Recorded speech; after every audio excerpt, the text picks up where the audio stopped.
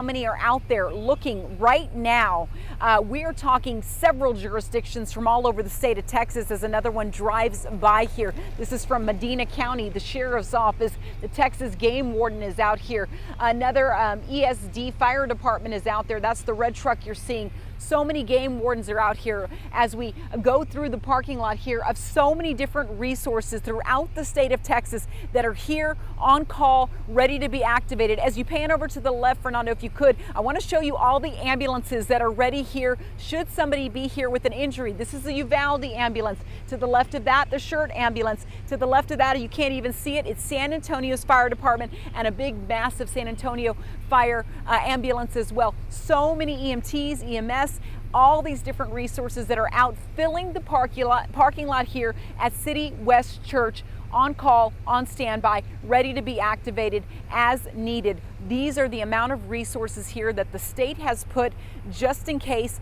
These are the ones, some of them not being used, some of them already out there near Camp Mystic, trying to get as many people as possible. And again, part of the search and rescue that the governor says is still happening right now, but sadly, part of the search and recovery mission that is going to be happening sadly as well as the death toll continues to climb. 24 as we see, more than 230 that were rescued, that are alive and that are safe this morning. Obviously, we're going to continue to follow this, let you know more details, let you know what happens today, because we are on the ground and bringing you those details in real time with real numbers, and hopefully we have some more great outcomes this morning. We just wanted to show you the massive amount of resources that Texas is lending all of these surrounding areas that are here and ready to help the families find the loved ones that have been lost for more than 12 hours, more than 24 hours here in the Kerrville area. But for now, that is the latest. Reporting live, I'm Christina De Leon, Fox SA. We will send it back to you. All right, Christina, thanks so much for that live report. And we're going to hear one more soundbite here from Governor Abbott talking about the missing campers from Camp Mystic. We remain in a search and rescue posture right now. So it's been going on over the course of the day, and you're going to hear stories here momentarily about exactly what has been achieved through those search and rescue missions. They will continue in the darkness of night. They will be taking place when the sun rises in the morning. They will be nonstop, seeking to find everybody who is unaccounted for. So, we're just kind of looking at some of the video that we've received, and we continue to start getting some more video of that area. So Camp Mystic it's in Hunt, Texas. So maybe about 30 minutes or so outside of Kerrville along Highway 39. And that highway, it's a very scenic area where you're just, winding through the hill country, and the river is alongside the entire way. And I went to Camp Mystic as a kid.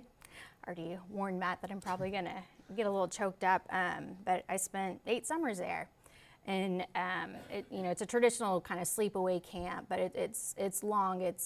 I think a lot of kids, when you think of summer camp, maybe you go away for a week, 2 weeks max. This is 4 weeks, and so that's a significant part of your life if you're spending a solid month every single summer there, and the friendships that you develop are going to be the best friendships that you ever have. And it's just a very, very special, unique place that I know personally I can say that I wouldn't be the person who I am if I hadn't gone to Camp Mystic. And I think anyone who has been there was going to say the same thing. Do you still have friends, people that you talk to that you went to Camp Mystic with? You said 8 summers. So that's yeah. What, 8 times 32? 32 weeks of your life spent at Camp Mystic. Absolutely, so. Yeah. I mean, I know I just got another text on a text thread, but still a lot of the information, because it's tucked away, in the highway that it's along, according to the camp, it has been washed away.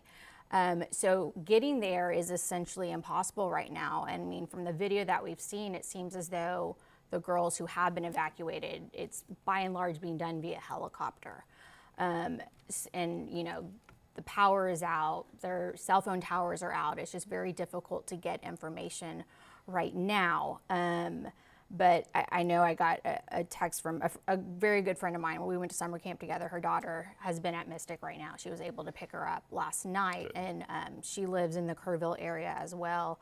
But yeah, the the height that the water got is, I don't understand, because the cabins where the children are missing from, they're not directly along the river at all. They're going to be at least a good, I'd say 3 football fields distance away from the river, and then they're up on an elevated area as well. So for the water to travel that distance and to rise as high as it did, I know I did see information directly from a mother who had a child who survived, who had to swim out of her window from her cabin, and they ended up on mattresses and were able to hold on to trees to make it.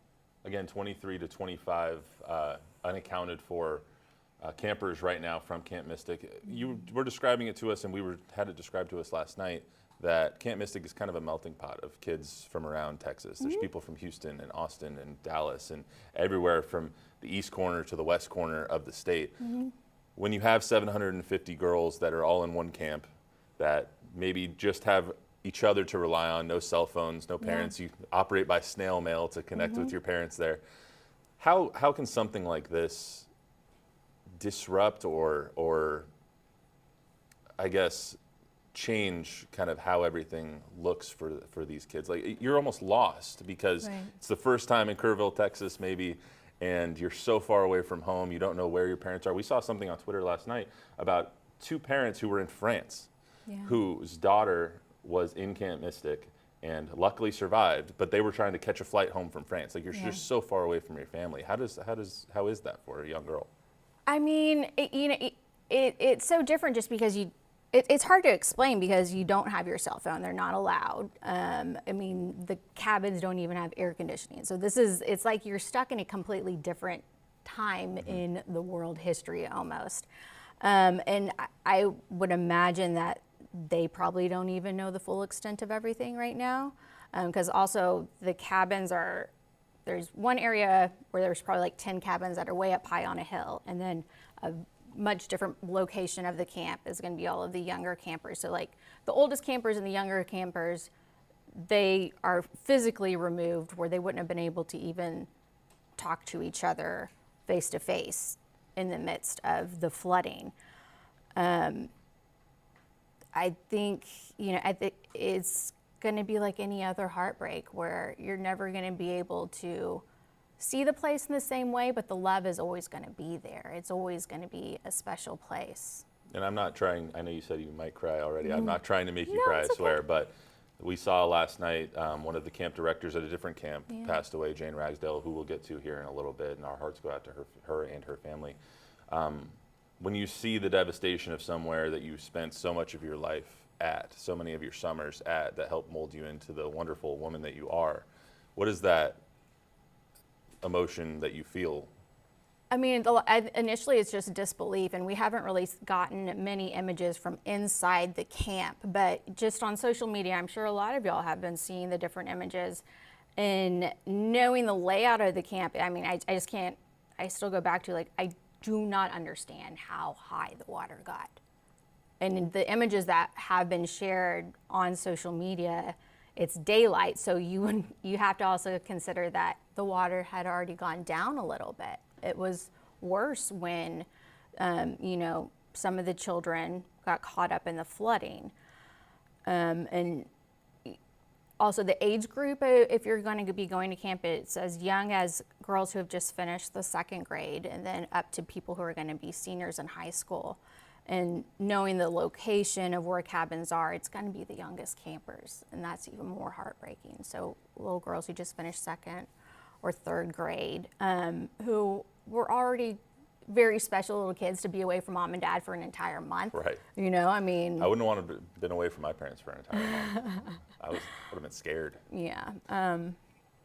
But yeah, we'll be monitoring, trying to get some more information out of Camp Mystic. 2 quick updates for you. We are hearing that the next press conference and update that we'll get from Kirk County officials will be around noon today, and we will have that live here for you on KABB.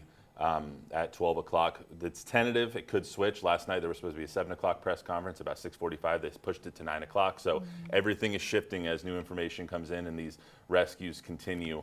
We heard last night the rescues will continue 24/7 until every single person is found. So those are going to continue all day today. And one other thing, if you do want to share your videos, send it to us, foxsanantonio.com, click on Chime In. We will be playing some of those throughout the newscast. We want to get to another one of our reporters here, though. Taylor Whartonby is live out in Hunt, Texas right now. She's on her way out to Camp Mystic, but it is a little sketchy out there trying to get there, so she's staying safe, staying in Hunt right now. Taylor, what's going on?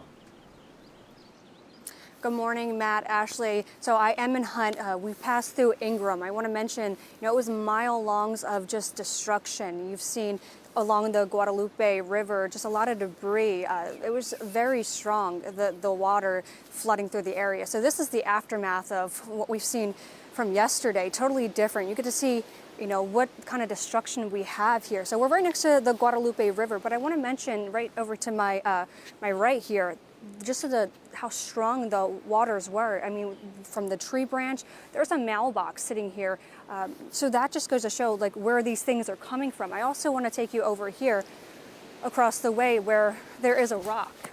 And that just goes to show just how incredibly strong these waters must have been just to be able to push something as strong as this out of the way. So we're here in Hunts. There's tons of destruction. The aftermath is it's just breathtaking how strong the water was here and just how overflowing it was in this area.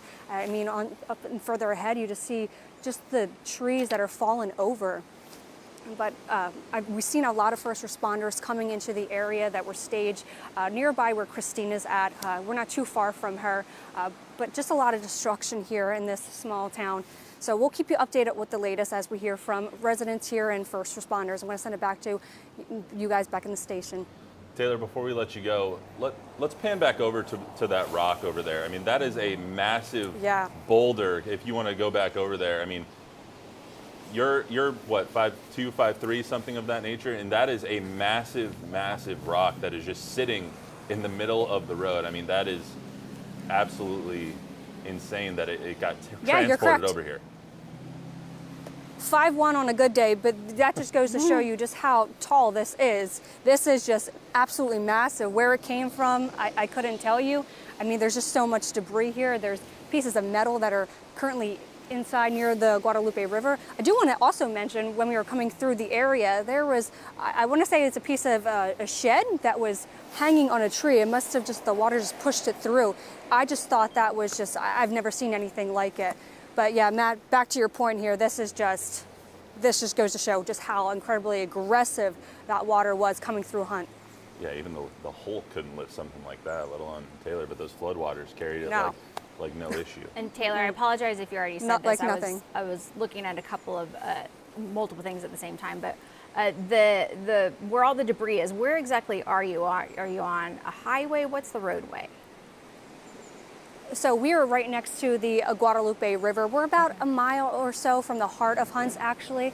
So it's not too far from Ingram, where we're from. So we're just right over the bridge of where the Guadalupe River actually is right here. Okay. Yeah, so they got hit pretty bad. Yeah, I mean, Hunt, Texas definitely seems kind of the center of all of the devastation, and we are starting to get more confirmation of damage at the post office. Has been that the words I've seen is completely gone.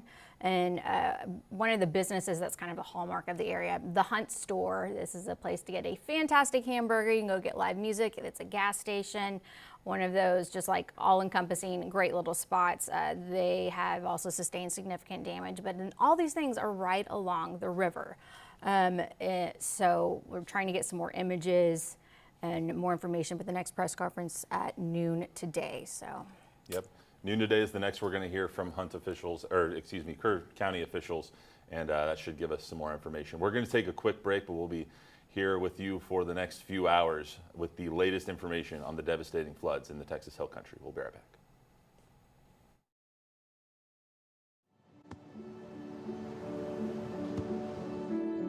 I don't remember how it started. Go to that. Our back and forth. it always came back. Dad! You probably don't remember what you told me, That was perfect. but I heard every word.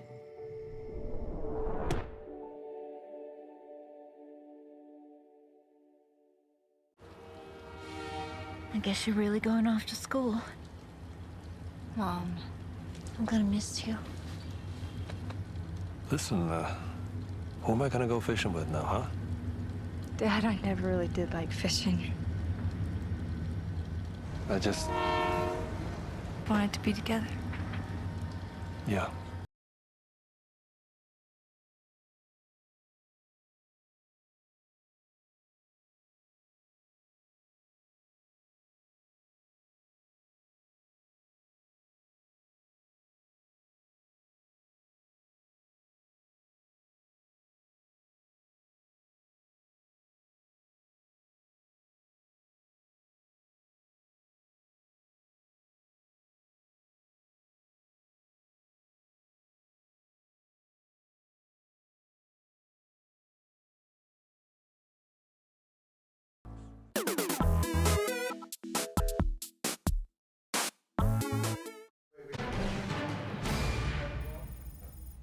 Well, we continue our special report. Normally, we would not be here on a Saturday morning, but the devastation that has been unfolding in Central Texas is the reason that we are here. And this morning, it does remain an active rescue operation centered around Kerrville, Texas, particularly west of that area in the small town of Hunt, with much focus on Camp Mystic, an all-girls summer camp, where at least 23 children do remain missing this morning. And there's a lot of questions as to how can something like this happen. We heard from Nim Kidd a little bit earlier saying that they didn't anticipate more than 4 to 8 inches in this area. And Brad, I think you have a good explanation here of just how something like this can happen so quickly. Yeah. And can, we heard Alex last night talking about this being the flash flooding capital of the world. So why is it that something like this can happen in this area so quickly? Yeah, you know, and we're reminded of that when we see it, right? Yeah, so this is the flash flood capital of the world. We didn't just get that title in the last couple of weeks with the storms we've had.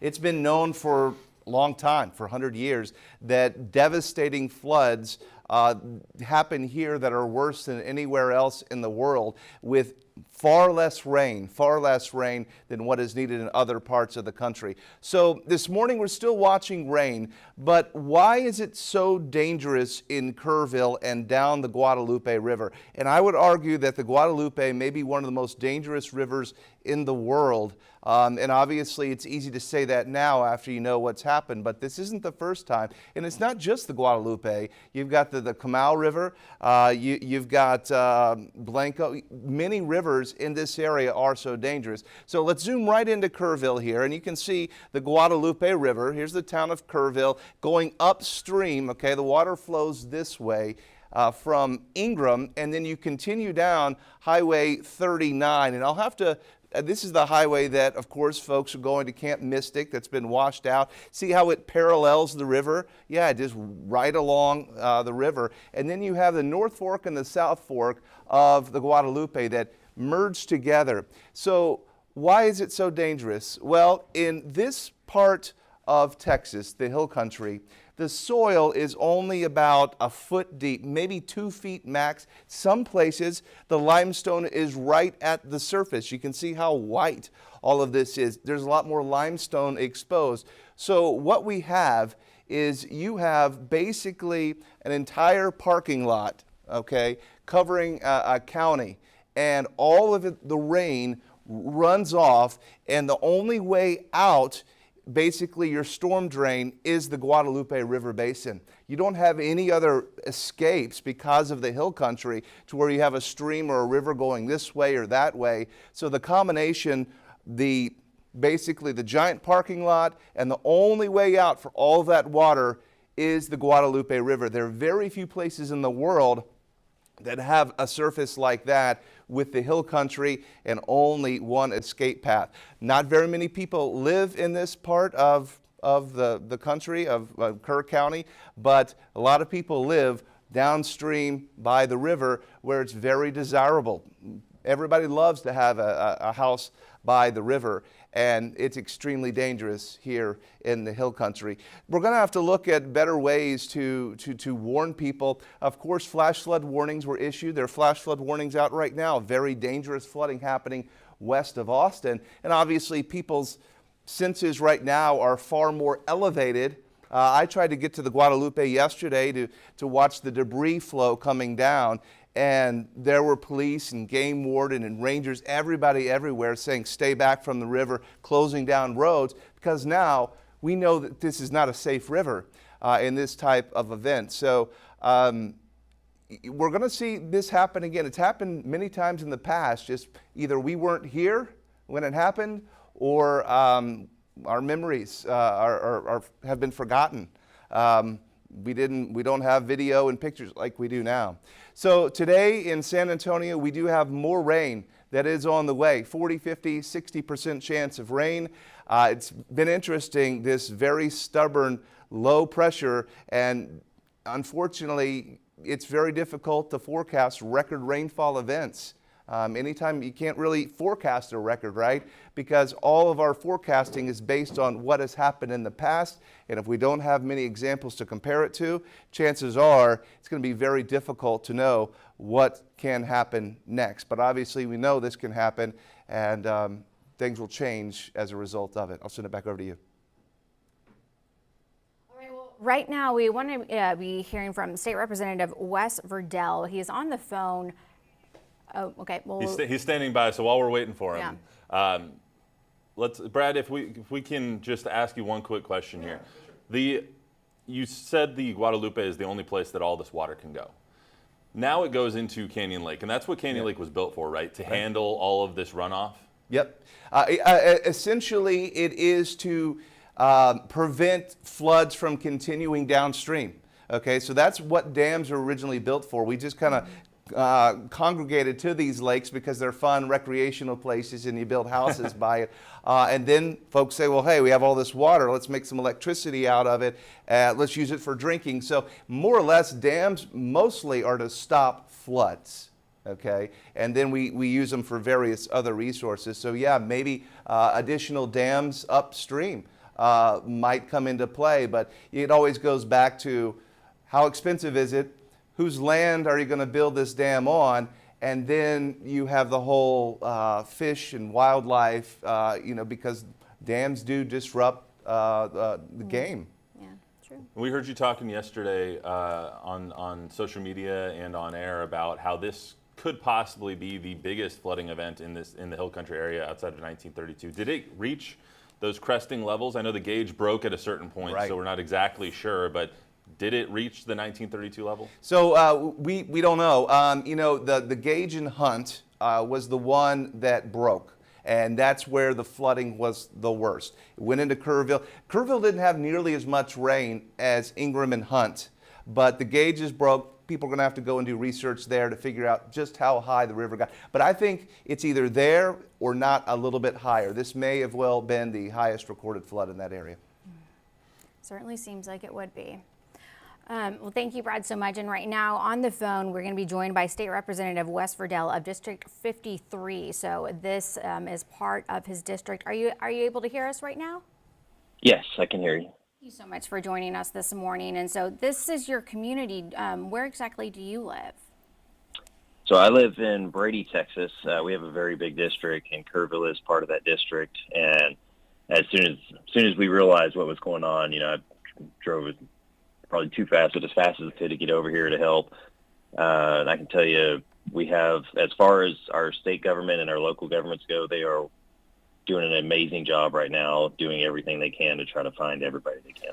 What are you seeing out there? What are you hearing so far from your constituents that some of them, their lives have been completely uprooted? We spoke to someone yesterday whose RV had everything he owned in it, and it was sailing down the river. So what have you been hearing from your constituents on this tragic day?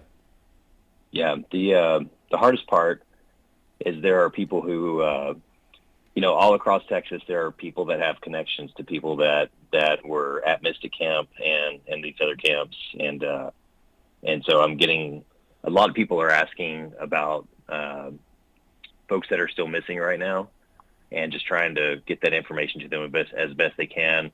those who have somebody unaccounted for right now, best thing they can do is call Red Cross and ask them, let them know what's going on, and the Red Cross will direct them to the right person.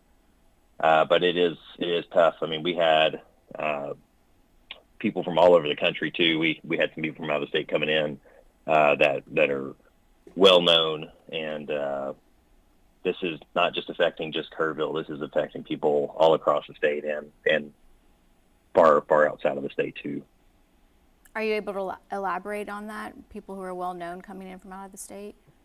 No, I can't give you any more than that right now. I can just tell you that there were people that that's the best I can tell you right now on that. I apologize for that, but there are people from all over the country, and at least one of them had come in yesterday because they had lost somebody too, and that was here. Representative, the numbers that we currently have right now are 24 confirmed fatalities, 23 to 25 campers from Camp Mystic still missing. The unknown is how many people in general are missing as of the press conference last night. What does today look like as far as operations and search and rescue go for the government here?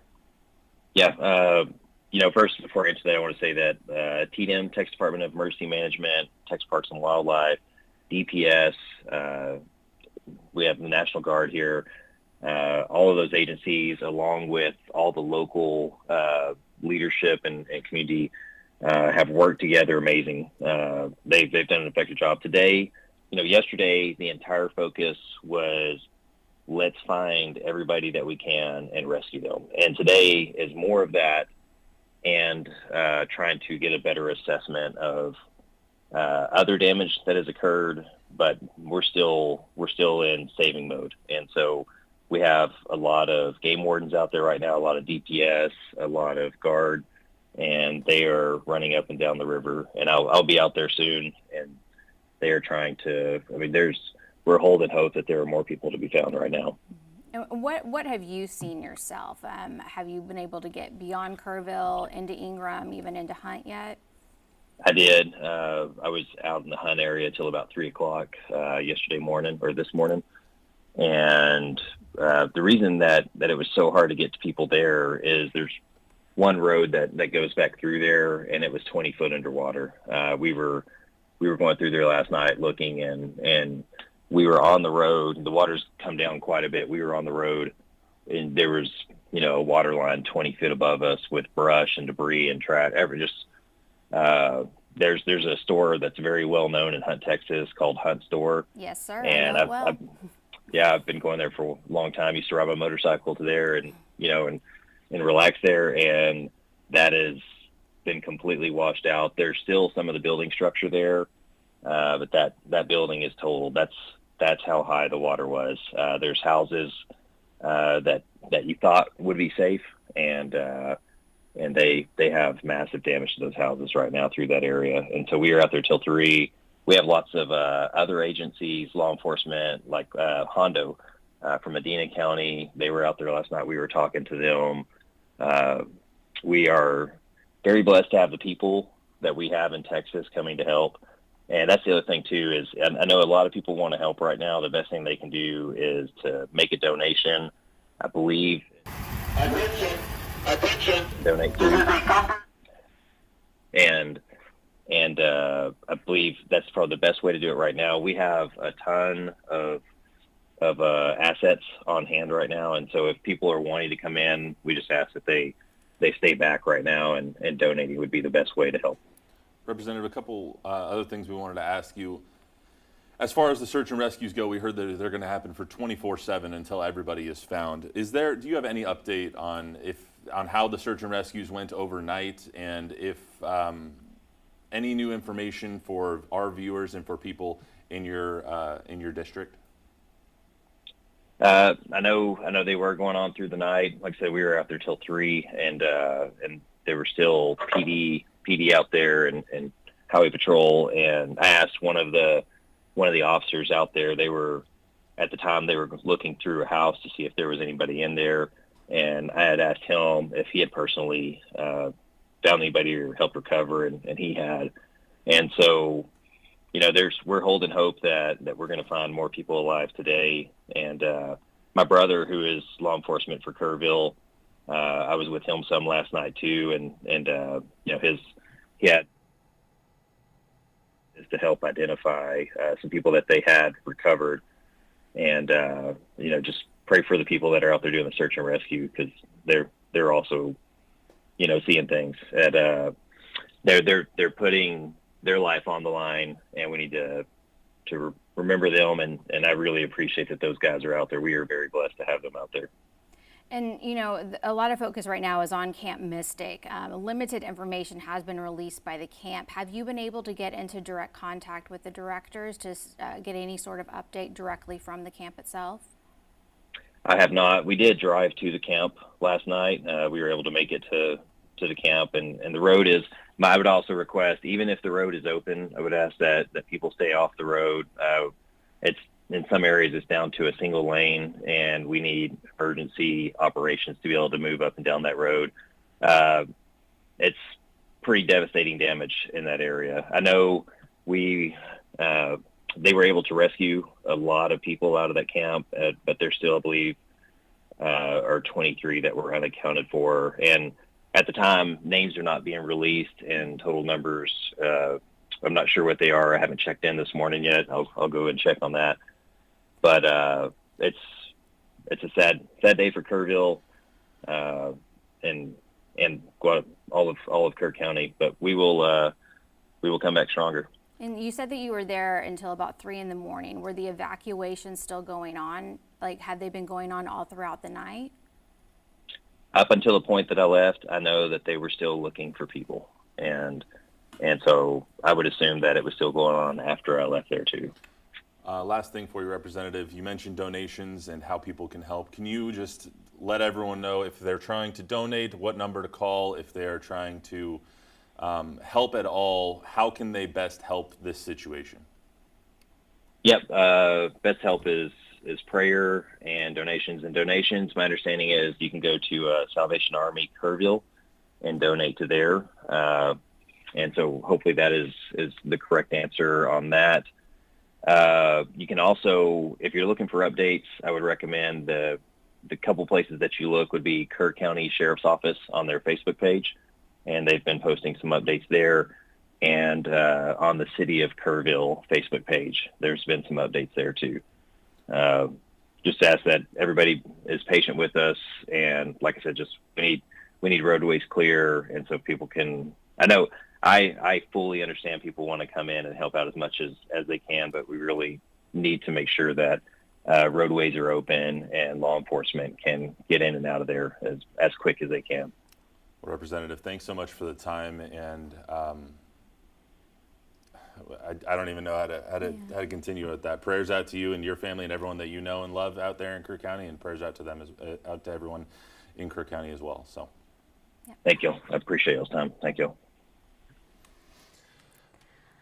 I know. You just kind of have to stop and exhale.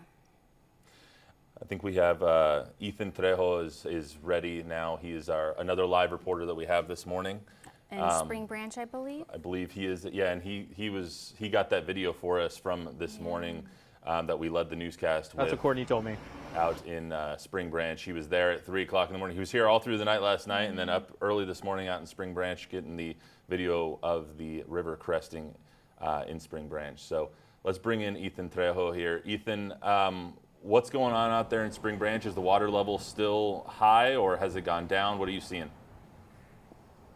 Yeah, Matt, it is significantly higher. I'm actually going to get behind the camera because I want to show you guys. This is currently where we're at along 281, just off of Spring Branch. That bridge right there is 281 southbound.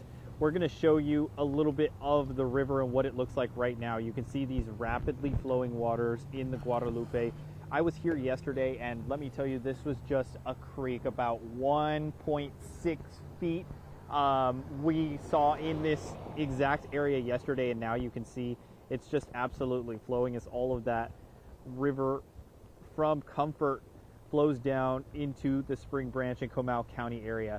It's flooding, as you can see here, trees. TxDOT and Comal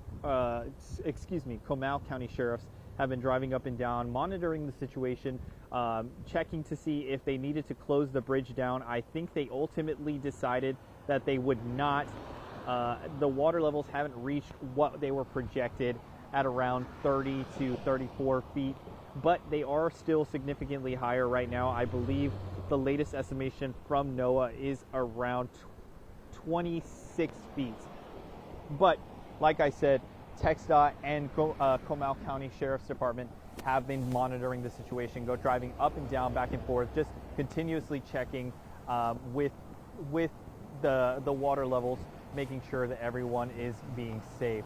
As of right now, there have been no updates from the county, but as soon as we get that, I'm going to send that right to you guys. But for right now, I'm going to send it back to the studio. I mean, he's right on a well-known area. If you just head up 281 north outside of 1604, I recognize the bridge there at the Guadalupe River. And thank you, Ethan. We'll be checking in with you throughout the morning. But Brad Souter, I think you have some data in regards to the level of the river. So that is much farther downstream in comparison to the Kerrville area. Yeah, and I live just a couple miles from the river there, and I was there last night before it got dark. And Ethan's right. There was just a trickle, okay? And here's the flood gauge, okay? This is the flood gauge at the Spring Branch. Last night, and this was about 10 o'clock, 10 p.m., it was about 1.5 feet of water flowing through there. And then over the course of just a couple hours, it went up to 29 feet. It has now crested, and it's only down about a foot. It's about 28 feet now. National Weather Service did a great job with the forecast. Look how close the peak matched the forecast that they put out many hours before. Thankfully, the yellow here is the action phase. This is where it's bank full. And thankfully there, the banks are huge, okay? When you drive over 281 there at the Guadalupe River Bridge, the water is way down. It's like, wow. So there's a lot of room for floods to travel through there, and that's why bankful is so high on the chart. So, yeah, here's the observed level, and thankfully it is crested, should be going down. All this water then goes into Canyon Lake, and it makes it dangerous into Canyon Lake because you're now going to have lots of debris, the trees, car bumpers, whatever has made it all the way down the river showing up in Canyon Lake, boards with nails sticking out of them. So the lake's going to have a lot of debris to be able to have to go through all of that. But yes, the river is crested there, and a lot of this water now pouring into Canyon Lake. Guys. Thanks, Brad. We want to get to an interview that we got yesterday of someone whose RV was picked up and carried away by the disastrous flood waters up in the Texas Hill Country in Kirk County. This is what one of our reporters, Destiny Fuller, got yesterday with somebody, and it's staggering to say the least. Let's check it out. When I woke up, the water was already 2 feet into my RV, and I grabbed my dog and my wallet, and I tried to get outside, and the water was flooded. The truck had me pinned, so I got out, and then I just hear screaming, family screaming, and kids, and I couldn't help. I just couldn't help. How were you able to get out? I worked my way towards the wall, and the trailer was coming, and then somebody grabbed my arm and pulled me out of the water last night. And then I tried to go help, but by then it was too late. Everybody was down the river. So. And I know you lost your Everything. trailer, your truck. Yeah, Walmart, thank you. They gave me some shoes this morning. Yeah, we lost everything. A lot of people lost everything. Has this ever happened in this area before? We had a flood like last year maybe, but it wasn't nothing to this extreme. So this is devastating. So what's going to be next for you? Trying to figure out. Trying to find a place to live, trying to get clothes. I don't know. Trying to get my life built back together, I guess. Nobody expected this. That's what's sad about it. A lot of people lost their lives today. And have you heard of anybody that you know, or anybody that you might have shared? There was a buddy here that passed away. I guess a guy that worked here. I'm not sure the info, but we do have casualties, so it's a sad day in Kerrville. Sad day. Thank you for talking to us. It's unbelievable. It's unbelievable. Everybody in Kerrville, some people lost their entire livelihoods. Everything they've built up for the however long they've been alive, everything gone, and have to completely restart at this phase. Yeah, and the full extent of the damage, we just don't know, because the focus right now is the rescues, and I think there's a lot of focus on Camp Mystic, because that's an organized business where they have a list of names at the ready, and so they're able to check it off and know who exactly is unaccounted for. But for people who are just visiting the area, there's no one clear list to know exactly who is missing, and therefore we don't know how many people are missing at this time. So that's why the focus remains on the rescues. So we will continue to check in with our live crews all throughout the morning, but the next official update from Kerrville, Kerr County, is slated for noon today. Stick around, we'll be right back after this break.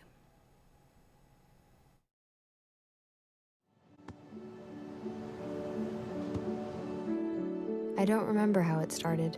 Go to that. Our back and forth. It always came back. Dad! You probably don't remember what you told me, That was perfect. but I heard every word.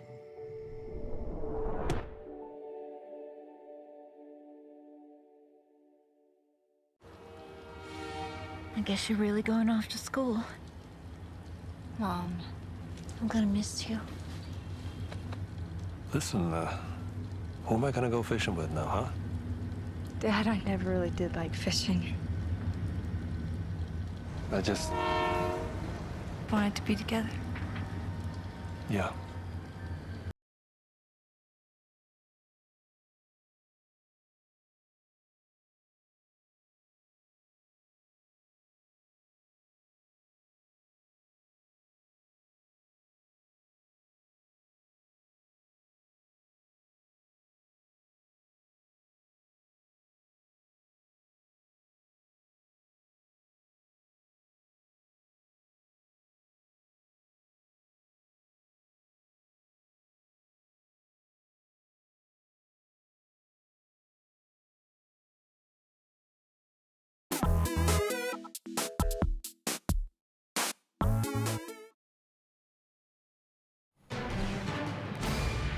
Well, thank you for joining us. 7:51 on this Saturday morning, and we bring you a breaking news special report of our continuing coverage of the flash flooding disaster in the Texas Hill Country.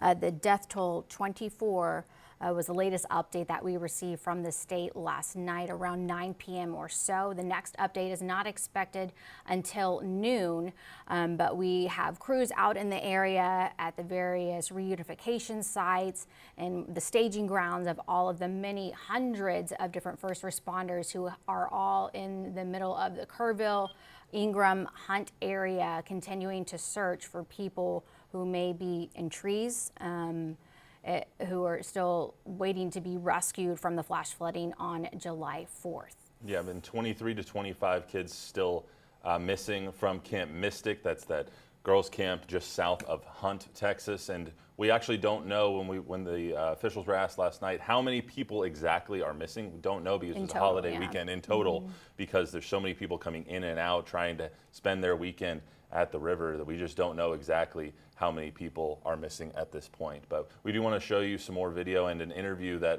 our Joe DiCarlo got.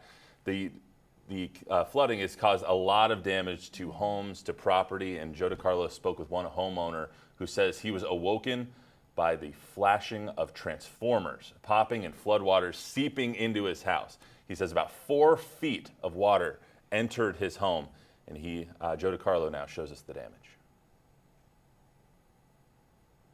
Hey guys, we are here again in Kerrville, Waterfront Drive, right along the Guadalupe River, and we did meet a gentleman here. His name is Greg, and he offered us to show his house and unfortunately what's left of his house after the water this morning. As you can come inside here, you could see the complete devastation, the mud, the floodwaters, everything that's been completely moved throughout his entire home. Greg, if I could bring you in real quick, what was What was it like this morning? Can you explain kind of what you saw and what's left? Woke up, saw brilliant lights flashing through the windows. Thought it was fireworks. Turns out it's the transformers going off, blowing up outside. Rain was just pouring down. And so I thought, well, I better look outside. I looked outside, and the water's up to my foundation of my house. And I've got a 5-foot tall foundation. It was terrifying. And by the time I got stuff together, got out to my car, I was going to back it out. I couldn't get it out. Would have floated. So what did you do? So I had just waded out to the high ground. And you came back and I called the people that I know in the neighborhood, said, get out now, because they're in this house and the 2 houses down. It was quite terrifying. And everyone you know, or your whole family's okay? Yes. Were you the only one in this house at the time? I was the only one in this house. That is correct. And the house next door, it's rented. I rented out to a pastor and his wife and kids, and they were in Memphis. So thank God they were out. Thankfully. What's it like just seeing this happen to your house? I don't know about what's next. Right now, today is cleanup, but how does it make you feel about your neighborhood just changed kind of in a couple hours? Just demolished, and you just have to roll with the punches and get in here, clean it up, cut the sheetrock so that it can dry out and get to work. And thankfully you're okay, and everyone you know is okay. So that's definitely the good news here. If we could just take a few more little looks here. It is completely flooded. Oops. Muddy. Oh, sorry. It's a heck of a ringtone. Yes, it is. And you probably may have noticed the water line that was in the middle of his living room right there. And he had said, his foundation 5 feet high. And Joe later got a little bit more information, or gave perspective on how high the water got within his house. At least 2.5 feet of water ended up inside his house. And when Joe was there at that time, he said it was about 6 inches of mud. Mm-hmm. But that's his home, and he was already kind of just going over the basic things to rebuild and to clean up, and he's going to stay in his community. Not meant to deal with something like that. Those houses are. So we have one of our live reporters, Christina De Leon, rejoining us now. She is live at one of the reunification centers. Christina, what are you seeing right now? Well, we're live in Ingram at a staging center here at City West Church, and I want to show you, I was able to talk to some of the folks here in one of the ambulances to get a little better sense of what's going on. We try to get in, but they aren't letting us in. It's all law enforcement and all of the rescuers, basically. They've got a tight lid on everything going on here. We've got so many law enforcement and so many EMTs basically from different jurisdictions. We've seen a lot of them mobilize and a lot of them moving out. You probably see one here that's getting ready to get inside their unit. I think that is a game warden from the state of Texas. He's got a backpack on. He's getting ready to load up and head out. And we saw a great deal of them actually moving to do just that. I think they got their orders a short time ago, because we've seen a flurry of them just taking off. In fact, we're about to see one leave here right now. And so what we have found out is this is a check-in area for them. We've seen a lot of ins and outs throughout the morning. Shift changes, we talk about it here. This is where they go, they get their marching orders, and then they leave for the day. We talked to a few of them in passing, and they say, yeah, we were out here yesterday, or no, this is our first time here. Here comes the game warden who's about to take off right now, and he's leaving for the day. They get direction where they're heading, and then they go from there. They mobilize, then they go from there, one direction or another, and then they take off. There's game warden passing, and then look, they've got ATVs on theirs, so they're about to take off with those 2 ATVs, passing another game warden that's taking off. They mean business. They're going to where they need to go. So this is kind of the hub of where they're heading and how they're going to get there. This is kind of the central nerve, if you will. And we've got more that are coming out too, and they're about to round up, get in those vehicles, and then take off to where it is that they need to go. So again, we try to get into that central nerve. Not going to happen this morning for us. So they got their marching orders. They're going to go where they need to go. And they've amassed from all over the state. We've looked on these vehicles. We've seen them from all over. We've got Uvalde EMS here. In front of that, we've got Schertz EMS, and passing us now is EMS Command. And this looks like it's from San Antonio that just passed us here. And we see some more cars and trucks that are backing up, and they're going to be heading out from different locations. So that's what we're dealing with here. We're going to try to get some more information about exactly where they're going. It's places that we can't get to, but maybe only these vehicles can get to, because you saw the ATVs that were here. And again, you can see the ambulances from all the jurisdictions. It's what Governor Greg Abbott says that we do best in our city. We've got the best rescue efforts in the world, and it's what he promised, is that everyone would be accounted for as a result of all the flooding that we saw here. And to your right is a mass casualty evacuation ambulance. Behind that is another jurisdiction. We saw a Fredericksburg ambulance as well. So many of them from so many different parts of the state. And again, this is where they get their marching orders, the staging area, and then from there they get up and they go wherever it is they need to go to get that search and rescue effort underway, and hopefully not too many search and recovery efforts throughout the morning on the second day of what's become such a catastrophic event in the state's history in the Kerrville area. But reporting live from Ingram at City West Church, I'm Christina De Leon, Fox SA. We will send it back to you guys in the studio. Thank you, Christina. And it's good to hear, starting to hear the helicopters up in the air, because that's a very, very important aspect of this ongoing rescue effort in Kerrville and Hunt, Texas. Amazing the number of jurisdictions that have come together to give help to this situation as well. They said yesterday over 500 emergency personnel on the ground, more than 15 helicopters, drones all over the place. Basically every resource it seems like that Texas has is there trying to find these people. So that's one good thing kind of in the quarry here. So we're going to take a quick break. We'll be right back with more coverage from the Hill Country flooding disaster.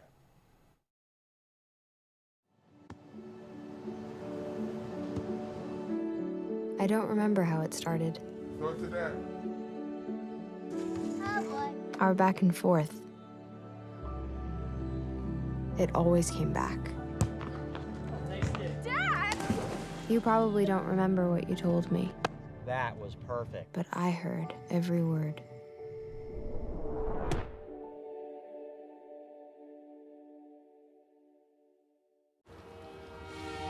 I guess you're really going off to school. Mom, I'm gonna miss you. Listen, who am I gonna go fishing with now, huh? Dad, I never really did like fishing. I just, Wanted to be together.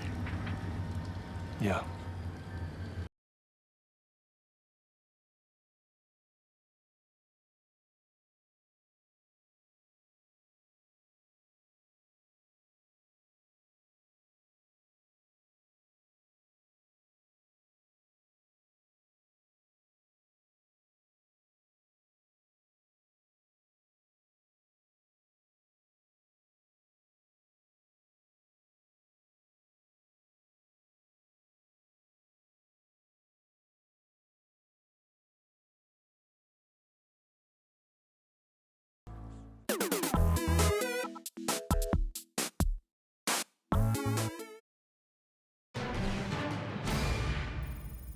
Attention, attention, this is a Comfort Fire Department. This is a mandatory evacuation notice.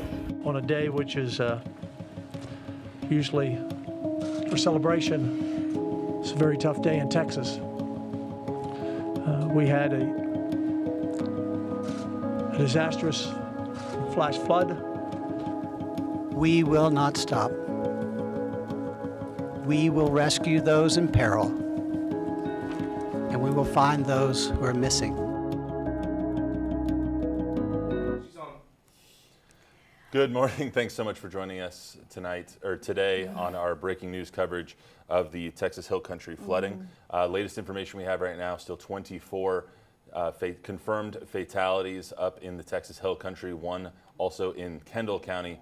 I'm Matt Roy, joined by Ashley Sutton. Yes, yes. And so we're pretty fluid right now. It's a breaking news situation that we continue to monitor. So live reporters are up and down the area.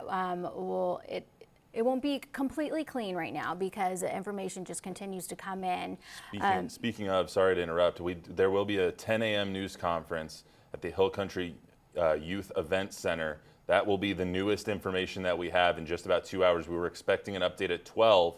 Instead, we are going to get an update at 10 o'clock. So that'll be the latest information that we have here coming into the newsroom. So that's good to know that we're going to have some more information here in about 2 hours. And that's Kerr County is doing it? Yes. Okay.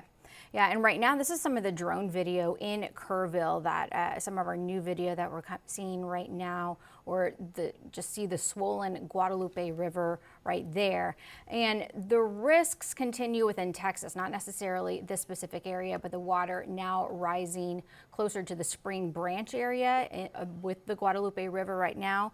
And I know Brad Souter had just mentioned some flash flooding warnings west of the Austin area. So this continues to be an active situation. But in terms of the activity in Kerrville and Hunt right now, the focus is on the rescues. And so we're starting to see the helicopters launch to continue the search and rescue effort there. And we also, I know are we able to get to Taylor right now, or do we need to wait a little bit?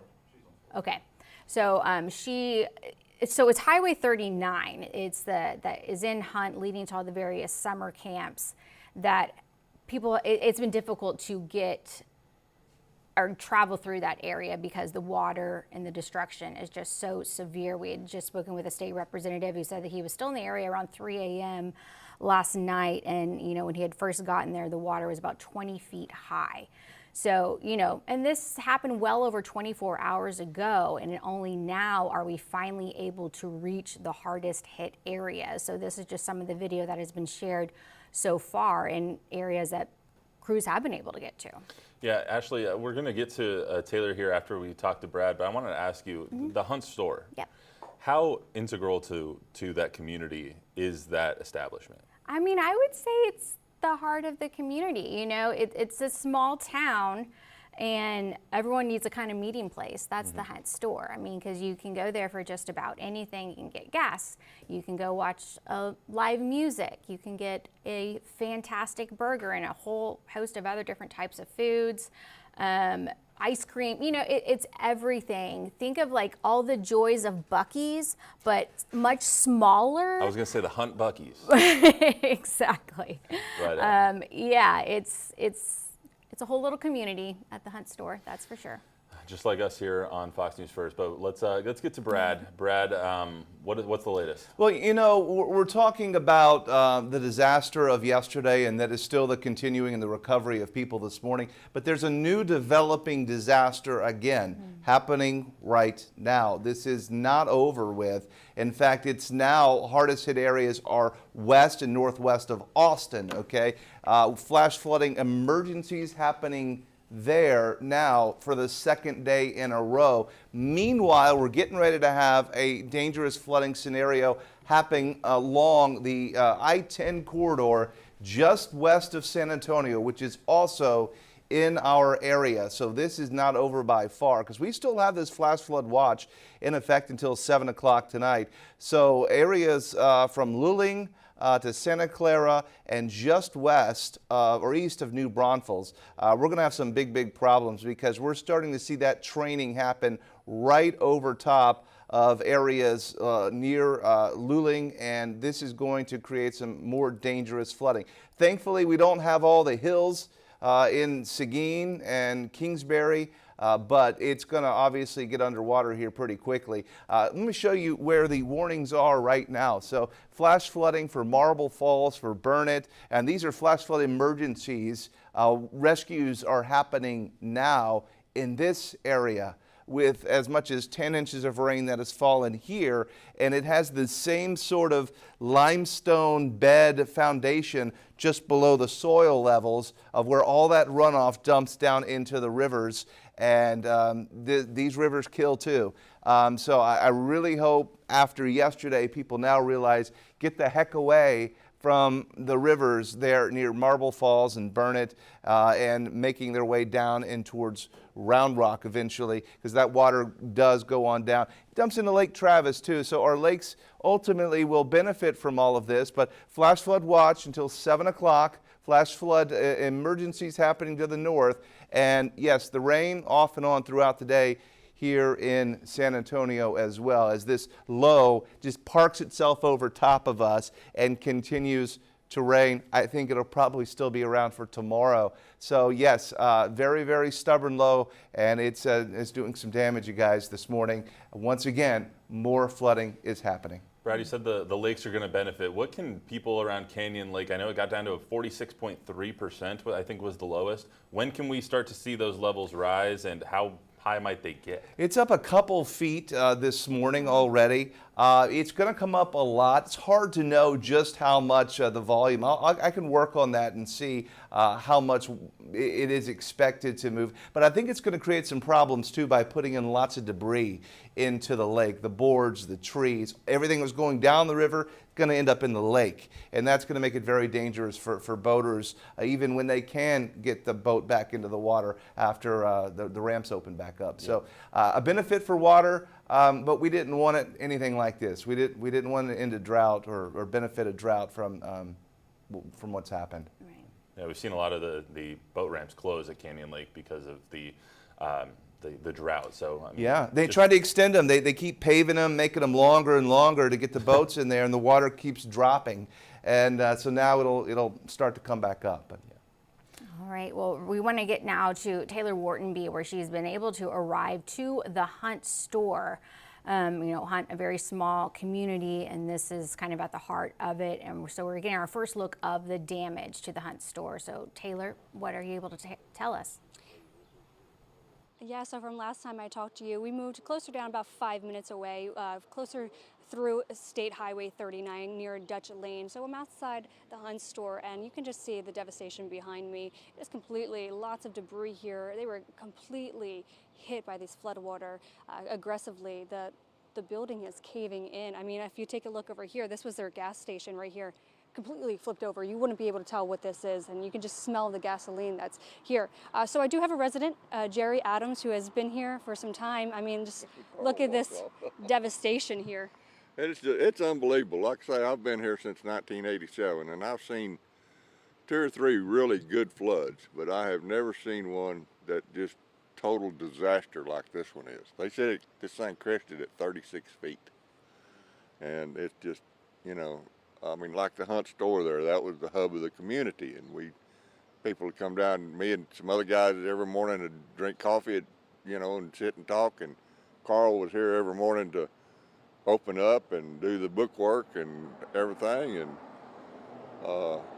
like I say, I just live right up there on top of the hill, and I woke up at 3:30 in the morning, and I'm in a barn up there, and I had about that much water in the floor of my barn.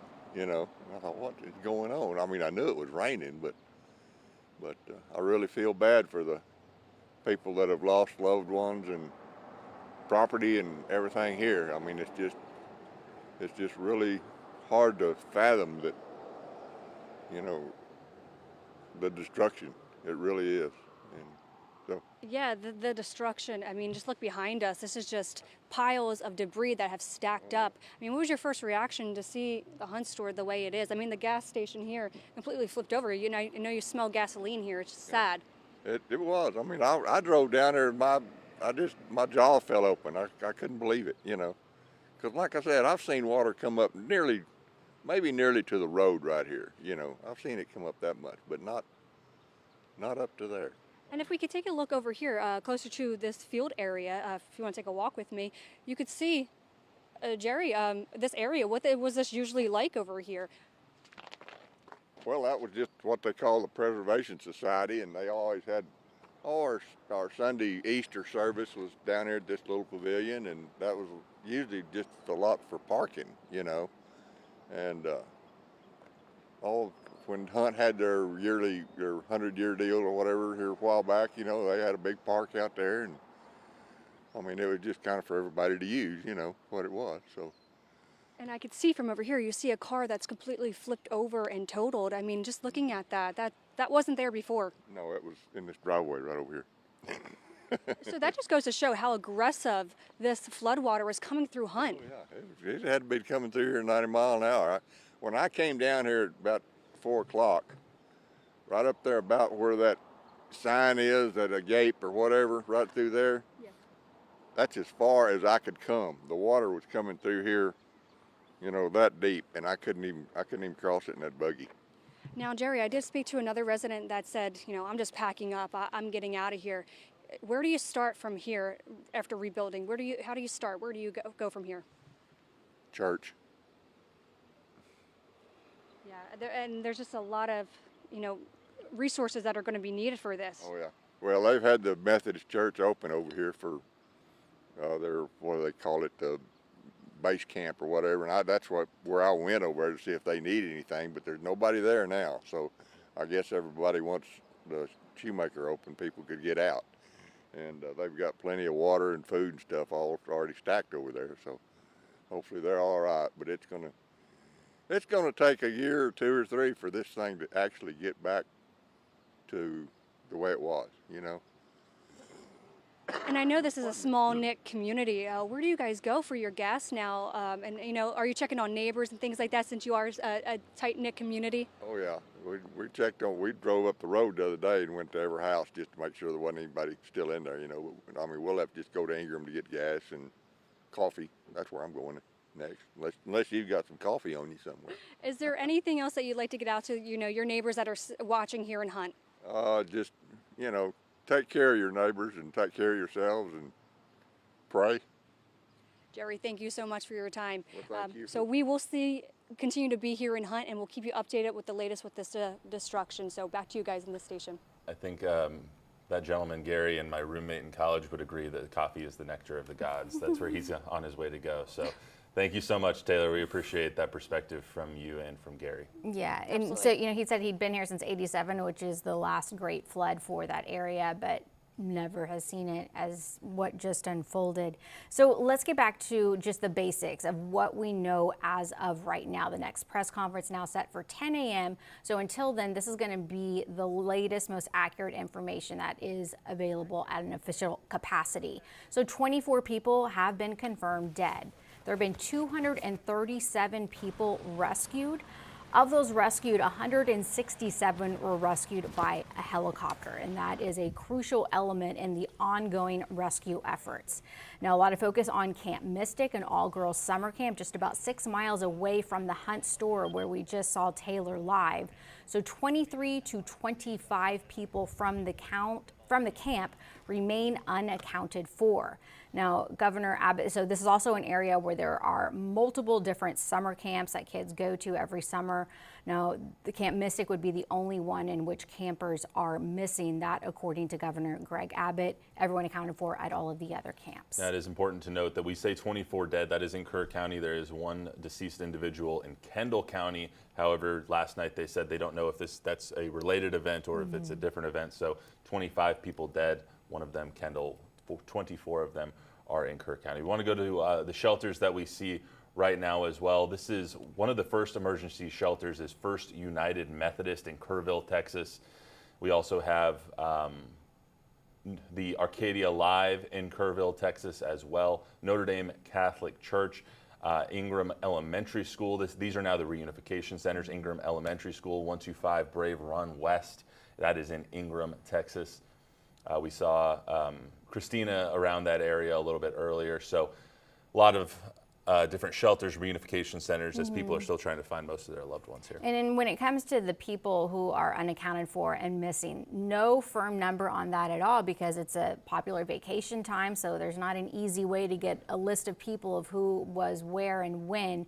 But we do have some photos of the various people who are known to be missing and unaccounted for, including, you know, at least a good 24 campers from Camp Mystic, but the video that we have of those who are missing also include other people who are at different RV parks, other locations throughout the Kerrville area. Absolutely, and we want to continue to show you the images of the people that we have, that we've received of the missing people. Officials say rescue missions will be continuing all night long. They will be continuing until everyone is found. Those are the words of Governor Greg Abbott, who returned to the state. He was out of state earlier in the day and then ended up coming back and doing the press conference last night about 9 o'clock. Now, we do want to get to a family who is now desperately searching for their grandparents. Our Zach Hedrick sat down with their grandson last night, and this is what we know so far. So this is where all the tiny homes were and they're just gone. This video sent to us by the Brake family shows the destruction floodwaters left behind at the HDR campground and RV park in Kerrville. They don't travel a whole bunch outside of Abilene.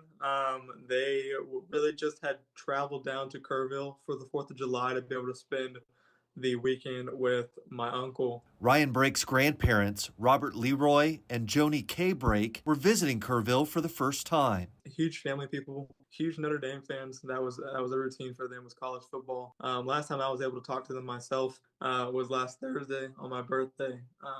I had called them and they had just wished me happy birthday and told me that they had planned on coming down soon. Brake's grandparents were staying in a cabin at the RV park. Around 4:45 this morning, Ryan got a phone call from his uncle. The call was very short, but very drastic. He basically stated that he needed help. Brake says floodwater was already up to the edge of his uncle's RV. The cabin that my grandparents were staying in were about 20 yards from the RV that they were in. As soon as we got the phone with him, we immediately called my grandparents. After about 3 or 4 phone calls, we were able to get in touch with them and woke them up. Brake's uncle and his wife were able to get out of their RV and get to safety, but his grandparents are still missing. The last time we heard from them was about 4:50, about 5 o'clock this morning. Relatives in the area have been searching nonstop for Brake's grandparents. I know we are not the only ones going through the situation. We'll continue to spend several days, if not weeks, up there until we can get some kind of answer. Whether it's good or bad, I think we really just want some kind of answer. Zach Hedrick, Fox San Antonio. All right, well, continuing coverage of the devastating flooding in central Texas all throughout the morning, but first we're going to take a quick break.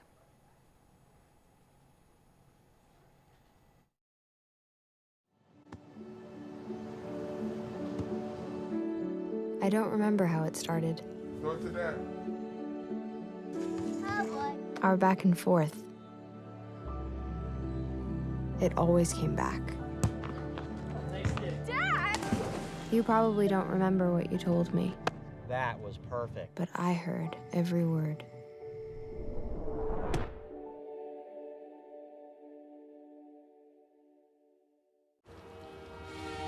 I guess you're really going off to school. Mom, I'm gonna miss you. Listen, who am I gonna go fishing with now, huh? Dad, I never really did like fishing. I just, Wanted to be together. yeah.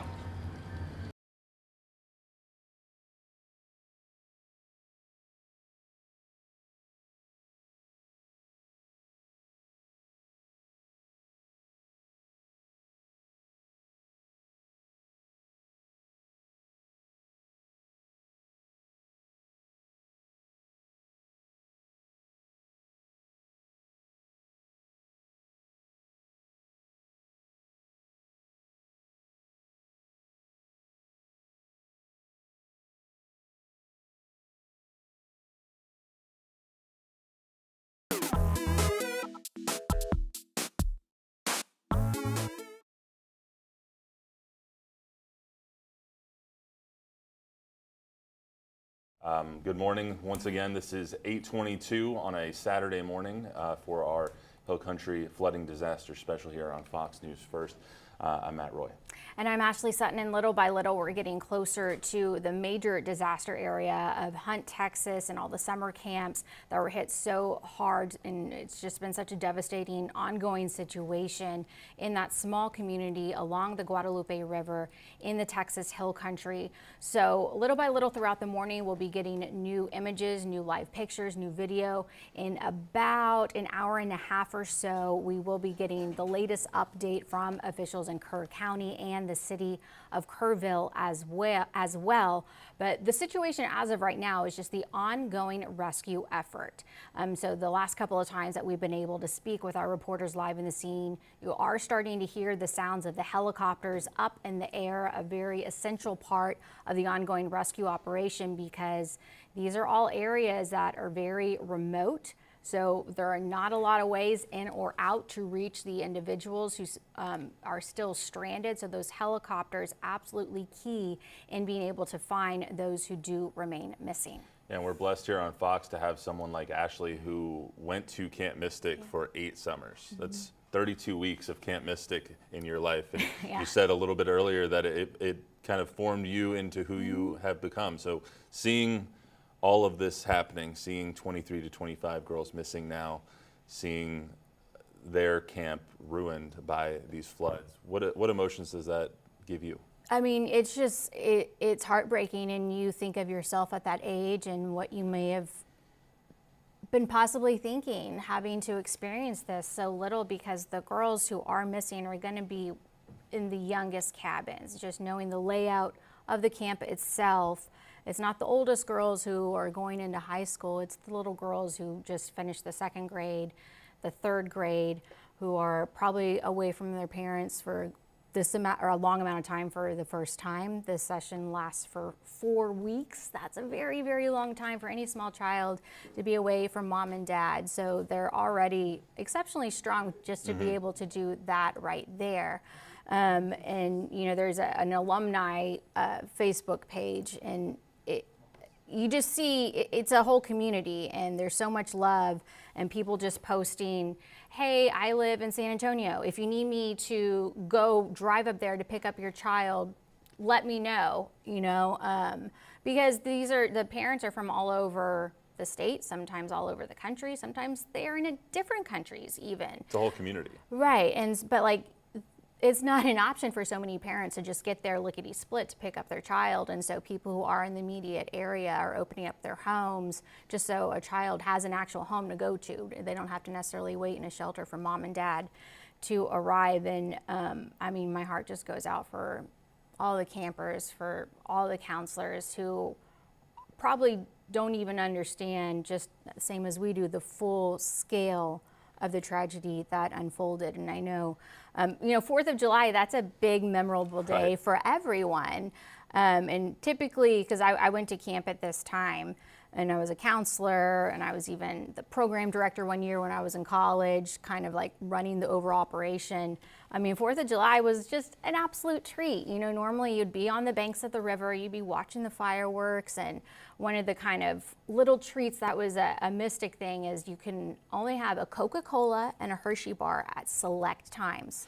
And so 4th of July was one of those times. And you know, I know the kind of routine of everything, and I was just watching the clock throughout the evening, like this is when they would be called back to their cabins, and then taps would be played, and everyone in the camp should have been hearing, "Good night, Camp Mystic, we love you." And I'm sure those little girls were still saying it because it's just a part of them, it's a part of their routine, and there's just so much love, and it's such a special place. Yeah, Mystic's a traditional sleepover camp. You take those classes like canoeing, horseback riding, arts and crafts, dance. It's been around almost 100 years. Almost 100 years. So 2026 will mark 100 years of Camp Mystic. And it's definitely a big part of Texas history. I believe President Johnson's daughters attended there. I can remember granddaughters also went, because we would see Lady Bird sometimes at the different pickup, and the Secret Service officers there with her.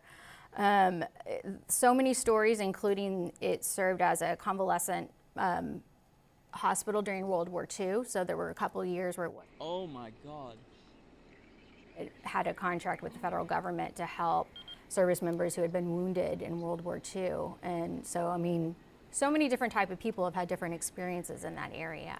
Yeah, we'll keep picking Ashley's brain here a little bit throughout the morning, but obviously a sympathetic Ashley Sutton going out to Camp Mystic, as we know that there's 23 to 25 girls still missing, and we start to get more information on Camp Mystic as well. But there was a little bit of information about another camp as well, a camp director, Jane Ragsdale.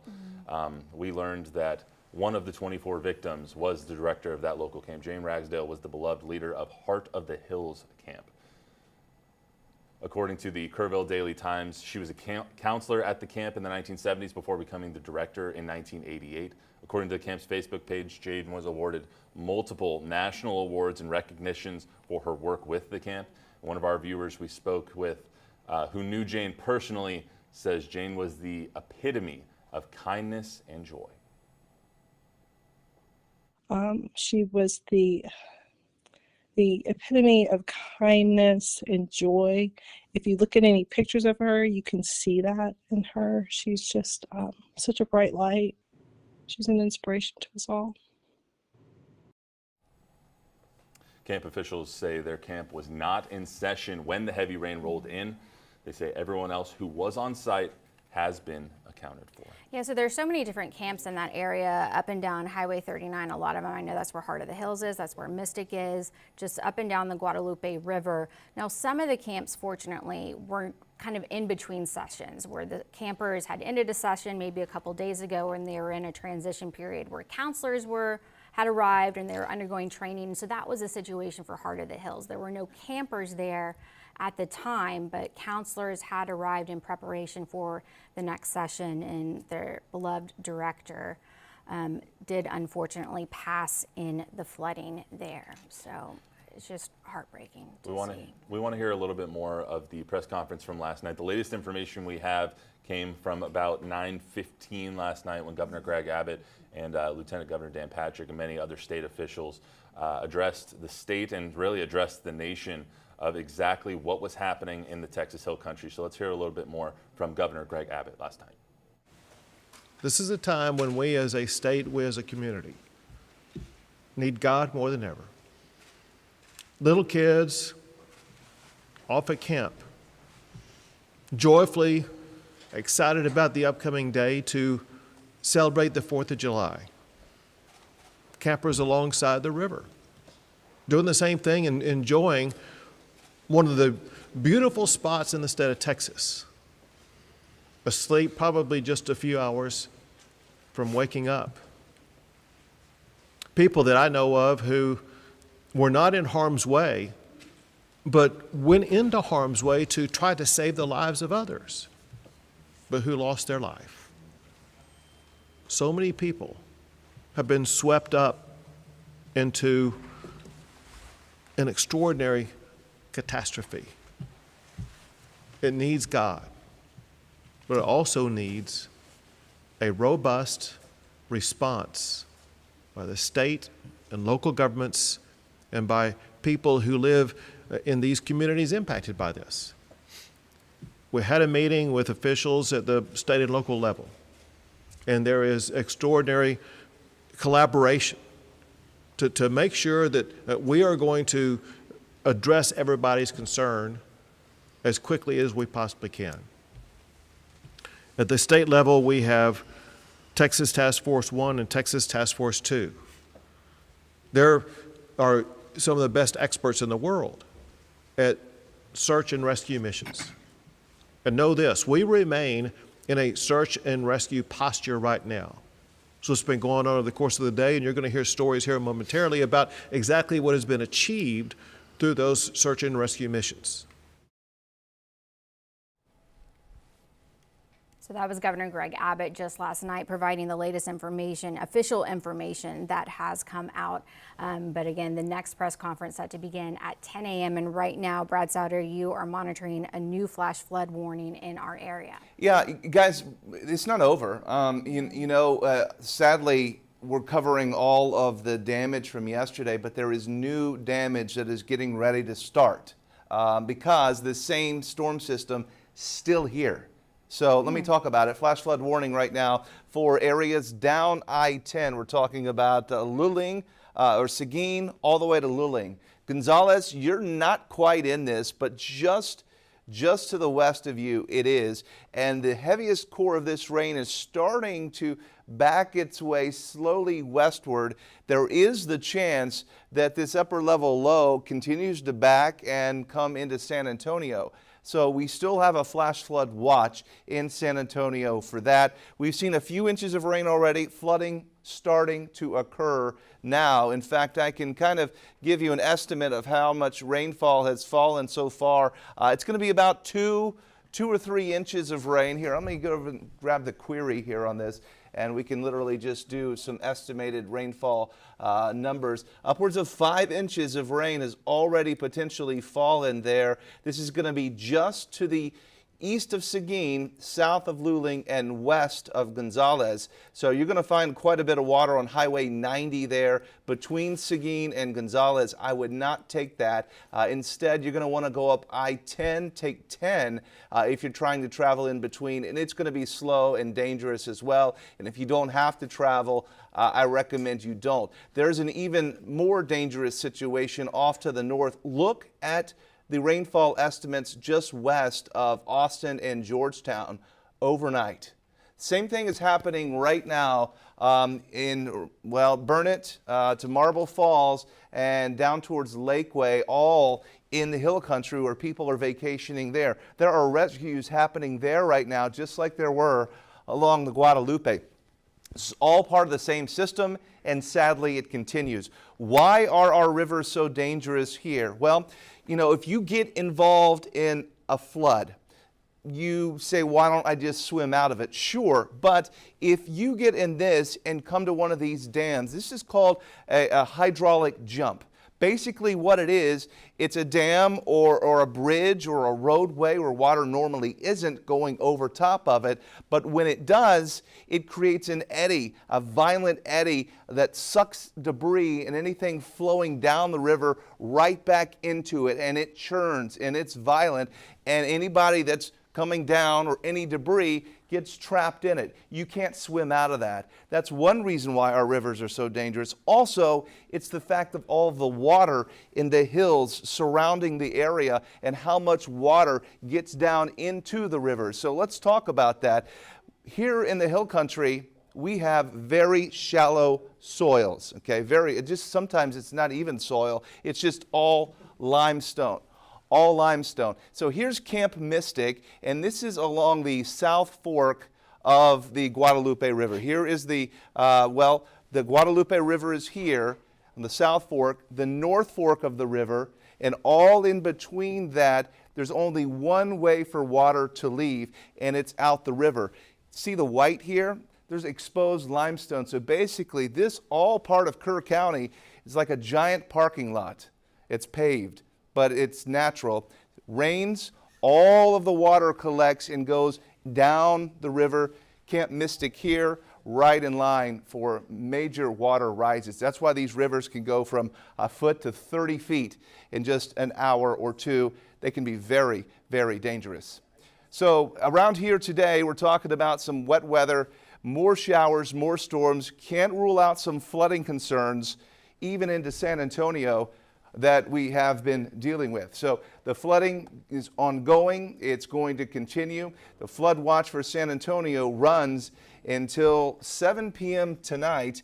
But I do know that, we have flooding that's already taking place. It's already occurring and will continue to be in that shape and form. So so they're doing lots of rescues with this flash flood emergency still happening up around Marble Falls. Thankfully, the rain has stopped there, but certainly the disaster continues. And now, of course, we wanted to get our helicopter up this morning and show you some of the damage, and that's the store there. There's some of the damage that's in Hunt, Texas right now. That's a live shot of the Hunt store that has been damaged. We do have our crews out there. That's a very popular destination that so many people familiar with the area know, and it's swept, a lot of everything's swept out of it. The stores are gutted. Here's our camera in Kerrville.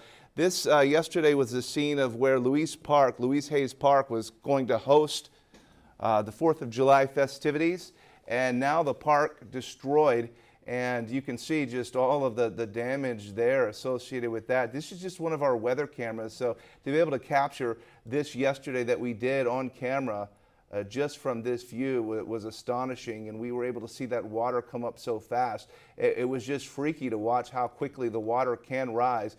And as I zoom around here and show you across the way this morning, as light rain continues to come on down, a lot of people were going to enjoy the splash park and all the awnings and tents and coverings, and this is what that looks like now as it focuses, and it looks like a young family kind of strolling through there, just saying, my goodness, what happened?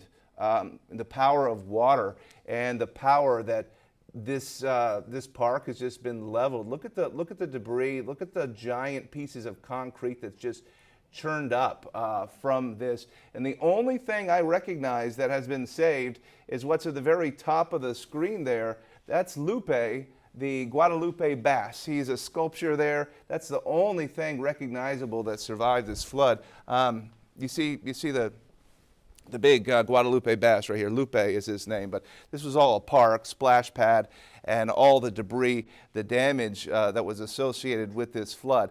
So yeah, still flooding, and I am concerned that this starts to back in closer to San Antonio. See this really red core here? It's slowly eking its way westward. That's why we still have the flood watch, and that's why it's going to continue to be a very dangerous situation that we've got. Do we have any live cameras that you guys would like to take, that we want to take and take a look at and see some of the damage? Our crews, I know we have crews out there, and I appreciate all the work that everybody has done.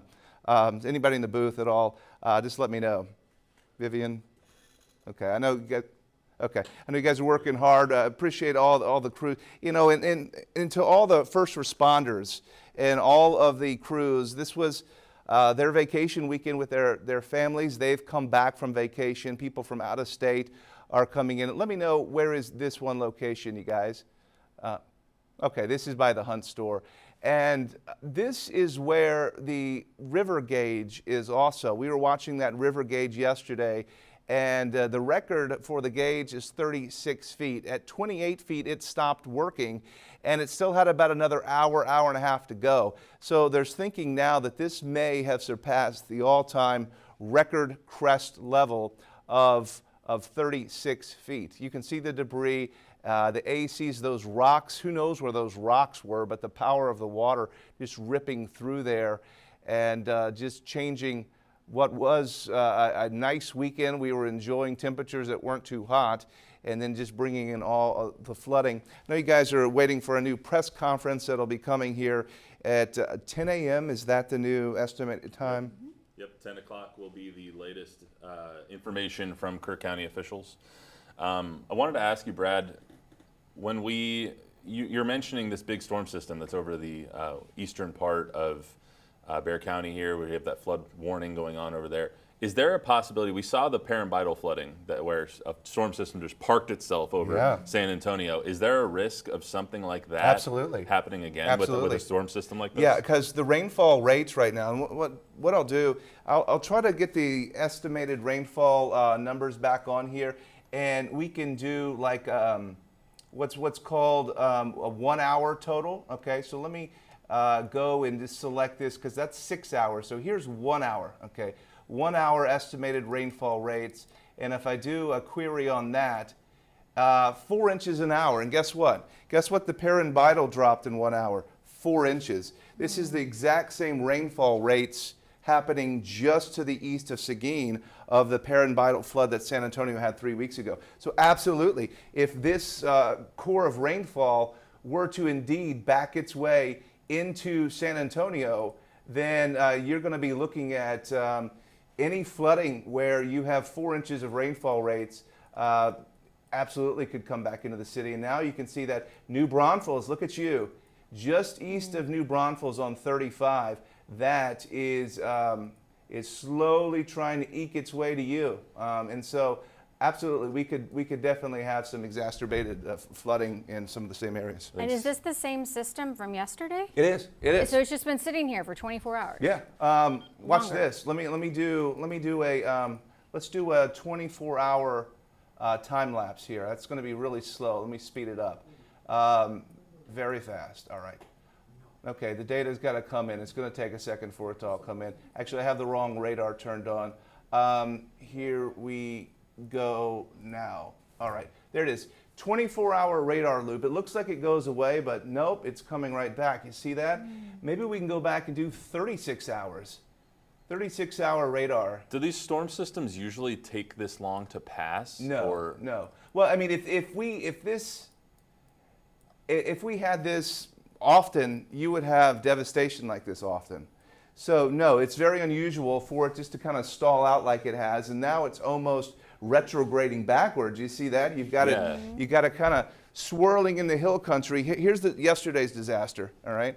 Disaster happening overnight, and it fizzles out, and it's like gone. But no, it's still there, and now it's shifting southward and might be very well coming back. So no, we're not done. There is the potential that some of this sticks around until tomorrow, because the upper level winds aloft, we don't have a big flow. If this was March, April, May, where you get those big dips in the jet stream when we get our severe weather, this would be out of here. It would come in and it would ride that. But in July and August, so many times we get 100-degree weather, 102, and it's 100 every day. Why? Well, we don't have the jet stream. There's not a lot of flow aloft to be able to take systems like this and push them out of the region, so you're stuck with it. And when you're stuck with something like this, you can get devastation. That's why, you know, you say 1987, 1932, you got every 50 years or so, it rains like this in the wrong spot. And I was telling you earlier how the soils can't handle the water. It just all goes downstream. And I'm starting to think that, see, our area, some of the most dangerous rivers anywhere in the world, because we are the flash flood capital of the world, and it's for this exact reason. At what point today will we know if that storm system is going to come back west into San Antonio? How long will it take for us to know if that system that's over Seguin, where that flash flood warning is right now, is going to come back to San Antonio? Let's look at future cast here. I can pull that up, and I haven't looked at it in a while, so thanks for reminding me here. I've got other tools. I'm full of good questions. No, great. All right. So first of all, what you have to do is you have to look and see how is it initializing right now. So if I back up the time a little bit, let's see, it's 8:45. Okay, so 8:30. Yeah, it's looking pretty good. So if we initialize this and run it into the afternoon, it's suggesting that, well, it's trying to go back up into the hill country. Look at that. It's trying to go back up towards Kerrville and Hunt. Well, that's what we don't want. No, we don't. So, and by the way, these lows, they die off at nighttime. And that's why it kind of looked like yesterday. Where'd it go? It's gone. And then once the heating of the day fires back up, you get it. And it does run into the nighttime hours, but a lot of times it's late in the day when they fizzle on out. So if we run into tomorrow now, hold on a minute. Forgive this. Let me grab my sliders. You know, these are usually things I do when we're not on camera. But okay, so here we go. So going into tomorrow, you've got more air mass type thunderstorms. So maybe the low is gone by then. But you know what? It hasn't been modeled very well. Why? The way computer models work is they are based on what has happened in the past, statistics and analysis to say, well, this happened in the past, so this is going to happen in the future. And if you only have flooding events like this every 50 years, there's not a lot of data for it to ingest to suggest what might happen. Does that make sense? Yes. Mm-hmm. Yeah. So it's not great, and that's why some folks, you know, maybe the political folks we've heard, and you know, you understand the frustration of the sheriff yesterday that we heard from Kerr County. Larry Latha. He seemed upset, and he was, because this is his community, and you feel helpless, saying, well, you know what? Why couldn't we? Why were these people by the river? Well, yeah, we didn't know it was going to. Obviously, if we knew it was going to flood like this, there would have been nobody near the river, and so that's the chaos of major events like this. I mean, it would have required evacuating an entire town. Yeah, pretty much. Hundreds and hundreds of kids at summer Yeah, I camps. mean, and, you know, but there's so many times where there are these anomalies that we see pop up on the forecast map, and we give it credence. You know, you hear about flash flood watches all the time, right? And it doesn't really do much. But when, that's a horrible picture. When it does, it's devastating, because it does verify, and it only oftentimes makes for people to become desensitized to the next event down the road, that you call for flooding and it doesn't happen. Here's the latest. This flash flood warning continues now, and you know, I would suggest that New Braunfels, you need to be prepared for some flooding. And how about the lightning? Yeah, there's a lot of lightning with it as well. So lightning is dangerous. Thankfully, there aren't any rescue operations yet happening in Luling or towards New Braunfels, but you better believe there are going to be some problems there with 4 inches per hour of rainfall. 4-inch rainfall rate, same thing we had, as we were talking a minute ago, in the Perrin-Bidle flood of 3 weeks ago. Continued disaster situation. Yeah, unfolding I right think now. the last thing we needed right now was more rain and more flooding. So thanks, Brad. Well, we're standing by for the next press conference to happen, and we're going to be hearing from some of our other reporters live in the field coming up. But first, we're going to take a break.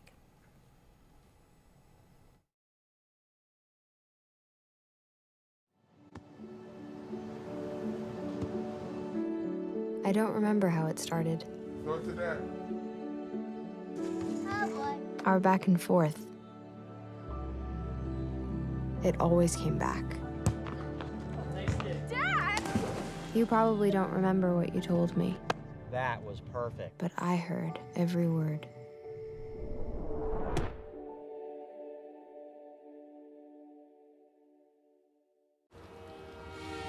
I guess you're really going off to school. Mom, I'm gonna miss you. Listen, who am I gonna go fishing with now, huh?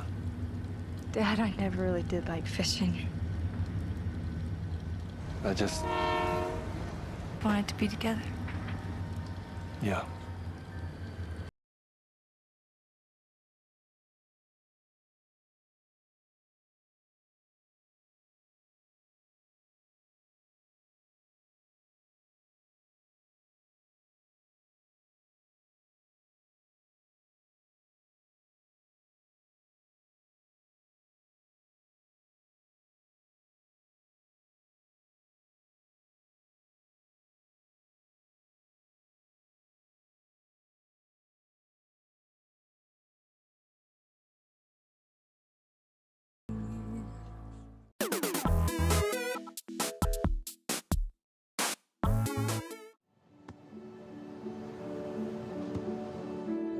I don't remember how it started. Go to that. Our back and forth. It always came back. Dad! You probably don't remember what you told me, That was perfect. but I heard every word.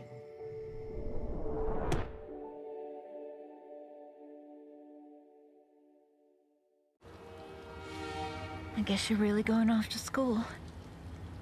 Mom, I'm gonna miss you. Listen, who am I gonna go fishing with now, huh? Dad, I never really did like fishing. I just, Wanted to be together. yeah.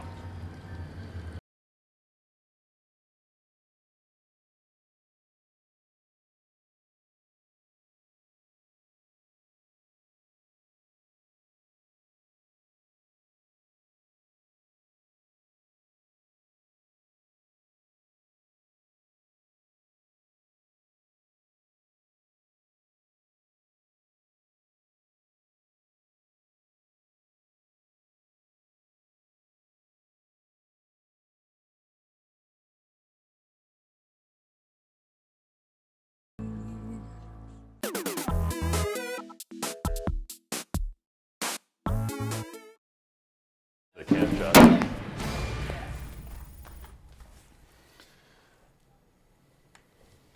Welcome back. Yes, sorry. We're coming back right now, continuing to follow the devastating floodings in Central Texas.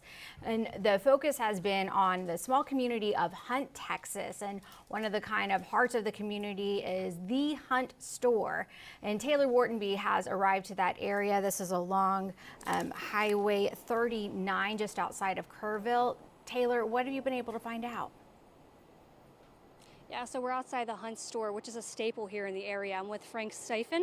Tell me a little bit about this area. I know you were getting emotional just talking about it. You grew up with this store. I did. Sorry. My dad bought our ranch, which is right down the road, about 3/4 of a mile, in 1967.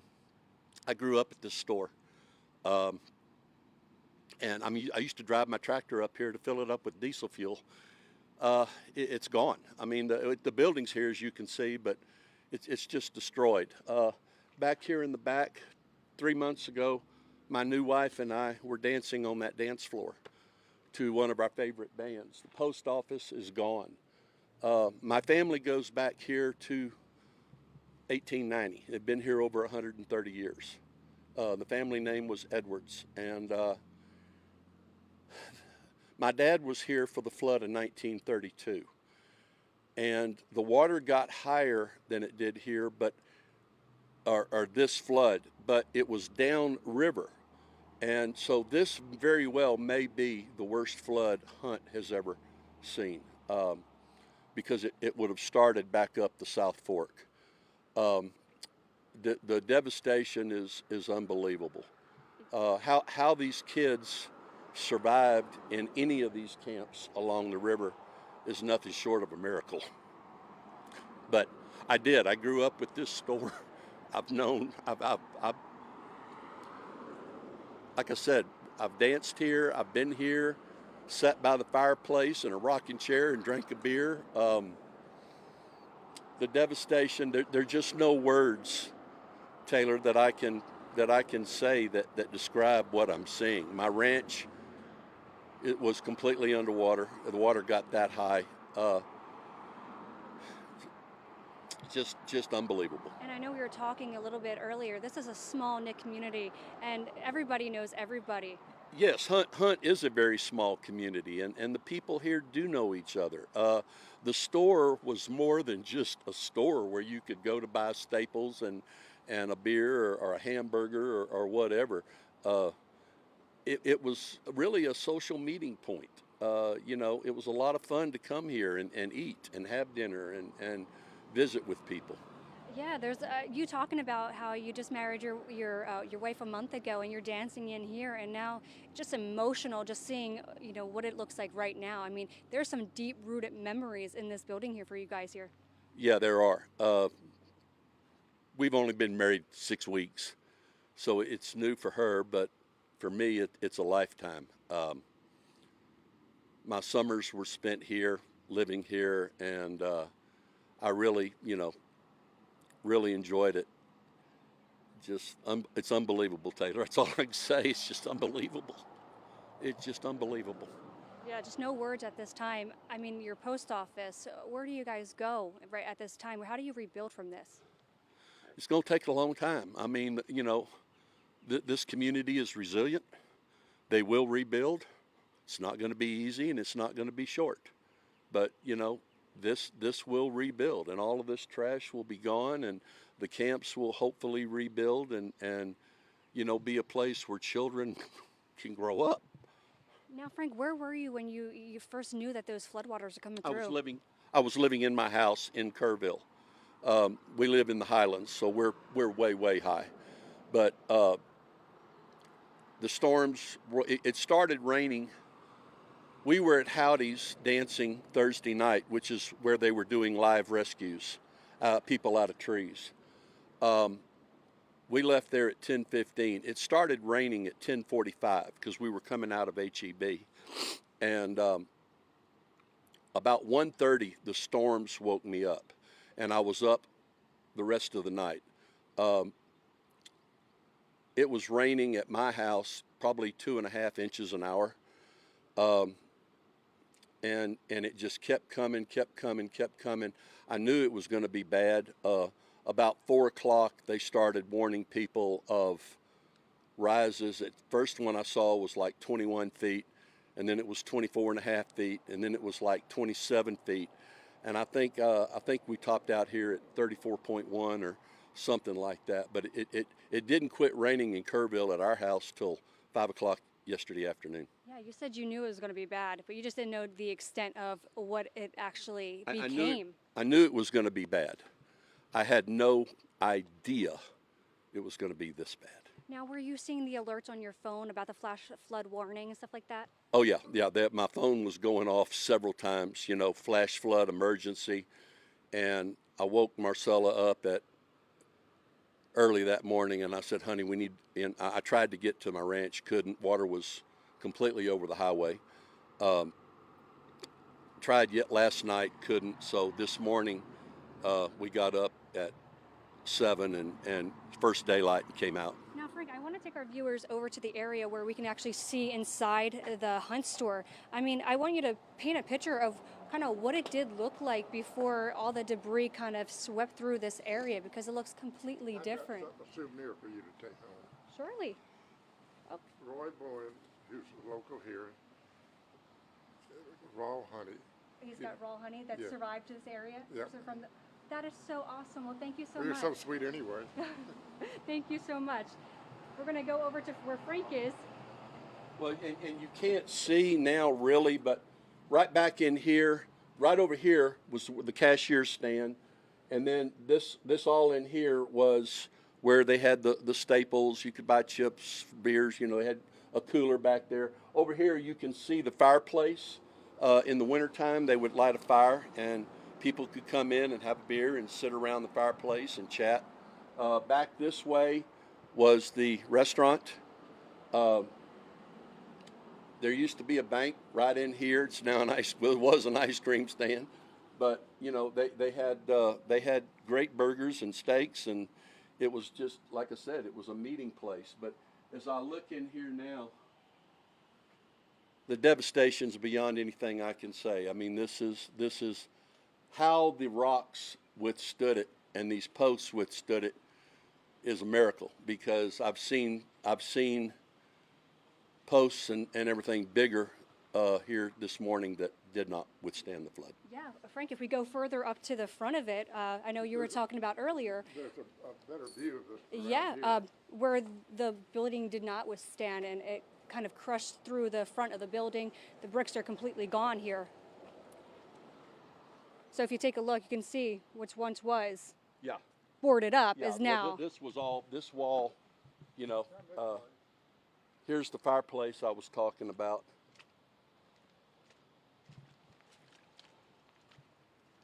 And then you also had a gas station that was Well, right here the too gas as well. pumps were here. You can see they're destroyed. But if you came around to the back side right over here, they had a diesel pump. And I could fill my tractor. So yeah, this used to be boarded up, and now you can clearly see right in through the Hunt store. I'm going to get you a closer view of this. Now, Frank, how does this make you feel, just being able to stand inside here? Is this where you danced with your wife? The wife was back on the outside porch. It was where we danced. So this was all, you know, chips and jerky and, you know, foods and finger foods and. But none of this stuff here, you know, is No. This was actually inside the store. You could buy bottle. There was a wine, like right about here, wasn't it? There was a wine rack. Wine rack was right here. You could buy some excellent wines. And again, in the wintertime, fireplace, you know, was kind of a gathering point. And but like we were talking about earlier, Taylor, this is a very, very small, tight-knit community. And just emotional. You just get emotional just looking at this and seeing what it once was and now what it looks like today. You do. I thank God that people survived it, that we're here to talk about this. What those kids went through and adults along the South Fork of the Guadalupe River, I'll be honest with you, I can't imagine.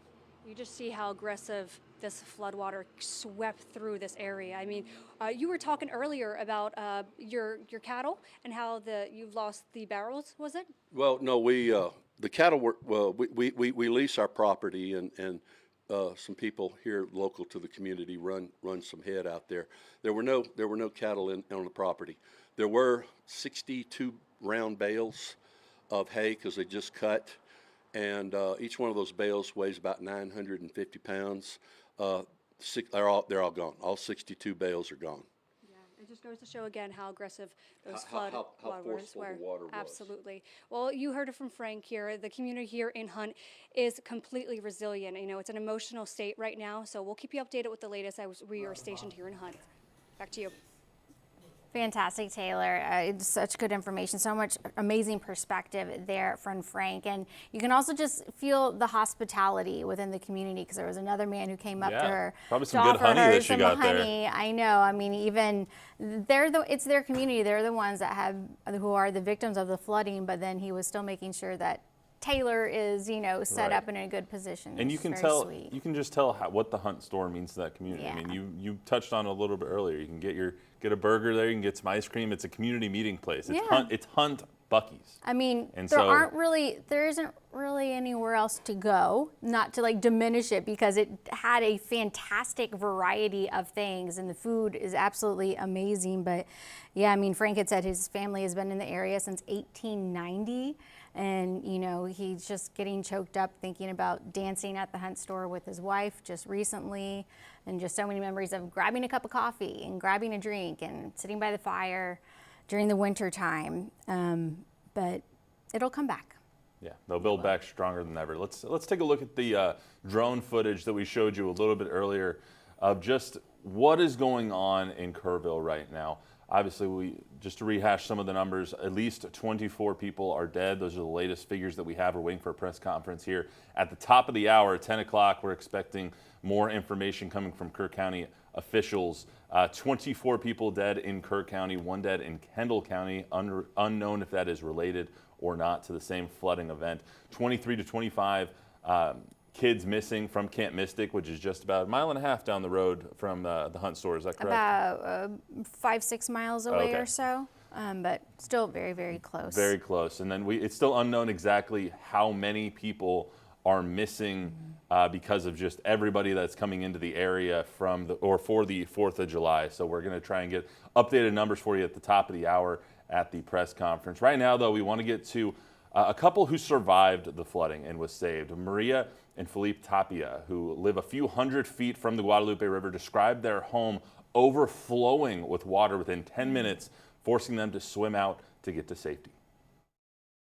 No warning at all, so that's why everything was so quick, and the water was really quick, almost all the top by my side, the water went all the way this high in our house. So you're swimming in the water? I was swimming. Yeah. We went out, then I went and grabbed the kids for my truck, but I went and she said, no, don't go.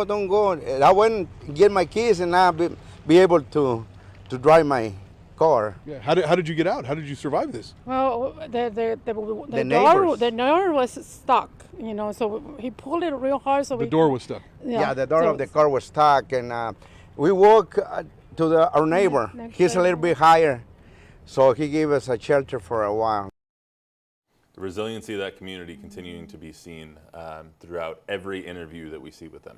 Yeah, no, the video that we're looking at right now are some of those who remain missing. So these young girls are the campers, some of the campers from Camp Mystic, where the search continues this morning, and that is the focus as of right now, is just the rescue operation that is still very, very active. And of course, these communities are all just very, very close to the river. So there's so much damage in Kerrville itself. And our Joe DiCarlo was able to get inside a man's home, and he kind of gave a little tour just to get a more perspective of just how bad it got. So let's listen to Joe.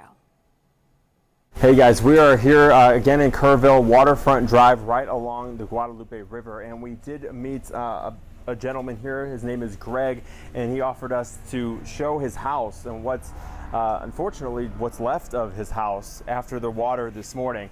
As you can come inside here, you could see the complete devastation, the mud, the floodwaters, everything that's been completely moved throughout his entire home. Greg, if I could bring you in real quick, what was it like this morning? Can you explain kind of what you saw and what's left? Woke up, saw brilliant lights flashing through the windows. Thought it was fireworks. Turns out it's the transformers going off, blowing up outside. Rain was just pouring down. And so I thought, oh, I better look outside. I looked outside, and the water's up to my foundation of my house. And I've got a 5-foot tall foundation. It was terrifying. And by the time I got stuff together, got out to my car, I was going to back it out. I couldn't get it out. Would have floated. So what did you do? So I had just waded out to the high ground. And you came back and I called the people that I know in the neighborhood, said, get out now, because they're in this house and the 2 houses down. It was quite terrifying. And everyone or your whole family's okay? Yes. Were you the only one in this house at the time? I was the only one in this house. That is correct. And the house next door, it's rented. I rented out to a pastor and his wife and kids, and they were in Memphis. So thank God they were out. Thankfully. What's it like just seeing this happen to your house? I don't know about what's next. Right now, today is cleanup, but how does it make you feel about your neighborhood just changed kind of in a couple hours? Just demolished, and you just have to roll with the punches and get in here, clean it up, cut the sheetrock so that it can dry out and get to work. And thankfully you're okay. Everyone you know is okay. So that's definitely the good news here. Yeah, he's okay. He did have a neighbor's home, though, that ended up in his yard that was washed away. I mean, that's just a story that we keep hearing on repeat. And of course, this tragedy has reached far and wide, including to the White House. And President Trump did have this to say earlier overnight. Oh, that's terrible. The floods. It's shocking. They don't know the answer yet as to how many people, but it looks like some young people have died. Federal aid for the... Oh yeah, sure. We'll take care of it. We're working with the governor. It's a terrible thing. President Trump and Homeland Security Secretary Kristi Noem have both said that federal resources have been activated and will be coming to Texas, are already here. The U.S. National Guard has been activated. FEMA resources are on their way to the Texas Hill Country. So federally and statewide, resources going to help those in need in the Texas Hill Country. And while the state has resources on standby one day before the storm, leaders say forecasting models did not reflect the amount of rain that fell early in the morning yesterday on July 4th. Here's Nim Kidd, the chief of Texas Division of Emergency Management. The original forecast that we received on Wednesday from the National Weather Service predicted 3 to 6 inches of rain in the Concho Valley and 4 to 8 inches of rain in the Hill Country. We worked with our own meteorologists to fine-tune that weather statement, and as many of you know, and many of you in broadcast journalism and meteorology, you can go back and look at your own forecast, and the amount of rain that fell in this specific location was never in any of those forecasts. So, Brad, is that just because the system has sat here for so long? Is that what wasn't part of the forecast? Because, I mean, the system that we're seeing right behind you right now, that is the same one that hit over 24 hours ago. Right, yeah. It's still with us. And basically, whenever you see an extreme on a forecast, like an outlier, like if it says, all right, this is going to do 15 inches of rain here, you have to question and say, okay, really? And if I were to say every time a model called for 15 inches of rain, it would not verify very often. So usually you'll see that and you'll adjust it accordingly with the parameters of what you've known to be true, and that often does not happen, right? I mean, you talk about the flooding there along the Guadalupe. It was pretty much 50 years ago it was bad, and then 100 years ago it was bad. So when you say about every 50 years you get a flood about like this, you don't often call for it in the forecast. So flooding was forecast, but records and anomalies are always going to be a difficulty to overcome. Of course, you learn a lot more after each and every flooding event that has occurred, and now we've got another one that we're studying at the moment because it's happening at this exact moment for Seguin and Luling, and now it's backing towards New Braunfels. And what is this? Well, it's a new flood. Flash flood warning until 11:15 for the cities of Seguin, for Luling, and I'll venture to say New Braunfels, you're probably going to get in on the flooding as well here shortly, especially just south of town. And as you make your way, possibly eventually into Schertz, Cibolo, Universal City. If this keeps walking its way slowly westward, that's next on the list to get some flooding. And these are dropping down several inches. So I can kind of show you how much rainfall we've seen. Overnight it's been lighter, but notice now how it's really developing just to the west of the 35 corridor as well, from San Marcos on up to Austin and now into New Braunfels. So this pesky low is not leaving, and it's just completely ripe for this type of flooding event. There's not a lot of upper level winds to support this moving out of here. And so as we look here, let me go back. I'll move you in towards the Seguin area, and here in the last little bit, 5.7 inches of rain just this morning, just in the last 2 hours. So we have another very dangerous flooding happening just near Seguin and to the west of Gonzales. And it's even been worse overnight with emergencies just as bad as up the Guadalupe to the north and to the west of Austin, where 15, 16, 17 inches of rain has fallen overnight. So this happened overnight this past night, and before it was farther west, but now it's starting to make its way farther east as we continue to look on here. I will show you the day planning forecast for today, because I do expect some rain for San Antonio.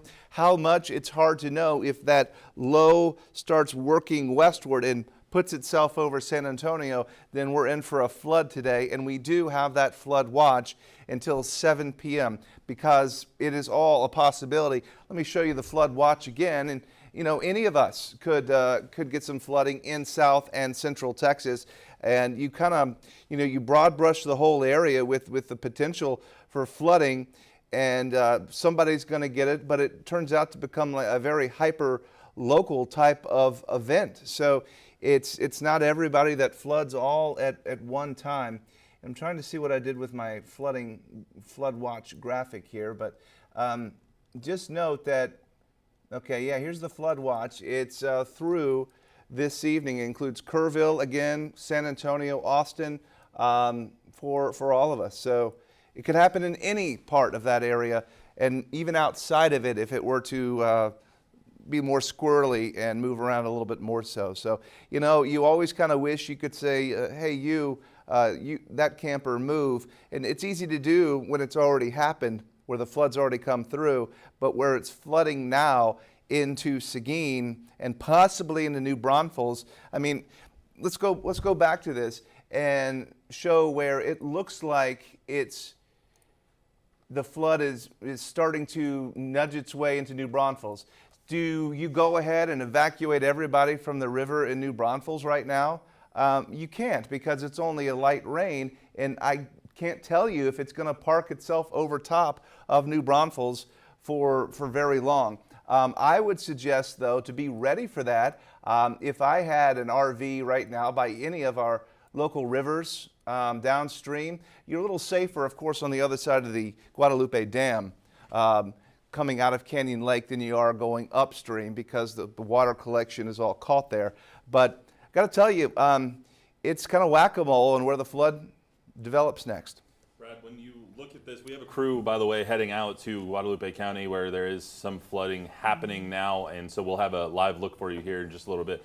How dangerous is that area right now? What would you tell people who are considering, going out and about in the eastern part of our county here? Yeah, no. I mean, right there now in Seguin, no. Towards New Braunfels, I wouldn't go out. I would suggest stay at home. If you live by a stream, you probably want to move some stuff away from it, just based on the fact that this is the same system that's been killing people in Texas with the rainfall rates that we're seeing. 4-inch rainfall rates. Look at this guy right here, just west of Seguin. You're probably getting a 4+ inch rainfall rate right there, just east of Marion and Santa Clara, and just on the west side of Seguin. That's terrible there along Highway 90 and I-10. You don't want to be anywhere near streams, and of course, if there's a low-lying section of I-10, you're going to get a couple feet of water that could pool there. Thankfully, that's flatter country. You know, it's not the hill country where the water moves so much more quickly, but you know, you get enough water, it's still going to start sweeping. But the infrastructure in these areas, I mean, flash flood in Capital World up in the hill country, obviously we saw what happened in Paramaribo. It only took 4 inches of rain to kill 13 people in that area of town. And now that could have some other causes there, maybe the infrastructure, maybe whatever else happened. But 5.75 inches of rain so far that you've shown over in that Seguin area, that's disastrous and could be tragic flooding out that way. It could. There's something else to consider here as well that I don't often talk about because I don't get into the nitty-gritty. But we have something called the Balcones Escarpment, and basically it's an old fault layer of where it separates the soil from the limestone layer that we have. And interestingly, it follows kind of this Highway 90 here and then up 35. That's where the Balcones Escarpment is. And all of this is the escarpment that's all limestone. So when you start talking about areas, you know, to the east of 35 and to the south of 90, you know, you've got soil. Just like in South San Antonio, you don't have the same limestone foundation as you do in the hill country, so you don't have nearly as much runoff to deal with. Water can soak in much better out and around Seguin than it can there along that 35 corridor. You know, one thing that has become kind of very evident in the past couple of weeks with the severe weather that we experienced several weeks ago, in which 13 people were killed in San Antonio, the message that is often repeated during these rain events is turn around, don't drown. Yeah. It doesn't work here. You don't have the option to turn around in these flash flooding events. It is in an instant, and that's just something to consider if you are thinking about getting on the road. Don't. Just wait, because you don't know what could be coming in your direction. I mean, we saw how fast that water came up. You know, yesterday, I know you were off for a few hours yesterday morning spending time with your family. I had a video. I turned our Kerrville camera, and it was dark outside, and placed it on a gazebo out near Louis Hayes Park. And over the course of 15 minutes, literally watched the water rise about 15 feet. Every time you'd look, you'd see the waves splash up, and the news anchors at the desk were turning their heads over and going, how did it get that high that fast? Right. And so if you're talking about trying to drive in the hill country like that, you might be going down a road and be like, all right, I got to turn around. Now the water's already swollen behind you, and it's coming up, and you're trapped, and you're swept away. So the best thing to do, if that ever did happen to you, and heaven forbid, go up the bank. Leave your car, leave your stuff, get the heck out of your car, walk up the bank, get to higher ground. Don't necessarily wait for somebody to tell you. Right. You know, I don't have any emergency people helping me. You know, just leave your stuff. Save yourself. Yeah, absolutely. So are we able to, do we have Christina coming up? Okay, so you know, you're talking about emergency crews. I mean, it's just an absolutely tremendous response that the state has sent in, about 1,000 different resources, and those efforts do continue. So we are waiting to get the latest press conference that will be coming up. We're getting closer and closer, about 40 minutes away right now. But Christina De Leon has been at kind of staging ground in Kerrville right now, where the crews are waiting word for where to go next, but then now you have moved locations. So where are you at right now, Christina? Yeah, we're at the Hill Country Youth Events Center here in Kerrville, where this press conference is set to be held. And I want to show you the difference. We were at the press conference yesterday in the morning, and it was such a small area, but because this has become such a catastrophic event, it has become such a larger area, because sadly there has been such a loss of life here. This is where the press conference was when Governor Greg Abbott was here last night, and it's very sad because 24 lives have been lost. And now joining us live is Jeff Harris. He's a city council member with Kerrville, and we wanted to talk to you because we talked about all of the resources that the state of Texas has offered, and what we talked about was Governor Greg Abbott promising that he would offer those resources, and boy, did he deliver. Yes, ma'am. He, you know, last night at his press conference and in a briefing with the governor, just a private briefing, he said, whatever you ask for, you're getting. And they said, we need resources, we need help. And he delivered. I mean, the state of Texas is here in full force between the game wardens, the Texas Department of Public Safety, our Highway Patrol, their aircraft division, the game wardens aircraft division is here. The U.S. Coast Guard is here helping. I was in the back room earlier, and from the City of Kerrville Police Department to the Kerr County Sheriff's Office to the state agencies to the federal agencies to the National Guard to the U.S. Coast Guard.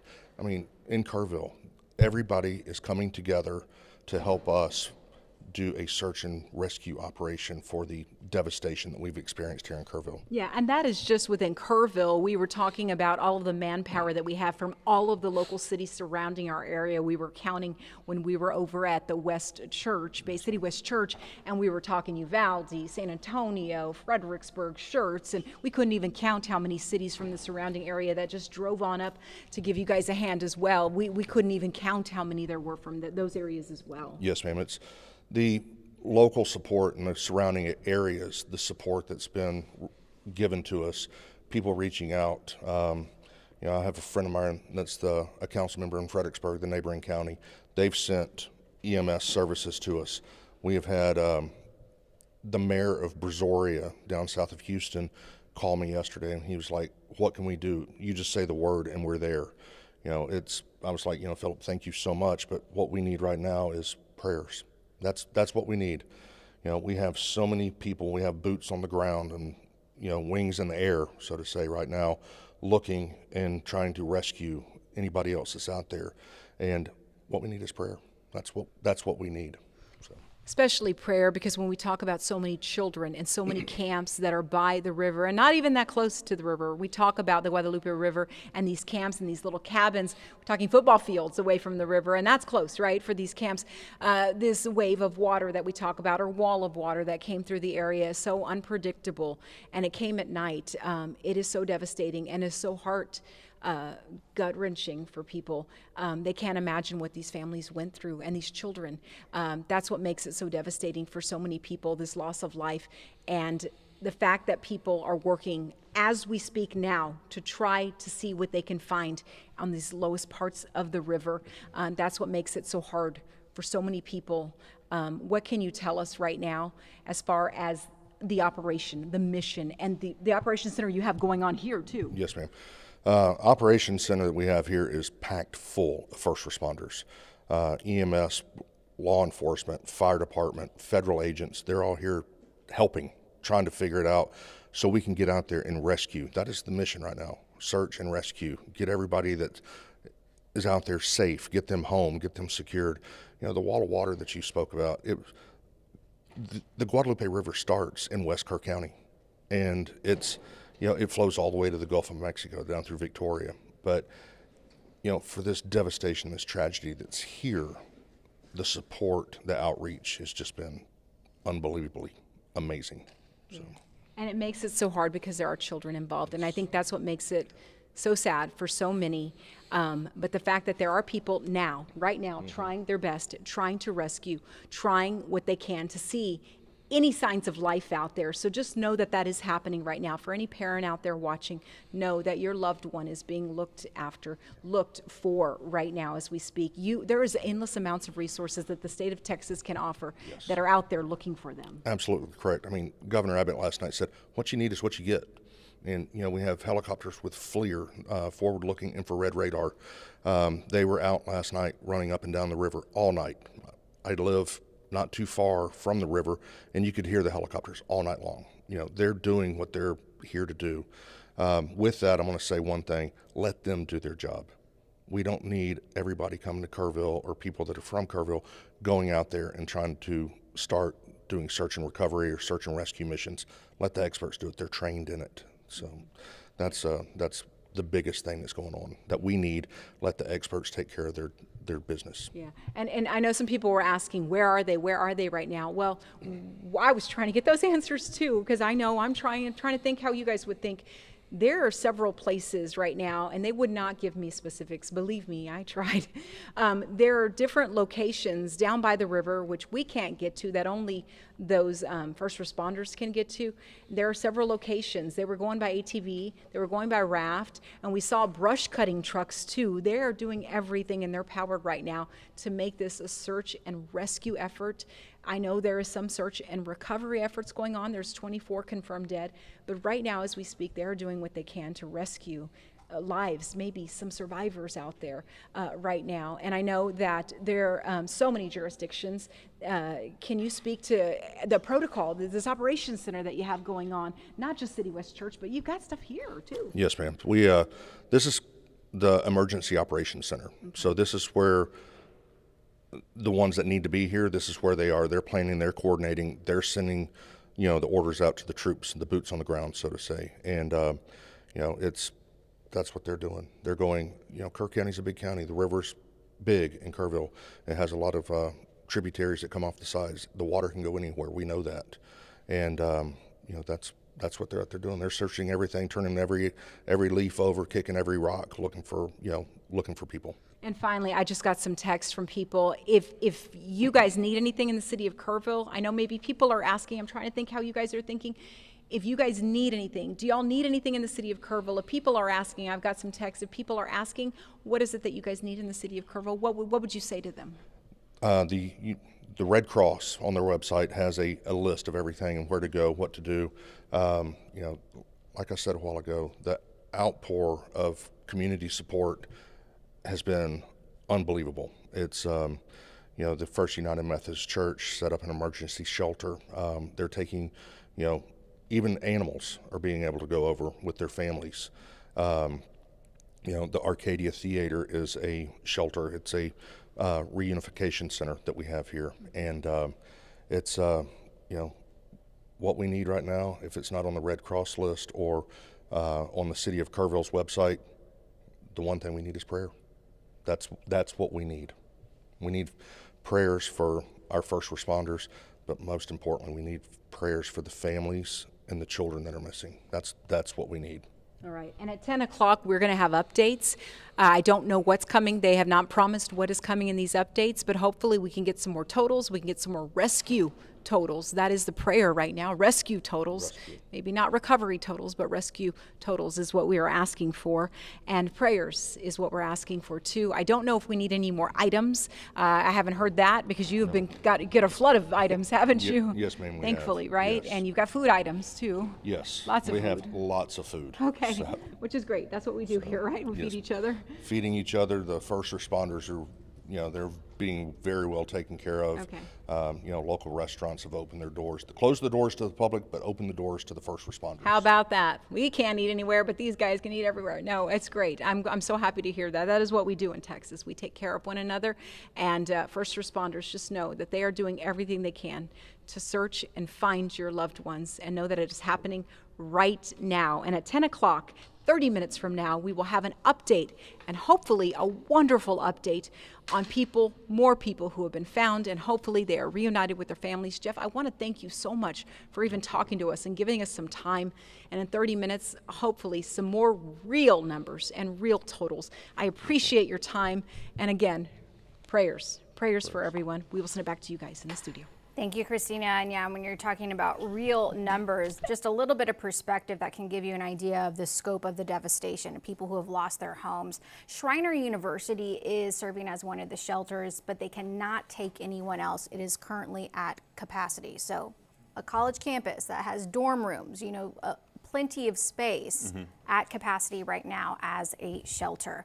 But there are other options out there. The First United Methodist Church in Kerrville is another shelter, along with the Notre Dame Catholic Church. And then there are the reunification sites where families are going to, hoping to find a loved one who is missing. Arcadia Live is one of those. And then also the Ingram Schools is a main point for that as well, especially when it comes to campers at Camp Mystic. Of course, as it was shared yesterday, we're talking about some 700 to 750 girls who are being evacuated. So that would be the same camp where at least 23 girls remain unaccounted for. But hopefully we're just waiting for new information, for some good news, because we have not heard any official word on how the rescue operations went on overnight, because they have continued all night long. So that next update is expected in about the next 30 minutes or so. Yeah, originally it was going to be planned for 12 o'clock. They moved it up to 10 o'clock. Thankfully, we'll have new information for you in just about 27 minutes or so. Hopefully, they're right on time at the top of the hour. But the latest, what we do have, what they told us last night, 24 people deceased right now in Kerr County, 1 deceased in Kendall County in possibly an unrelated or related flooding incident. 23 to 25 girls still missing from Camp Mystic, that is just south of Hunt, Texas. We also don't really know the amount of people or number of people that are missing as an entirety, in their entirety as a whole, because of everyone coming and going from that part of the region because of the 4th of July. So it was really just the worst time for all of this to happen, because we don't know exactly who was in Kerr County at that point. Right, exactly.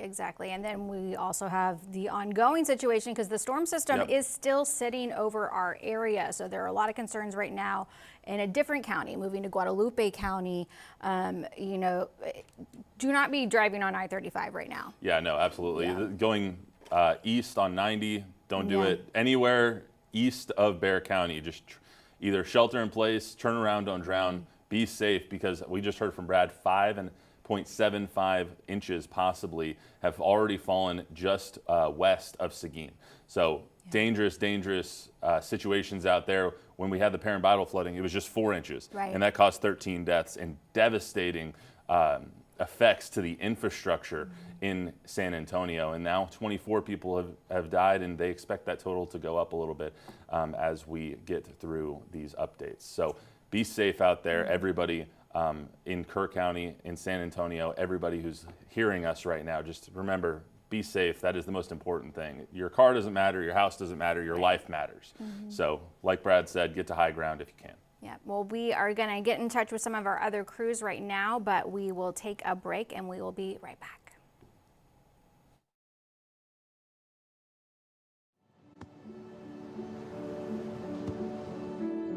I don't remember how it started. Go to that. Our back and forth. It always came back. Dad! You probably don't remember what you told me, That was perfect. but I heard every word.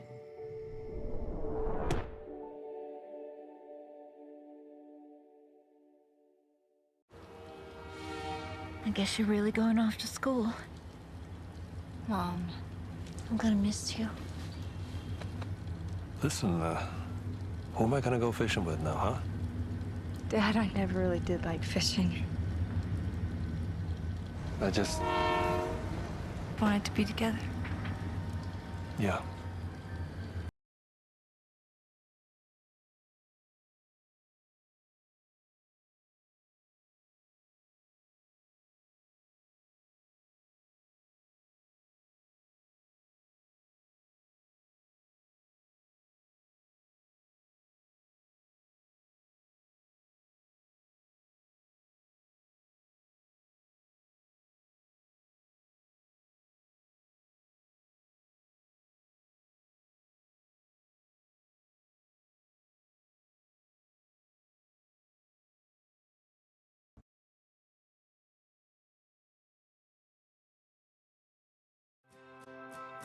In a time full of war, be peace.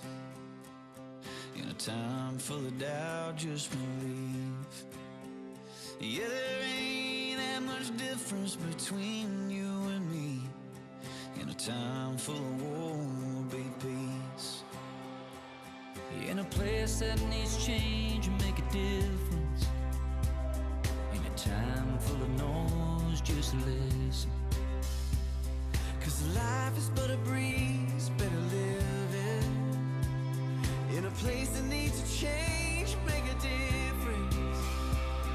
In a world full of hate, be a light. Oh, when you do somebody wrong, make it right, just make it right. Don't hide in the dark, you were born to shine. In a world full of hate, be a light. Well, we continue our special coverage, breaking news, ongoing coverage of the catastrophic flooding in Central Texas. And of course, the focus has been on the Kerrville area in Hunt, Texas, where so many summer camps are right now. About a dozen girls remain unaccounted for from Camp Mystic. And, you know, as we came in on a day where we don't normally have news, we assume that that would be the focus, but the storm that hit the Hill Country yesterday, it is still sitting over our area. So there are new areas of concern, another potential disaster unfolding right now as we speak. Yeah, let's bring in Brad Souter. We have more flooding on the east side of Bexar County into Guadalupe County. I think last time we talked to you was about 5.75 inches or so right over that area. So what's going on the eastern side of our viewing area? We've probably had another inch or two since we talked just a few minutes ago in some of those same areas, you guys. So we have another developing a disaster. We came on air to cover the news this morning, but the story is not over with. The flash flooding continues. Flash flood warning in effect until 11:15, and now a new flash flood warning to talk about that gets you in closer to Schertz, almost inside the 1604 loop. It comes right up and touches the 1604 loop as you make your way along 35. So the boundary is 35 south and 1604 to the east. That is where we are flooding right now, and we have seen tremendous amounts of rainfall in the last little bit. This is the same system, okay, that has been plaguing Texas for the last, well, several days, but the worst of it, of course, was yesterday and into last night. It was really rough west of Austin. Now the dangerous part of this storm is right east of San Antonio, and if you'll notice, if you look closely, it is jogging westward, and it does not have very far to go before some of these 3 and 4 inch per hour rainfall rates end up right in San Antonio. So I think we're probably going to potentially get this flooding right in the city if this continues to drive its way westward. So this could be very, very dangerous. I would make sure you have a plan if you're getting ready to head out to make sure you're staying weather aware. The KABB weather app is your tool. This might turn into flood coverage for San Antonio here shortly. I want to show you the rainfall totals that we have seen.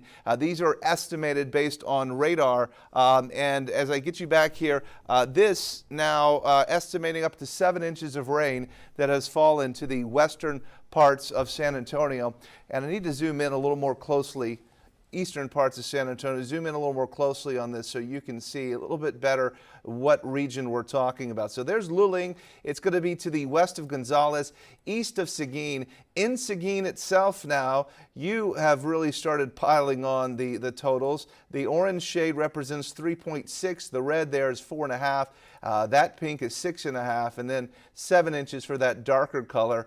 And what's even more alarming is once you get back into the hill country, what fell last night to the west of Georgetown and west of Round Rock, up there in the very popular areas of Burnett Falls, Marble Falls. Look at some of these estimated amounts from radar last night. 15, 16, maybe even more. Rain. So flash flood emergencies have been ongoing there for the water coming downstream. But I've got to tell you, I'm very concerned now about some of the water that may very well begin to show up closer to the San Antonio area here in the next little bit. We do have the flood watch. The flood watch runs until 7 p.m. and looks like we're getting ready to get a flood in San Antonio. It's pretty close to the Paramvidal area as it continues to kind of move into San Antonio. How long before we start seeing something on the eastern part of San Antonio here? The rate it's moving down, you go back to the graphic full and I could kind of calculate the speed at which it's going. It's moving pretty slowly. I mean, here we go. This is going to be a time lapse of the last 2 hours, and what we'll do here is we'll find the point at where it was 2 hours ago, the hardcore rain. I guess it would be probably about right here 2 hours ago, and it's gone 20 miles, so 10 miles per hour, and then from where it is now into downtown, 15 miles, so downtown San Antonio in an hour and a half. That is... If that continues on that exact track. And sometimes it speeds up, sometimes it slows down. But into eastern San Antonio, just about now. It's coming into the 1604 loop there around Schertz and Cibolo. Well, that's scary as well because that's close to where the Perrin-Battle flooding happened. Yeah. And I mean, the infrastructure was already not great to handle the 4 inches that they got. If anything, it was about 5 to 6. But anything close to the 7.5 that Yeah, we're seeing no. out in Seguin would be. No, it would be the same thing. It would happen again. You know, thankfully we're hyper aware right now. I went out to the rivers last night, Spring Branch to the Guadalupe, just to try to see if I could see the debris flow coming. I had game warden, highway patrol, park police, once I went up to, all saying, sorry, the river's closed, So, you know, hyper aware of where we are right now based on what has happened. So thankfully we have that in our favor when it comes to this new flooding, and it's daylight. But be aware. If you have friends or family right now, if your kids are out running around, give them a text, say, hey, come on home. It could get bad in San Antonio. Yeah, I mean, because, you know, the 24 confirmed deaths so far from the flooding in Kerr County, and then just a couple of weeks ago in San Antonio, we lost 13 people as well. So in the past 2 weeks or so, 37 people in our community have died because of flooding. Absolutely. If just stay home, that's the option right now. 1604, there it is. It's and then you got this little blip showing up in Hollywood Park. So it's advancing, and it's super, super slow.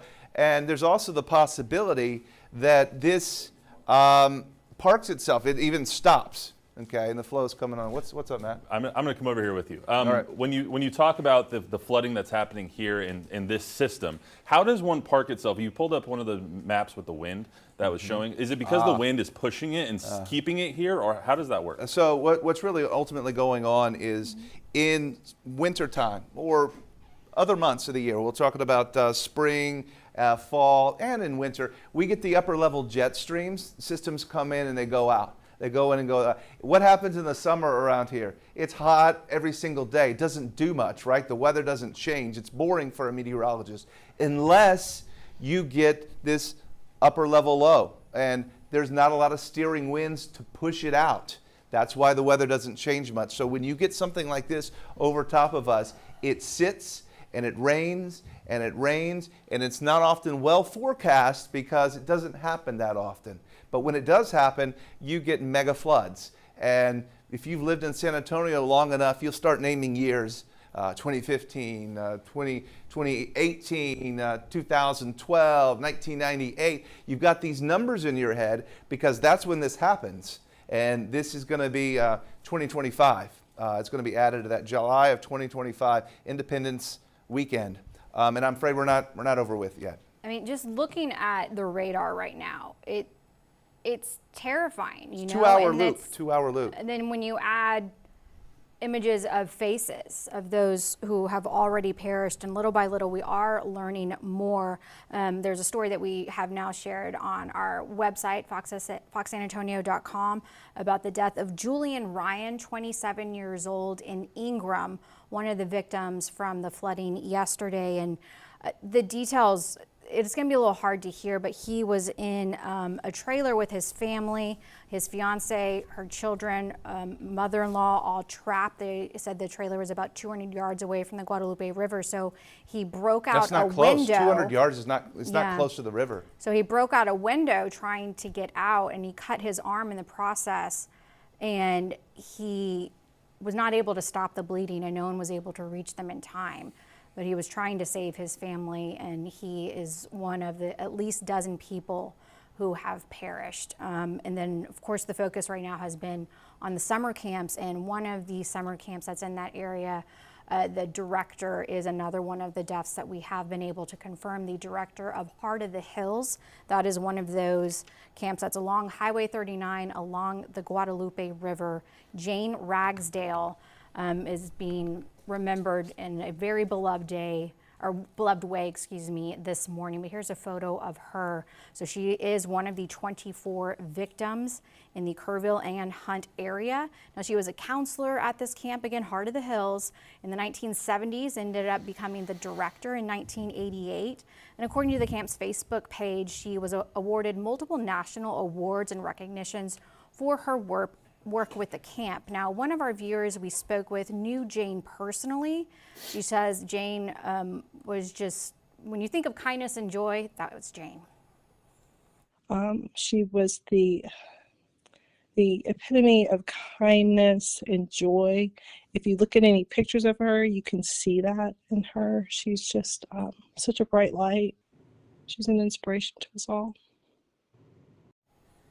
Camp officials say their camp was not in session when the heavy rain rolled in. They say everyone else who was on site has been accounted for. And that's what we heard last night from officials, is that everyone at all of the other camps has been accounted for. Camp Mystic, though, one of those camps that did not get so lucky. 23 to 25 girls still missing from Camp Mystic. We don't know exactly how many fatalities came exactly from Camp Mystic, but we do have Ashley, who is a Camp Mystic expert for I was a camper, and you I were was a camper for a long time. So familiar with the area, familiar obviously with the camp itself, and just the overall kind of, I think even anyone who went to summer camp in that area, there's like an automatic bond that you have. And it's one of those things that you just have to experience. It's hard to express in any way because it's just so special.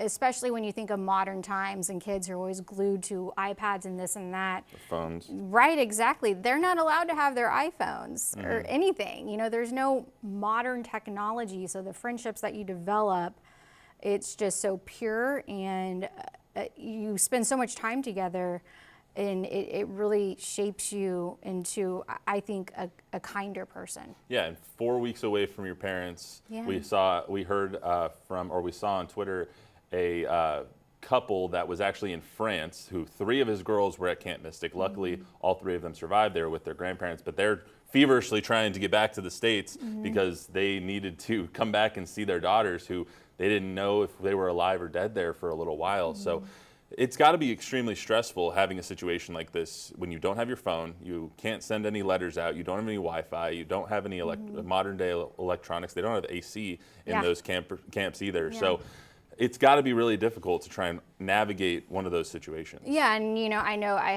have a close friend whose daughter was there, and her daughter's fine, you know, and she was able to get her yesterday, but just even, it's a chaotic situation no matter what. It's going to be challenging, especially when it's all unfolding and so much is unknown. But you know, we've had the video of girls arriving by helicopter at Ingram High School, and so you're thinking maybe go there, but then all the girls are getting medical checks before they're cleared to go to their parents. Then they go to the elementary school, but it was just parents waiting for their child's name to be called. Yeah, and we've seen a couple of live shots from our Taylor Whartonby. Let's pull up that map here real quick. You can see exactly where Camp Mystic is down there. It's just south of Hunt, Texas, which is where we've seen Taylor a couple of times talking about the Hunt store up there. It's just about 5-6 miles south of that, but it's in one of those areas that it got blocked off by so much of the flooding, you weren't able to access it. So there was quite a while there yesterday where we didn't know if there was people still there, if there was people lost. Nobody could get there. So there was a little while there, about 7, 8 o'clock last night, when we finally started seeing helicopters who were rescuing kids from that area. They had to fly helicopters in because you couldn't drive up to it. I mean, can you just tell us a little bit about how the camp is kind of configured, the cabins where these 23 to 25 people got lost at? How did the water get up there? Kind of all those things.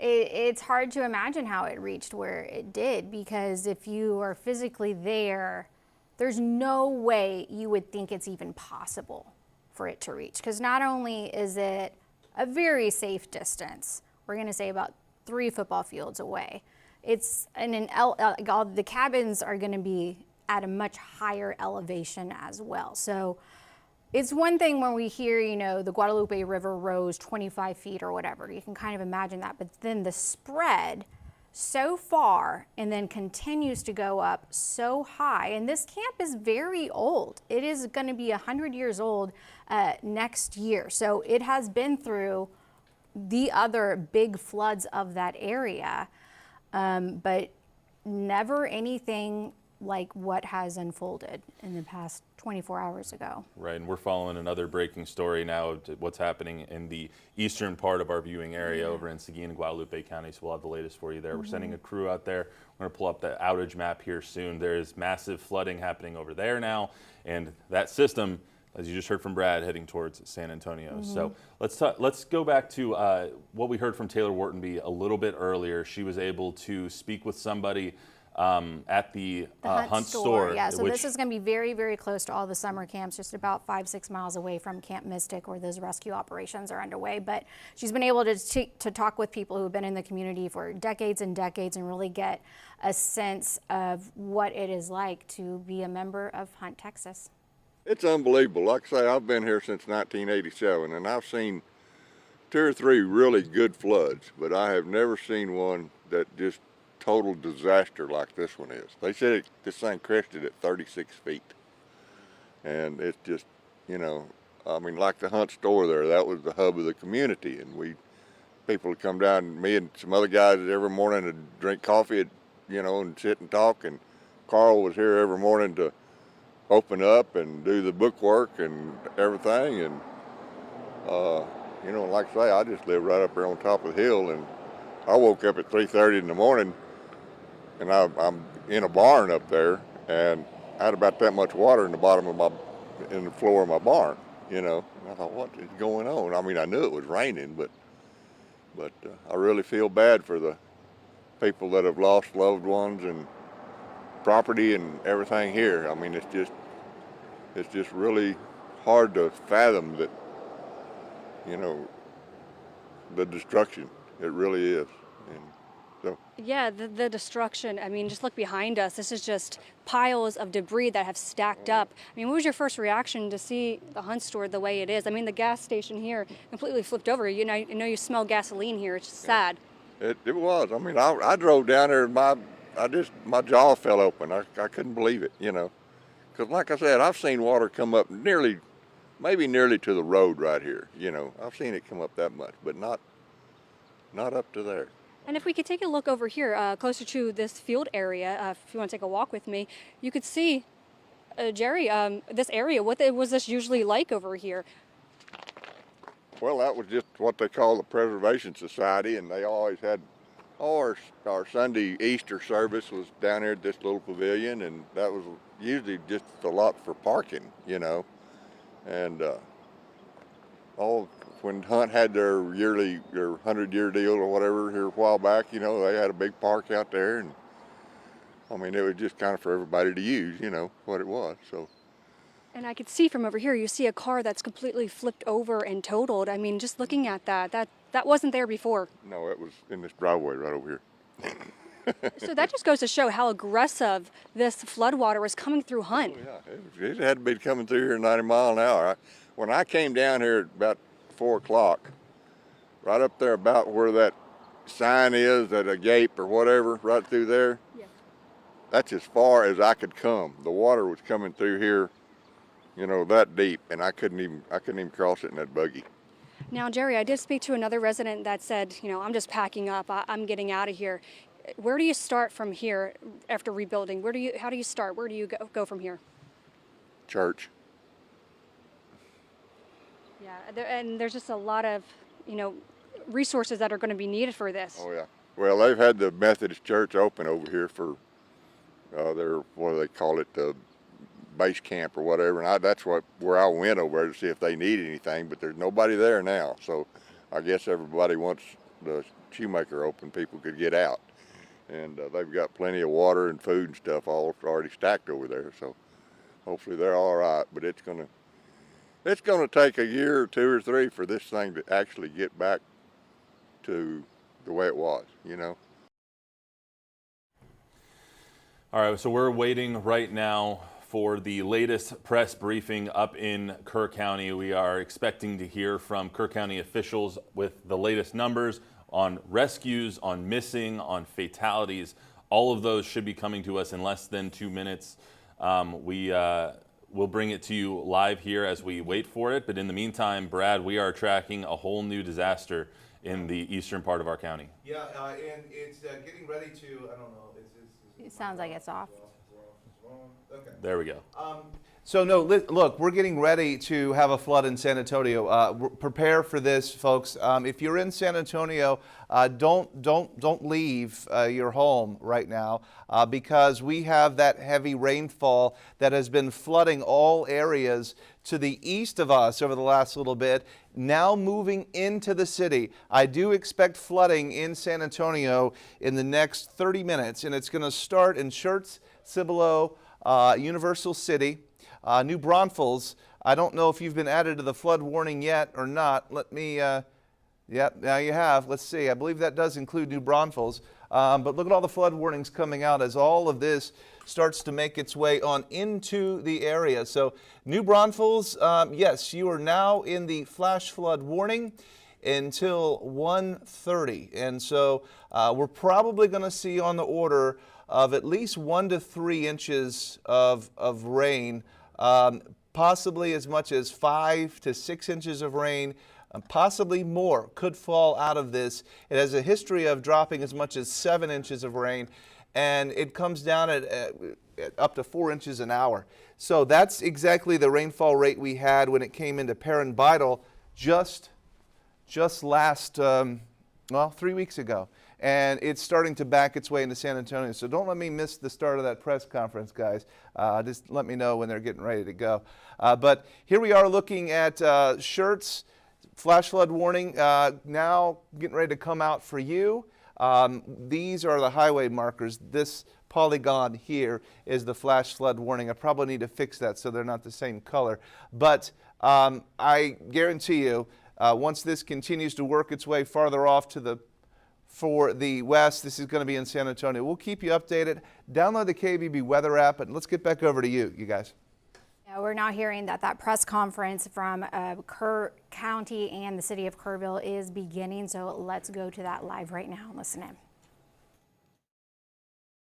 So we're starting now, and we're going to have 2 more today. We'll have one at 2 and one at 6. And the purpose of each one will be to update you from whatever our previous numbers are. So this morning we'll be updating you from where we were last night, and then at 2 we'll update you from where we are now, and 6, same thing.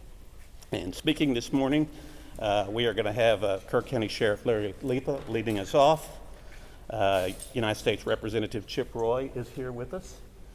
Kerrville Mayor Joe Herring Jr. will be speaking briefly, and Kerrville City Manager Dalton Rice. And when we are done, because we are still in active search and recovery mode, we're going to keep this short. We'll allow 5 questions, and I am going to turn it over now to Sheriff Lipa. Thank you. As probably a lot of y'all know, Sheriff Larry Lipa, Kerr County. One thing I want to tell you, I appreciate y'all covering this. One thing I'm really big about is transparency. Really appreciate y'all getting the message out there. We will do our best. Like you said, we'll have 2 more briefings out there to get you information as we get it. What I want to start with, I want to make sure you understand. These numbers I'm going to give you are at 8:55 a.m. this morning. These are changing rapidly, okay? So every time the next time we meet, I'll update you, but just bear with us, okay? They will be changing. They're already changing. I'm up here, and we'll try to do a really good job. I've got some notes here I'm going to read because I want to be pretty accurate on this. Then I'll talk a little bit before I turn it over to Chip Roy. We are now more than 24 hours into this tragic event, and Kerrville Police Department, Kerrville Fire Department, and Kerr County Sheriff's Office and other first responders from around the Texas are continuing to conduct rescue and recovery operations along the Guadalupe River corridor. So far, we've evacuated over 850 uninjured people, 8 injured people, and have recovered 27 deceased fatalities at this time. Of these 27, 18 are adults, 9 are children. Of that, 6 of the adults are unidentified, and 1 of the children are unidentified at this time. That's at 8:55 this morning. We're unable to release any further information on the deceased at this time, as our thoughts and prayers go out to the loved ones. We are working hard to locate anyone who is still missing and to ensure they are safe.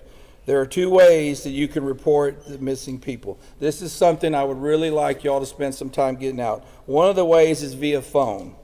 We have a call center set up to accept information and share that information along our relief and incident commanders. That number is 830-285-1111. I'll repeat, 830 285-1111. It's 258. Correction, 258. Sorry about that. I'm going to repeat it one more time. 258. Number for the final time is 830-258-1111. Is everybody good? Okay. Second way is via email. Like the phone number, information received will be shared along our relief teams. That email is floodrecovery@co.tx.us. Repeating one more time, floodrecovery@co.tx.us. There is a shelter for the general public who needs assistance at the First United Methodist Church, 321 Thompson Drive in Kerrville. 321 Thompson Drive, Kerrville. At present, we don't need material or volunteer donations at this time. We are coordinating with a strong state response currently. Cash donations can be made to the Community Foundation of the Texas Hill Country. Once again, donations can be made to the Community Foundation of the Texas Hill Country. Our first responders have been working tirelessly and will continue to conduct search and rescue operations until all citizens are accounted for. Tragic incidents like this affect us all. This community is strong and will continue to pull together during this tragic time. We have been humbled by the outpouring of support. We are very appreciative of everyone that's stepped up to help us. One thing I want to tell you and assure y'all is that we will not stop till every single person is found. We've got all the resources we need. We're here for the long haul. As I said, numbers will be changing rapidly, but like I said, we will not stop till everybody. I can't tell you, I've been asked how long will this take? I can't tell you how long it's going to take. It's going to take a while. Appreciate y'all. Like I said, getting the word out. Like I said, after this we're going to take about 5 questions. At this time, I'm going to introduce you to United States Representative Chip Roy. He's going to say a few words. Thank you, Sheriff. I'll be brief. I'm here to show support for the community. My family comes here to Kerrville for 4th of July virtually every year. Come here for Robert Earl shows, and we were planning to be here for the show with Robert Earl and Beckman. These are the events that we're dealing with today, and trying to explain to a world that's watching this and asking questions what a flash flood looks like, where you have a 26 to 30 foot rise in the water in a matter of an hour, 4 to 6 a.m. on a holiday, and the people that are having to respond to that. I just got everybody pause, take a breath for the recriminations and the Monday morning quarterbacking, because there's so many great people in this community that are responding and moving quickly. Lives lost, saving people, like camp directors, and I'm going to let other people name names and stuff. That's not my job here, but we know the stories of people that have been heroic in trying to make sure that the lives lost was at a minimum, and trying to recover individuals. I got a call and an update this morning. My kid's school, there was one of their schoolmates was missing, and was one of the kids. She was on a mattress for 2 or 3 hours in the middle of the night, and she's united with her mom, and that's wonderful. And those are the kind of blessings that we should be celebrating, while we're also mourning the loss of life as we identify those that didn't make it and are now home with their Lord. So. I just want to appreciate the first responders, the coordinated effort from the state, local, federal partnerships. Yesterday I was on the phone with the president, with the secretary. I expect we'll have some additional visitors today. I'll let other people talk about that, but I couldn't even get the conversation out with the secretary, trying to explain to her what we were dealing with. That doesn't happen often for me, but it took me a while to collect myself to even be able to tell her what we were looking at. And they've been fantastic, made available immediately at the request. I talked to NIM about the need for help with the Army Corps, talked to the Secretary and their team, and they're immediate. It's been an extraordinary partnership. I think there's been 1,000 or so boots on the ground combined between state, local, and federal. I'll let them say the numbers, but obviously hundreds of people that have been rescued, 160 plus air rescues. I think that number's going up. Airlifting and taking in resources to some of these camps that were isolated. So let's focus on that. Let's focus on finding those who can be found, and then we can always assess what we need to do later going forward. But extremely proud of this community. Let's finish the job here over the next few days, support the local law enforcement and the first responders, and pray for the families, particularly those who have lost loved ones. With that, I will turn it over to the mayor. Thanks, Joe. I'm Mayor Joe Herring Jr., Mayor of Kerrville, Texas. I'm glad you're here, and I have a few comments to make. People need to know today will be a hard day. It will be a hard day. This is the message I want to share. The city of Kerrville is thankful. We have help from our city crews, from county personnel, from state agencies, and federal resources, including the Coast Guard. I have been asked how people can help.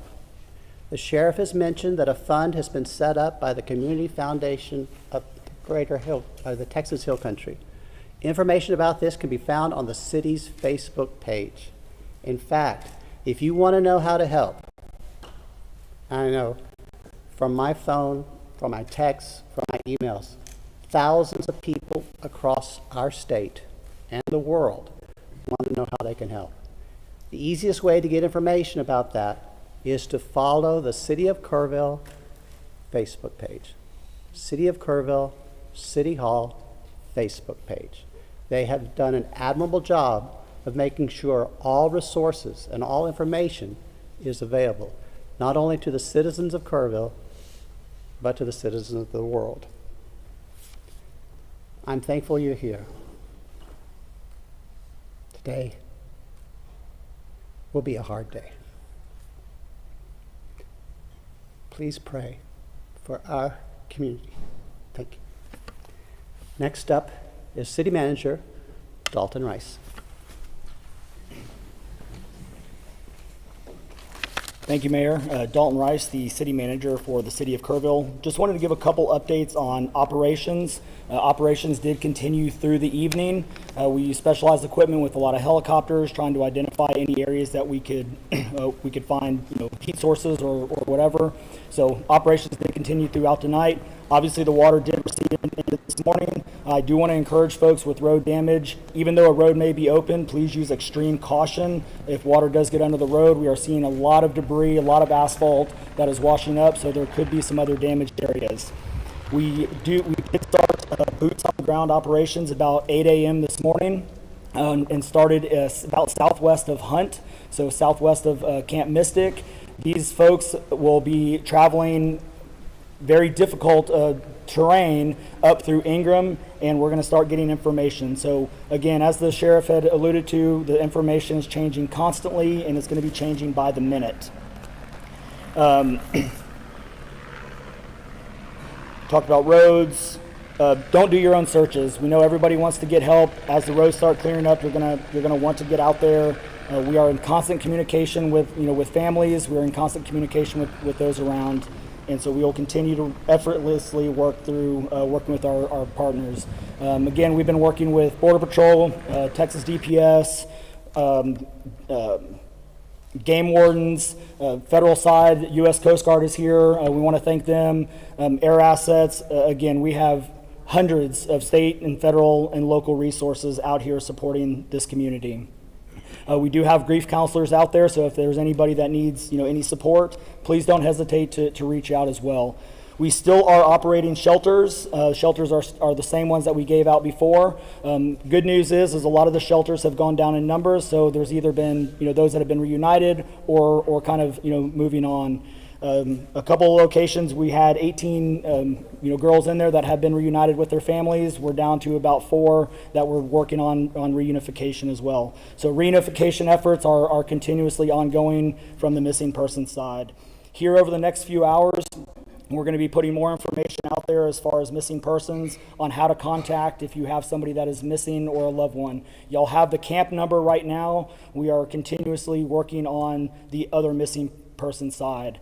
The best way that I can sum this up is we have the known, which is the 27 potential missing campers that we're looking for now. The unknown is how many people were here locally, visiting on vacation, doing other things in the community that we just do not have numbers. So these numbers are going to change throughout the day. And with that, we will take 5 questions. How many people are still missing? On the missing individuals, the 27, are those all, that you said campers, are those all children? And then also, do we know the total number of missing that you know of, not the unknowns obviously, but the knowns of adults and children for the county? So the 27 missing is the children from Camp Mystic that we have as far as right now for the number. As far as unknown other missing, we do not have an accurate count, and we don't even want to begin to estimate at this time. Can you expand on that, Mr. Rice? A lot of people in the community, business owners, people that are living along the river have said they are very concerned the number will go up of missing, and they want to know more about how you guys are looking for them, what the efforts are, maybe even some of the challenges. Can you speak to that? Yeah, absolutely. So like I alluded to with the operations piece, we have basically a team of about 34 folks from Texas Task Force 1, DPS, Game Wardens, and Border Patrol that are boots on the ground on each side of the river, starting in Hunt, and they're starting to make their way up. Across this entire area, it's probably about a 17-kilometer stretch. They are going to be in very debris terrain, very difficult, challenging contours along the riverbanks. So it is a very harsh environment. We are doing what's called a primary search, which is basically a very quick search, but when I say quick, that is up, down, sideways. They're turning over as many rocks as they can, culverts, up in trees. They are looking at every possible location, and then we'll start going into a layered approach, or what we also have from the locals, which has been a really great resource. Any floods that we have are our collection points where the river tends to collect along the riverbank. We do have intel on what sites and locations those are, so we can also put additional resources into those collection sites and start getting a more focused approach on that. We've seen a lot of tragic flooding. We've seen a lot of tragic flooding in central Texas over the past few weeks. There are so many people, I know this is there's so many people already asking what can be done.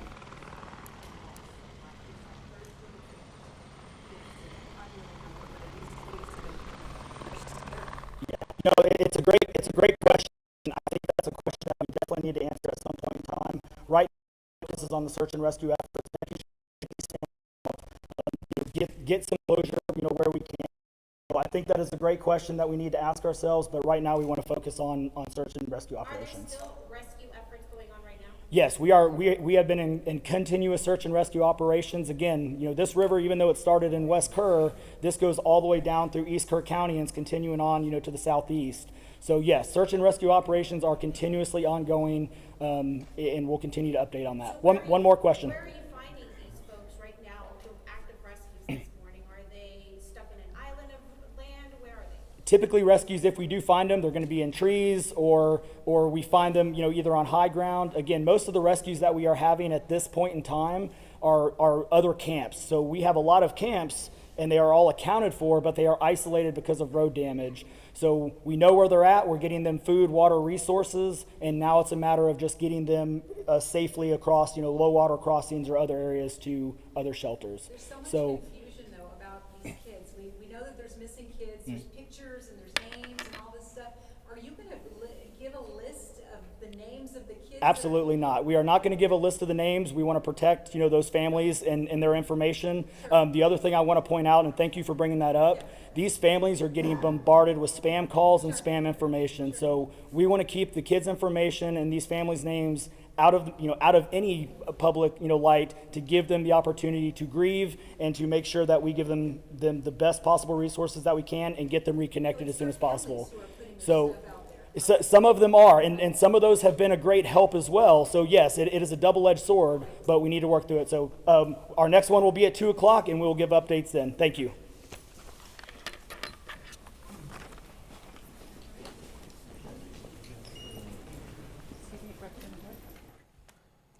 not the easiest information to hear now. Yeah, but that was the latest update from Kerr County and the city of Kerrville. So the new information that we have, so before that, the death toll was at 24. So that has now increased to 27. And for the first time, we have a breakdown of adults and children. So they say of those 27, 18 are adults and then 9 are children.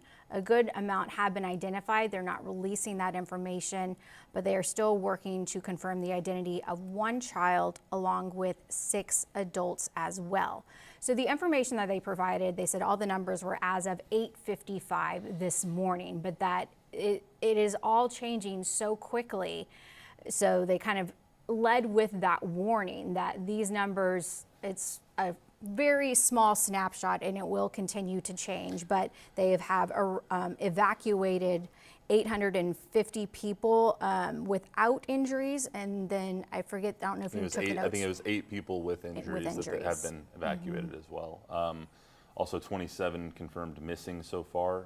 That is the latest that we have, and those are all campers. Right, that's another increase in the number because it had been 23 to 25, so now they are saying 27 children specifically from Camp Mystic, because someone did ask to clarify that, because maybe it includes counselors or other adults who may be working at the camp, but they're saying 27 children from Camp Mystic are unaccounted for, and a very active search continues for them. Yeah, there will be 2 more briefings today, at least. They told us 2 o'clock and 6 o'clock will be the next briefing, so about 4-hour increments is what we're hearing right now. They did give us an update on the reunification sites as well. There was 22 girls from Camp Mystic, or 22 girls that had to be picked up with and reunited with their families. 18 of them have been reunited. 4 of them still looking for their families to get them picked up. Like we said, 27 girls still missing from Camp Mystic. We don't have an accurate count of how many people in general in Kerr County could be missing because of just the sheer volume of people that go out that way. We heard from Chip Roy, who goes out there every year, he says, for 4th of July. So because of everyone who travels to Kerr County, they don't have an accurate number of who might be missing or how many. So they're not giving us that number. But what we do know is that the numbers of fatalities and missing have gone up, and we now have a breakdown of who has died. 18 adults, 9 children passing away because of these Kerr County floods. Yep, so 27 children. The search continues for them right now. And Taylor Whartonby has been live in Hunt for us this morning. But she has gotten as close as possible to Camp Mystic. We're going to check in with her in just a little bit. But, you know, just even before that press conference began, we started to see a little bit more activity. We'd kind of reached a lull. I think plenty of people have been up all night, so they were probably taking a little bit of nap, but we also had received some statements from the Vice President as well as the First Lady commenting on the tragedies here in Central South Texas area. Yeah, J.D. Vance releasing a statement a little earlier. Let me pull it back up here on X, saying, quote, our nation's heart breaks for the victims in Texas and their families. Just an incomprehensible tragedy. I hope everyone affected knows they're in the prayers of my family and of millions of Americans. So that's from the Vice President of the United States. And then First Lady Melania Trump sharing on X as well. My heart goes out to the parents in Texas during this difficult time. I am holding you in my thoughts and sending prayers for strength, comfort, and resilience. And, you know, when we have these natural disasters, you usually hear from people on a federal level days and days and days later. This is still a developing situation. Now the threat is moving on to Guadalupe County. It is still an active rescue operation. It's not a recovery operation. They are still looking for these children, hoping to find them alive, and they did give a little bit of information in regards to how that search is underway, including that they're looking in trees. Yeah, and one of the things that we did hear, and before we get to Taylor, is that they said they will not stop until every person is found. That's from Larry Latha, the Kerr County Sheriff. And he said, I can't tell you how long this is going to take, but it's going to take a while. Taylor Whartonby live out there in Hunt, Texas. Taylor, what's going on out there? Hey Matt, so we got some action going on here in Hunt. So I do have Kurt, he's the Assistant Fire Chief, been here for 27 years. Tell me about this. This is, monumental. I feel very much like we're looking at the video from last summer in the hurricanes in Carolinas. Community is pretty hard hit. Everybody's good. Lost a lot of stuff. Lost some lives. The hunt department we're trying to make sure our community's okay. The state's kind of left us out and let us take care of everybody around here. And of course, the state is coordinating all the recovery efforts. Now, what are we seeing here? Are we seeing some bobcats out here kind of pulling the debris? We have a whole lot of folks that have volunteered equipment. We've cleared out the North Fork of the river with volunteer equipment. We're working our way up here. Been working with KPUB and TxDOT on just what to do with the debris, how to get it out of the way, how to get the roads back open so that 2 lanes are passable. That's really what our biggest effort is right now. We've got the 2 local churches set up for food and food donations and that kind of stuff. We're letting them take care of that, and we're just trying to make the best of what we got. Awesome. Well, thank you for talking to us, and also thank you for the work that's being done here today. Yeah, awesome. Amazing. Yeah. All right, we're going to send it back to you in the station. All right, thanks, Taylor. We're also checking in on the developments in the eastern part of our region right now. Massive rain falling near Seguin in the eastern part of our town in Bexar County and in Guadalupe County. Brad Souder, you've been tracking it. What's going on? Yeah, we're getting a lot more flash flood warnings popping up at this hour. This is ongoing. The flood watch in green, all of the reds are the active warnings, and some of these warnings are back to that level of flood emergency. It had been years and years since we had flood emergency warnings in South Texas. We had them, of course, in Kerr County yesterday. Now they've been west of Austin, where the same core of rain occurred overnight. Now the rainfall is on I-10, and it's backing its way westward. We're going to get a flash flood warning here shortly. I think that will include Schertz, Cibolo, and Universal City, because now the torrential rainfall is driving westward on I-10 here and is now setting up right along 35. New Braunfels, you're getting some flooding now, and these rainfall rates are absolutely tremendous. I don't know if in the booth you guys want to look through some of the TransGuide cameras and see if we have any good views of some of this coming in towards 35 or what's there along the I-10 corridor. Yeah. Appreciate you, Smith. We do have great crews working behind the scenes on all of this, all over the place, and the rescuers, too, not getting enough love. Unfortunately, the situation is not getting any better anytime soon. So these flash flood warnings run until 1 and 1:30. Stay at home if you're in New Braunfels. You've got a very dangerous situation developing for you now, and this is back towards Canyon Lake. Take a look. Yeah, it looks like it's Canyon Lake's getting into the heavy rain core now, moving in towards the Smithson Valley area, back across 46, and all of those areas. They're trying to drive from New Braunfels to 281. A lot of those roads are going to go underwater that flood very easily, and those are swift. So we're getting the heavy rainfall coming back into the limestone soils. We were talking earlier about how all of the soil, once you get south of downtown San Antonio and east and south of 35, is normal soil. It's dirt. But now from 35 over, you've got the limestone, and that's what makes flooding so much worse. You have some of the views right now coming into San Antonio, 410 at Perrin, Beidel. This area is hauntingly familiar, right? Of course, it was just 3 weeks ago that we had 4-inch rainfall rates fall, and Beidel Creek, which is right in that area, came down, and now we're starting to see some of the 2 and 3 and 4-inch rainfall rates approach this. Right now, this looks like a heavy rain, potential for hydroplaning, but I'm concerned about some of these darker clouds off in the distance coming in and dropping down some of those rainfall rates that we've been seeing just to the east of here, and of course that we saw yesterday and last night. Why is this? It's all the same system that has not left. It's just been jumping around. It flares up generally during the day and into the evening, and then can die off at other times and then refire back up. So it is slowly pushing its way towards the west. Rainfall totals just today, just to the east of Seguin, we've seen upwards of 7 and 8 inches of rain. This is a radar estimated, not necessarily what has been collected in a rain gauge. I have seen some rain gauges that were at 5 and 6 last time I checked about an hour ago, so I'll get an update on that for you. But even now towards New Braunfels, 1 and 2 inch totals, and then just north of New Braunfels, let me move the map there.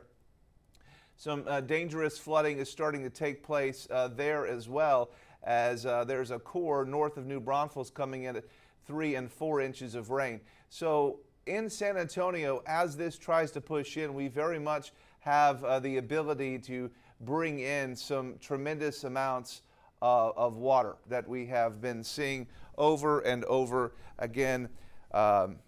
Yeah, so you guys, this is, I wish we could just be here covering, well, not be here at all, covering any of this. But we're not done with the flooding yet, as it will continue.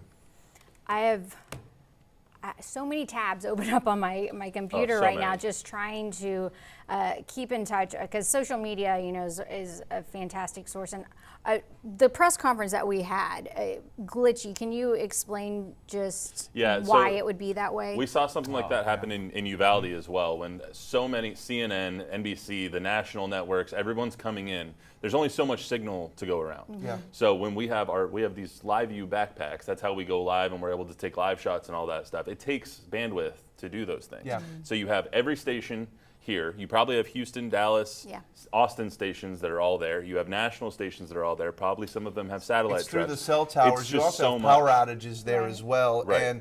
And priority is given to the first responders on those signals. So I know AT&T is big on taking priority and boosting those that have access and lowering some of the bandwidth for others. You know, when you go to a concert and you can't text anybody, even though you have 5 bars, you just can't send a text message. That's what it's like, because there's just so many people trying to do the exact same thing. So we're working on getting a cleaner feed of quality, that, better quality to you, so we can cut up a few of those sound bites for you, and you can hear a little bit more of that press conference. But that's why some of that's coming through choppy. We checked the other feeds. NBC's was a little bit choppy.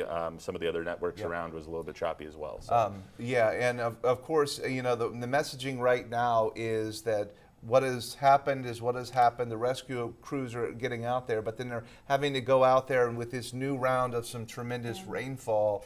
And, you know, search and rescue would even be into Canyon Lake now, because everything that's come down the river is ending up in Canyon Lake. And so Canyon Lake's going to become a dangerous place for home debris and vehicles and logs and trees. We saw all of those logs and trees. That's all going to be in Canyon Lake. That's something that the Lieutenant Governor had mentioned yesterday as well, that he has been in communication with the Army Corps of Engineers to make sure that the dam at Canyon Lake is in good condition, that it is still working as it should be. And so as of yesterday, the answer was yes, but much rain continues to fall, and the water keeps moving in that direction. The lake was at record levels. If there was a time to have a mega flood, that the dam would be the safest would be when you have record room to put water. Record low levels. Record low levels. And so since record low levels are there, you've got plenty of room to put all this water and debris.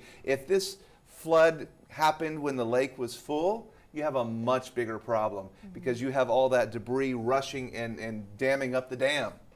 And then that's even scarier. Where does the water go? We're now seeing flooding in Guadalupe County, and obviously Canyon Lake is meant for runoff from the Guadalupe River. Where does the water go that is coming down on the eastern portion of our viewing area now? Okay, sure. So the water there, all of it of course eventually ends up in the Gulf of Mexico. But it flows into some of the other rivers that we have out in that part of the country here. In fact, a lot of those, you know, flood often because it's mostly pasture land that's out there and ranch land. But some of the streams that we often talk about along and near those are Sadie's Creek, and you've got Guadalupe River that does continue down through Gonzales. but then all the other streams, Cibolo Creek runs through Sutherland Springs, and it just all continues and eventually just all ends up in the Gulf of Mexico. All right, we do have Ethan Trejo now, who was redirected from the northern part of our region here now towards Guadalupe County. Let's pull up Ethan here. Ethan, what is going on? What are you seeing out there in Guadalupe County? Yeah, well, we started off today at the Guadalupe River and that flooded. Now we're seeing a little bit of flash flooding out here in Guadalupe County. I'm going to show you behind me. I actually pulled off to a gas station because I saw this amount of flooding. You can see it's almost like a little lake forming in the area. Even in the area from where I'm standing, you can see there's about a couple inches of rain making up a good portion of this highway near Highway 46. I am heading towards Seguin. As I've seen on the road, it's been a lot of heavy pockets of rain going on and off. Right now you can see it's drizzling just a little bit, fogging up my glasses, but it hasn't been significantly heavy in a couple minutes, but definitely has been going on and off. Drivers, as you see on the road on 46, have been going a little bit slower, making sure that they pay attention. So if you're out on the roads, be sure that you're taking extra precautions. But that's what I'm seeing out here, Matt. I'm going to send it back to you. Ethan, the one day you don't wear a hat is the day it's raining, which is kind of hilarious. But you're out there now. I have the hat in the car, just to be ready. Got to get that thing on, man, in the umbrella. But in all seriousness, it's a very scary situation out there, so stay safe. Have you talked to anybody out there yet? Have you seen locals driving around? What are you seeing as you drove out that way? I haven't talked to anybody just yet. I quite literally saw this pool forming near a gas station near a Chevron off of 46, and I just pulled right in. So I'm just seeing, as far as people driving, a lot of people, some people have their hazards on. As the rain starts to pick up a little bit more, everybody taking a little more extra precaution, but nothing that I've seen as far as hydroplaning or anything like that. And Ethan, you have been out and about for at least the past 24 hours or so. Can you give us a little synopsis of all the areas that you have been covering the flooding since yesterday into today, what you've been able to see and hear from individuals? Yeah, absolutely. So, like I said, we started off at the Guadalupe River. We were in Comal County, a little bit towards Spring Branch. Spring Branch, just west of 281, was seeing a significant amount of flooding this morning. Yesterday, we saw it started off as mainly just like a creek. Now it's reaching up to about 30 feet in the air. I apologize, my camera cover is covering up a part of the camera. The river has reached up to about 30 feet. As I was leaving, it looked like that river was rising just a little bit, still not hitting, not overtaking the bridges, but definitely rising just a little bit, and it was rushing significantly fast. As soon as we heard about the flash flooding in Seguin, I rushed over from Highway 46, took that all the way down, little pockets of showers, but nothing too crazy, and now we are here covering the Seguin portion as they experience floods of their own. Thank you, Ethan. And we're hearing from Brad Sauter right now that now there are concerns about flash flooding here in San Antonio. So let's get to Brad right now, who is tracking the storms. Brad. Yeah, you guys, all that rain, those storms were all off to the east, and it's been working its way backwards. I've been telling you that, and I was telling you earlier that flooding is coming for San Antonio, and now the National Weather Service says, yep, we agree, and they've pulled the trigger on a flash flood warning that includes the San Antonio area on the north and east side.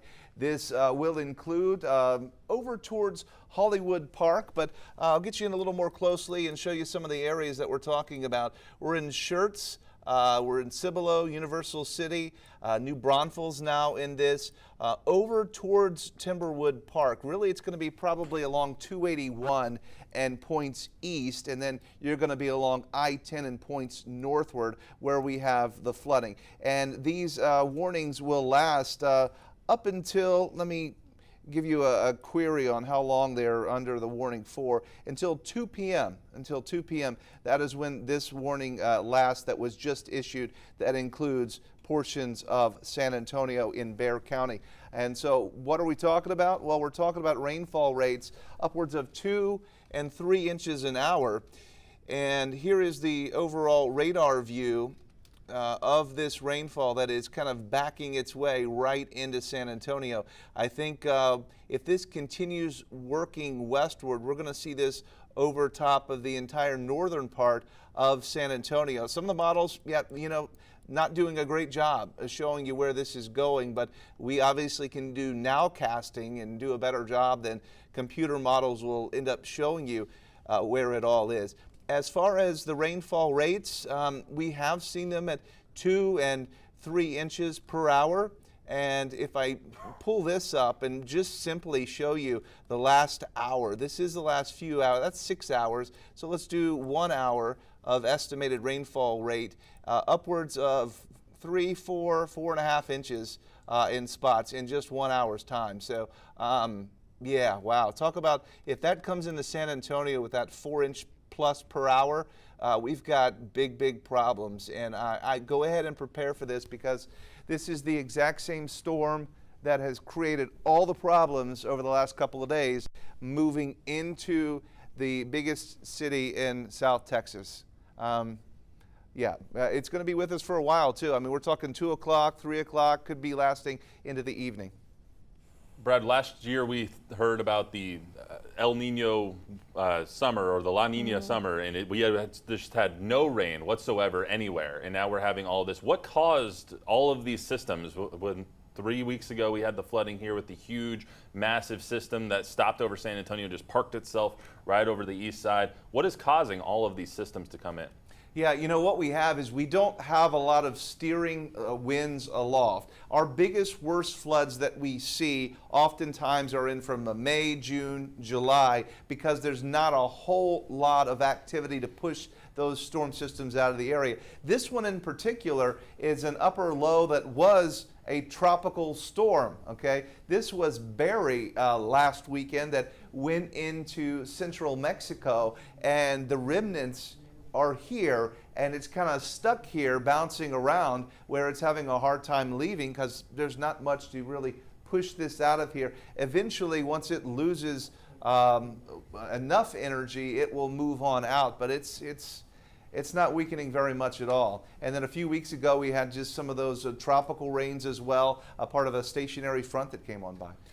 We see that that larger portion of red over your left shoulder there. Is that coming down kind of diagonally towards San Antonio? Is that the part that we have to kind of watch out for, or is it the part that's in Seguin now moving to its west? Yeah, so what you can see here, it's all moving very slowly. So as I step out of the way here, you can see that at times it'll flare up in one spot and then it'll flare up in another location.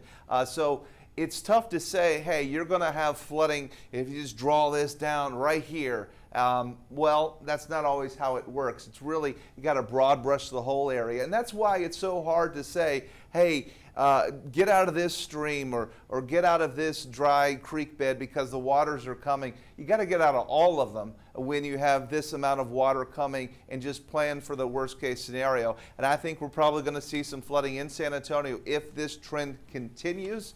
And it's possible, but it may also stall out right here and then work its way back south. All indications are this is going to work across our area with the hope that it doesn't slow down anymore. It speeds up and gets out of here. All right, well, we will continue to monitor the latest threat in our area. The next press conference in Kerrville is set for 2 p.m., but right now we're going to take a quick break. In a time full of war, be peace. In a time full of doubt, just believe. In a world full of hate, be a light. Oh, when you do somebody wrong, make it right. Make it right. Don't hide in the dark. You were born to shine. In a world full of hate, be a light. There are a lot of temptations facing young people today, like electronic cigarettes and skateboarding. Each vape pod can contain the same amount of nicotine as a pack of cigarettes. This can lead today's youth to a lifelong addiction. and severe lung damage. Recall and consider the facts before making a poor decision. The Health Class Film Guy isn't the best person to talk to your kid about vaping. Got a few minutes? You are. Start the conversation with your child about vaping today. Medicaid and CHIP offer free or low-cost health coverage for kids and teens. These programs cover doctor's appointments, hospital visits, prescriptions, shots, and more. As parents, we get peace of mind knowing that our children are covered if they are sick or get injured. You may now be eligible for Medicaid too, even if you've applied in the past. Enrollment is always open. Visit insurekidsnow.gov or call 1-877-KIDS-NOW. Paid for by the U.S. Department of Health and Human Services.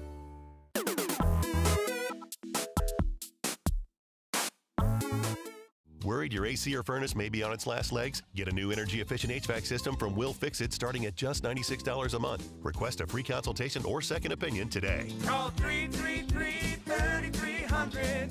Let Will fix it. The sale of the season is here. It's the Star-Spangled 4th of July sale at Furniture Row.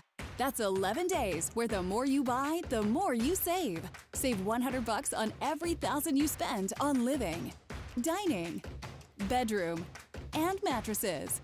Plus, make your cash go further with 60 months no-interest financing. And check out doorbusters while they last. But don't wait. The Star-Spangled 4th of July sale at Furniture Row ends Monday the 7th. Take advantage of Will Fix It's 83 or It's Free mainline drain cleaning special. If the trusted professionals at Will Fix It can't clear it, you don't pay for it. Call 333-3300. Let Will fix it.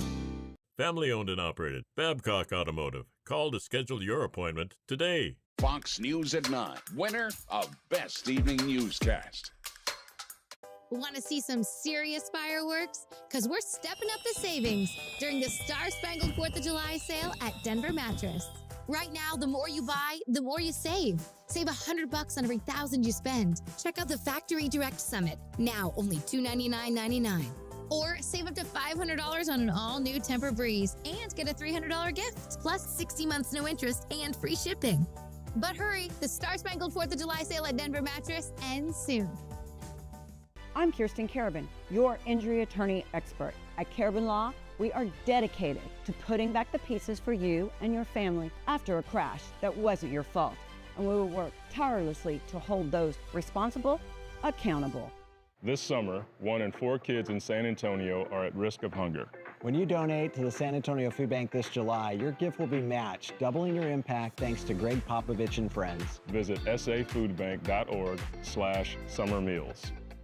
The Fox SA First Warning Weather app. Know now, know first. It's your key to planning your week, rain or shine. Download today.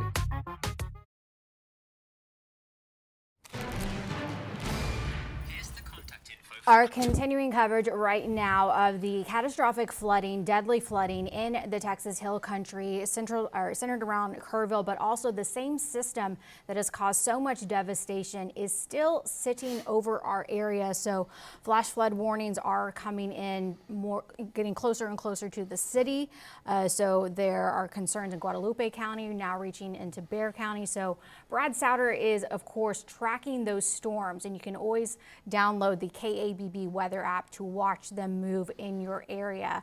But we just heard in the past hour or so the latest updates out of Kerrville. So Fox SA's Christina De Leon is live right now, giving us a recap of all the information that was just shared. Christina.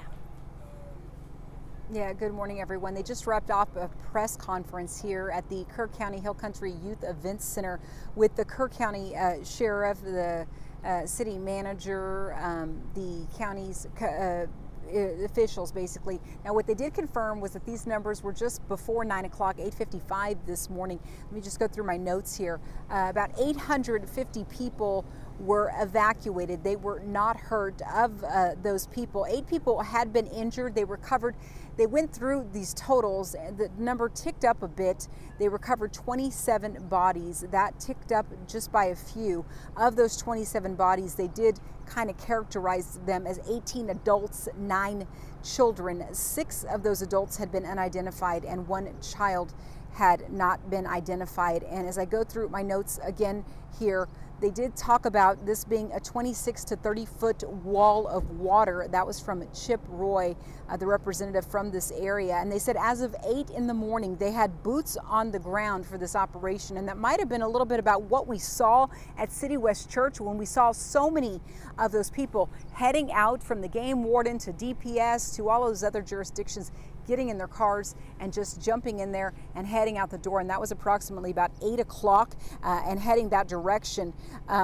So boots on the ground at 8 in the morning, and they did also confirm, sadly, that 27 girls from Camp Mystic are confirmed to still be missing. Now, what they also said from the city manager was that starting in Hunt, it was a 17-kilometer stretch of environment that they were going for, and they would start with a primary search. They did say that this was a harsh environment, but that they were going to be walking this harsh environment, this 17-kilometer stretch.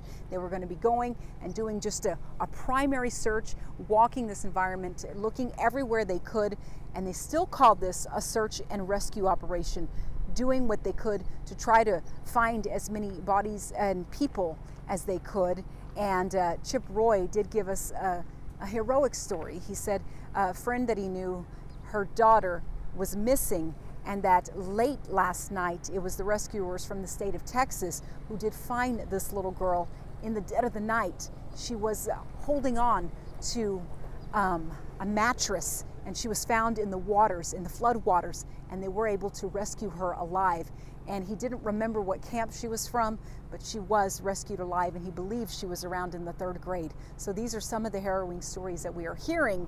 He told us this off camera, off the podium, and that was a good story that we heard about some of the people who were rescued. So it is happening. These rescues are happening from some of these people from the state who were brought in to help with the search and rescue missions. They had infrared that they were using throughout the night. They didn't stop when it got dark.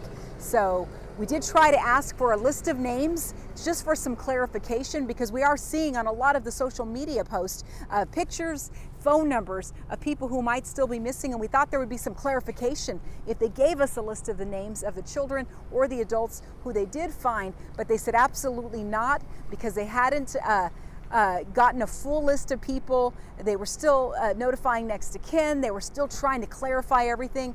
The JP imagining the people who are identifying these people are just simply overwhelmed at this point, and they said absolutely not. They weren't going to be listing, and they said that they would work tirelessly, that they would do this every day until everybody who was unaccounted for would be found. So again, I'm just going to quickly go through all these numbers one more time of what was revealed to us for the death toll at this morning's briefing. And again, as of 8:55 this morning, 850 people were uninjured, 8 were injured. Again, that was rescued. 27, unfortunately, were recovered, that were bodies found. Of those 27, 18 were adults, 9 were children, 6 adults were unidentified, and 1 child has been unidentified.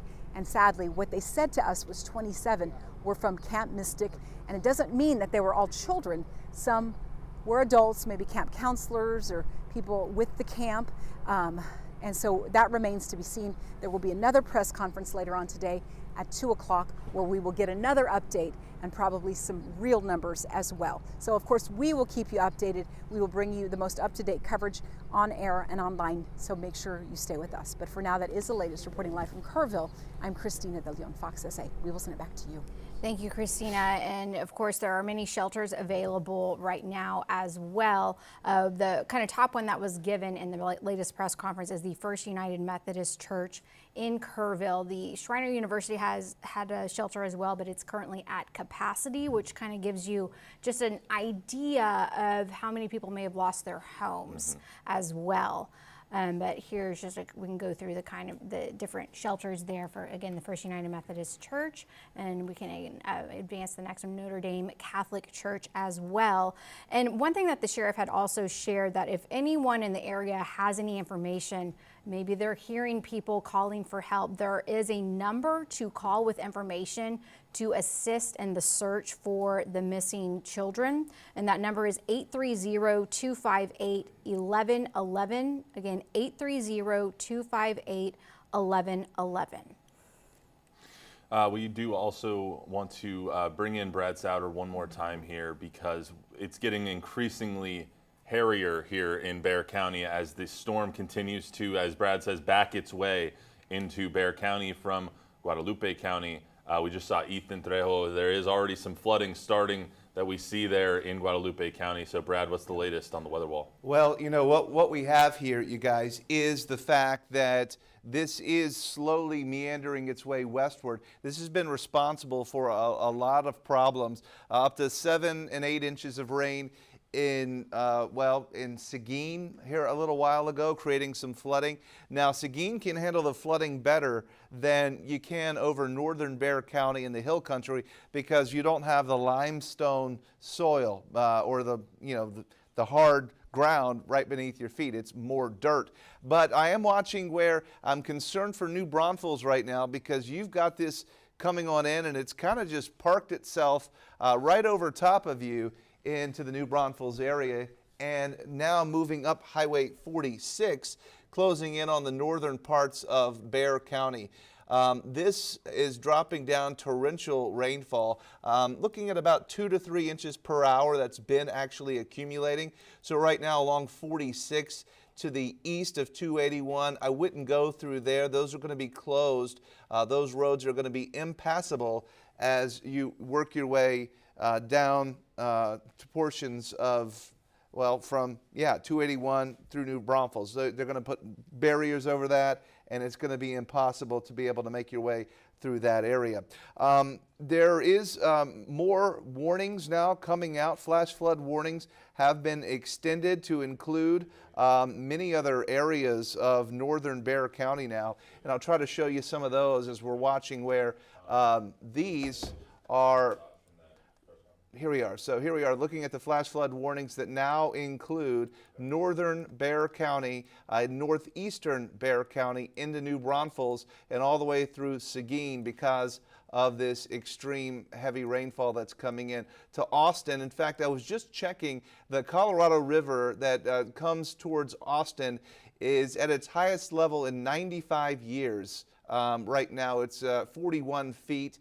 That's going to be tearing up a lot of property along the Colorado River coming into the Austin area. So this hasn't just been limited to Kerrville. Now it's been affecting Austin overnight, at least the hill country outside of Austin. And now my concern is for what is to come for San Antonio over the coming hours. Flood watch remains until 7 p.m.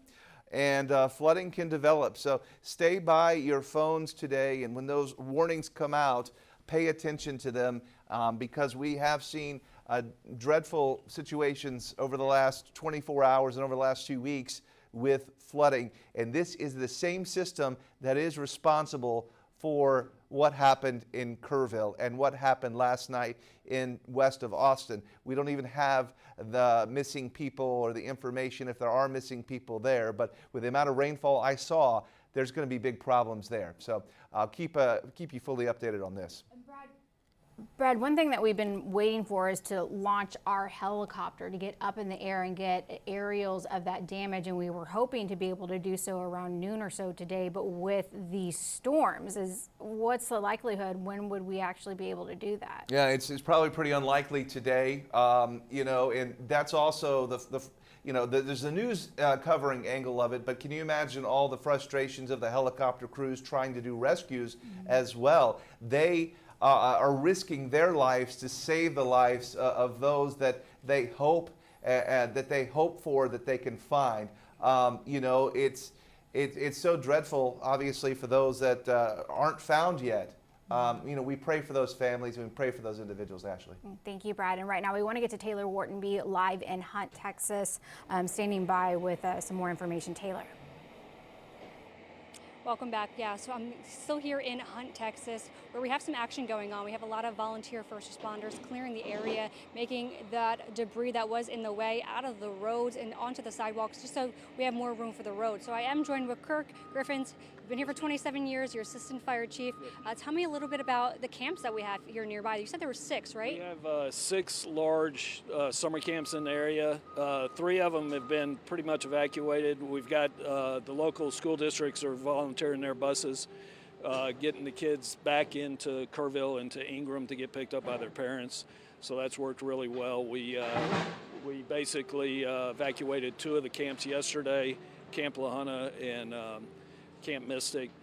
Camp Waldemar and Stewart are getting kids out today, taking those kids to some churches in the Kerrville area to take care of them and get them back to their parents. Now, we did see right behind us, we had those buses come by, and you told me they were going to go get those girls, right? Right, and so they'll be ferrying girls back into town to, I believe, I don't know which church. I'll misspeak if I say that. No problem. But anyway, so yeah, the school districts have been fantastic in supporting our efforts. Now, I want to go over to Camp Mystic and talk about that. You said that's the largest one in the area. Yes, ma'am. To get there is pretty difficult. We did lose a lot of the road base in areas where the river does come up over the roads. It basically just peeled the asphalt off the roadbed, and so we've got gravel roads with big holes. Fortunately, TxDOT did get in last night and got them at least passable, and we continue to do that as both out the North Fork of the river and the South Fork. A lot of resources are needed for this, and that's a small area to get to. Yes, it is. Fortunately, we've had a bunch of people donate their time and the equipment.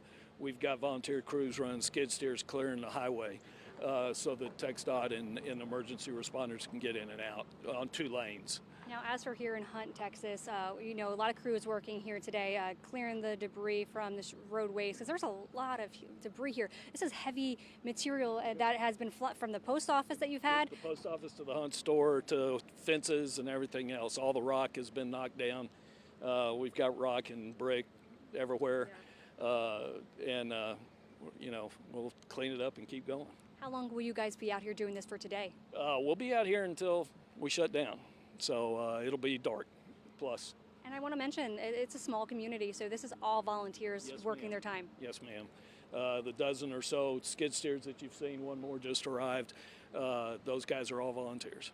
And I also want to mention, that this community has stepped up. I know a lot of people are talking now, what can we do next? What happens next? What can people do next? And if they need donations, where can they go? Our 2 churches in the area, the Methodist Church and the Hunt Baptist Church, are taking donations as food and dollars for us right now. So if you need to, feel free to contact them the best we can. Currently, we have no phone service, but cell phones are working spottily, if that's all right.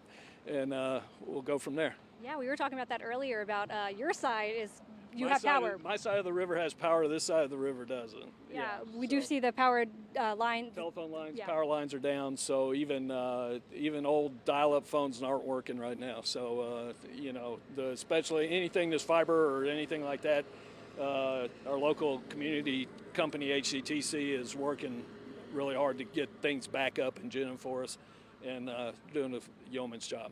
Now, are you able to talk to me a little bit about yesterday and that scene of just the water rushing through? I mean, the Hunt store here completely damaged. We had water way higher than any of us have ever seen. It's my understanding that since the 1930s, I've been through some pretty good rises here. I haven't seen this, and first report that we heard from the other side of the river yesterday, about a mile downstream, because we couldn't get across, that the post office and the Hunt store were gone, and we kind of went, yeah, right.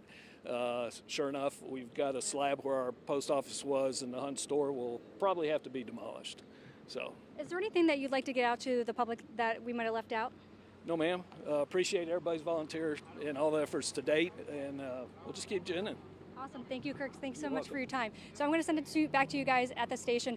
But I also want to mention I did speak to the owner at the Hunt store, and she did inform me that she's had a lot of community members reach out to her that are wanting to help. And they're going to update their website page, which is thehuntstore.com, and they'll have updates on there throughout this tragic event that's happening here in Hunt, Texas.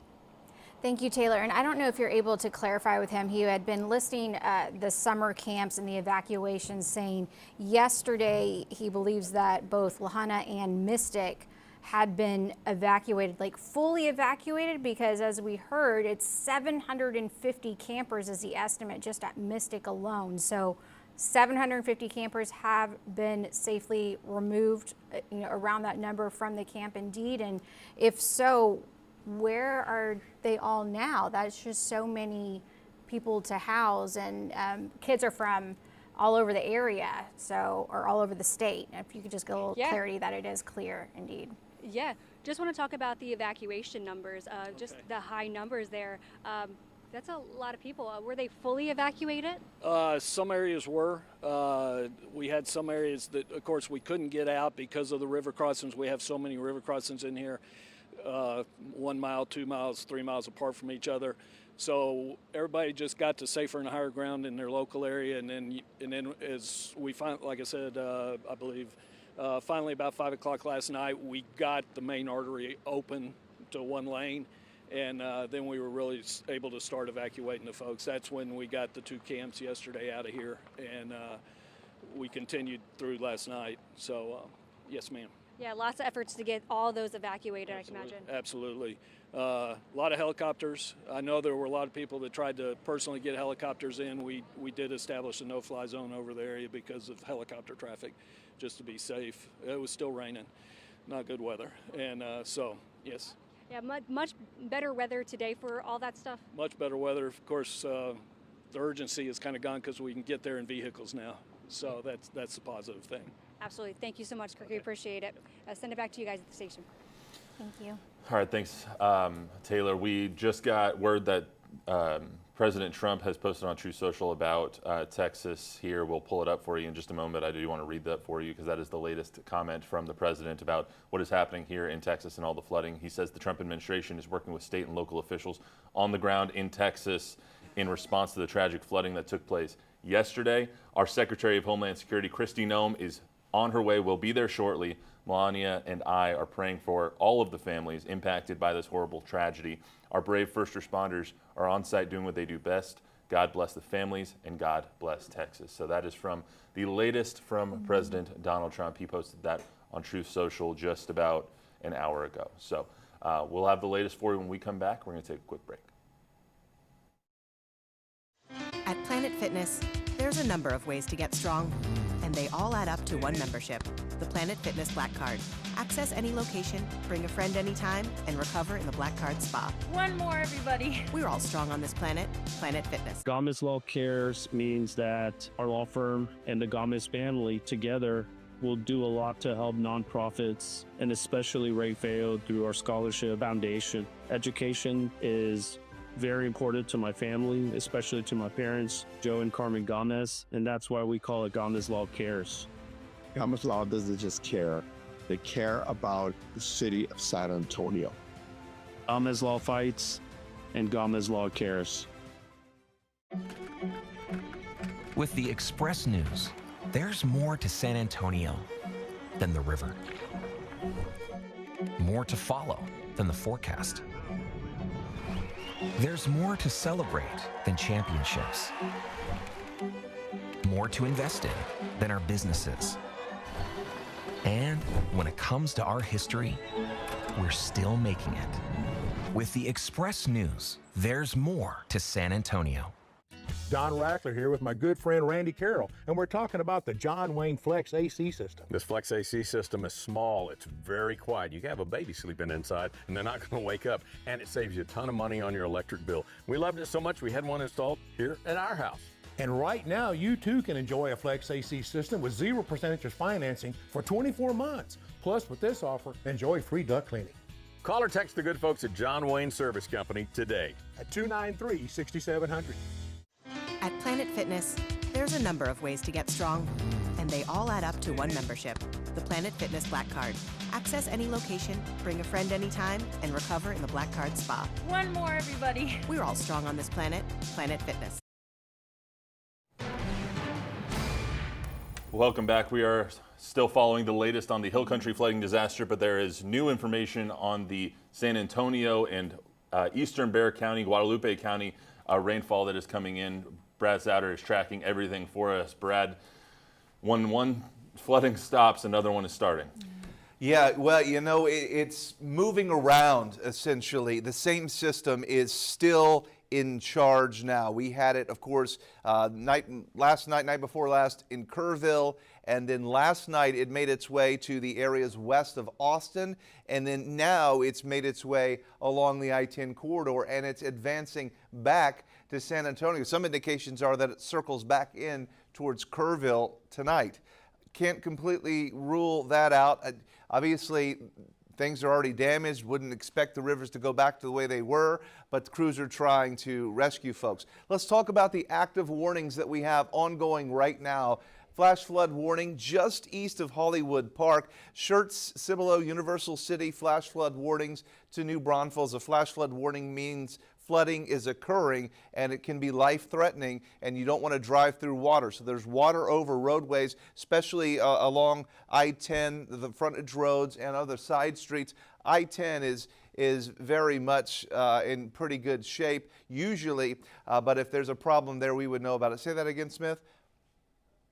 Okay, yeah, TransGuide, pull that up for us. So here we are, we're at, this is going to be I-10 and FM 1516. Thankfully there, it doesn't look like it's raining as hard, but you can see obviously the spray back on some of the vehicles there as it has been raining. And when it rains, sometimes there are power outages as well. We have CPS Energy outage map showing you that there are some power outages now. And the latest on some of those, about 395 customers are affected and 8 power outages, all you can see primarily on the east side. They also layer in kind of the radar view, and so you can see where it is raining, there are a few power outages. Thankfully, not that many at this point. We don't want any more, obviously, but back over to radar showing you that the heavy core of rain is now beginning to line up north of San Antonio along 46 from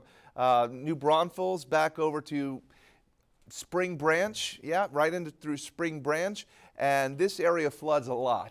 So I would not try to go east of 281 from Spring Branch to New Braunfels. You're not going to be able to. A lot of people do that to try to bypass 35 when traffic is bad, but this is going to be impassable. They're going to be dragging barriers out there now, and you don't want to go through there. And sometimes people think they'll just drive through. It doesn't look that deep, but this is life-threatening flooding that's developing in that part of our area, the heaviest of the rain right now. As far as San Antonio goes, thankfully, I've seen a little bit of a downward trend in reflectivity values for what was coming into the city in the last little bit. You could see where, yeah, down 10 just a few minutes ago. It was scary red, okay? Just to show the darker the colors, the heavier the rain. No real hail with it, but now the scary reds are there between 281, New Braunfels, starting to nudge its way there into almost into Timberwood Park, Smithson Valley area, getting all of that as well. So that's where it's very, very dangerous. A lot of people are off.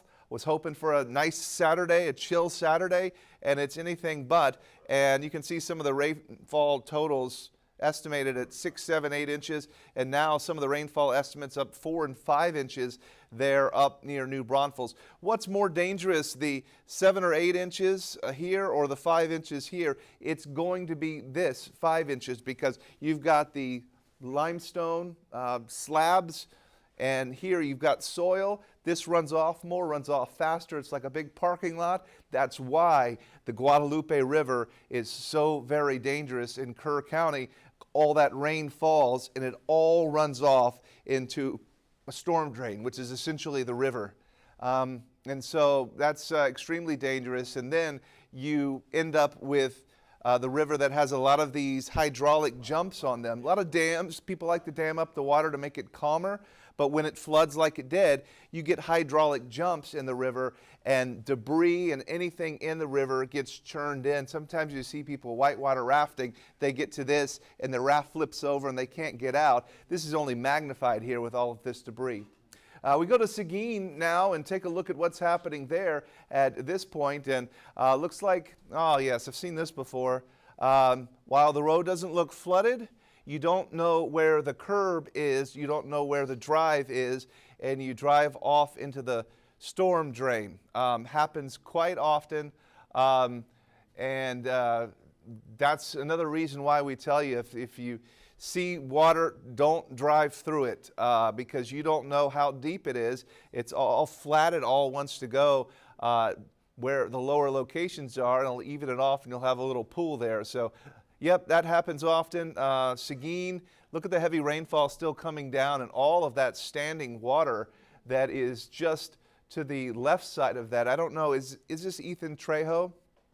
Okay, I don't know if he can hear us, if he can pan around just, okay, he can't hear us at the moment, but you can see other people there driving around just trying to get things done, a lot of pickup trucks. Yeah, if you're in the road and you see the yellow lines and the white lines and it's 4 inches deep, you know, if you feel comfortable, I think you're okay. If you do ever want to drive through water, just go slow so you don't splash it up into your vehicle. But you got to really watch those culverts, though, because you get in there, and it's probably not easy to get out. The police officer there tapping on the window and checking on that person. Okay, and yeah, you've got that going on. Oh, yeah, look at this here. It's getting even harder. The rainfall there right over the Smithson Valley area really coming down. Very dangerous situation, you guys. Something we'll have to continue to watch as flooding event's not over, sadly, and I think this could continue into tomorrow. Yeah, all you can do is take a deep breath for that one right there, because we've already seen and heard so much destruction, and we're not out of the woods yet by any means. The information that's coming in is like drinking water through a fire hose. It's coming in rapidly. That's why we keep going to Brad, because things are ever changing right now.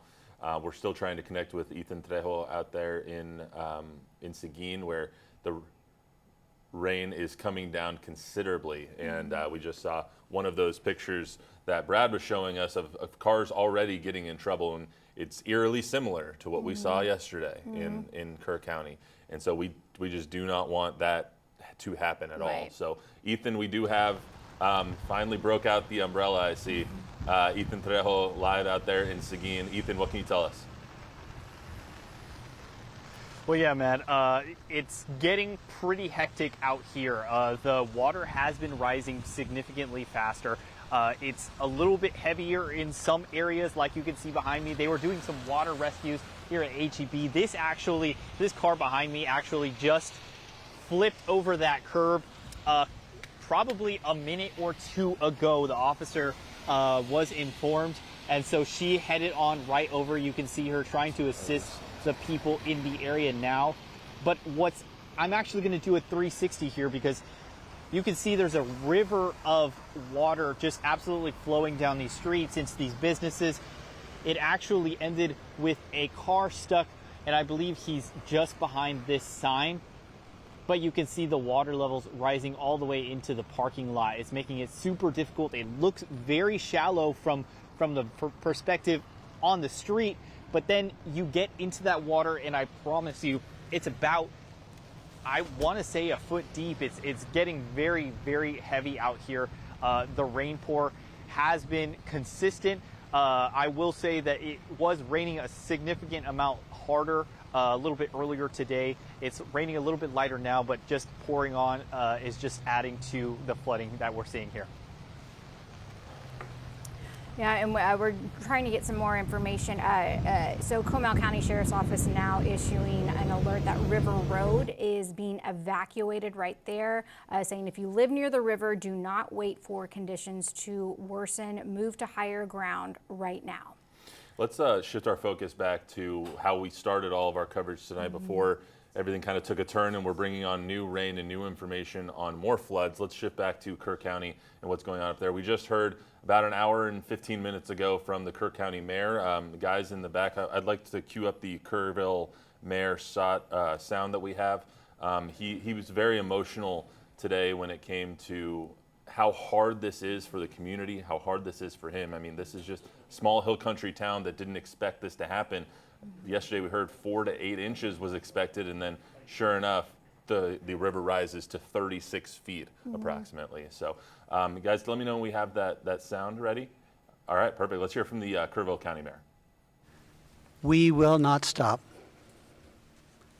We will rescue those in peril, and we will find those who are missing. This is a hard day. and there will be hard days to come. We've had a lot of emotion this morning. We've heard some from the mayor right there. Even Chip Roy, who, if you follow the legislature at all, is not quiet. He is fairly outspoken at almost all times. Even he was speechless at a certain point because of what is happening in his district and what's happening around his hometown. Yeah, I mean, it's one of those things that people just have such personal connections, because I think he had shared how his kids have a friend from school who was among those missing. But we're starting to get some more information in. The next press conference is going to be set for 2 p.m. where even more new numbers will be issued. But right now we're going to take a quick break, kind of reset, and bring you the very latest coming up after the break. There's a moment when time stops, when a woman answers her phone and learns her husband will never come home again. Crushed beneath an 18-wheeler, driven by someone reckless. In that moment, she becomes a widow. Her children fatherless, their future together erased in seconds. Your pain is not something I take lightly. Let me fight to get you the justice you deserve. Vivint is for you, homebodies, just in for the night. For never homebodies, catching a flight. You, comfort achievers, snuggled in bed. And package receivers, awaiting new threads.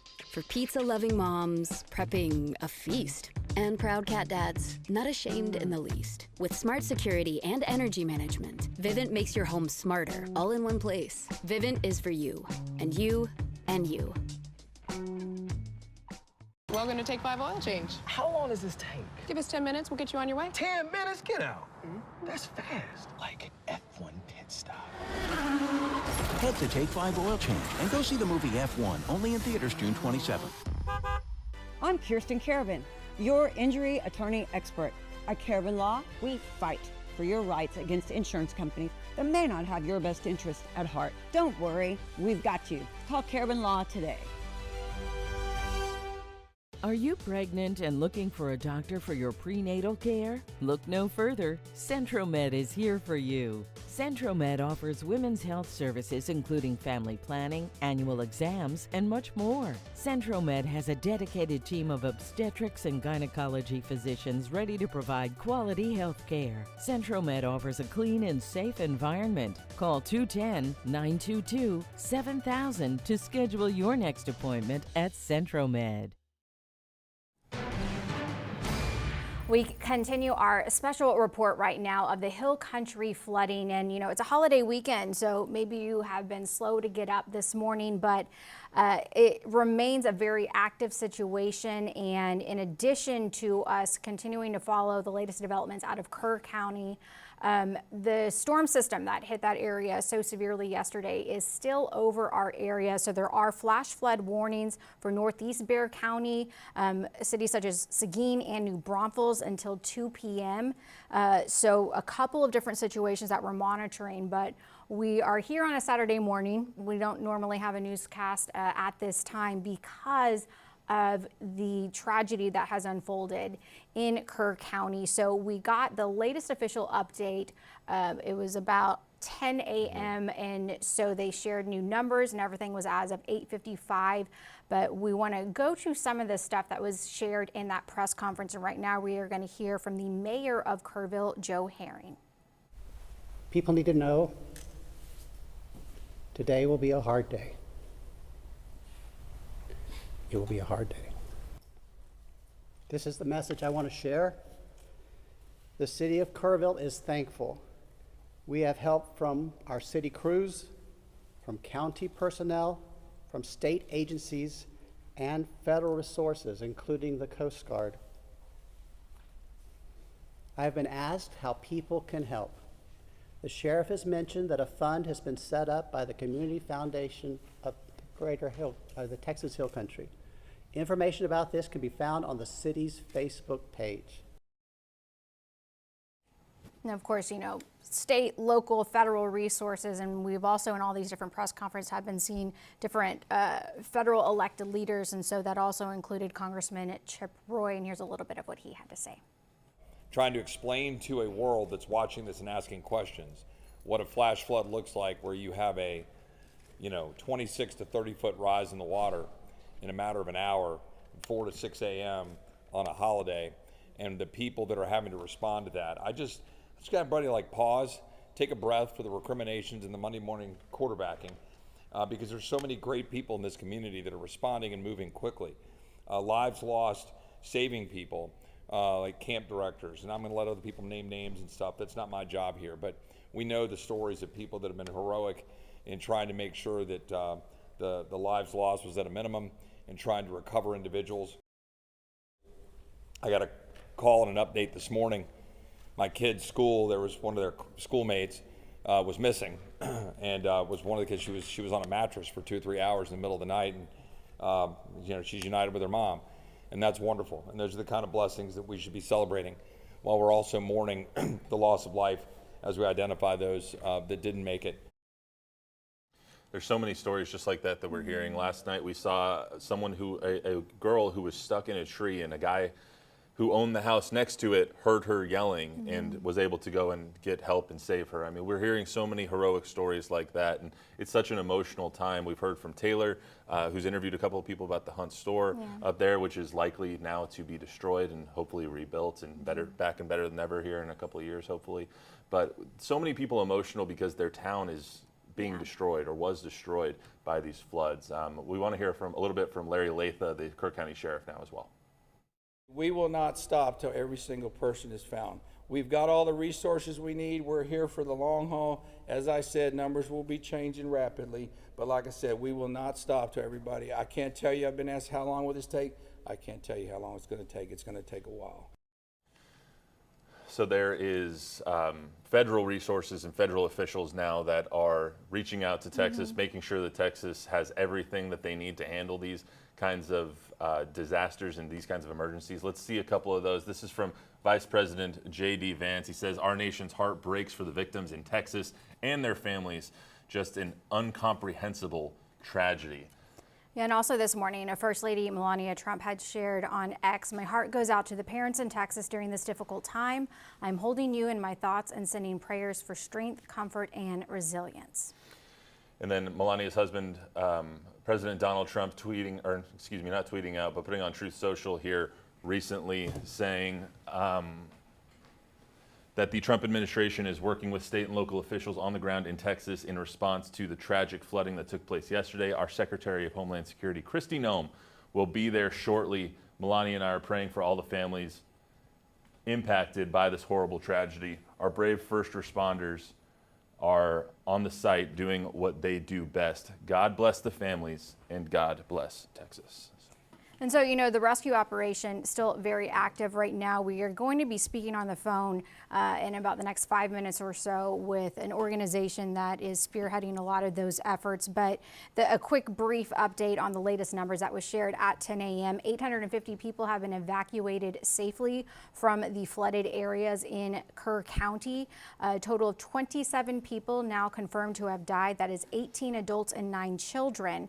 And then 27 children from Camp Mystic in Hunt, Texas remain unaccounted for. So the operations, like an inside look at what they are doing to find these children, that is what we're going to get some perspective on coming up. Yeah, and this was the first time, as a reminder, that we got kind of a breakdown of the fatalities. That was, to me, the most striking aspect of that press conference was 27 dead, yes, but 18 adults, 9 children passing away because of the massive flooding in Kerr County. Yeah, and of course, the continued threat, as we had mentioned. So let's get to Brad Souter tracking the storm right now. Brad.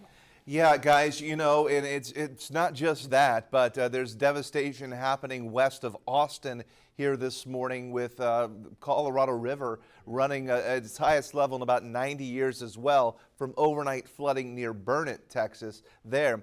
Meanwhile, it's raining and storming like crazy on the far north side, the Bulverde-Comal County line, and back into New Braunfels. The latest on the flash flood warnings look a little something like this. We have flash flooding basically from 410 and I-35 all the way up through Austin and Round Rock, and that's a nightmare. Meanwhile, through Seguin, there's flooding, and all the way back towards Luling, just outside of Gonzales. So this whole sector here getting the flooding. The flooding starting to get worse now in Comal County, where there's a hardcore bit of rain right on the border of Comal County and Bexar County. And this is putting down lots of lightning, lots of power flashes off and on with the lightning that's very, very vivid. And then into New Braunfels, Highway 46 traveling from New Braunfels to 281. You can't do that. It's underwater right now in sections. There's lots of runoff there. But down towards Lavernia, getting some heavy rainfall, and then towards Nixon as well. So what is all this? Well, it's the same low that brought all of the flooding to Kerrville and then to the areas of the Hill Country last night near Austin. And now it's threatening San Antonio. We have the flash flood watch until 7 p.m. tonight. It keeps getting extended as this low just doesn't want to leave. Now, it does appear as though some of the brighter reflectivity values coming into the east side of San Antonio around St. Hedwig to China Grove, Church, Cibolo, and Universal City has gotten a lot lighter. Don't have the dark reds, the deep, heavy rains. It's a moderate to moderately heavy rainfall. Where the brighter reds are is where I'm more concerned about ongoing flooding and flooding getting worse. So some of the numbers suggesting if we had up to 7 inches of rain around Seguin, just outside of Canyon Lake, maybe 5, 6, 7 inches of rain possibly there, which is even more dangerous due to the fact that you've got the soils that are very shallow and the runoff is that much more dangerous there. Meanwhile, I've been talking about west and northwest of Austin. Overnight, 14, 15, 16 inches of rain there. That's even more than what they had upstream from Kerrville, and we know the result of that. So devastating flooding ongoing here at this hour as we continue to watch it. And I believe on the traffic computer, if you guys want to throw up one of the trans guides here, looking at some very heavy rainfall off to the north. I might be able to find it as well. That is coming in towards the northern, there it is, northern parts of Bexar County. That's 281 at Overlook Parkway. You're looking north there, north up up towards Timberwood Park. That's where it is happening now. So we're watching this heavy rainfall. You can see it on the horizon. But for now, I'll send it back over to you at the desk. All right, we're joined now on the phone by Lena Selbrade. Apologize, Lena, if I messed your name up there. She's the division lead in the TXR, which is the Texas Search and Rescue Gulf Coast. Lena, can you hear us? Yeah, I can hear you. Can you guys hear me? Absolutely, absolutely. Thank you so much for the time today. I wish we were talking about something a little bit better than what we are going to be chatting about here. How do the search and rescue operations work when you're dealing with something as heavy of a downpour that we're seeing up in Kerr County? Well, it definitely limits our ability to gain access to things and also changes our risk posture. So, you know, in nighttime operations or in heavy downpours, it makes it very difficult for us to be able to gain access to where we need to go because the situation becomes very, very dynamic, very, very quickly. And so we're constantly having to assess risk and strategize on where to place our people. Right now, with the fact that right now where our team is in Kerrville, they've got some cloudiness and some humidity and daylight. It's allowed us to put boats in the water and start looking and searching for these different spots, potential areas where people could be. It's just a very dynamic situation. So what are kind of the different ways that y'all are helping and conducting these searches? In addition to the boats, are y'all in the air? Are people, hiking up into the hills? How is it working? Yeah, so it's going to come in a couple different waves. Like currently right now, it's the immediate response. We do have our boat teams. We have some drones that are en route. Of course, we're trying to deconflict with any helicopter operations because they take precedence. We have some additional folks who are bringing live find canines. We also, unfortunately, have human remains detection canines that will come at a later date as well. And then, of course, once the water subsides and it's no longer a threat to people, we can have shore-based people start to walk the shorelines and walk neighborhoods to try to assist. You mentioned having boats in the water. Does that include people diving into the water trying to find people who might be stuck underneath? Or what does that kind of look like when you say boats in the water? Yeah, just boats. Currently, we don't have our dive folks out there. The situation's too dangerous to be really diving in swift water. It's kind of not what our purview is. So with our boats, we have about 5 now. We've got 1 en route, and then we've got 2 other ones that are being prepped to be taken en route. And with that, it just depends on where we're at in the water. There's lots of silt. It's very murky water. There's lots of debris in it, which makes it even more difficult for some of our boats to even gain access to some places. And, the state or various elected officials have shared how the state had resources put into different areas, knowing that a storm was coming, had resources available throughout the Hill Country on the 3rd, so the day before. At what point are y'all brought in? Have y'all been there since before the storm arrived, or do y'all come in kind of after the fact? We come in after the fact. It's really important to us that we do not self-dispatch. We only called unless we are requested for just the safety of operations.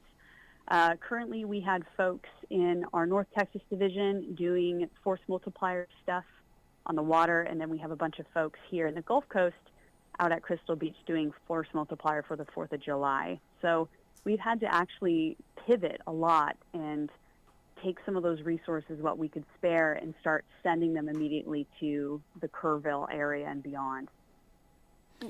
You mentioned the human remains dogs that will be brought in eventually, and I apologize for the morbidity that might sound like this question, but at what point, how long does it typically go for a search and rescue mission until it turns into a search and recovery?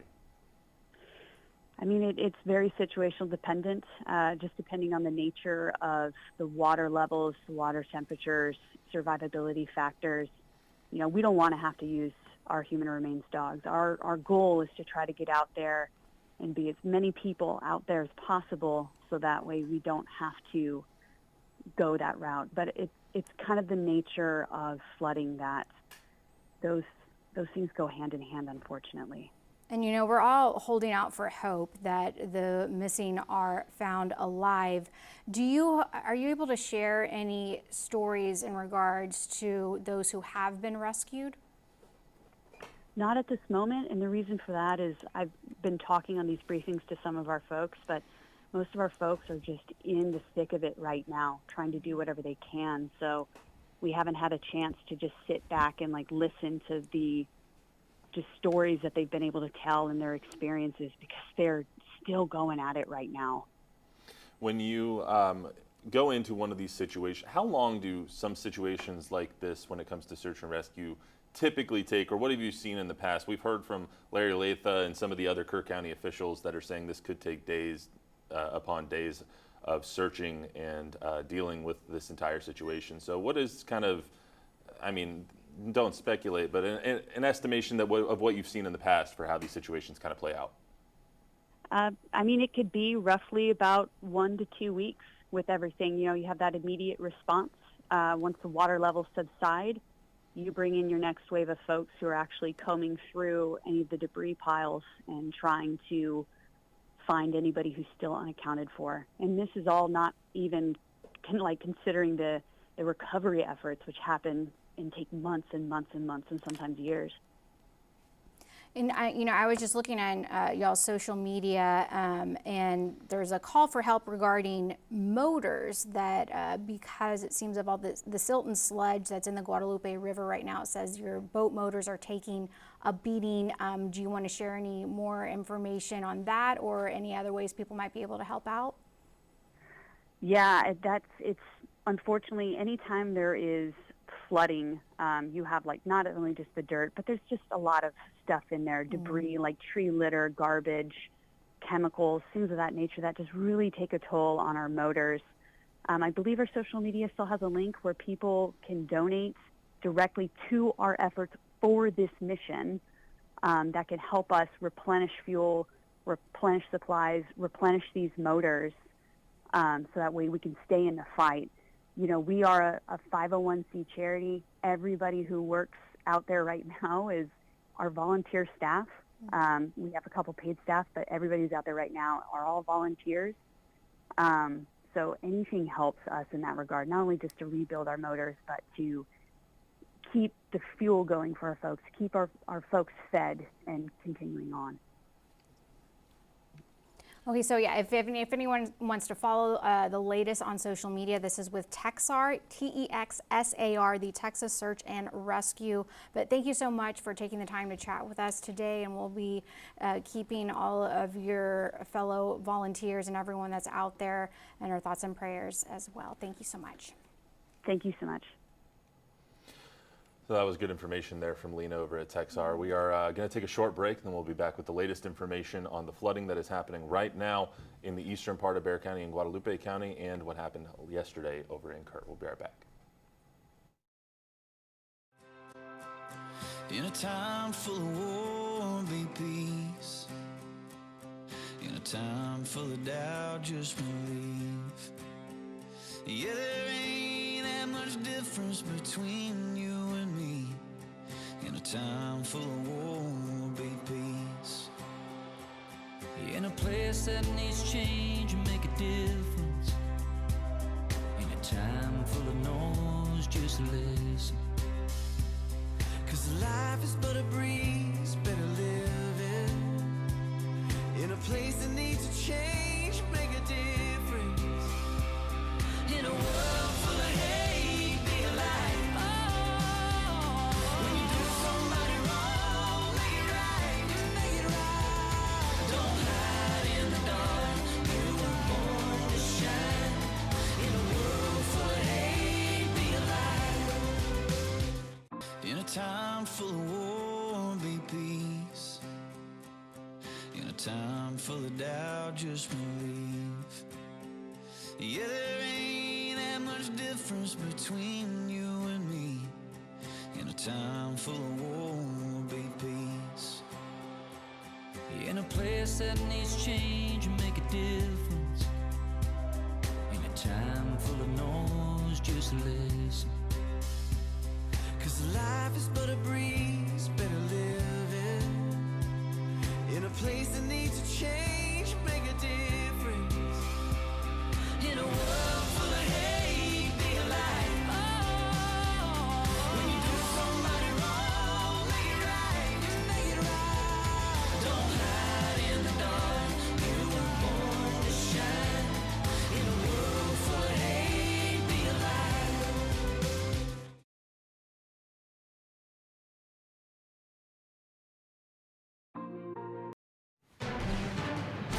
Welcome back to a Fox breaking news show that we have going on for you. We are in our 5th hour of coverage now, and we are following 2 breaking stories now. Kerr County, obviously, we are following since last night. But we're also following the latest breaking news from the east side of this town, where Seguin got a hefty dose of rain today.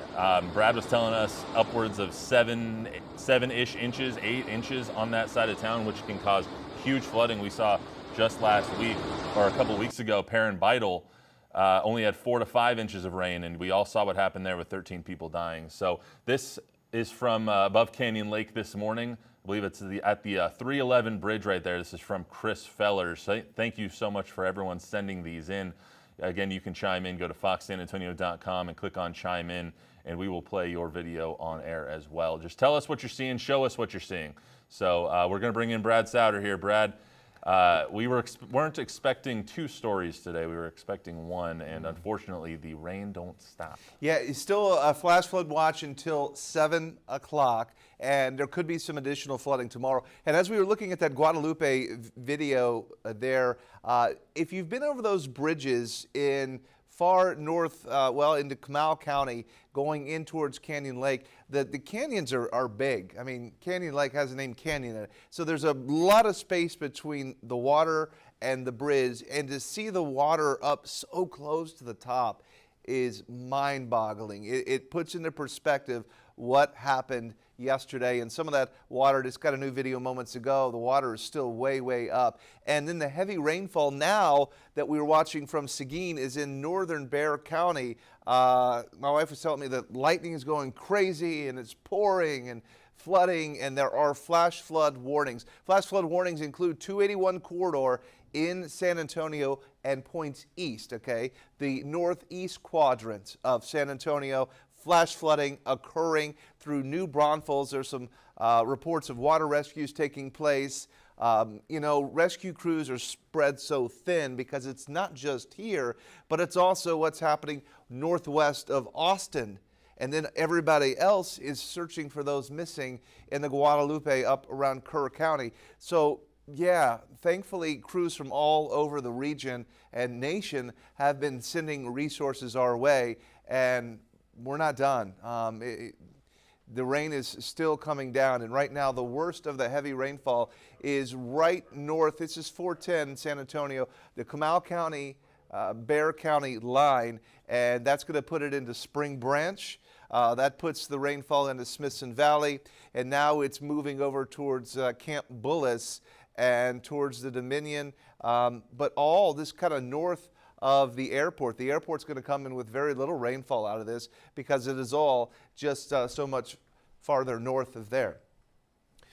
The lightning has been quite vivid with this as well in the last little bit. Just look at some of this. I don't know if we have the CPS energy outage map or not, but maybe we could route that and check on some of the power outages. But the power outages from the lightning, for sure, probably a thing that we're seeing. All right, so there's 281 right now at Overlook Parkway. This is going to be in northern Bexar County, and not a lot of traffic. You know, I encourage you not to travel when there is a flash flood warning. It basically means there is flooding occurring, and it's obviously very problematic. But we have lots of flash flooding ongoing right now, and we will continue to see that. These warnings run until 2 and 2:15, so that is still, well, we're talking 2.5 hours from now that some of these continue to run, and obviously they won't be let go of until the rain comes to a stop, and that's not happening anytime soon. This has been a tough weekend. You know, we always talk about droughts and how every drought will come to an end from a flood, but nobody wants it like this. This is just hard to see. But here is the looping radar over the last little bit, and this is all the same complex that we've been dealing with now for a couple of days. And then last night, of course, it was up around the Austin area where it was so very problematic there. And now it looks like if we zoom the picture way out, it's pretty much concentrated to San Antonio. I was doing this earlier. I was showing a 36-hour time lapse here.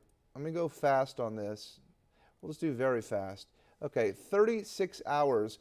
Watch what happens. So initially you see the swirl of this upper level low, and by the way, this is all part of what was left of Barry, develop into the hill country. It slides into Kerr County a couple days ago. There's that. And then last night it redeveloped northwest of Austin and just sat there and dropped another 15 inches of rain. Now it has slid down back to the I-10 corridor, and it's trying to threaten San Antonio. So this is just wild to see. And so many folks, you know, are saying, how come the people were by the river? Well, yes, it's flooded before, but it only floods every 50 years or so, and it's nearly impossible to determine where the hardcore part of this low will set up and drop all of the rain. So with that, we would say with a flood watch surrounding everybody, it could happen anywhere in South Texas today and into tonight.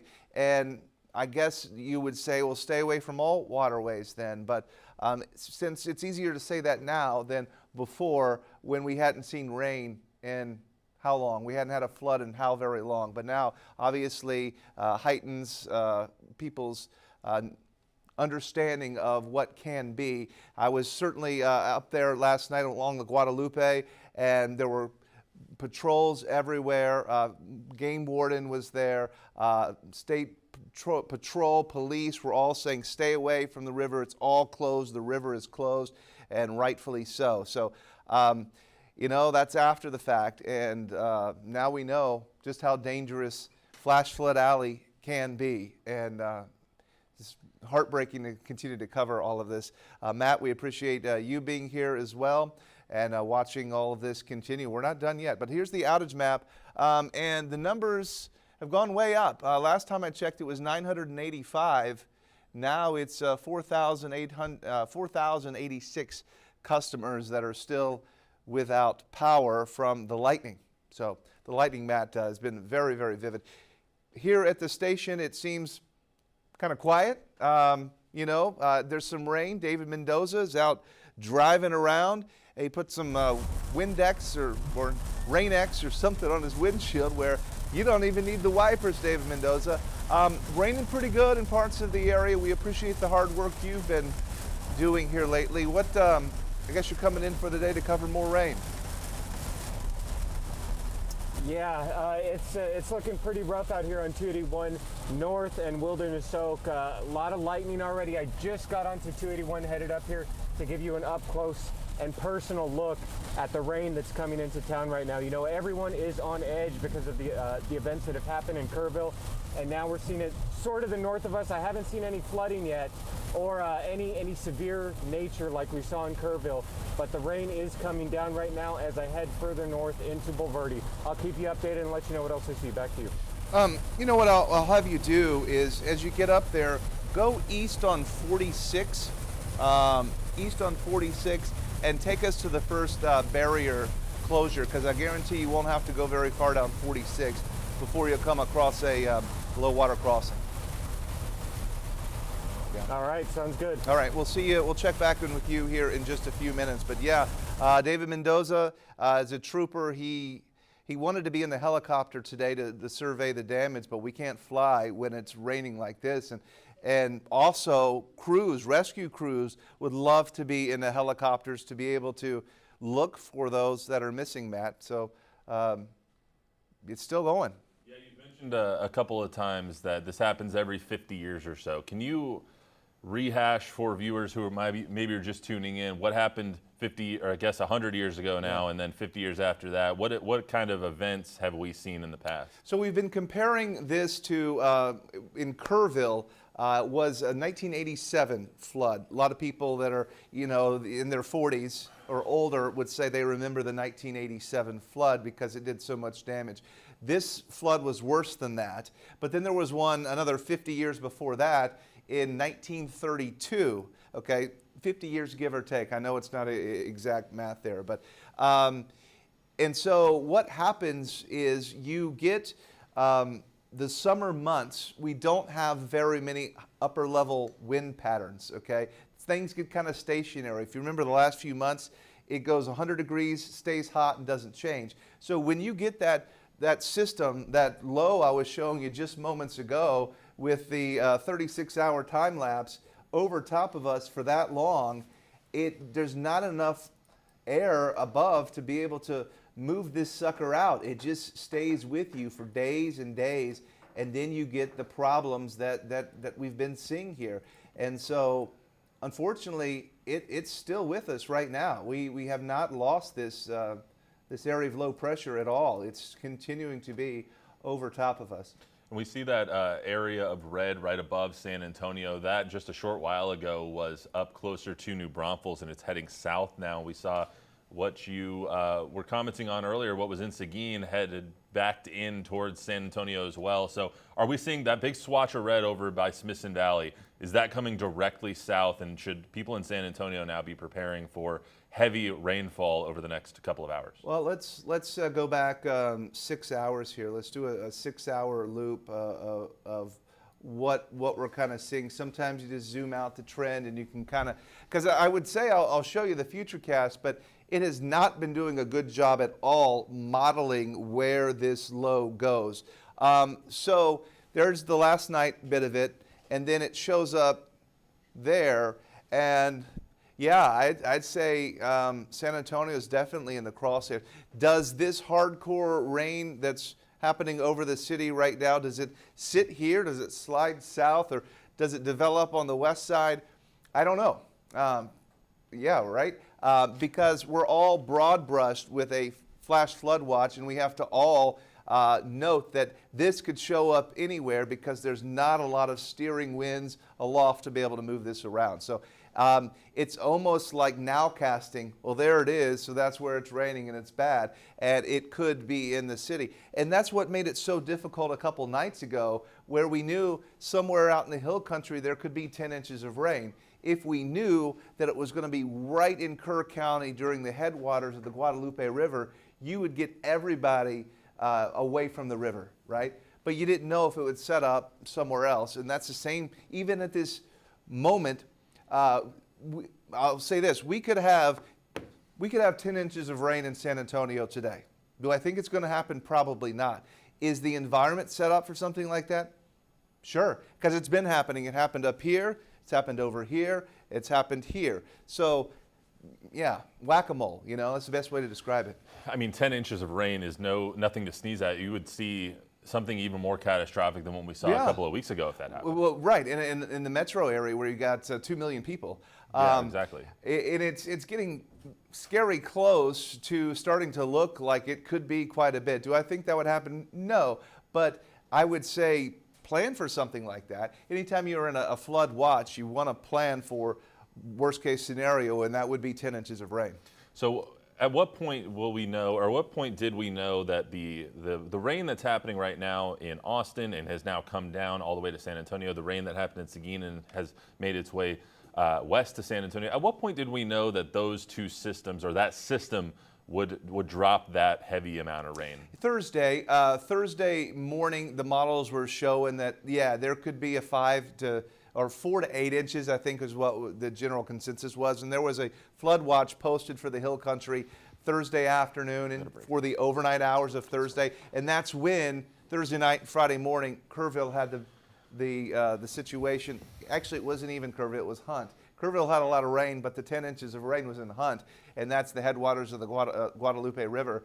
And then now, last night, you had 10 and 15 inches of rain up in Burnett, okay? And a lot of people there for the 4th of July.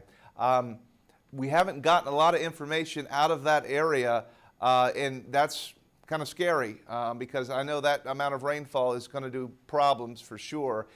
And so now we again have this flood watch, and I can't tell you, even at this point, exactly who's going to get the 5 to 10 inches of rain today.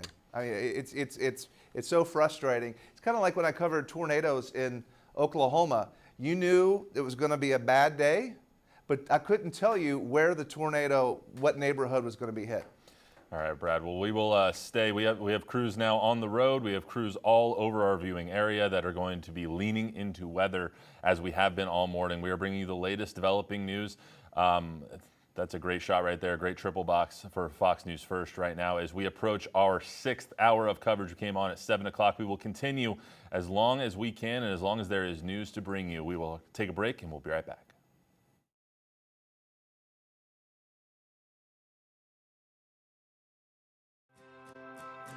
In a time full of war, be peace. In a time full of doubt, just believe. Yeah, there ain't that much difference between you and me.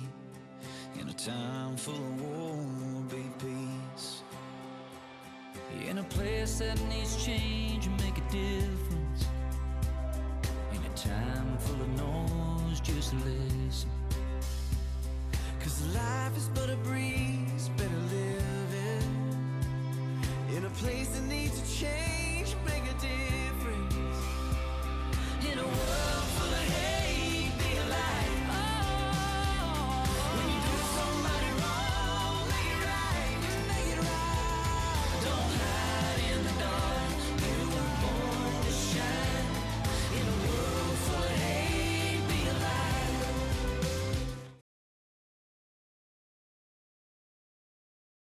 Fox News at 9 is San Antonio's primetime news leader with Yummy Virgen's award-winning investigations. These many people crossed probably within the last hour and a half. Darian Trotter's problem solver. We reached out to code enforcement about the vacant lot. Ryan Wolf's Cash for Kindness. You know what time it is? Cash for kindness time. Exclusive stories you'll only see here on Fox News at 9. Puro San Antonio.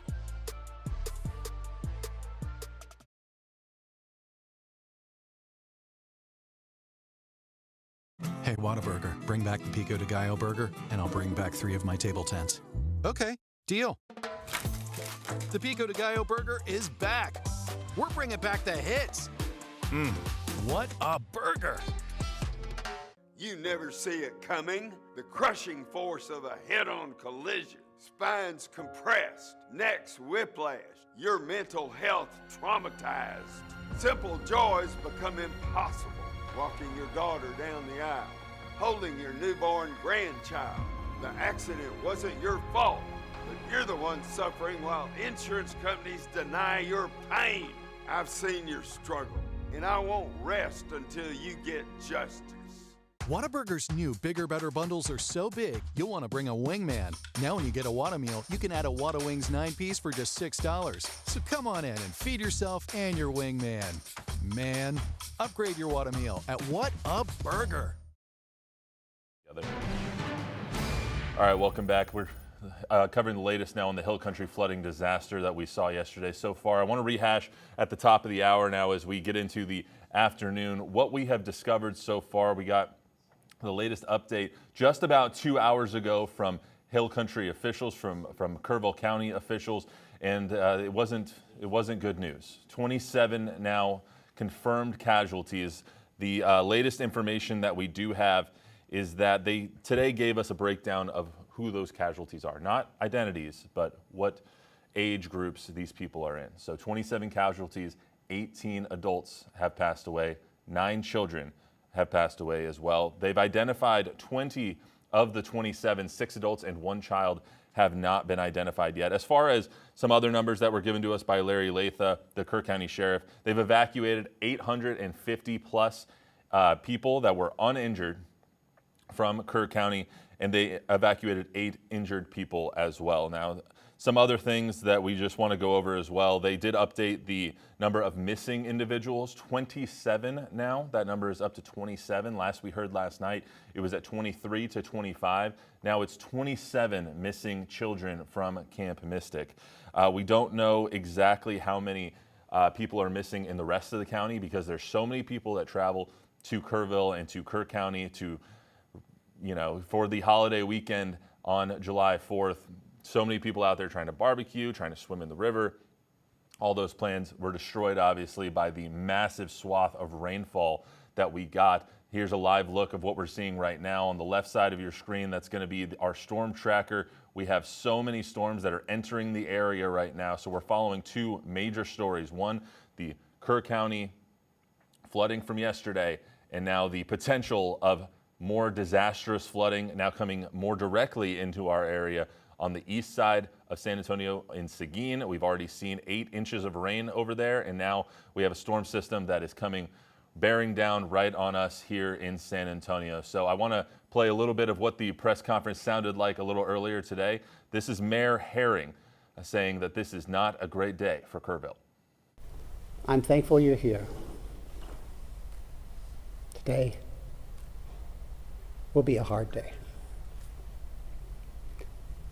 Please pray for our community. Thank you. People need to know today will be a hard day. It will be a hard day. This is the message I want to share. The city of Kerrville is thankful. We have help from our city crews, from county personnel, from state agencies, and federal resources, including the Coast Guard. I have been asked how people can help. The sheriff has mentioned that a fund has been set up by the Community Foundation of the Texas Hill Country. Information about this can be found on the city's Facebook page. Trying to explain to a world that's watching this and asking questions what a flash flood looks like, where you have a 26 to 30 foot rise in the water in a matter of an hour, 4 to 6 a.m. on a holiday, and the people that are having to respond to that. I just got everybody like pause, take a breath for the recriminations and the Monday morning quarterbacking, because there's so many great people in this community that are responding and moving quickly. Lives lost, saving people, like camp directors, and I'm going to let other people name names and stuff. That's not my job here, but we know the stories of people that have been heroic in trying to make sure that the lives lost was at a minimum and trying to recover individuals. I got a call and an update this morning my kid's school, there was one of their schoolmates was missing, and was one of the kids. She was on a mattress for 2 or 3 hours in the middle of the night, and you know, she's united with her mom, and that's wonderful. And those are the kind of blessings that we should be celebrating, while we're also mourning the loss of life as we identify those that didn't make it.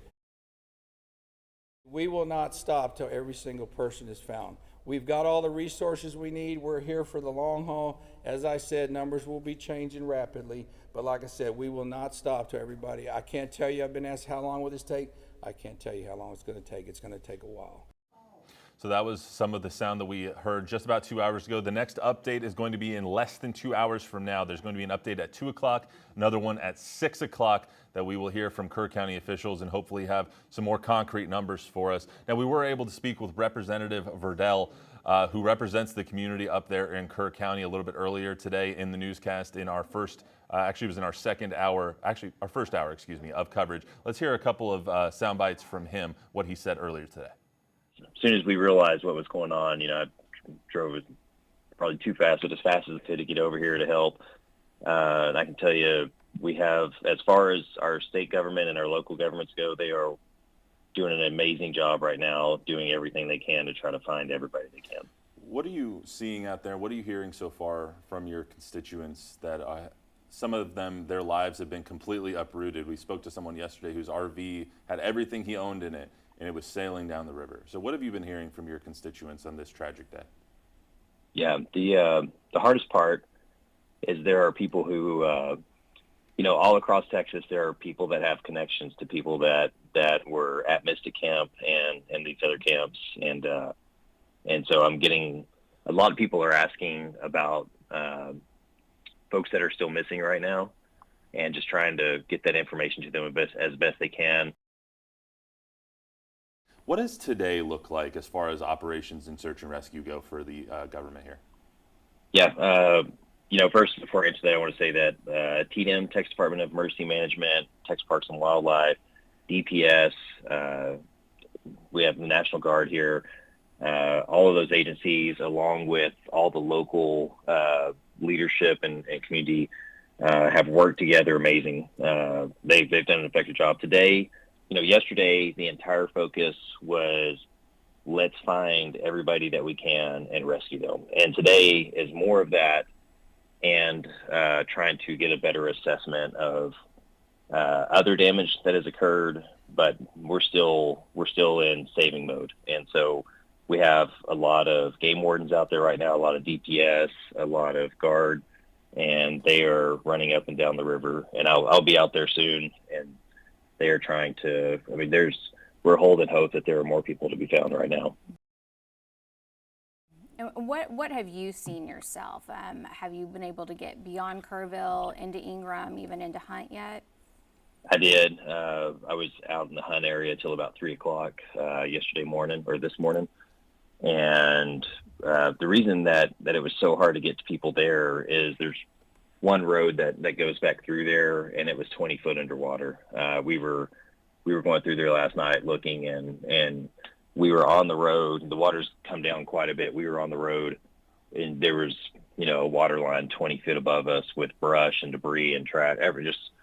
There's a store that's very well known in Hunt, Texas called Hunt Store. Yes, sir. And I've been going there for a long time. Used to ride my motorcycle to there, and you know, and relax there. And that has been completely washed out. There's still some of the building structure there, but that building is totaled. That's how high the water was. There's houses that you thought would be safe, and they have massive damage to those houses right now through that area. Do you have any update on how the search and rescues went overnight, and if any new information for our viewers and for people in your district? I know they were going on through the night. Like I said, we were out there till 3, and there were still PD out there and highway patrol. And I asked one of the officers out there. At the time they were looking through a house to see if there was anybody in there, and I had asked him if he had personally found anybody or helped recover, and he had. And so we're holding hope that we're going to find more people alive today. And my brother, who is law enforcement for Kerrville, I was with him some last night too, and he had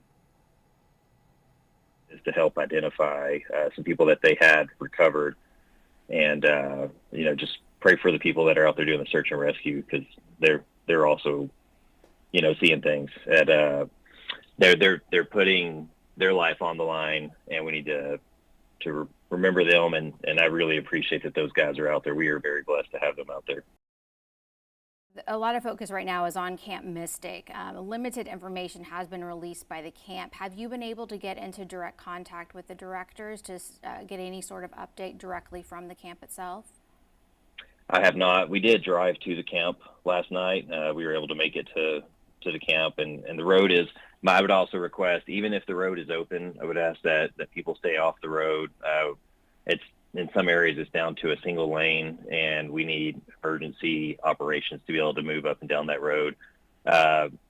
It's pretty devastating damage in that area. I know they were able to rescue a lot of people out of that camp, but there's still, I believe, are 23 that were unaccounted for. And at the time, names are not being released, and total numbers, I'm not sure what they are. I haven't checked in this morning yet. I'll go and check on that.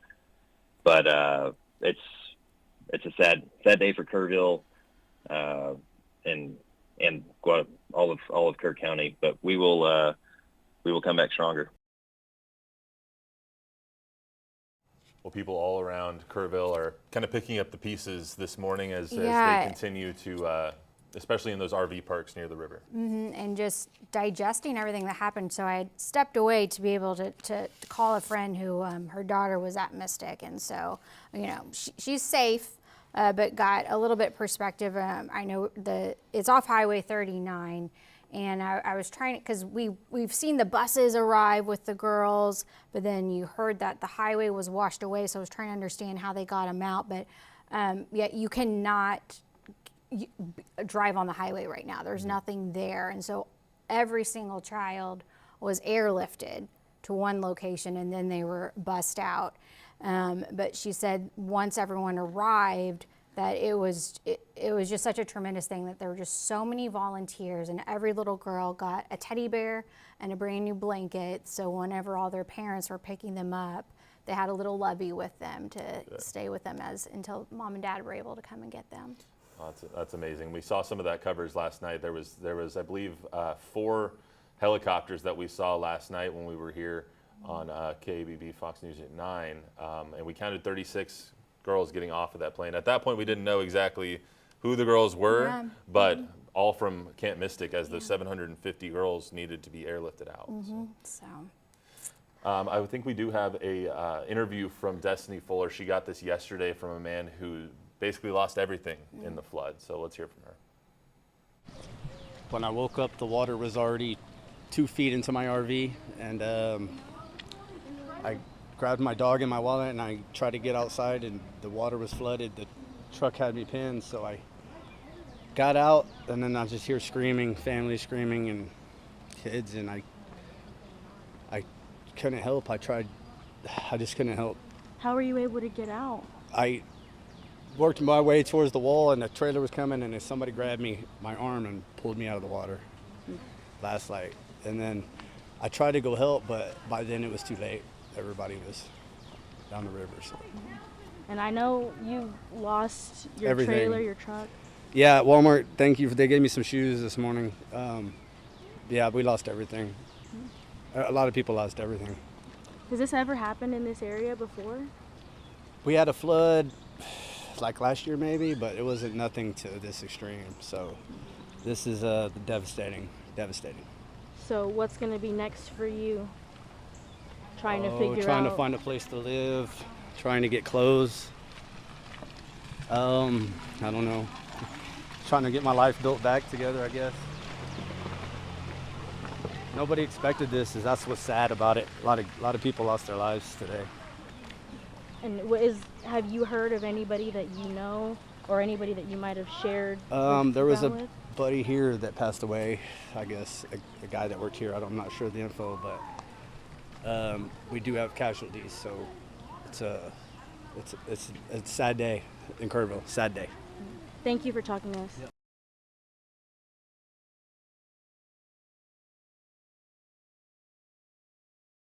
Hey, Whataburger, bring back the Pico de Gallo burger, and I'll bring back 3 of my table tents. Okay, deal.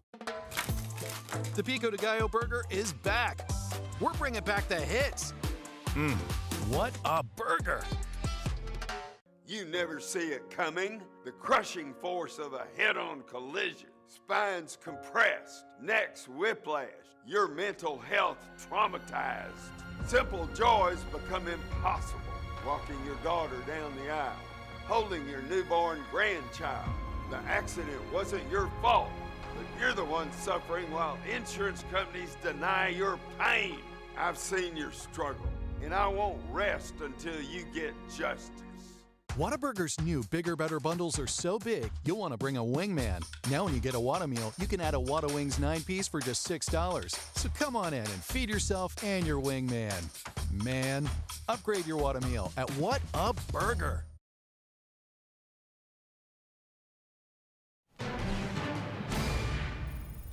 Okay, continuing coverage now of what was the flooding and the disaster to now the current flooding that we have ongoing right now. We have our crews out, and meteorologist Joe DiCarlo, we see you there, and I see that you got some rain, my friend. Where is this?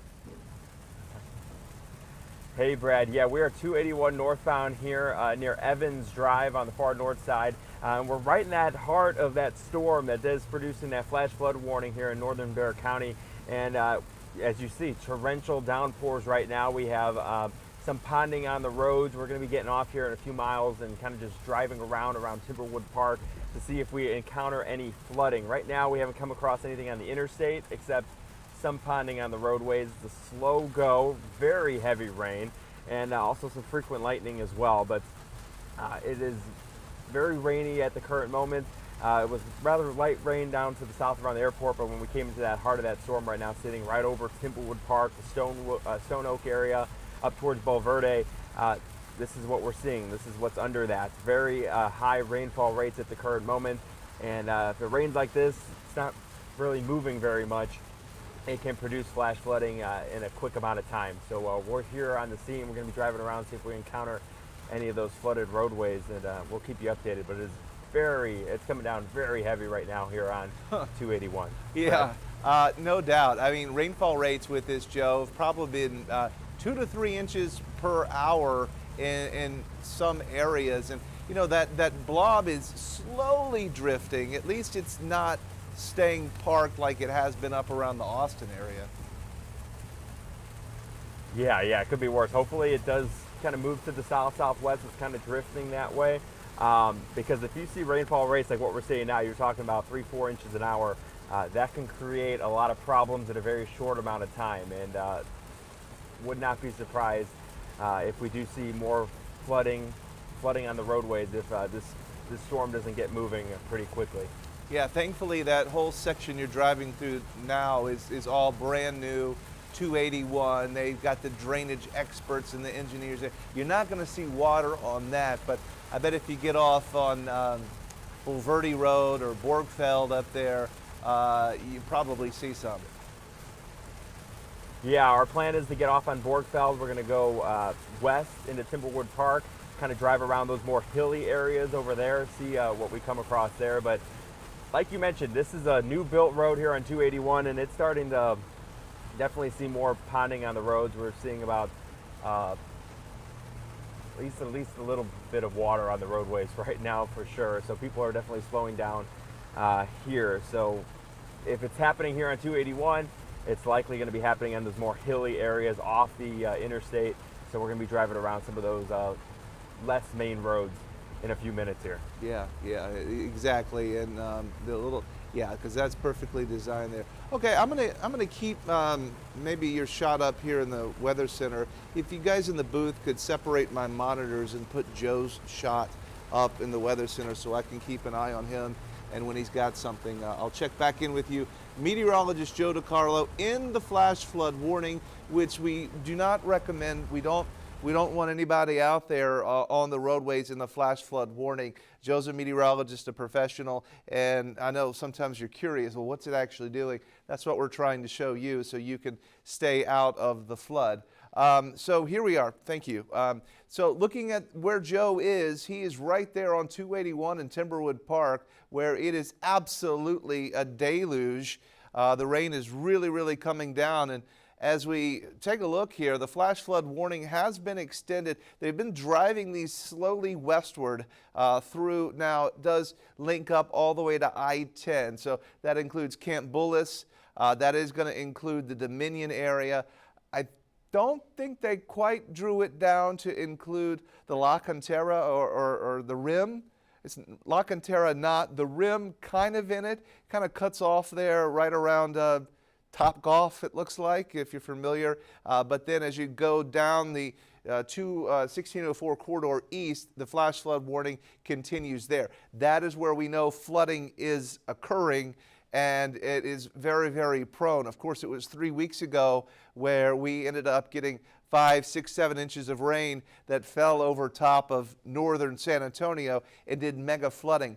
Thankfully, what I'm seeing right now, I'm seeing less dark reds, okay, in the prone flooding areas of San Antonio, and more of the yellows. And that area in northern Bexar County also shrinking a little bit and looking a little bit less intense with some of the hardcore rain there. Different story though once you make your way up towards the Austin area. I was looking at this a little earlier, and let me put in a 4-hour loop here in the Austin area. Watch how that precipitation there actually looks like it's kind of filling in and not moving at all. So at least ours is drifting into San Antonio and starting to fizzle out quite a bit. It is going to lead to some problems. It already is. As far as rain total estimates go, I can show you some of this. And in and across northern Bexar County, looks like once we get up towards the Timberwood Park area, we can estimate probably upwards of about 2 to 3 inches of rain has fallen. And then near New Braunfels, and not far from Canyon Lake, you got 5, 6, and 7 inches of rain. And then just to the east of Seguin, just today, you've had upwards of 7, maybe 8 inches of rain. But the biggest concerns have been what has happened there in and around the, well, Bastrop area and Burnet, Texas. And I need to make sure that I have my observation layers. Yeah, back to, we'll go with 24 hours here, 24 hours of rainfall. And you can see that some of these areas, 16, 17 inches of rain. Let's go back over to meteorologist Joe DiCarlo. I know, Joe, you're on your speakerphone there. Looks like you've gotten off.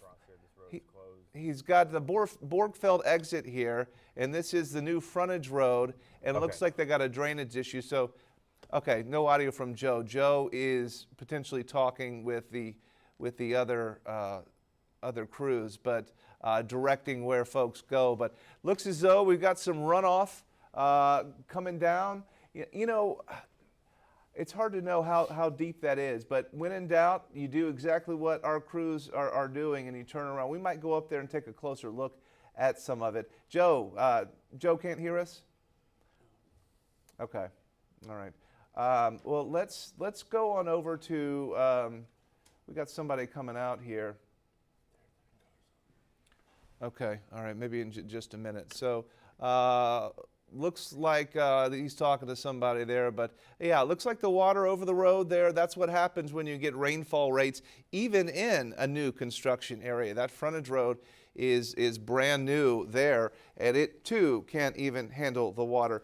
Back over to radar, want to show you that, yeah, we're on 281. It is slowly drifting southward towards 1604 now. Towards 1604, it is slowly making its way. But thankfully, I do see some indications that this hardcore rain might be starting to weaken just a little bit. So just a little bit, seeing some of that.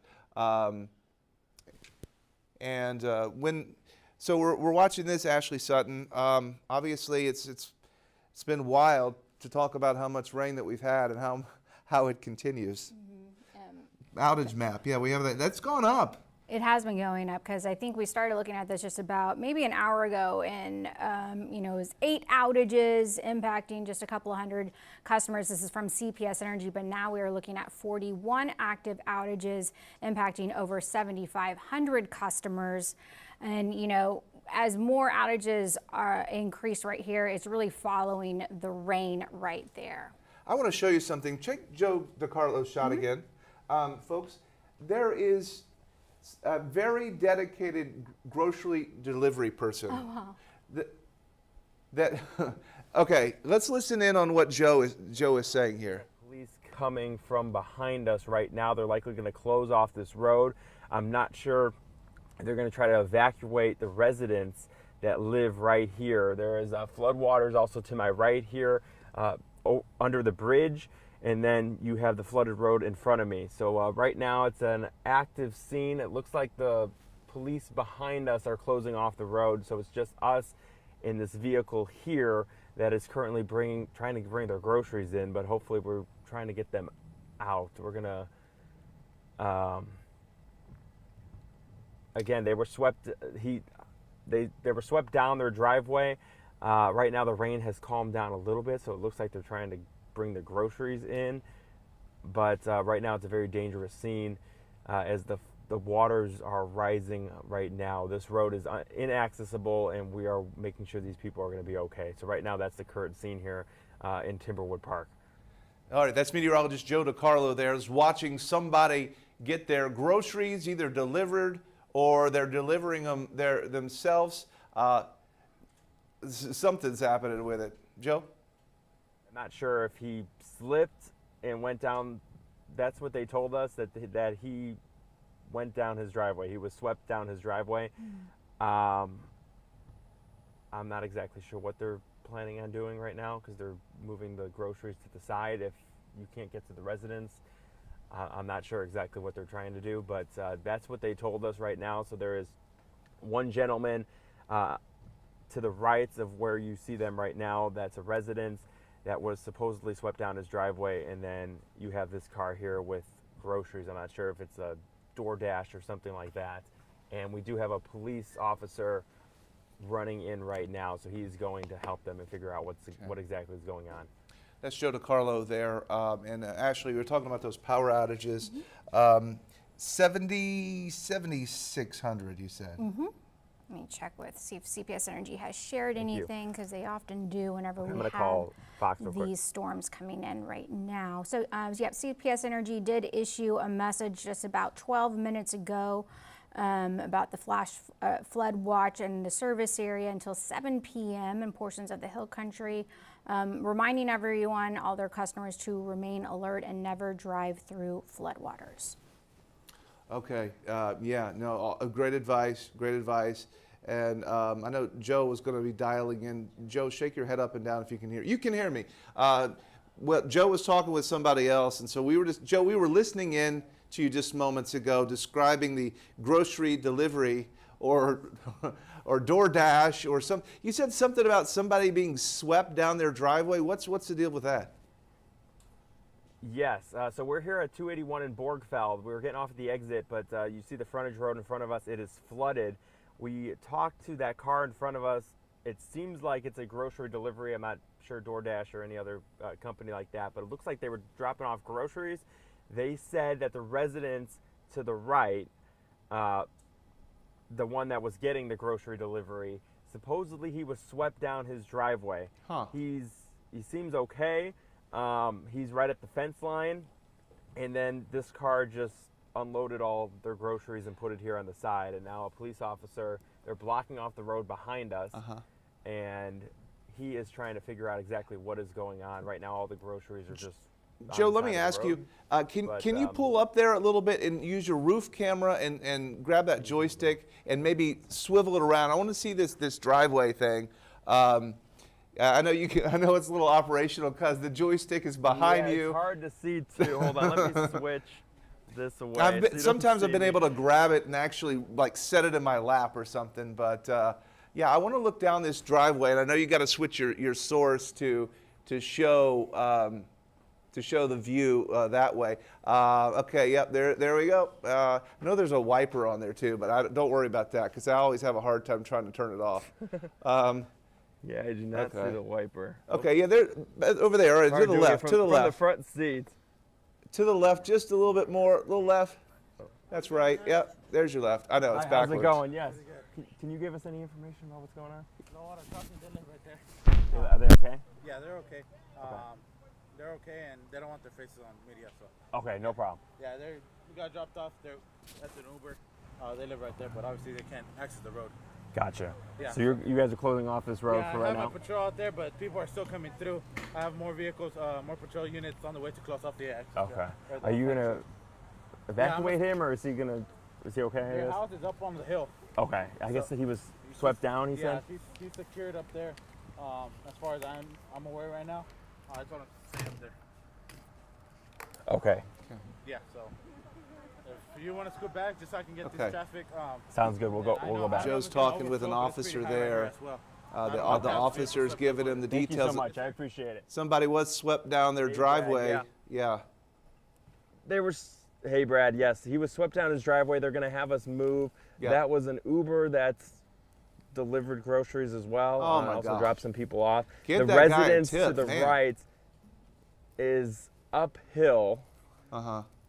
So they said he's okay. They are worried about the water rising here on the bridge that we're on. So they want us to back up. Well, the good news is, Joe, the rain has stopped there. So with that water that's in the road, I imagine that's only going to take just a few short minutes to drain out. I do remember there have been problems in that area before with runoff. And I don't think you're near an active stream. That's probably just a lot of highway runoff there. But I see you guys backing out of there. We also have, let's see, David Mendoza is back on 281. It's just south of you, Joe. He actually was able to film the cop that was closing off the highway there. And David, you're back in the thick of some of this heavy rain, huh? Hey, I'm on 281 South, just a little bit below where Joe DiCarlo was. I actually pulled past him. I saw that scene, turned around, and was like, oh, Joe's already there. So I continued southbound. I'm kind of following this storm coming in from the north. I had the chance to drive completely through it. It seemed very quick from about TPC up to Bulverde, and it was over with in a flash. But now that I come back down south, it seems like it's moving a little slower and just dumping rain. This storm is dumping a lot of rain. When I was initially driving through it, I told myself, yeah, this is flash flooding. I do believe Joe is actually by a stream, Cibolo Creek. I drove by the sign. I could be wrong about that. Don't quote me. But I had the chance to look down into this creek, and the water seems to be rushing down there. But I'm going to continue to follow the storm. Hopefully it doesn't impact our roadways excessively. I'll let you know. Back to you. Okay. Yeah, you are right. Cibolo Creek is pretty close by in that area.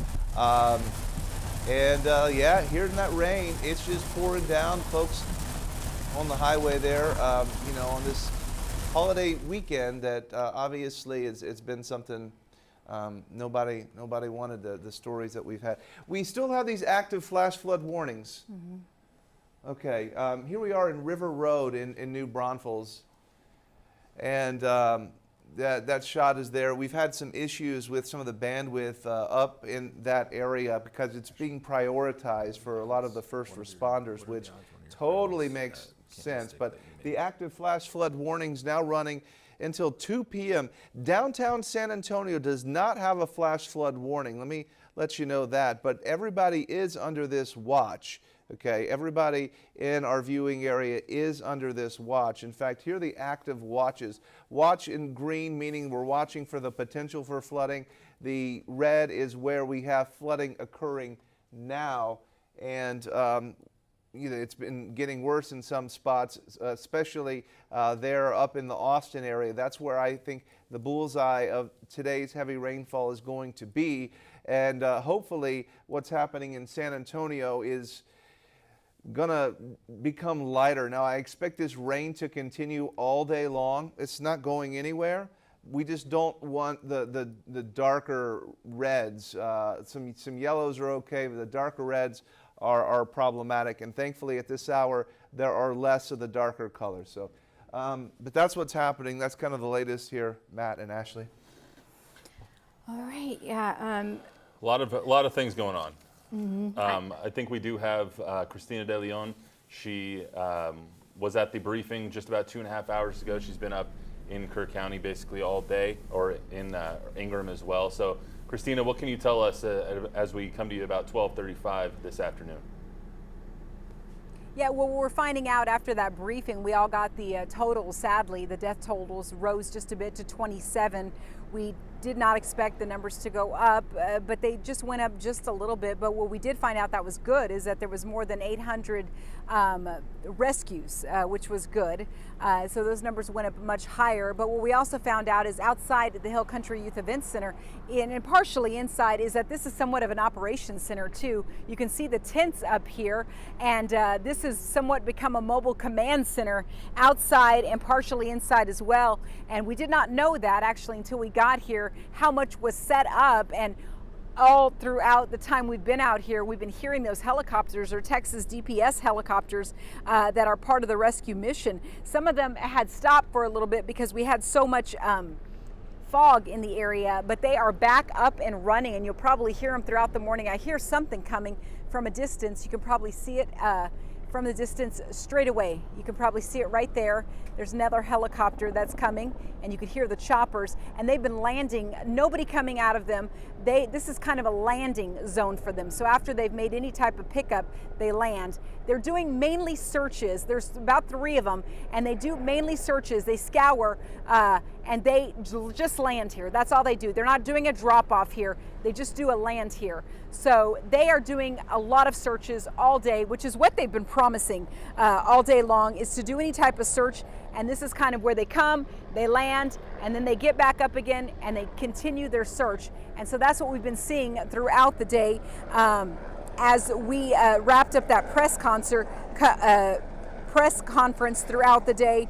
Other things that we noted from the press conference is more than 850 people were uninjured and evacuated. 8 people were injured, 27 bodies recovered. Of those 27, 18 were adults, 9 were children. 6 adults were unidentified, 1 was a child, and sadly, we do know that 27 people were from that Camp Mystic. 27, not all necessarily little girls. Some might have been camp counselors, other adults associated with that camp. So those are the numbers right now. But yeah, basically, we also heard from the mayor of Kerrville, who has been very, very profound and heartfelt. And here's what he had to say today. Listen. People need to know today will be a hard day. It will be a hard day. This is the message.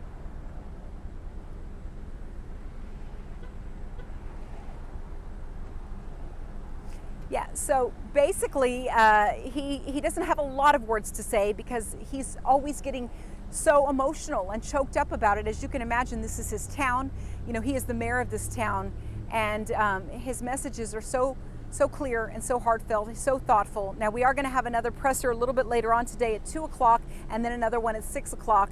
The governor, Greg Abbott, is also going to be here at 2:30, along with U.S. State Senator John Cornyn. Chip Roy will also be speaking as well. And of course, we're going to have a lot more on that on air and online at foxsanantonio.com. So be sure to stick around for those messages as well. Hopefully, we will get some more real numbers and real information as far as confirmations on what they have found, but you can see these searches are going on as another operation command has been set up right outside this event center here in Kerrville. And as soon as we get those updates, we will bring them to you as well. Reporting live in Kerrville, I'm Cristina De Leon, Fox SA. We will send it back to you. Thank you, Cristina. Yeah, because the latest numbers that they gave, they had said that it was everything as of 8:55 this morning, but it continues to be a rapidly changing situation. Also because the storms are still here. It is just, it's so hard to believe or hard to understand the amount of rain that has already fallen. And then that same storm system is still hovering over our area. So we have a live picture from road cam right here, as well as on the lower right side. I believe that's the view from Kerrville. That is normally a city park, but it is largely underwater still at this time. And now the concerning areas, it's all shifting. Brad's been very concerned about the Austin area, but of course we are Northeast Bexar County, New Braunfels. We are also under flash flood warnings as well into later today. Yeah, up in Austin, they were seeing, I think Brad showed about 16, 17 inches in that Lake Travis area. Wow.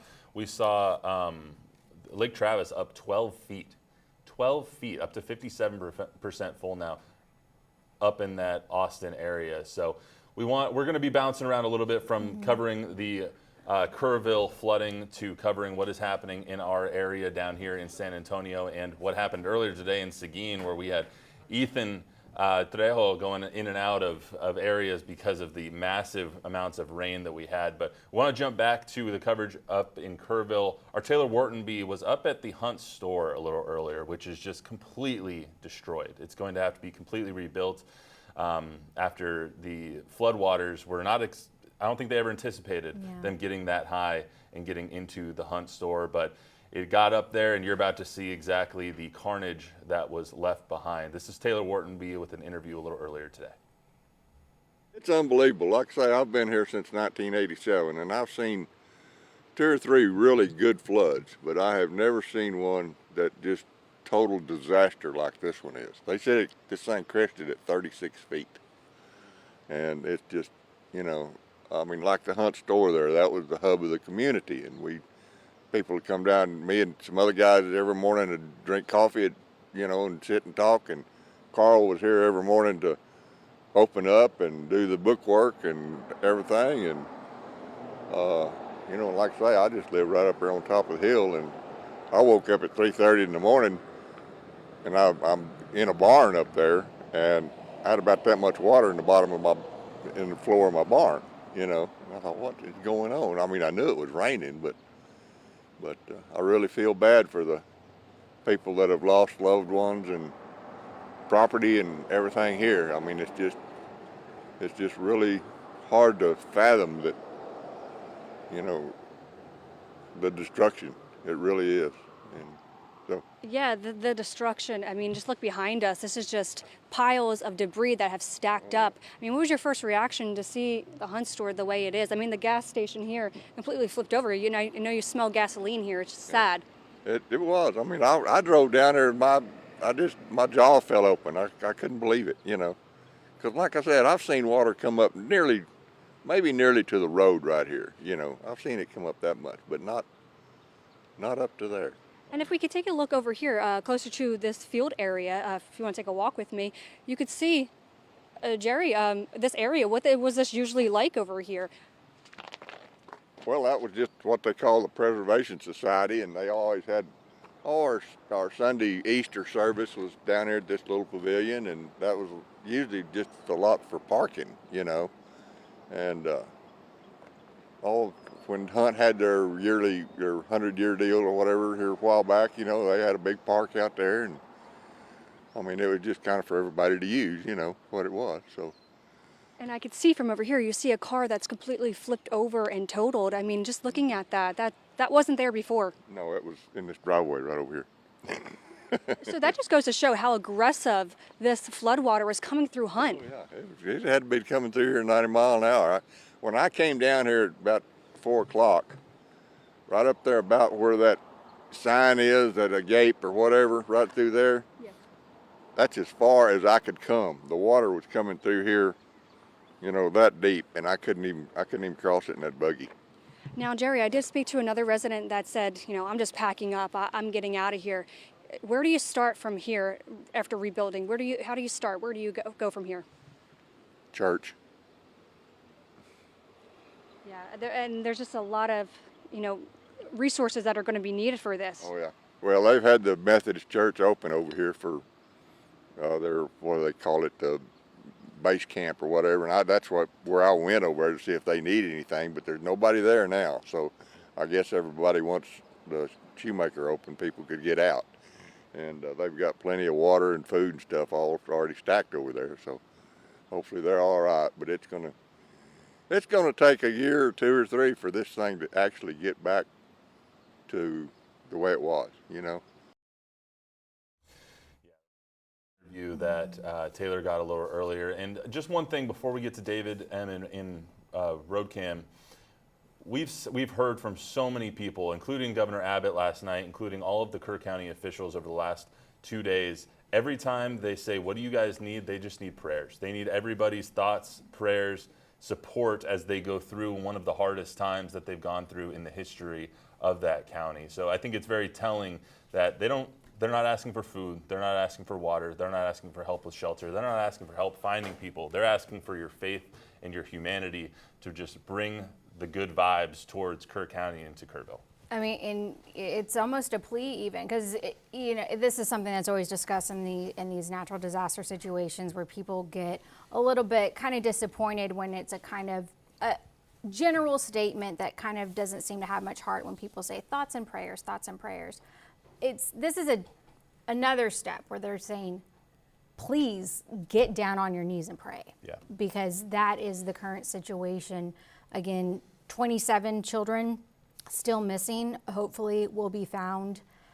Clinging to trees is one of the areas that they are focusing their searches right now. It's just because, and we've heard from so many adults, but there are literally hundreds of children who have just survived flooding that we still haven't even been able to see yet. Yeah, 850 people rescued so far, uninjured, which is remarkable in and of itself. 8 people rescued that have been injured. I mean, we're still waiting the latest update on the numbers. These are almost 4 hours old now, but you so often with these natural disaster situations or any situation see thoughts and prayers, thoughts and prayers, thoughts and prayers.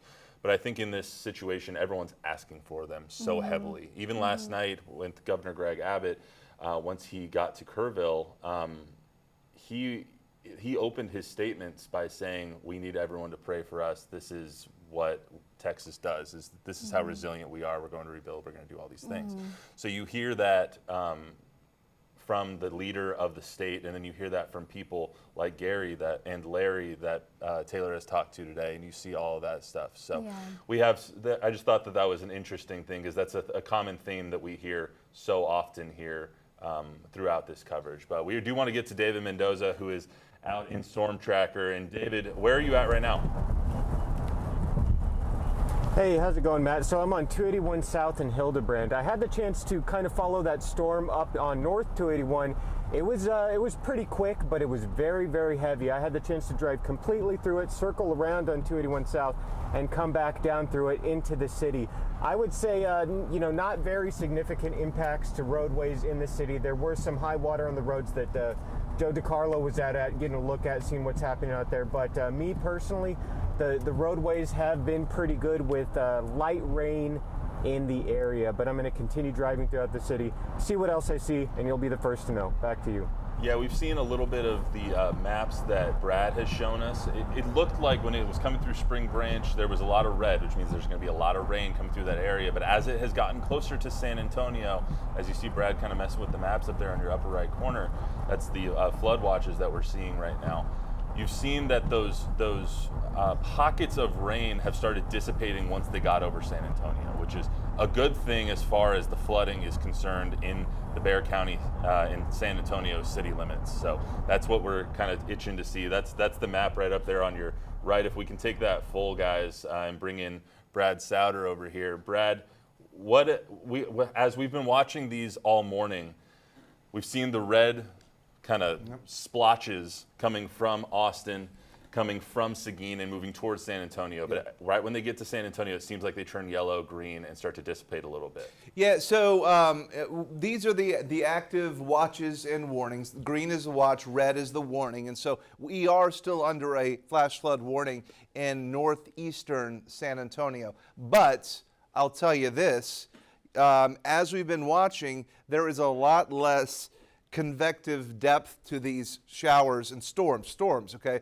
A lot of lightning. I mean, there are 8,000 customers in the dark and one large commercial building fire right now, likely likely from lightning. There aren't too many people working on a holiday weekend, so a fire at a structure probably was from the lightning. Obviously, the fire crews will be able to tell for sure. But we are seeing some moderate rainfall, but not nearly the intensity that it was, say, just a few minutes ago. I was really, really worried that we were going to have a devastating, life-threatening flood in San Antonio, and rightfully so. And here's the issue with that. I couldn't tell you, so I'll back it up and show you what I'm talking about. You see these, I looped it just one time. All right. I ran it one time rather than continuing. Come on, continue, loop continuously. All right, here. So what we saw was the dark colors coming into San Antonio, and recently they sit over the same area for 3 and 4 hours and drop 10, 12, 15 inches of rain. That's what happened in Kerrville. That's what happened just west of Austin. And I couldn't tell you, even up into that point, whether or not this was going to come in and do the same thing. So when you say, why were people along the river, why weren't they evacuated? Well, we didn't evacuate anybody in San Antonio just now because we didn't know if it was going to be that bad. Could it have been? Yeah, we have the type of air mass, the type of environment that is conducive to drop 10 inches of rain in a metro area in 2 or 3 hours' time. So it's frustrating to know that bad things can happen, but you just don't always know where they're going to happen when it comes to a situation like this. The way you want to treat it is if you're trying to go camping or you're trying to be along a stream when there is a flood watch, you don't want to do that. And sadly, the reminder of the updates, the press conferences we have that are just getting more and more heartbreaking as we go through this event. And, you know, everybody wants to try to blame something or someone, blame the weather. The weather caused this. We learn, unfortunately, a lot, but this is Flash Flood Alley, and we were reminded, unfortunately, every so many years that this can happen here, and it does. So the rainfall totals just for today, yeah, 8 inches near Seguin. It's been a lot more up to the north. Kerrville, thank God there hasn't been any more rain up there today. Kerrville, though, is still under the gun for some wet weather, I know we do have that one shot there that they've got some cars blocked off. The police are blocking off that road. Whose shot is that, Josh? That's up in the hill country. I'm not sure which remote that is, or if Josh is still in the booth or not. Vivian, hi Vivian. Vivian, can you take that one live view shot there? It's got the police officers blocking the roadway there. And then whose is that? Ethan. Okay, that's Ethan Trejo. Okay. So that's the road that they closed off. And so New Braunfels closure. Okay, so that looks extra precautionary. You know, the water obviously doesn't look that deep, but the police there say, no, you know, don't drive through it. And we're all more on our edges right now because of what has happened. I mean, sure, it does look like a puddle, and we'll be able to watch this rescue operator splash through, but I also don't know what's happening up the road or where this guy is going, because at this point, that is just a puddle, and maybe it was something far more significant just a little bit ago. But obviously, he's still responding in code 3 to a situation. Matt? That's River Road. So they tried to close down River Road just a little bit earlier. We saw on their Facebook page up in New Braunfels. They said if you live near the river, don't wait for conditions to worsen. Move to higher ground now. Stay tuned, Bob, and whatnot after that. But that was at about 11:15. They closed down River Road, and that's where Ethan is now. Okay, so most likely that water was far deeper just a little bit ago. And it kind of makes me wonder how that car right there is now on the other side of the barrier, and the police are probably wondering the same thing. That car that's parked there, because it looks like the road's shut down. But hopefully the water's going down. It kind of looks like it is at this point. The heavy rainfall in San Antonio, there's still pockets of it, but it is not nearly like it was. Do we have Ethan Trejo available? Is he? He's not currently available. Okay. So we've got some minor flooding in spots. I guarantee you there are other areas that have it worse than that. As far as any water rescues go, a lot of times we're able to see if there are any, and I do not have any reported water rescues. Bearflood.org, I don't know if you guys want to run that through Scan Converter or not. We can kind of see what Bear Flood is showing right now, if there are any road closures or waterways. But I think we're doing a lot better here than what could have been just a little while ago. I was really freaked out when I saw the same core of rainfall just to our east that dropped 7 inches of rain in Seguin, headed for San Antonio. It's like, how do you? It's the chaos theory of where these whack-a-mole showers develop. And that's the way it's been the last few days. We're all broad brushed with a flash flood watch. We're not nearly done with this yet. This stubborn low is going to stick around into tomorrow, it looks, you guys. Yeah, Brad, you said you're feeling a little bit more optimistic, a little bit more hopeful than we were maybe an hour ago. I think we're looking for any hope, right? Yeah. I mean, after what we've seen over the past 36 hours or so, do you think that maybe the worst, I mean, I don't want you to look into a crystal ball if we don't know. I know we said we're now casting because the future casts might not have been as accurate as we could have wanted, but do you think that maybe the worst of the system has passed, is behind? You know, it's hard to think that it could get any worse than it already has, right? We haven't heard much. I haven't seen a lot of. I haven't had time to see what really happened west of Austin last night. But I do know the Colorado River is cresting at levels 90 years in the last 90 years, and I haven't had time to look for video or pictures of that because we're covering this. That's not good. That's not good. And that's making this more of a latewide disaster. We know the governor is going to be in Kerrville. He's probably going to be traveling back up there to Burnett, to Llano, to the Colorado River area, because that's going to be another disaster area. It's like these are also hyper-local, right? It's not like a hurricane where you're like, oh, we got it all back. It's boom over here, boom over here. It's kind of like a tornado flood, if you will. Yeah, it's also dizzying because so we've been on the air now since 7 a.m. We're approaching 1 p.m. Haven't stopped really for more than 3 minutes at a time. And seems like longer. And it's hard, you know, you've seen us. We get to these points where we don't really know what to say. And it's both a combination of there's so much, but also we've already feel like we have said everything, but then you can't concentrate because there is so much. Like, where do we go next? Yeah, and you know, there's so much more that we don't know at this point. Yeah. And you just get little pieces of information, little packets that you're downloading and coming through. Looks like they're opening that road back up because, again, we just saw a second ago that or somebody's getting pulled over for going around a barrier. That may also be the... It looks like they're pushing him out of the way. Yeah, they got stalled. Okay, I see there. Okay. Looks like they're... Yeah. Yeah, it looked like they were just pushing him because he got stuck. Is Ethan still unavailable? Okay, all right. He's a busy guy. He's doing lots of different things. We have multiple... do we have David Mendoza? I see him in road cam there. Where can we pull him up here and see some sprinkles? Yeah. What he is seeing so far, or is Joe DiCarlo available? Either one of them? Yeah, there's David Mendoza's shot right now. He's kind of in town. Little bit of light rain happening, yeah, I mean, we still have these flash flood warnings. I don't know if they're going to expire them early. Probably not.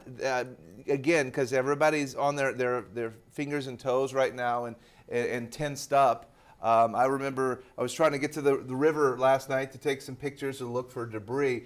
And I've never spoken to so many different law enforcement just about like, hey, we're closing the river. I was like, wow, okay. Good thing. I love them for it. Love them for it. But we're all nervous, about our waterways. Yeah. I mean, this is going to sound like a stupid question, but I'm going to ask it anyway. How much water is too much water? Obviously, we've had too much water in certain spurts in certain amount of time, but we have so many reservoirs that need to be filled up. Like the Canyon Lake needed to be filled up. We look at Edwards Aquifer. We look at all these places that were so low, Medina Lake, all these places that needed more water. Yep. When all this is passed, obviously we have deaths that we need to worry about, people that are missing that we're worried about right now. When all this is passed, do you think that those Canyon Lake levels, the lake levels that we've seen for so long, are going to be at a better point. Oh, no doubt. I mean, the lake is going to respond to this significantly. I noticed this morning it was up a few feet, and the water was just now getting into Canyon Lake along with all of the debris, which they have to sort all of that out, and going to make boating very dangerous. They'll probably have to even close the lake to remove some of that. But if there was a flood of this magnitude, it is no better to have when your lake is less than half full, because that's what lakes or dams are designed to do, are to prevent floods. And obviously this flood would have gone all the way downstream and kept on going, but Canyon Lake is there to stop it, and you harness the electricity and make water sports out of it. But it's an improvement. It's so hard to focus on, you know, the selfish nature of we need the water when what has happened. Yeah, it's tough to separate the two. Can we pull up that bottom right, bottom right live picture right there? Is that Kerr right there? Yeah, that we're seeing? That's Kerrville right now. That's our weather camera. Yeah, in let's Kerrville. take that fold. And I can maybe zoom in a little bit and show you, because it's been a little bit since I've shown you this. Yeah, let's take a look at that pavilion that you were showing us a little earlier that got completely destroyed by the flooding. Yeah, the water's gone way down, and there were multiple pavilions there that are no longer there at all.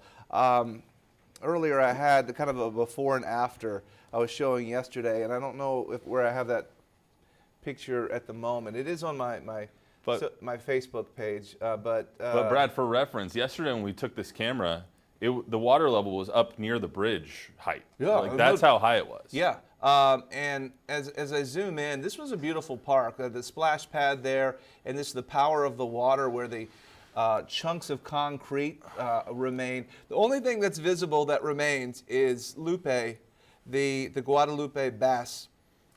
And I probably just because of the way it's designed, you know, the water is going downstream, and the pointy part of the bass would have been pointing into the direction of the flow. So it just so happenstance that was what saved that structure most likely. But yeah, all the trees that are ripped and gone. There were trees through here. They're just ripped out. Even the concrete damage down here.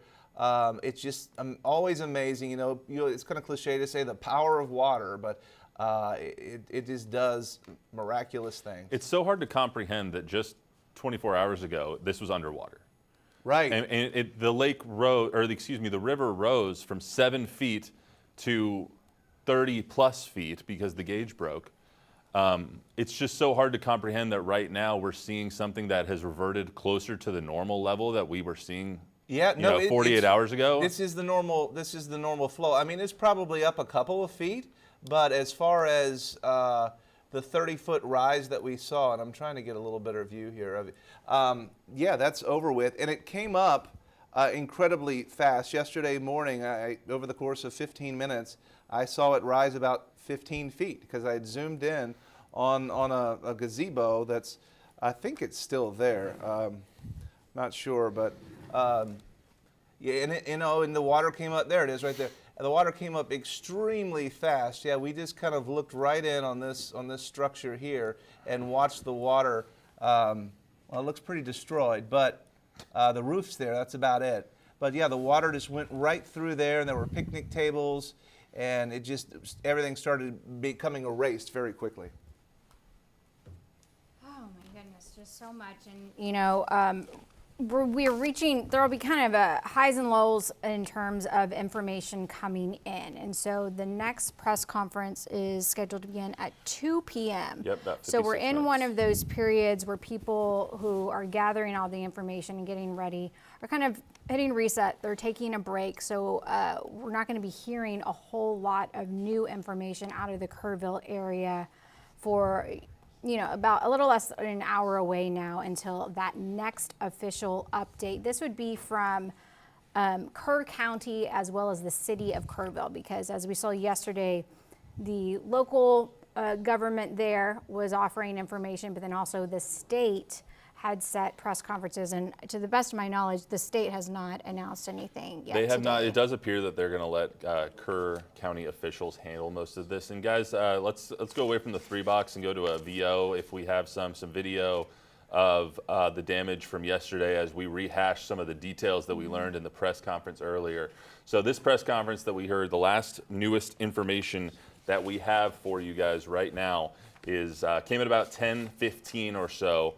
And I'll just read some of the details that Larry Latha, the Kerr County Sheriff, gave us. They evacuated about 850 plus uninjured people, about 8 injured people over the last 24 hours. They did upgrade the fatality count. There is now, as you see at the bottom of your screen, 27 confirmed dead in the flooding. They also upped the missing people count to 27. Last night when we heard from Governor Greg Abbott and company, it was 23 to 25 people were missing. Yes, specific to Camp Mystic. We don't know exactly the number of people missing from the rest of the county because there were so many people in there that were coming just for the 4th of July holiday and whatnot. So we don't know exactly how many people are missing. They don't want to give us a number because they don't want it to be grossly inaccurate. So I'm going to rehash a couple of these numbers, then we'll get over to David Mendoza over in Storm Tracker. So the biggest number that I think we got today was they gave us more specifics on who has died. And I think that was, honestly, it was emotional for all of us to hear exactly what happened as well. 27 people have died, 18 of them adults. So far, 9 children have passed away. 6 adults have been unidentified so far, and 1 child still goes unidentified at this point. So from what we understand, most of the kids from Camp Mystic have been evacuated via helivac. We heard that a little bit earlier from the Kerr County Fire Department Assistant Fire Chief. We heard that in an interview from Taylor Whartonby up there. So we have some details, and it's getting slowly but surely a little bit better. Yeah. But we hope that when we hear from Kerr County officials at 2 o'clock, that death count stays exactly at 27 and doesn't go anywhere near where it could. And everyone just wants to know that these little girls are okay, and you want to know the latest information. And it's a bit of a dance because also, you know, it's part of our job, but you don't want to be invasive. And the heartbreak that a lot of parents are in right now, you got to give everyone a little bit of time to just have time to themselves. So we're trying to be respectful of that as well. I know we're going to get to David, but I do want to ask Ashley, and I haven't asked you yet in the 6 hours we've been on, but as a mom and as someone who went to Camp Mystic as a kid, how do you handle something like this? How would you be handling a situation in this scenario? Well, you know, I just spoke with a friend whose little girl was at camp, so she's safe. She was evacuated, and she was kind of giving me a little play-by-play of it. And I think one thing to remember is that we forget a lot about kids is how strong they are. In a lot of ways, they're stronger than adults because, I mean, her little girl just finished the 4th grade, and you know, she was just recalling that she remembers the lightning, waking up around midnight and couldn't go back to sleep, and then at one point just hears people yelling, and it's just a mass amount of children all instinctively running to higher ground. You know, I mean, this isn't really a skill set that they were told to do. I don't ever recall going to summer camp and getting a little, you know, kind of like when you are on an airplane, you know exactly what to do in the event of emergency. It's not something that is really discussed, because also where the cabins are, the water would never get anywhere close. It is, you cannot understand how high the water got. And you know, their counselors are also essentially kids themselves. I mean, starting about you're 17, 18 years old. How old were you when you were a counselor there? First year, I just graduated from high school. So yeah, 19. Yeah, and so that's who's, you know, and you love those little girls so much. They are so special to you, and you are going to make sure that you're going to take care of them just as their parents would. As we said, we have 2 breaking news developments that are going through right now. One up in Kerr County, and we'll leave that alone here for a second. We are going to get a press briefing in about 51 minutes. We want to take David Mendoza in the Storm Tracker. He is driving around showing us the latest of what is happening outside. We've heard from Brad all morning long that there is another storm coming in from the north and from the east side. So you see the storm a tracker over there on your left, and you see the latest map up there on your upper right-hand side. So, David, what are you seeing right now? Is it lightening up at all? Hey Matt, so right now I'm on 10 West headed towards 1604. You know, the skies in front of me are pretty bright right now. Moments ago when I was on 281 North heading up to Bulverde, very dark skies, very heavy rain. I was able to make my way through that storm fairly quickly. Going to the southbound lanes, following it back into the city, it seemed to dissipate a little bit and lessen in intensity. I didn't really see too many road impacts in that area. Over here where I'm at right now, it's just a normal rainy day, I would say. Not too many impacts on the roads. I haven't seen any major accidents, any major delays inside the city. So I'll keep you updated, continue throughout the city, and let you know what else I see. Back to you. Thank you, David. Yeah, so we continue to monitor the storms that remain in our area, but also we are hearing that we can now speak with Taylor Whartonby, who has been out in Hunt for most of the morning. She's been at the Hunt store, and she's able to get a little bit closer to Camp Mystic. There's about a 5-6 mile difference between those two locations. And Taylor, as you took also, if you have any questions that I can help you out with, so I'm familiar with the area, but give us an idea of where you're at. Are you able to see the camp entrance at this point, or are you still a little bit away from there? So like you mentioned, we were at the Hunt store. We traveled up here. Getting to this area, we were held up with a lot of traffic. It's a very tough area to get into just because it's just 2 lanes. So a lot of backups, and also just with the 2 lanes, you have a lot of debris that's still up here from the floodwaters that they experienced. There's a lot of destruction here from the floodwaters. You know, I've seen mattresses up in trees, blankets. I've seen multiple things just clinging onto the branches. So we did travel up here. This is as far as we could get to Camp Mystic, which is right behind me. As you can see, the Guadalupe River. We went a little further and we were met with first responders, but again, we couldn't get any further than that. They are up there, not less than a mile, I would say. They were up there. We've seen some helicopters above us that were flying. There's also a drone. Again, if you take a look, you can see Camp Mystic right in ahead. That one building really stands out. The whole front is completely missing. You know, we've seen some people walking around in that area. Again, there's some debris that we're seeing. But also, I want to mention that I've seen a lot of people just walking through here with their orange vest, doing some searches. We also seen some more first responders down further. Looks like they had some canine dogs as well. So a lot going on over here. Again, we are seeing first responders. I want to mention again, like that helicopter that was surfacing in this area. Again, and this is as far as that we could get to Camp Mystic, where over 20 girls are unaccounted for at this time. And you know, Taylor, normally I had to get on my chair to take a closer look. Normally you wouldn't be able to see the camp. There are thick trees and other shrubbery that as you're driving by, you would not be able to see those cabins. And so all of that is washed away, that it's kind of surprising even just to be able to look into the camp right now. So this is the area. So the cabins are going to be in 2 different locations. The older campers are up high on a hill. So this is the area that's referred to as the flats. It's not really that flat. It's still raised up. So that's where all the younger campers are, and these would be the cabins of the girls who are unaccounted for. That's what they came from. This tight shot right here is called Harrison Hall, and this is the big dining room, massive. You know, enough space for 300, 400 people to be able to eat 3 meals a day going there, and so that is kind of built up almost as on a bluff away from the river. And again, it's not like, when you think of, I don't know, riverfront property, you think of maybe 50 yards away or something like that. I mean, that one giant building, Harrison Hall, is at least 100, 150 yards away maybe from the river. And another thing that, in terms of the water dangers, as we continue to look at this live picture, our first look outside of Camp Mystic, is in addition to having the Guadalupe River run through the camp, there's also a creek that meets up.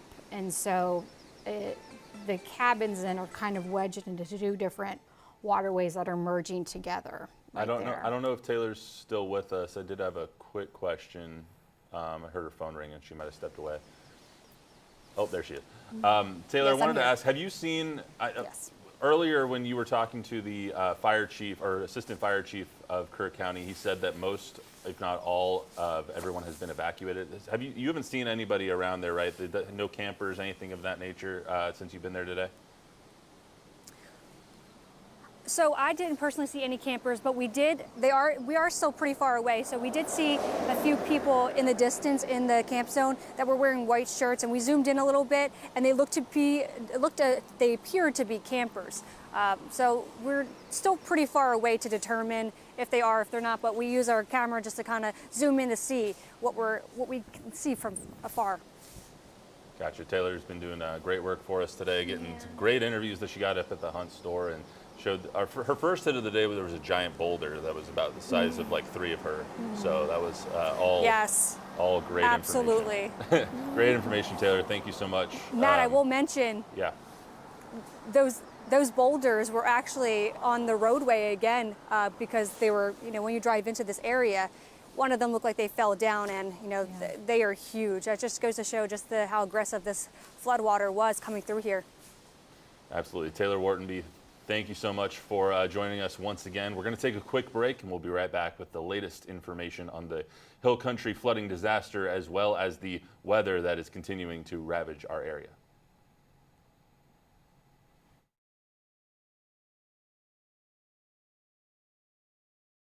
Are you pregnant and looking for a doctor for your prenatal care? Look no further. Centromed is here for you. Centromed offers women's health services including family planning, annual exams, and much more. Centromed has a dedicated team of obstetrics and gynecology physicians ready to provide quality health care. Centromed offers a clean and safe environment. Call 210-922-7000 to schedule your next appointment at Centromed.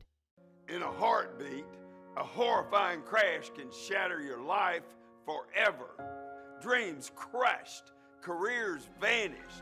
The excruciating pain never ends. Your spouse watches helplessly as medical bills destroy everything you've built. Your suffering is real. Your family deserves better. I'll fight with everything I have for you.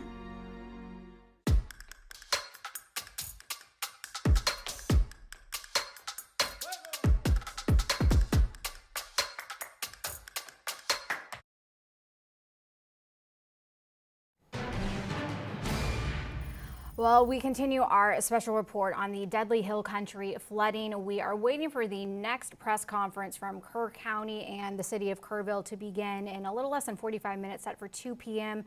We just spoke with Taylor Whartonby live, seeing our first images of Camp Mystic that has been evacuated, but the search continues for 27 children. That was the number given earlier this morning, which is a slight increase from the number that was initially released yesterday, when it was reported 23 to 25 children missing. Now, in addition to the ongoing disaster that we continue to cover in Kerr County, we also have active storms still in our area right now.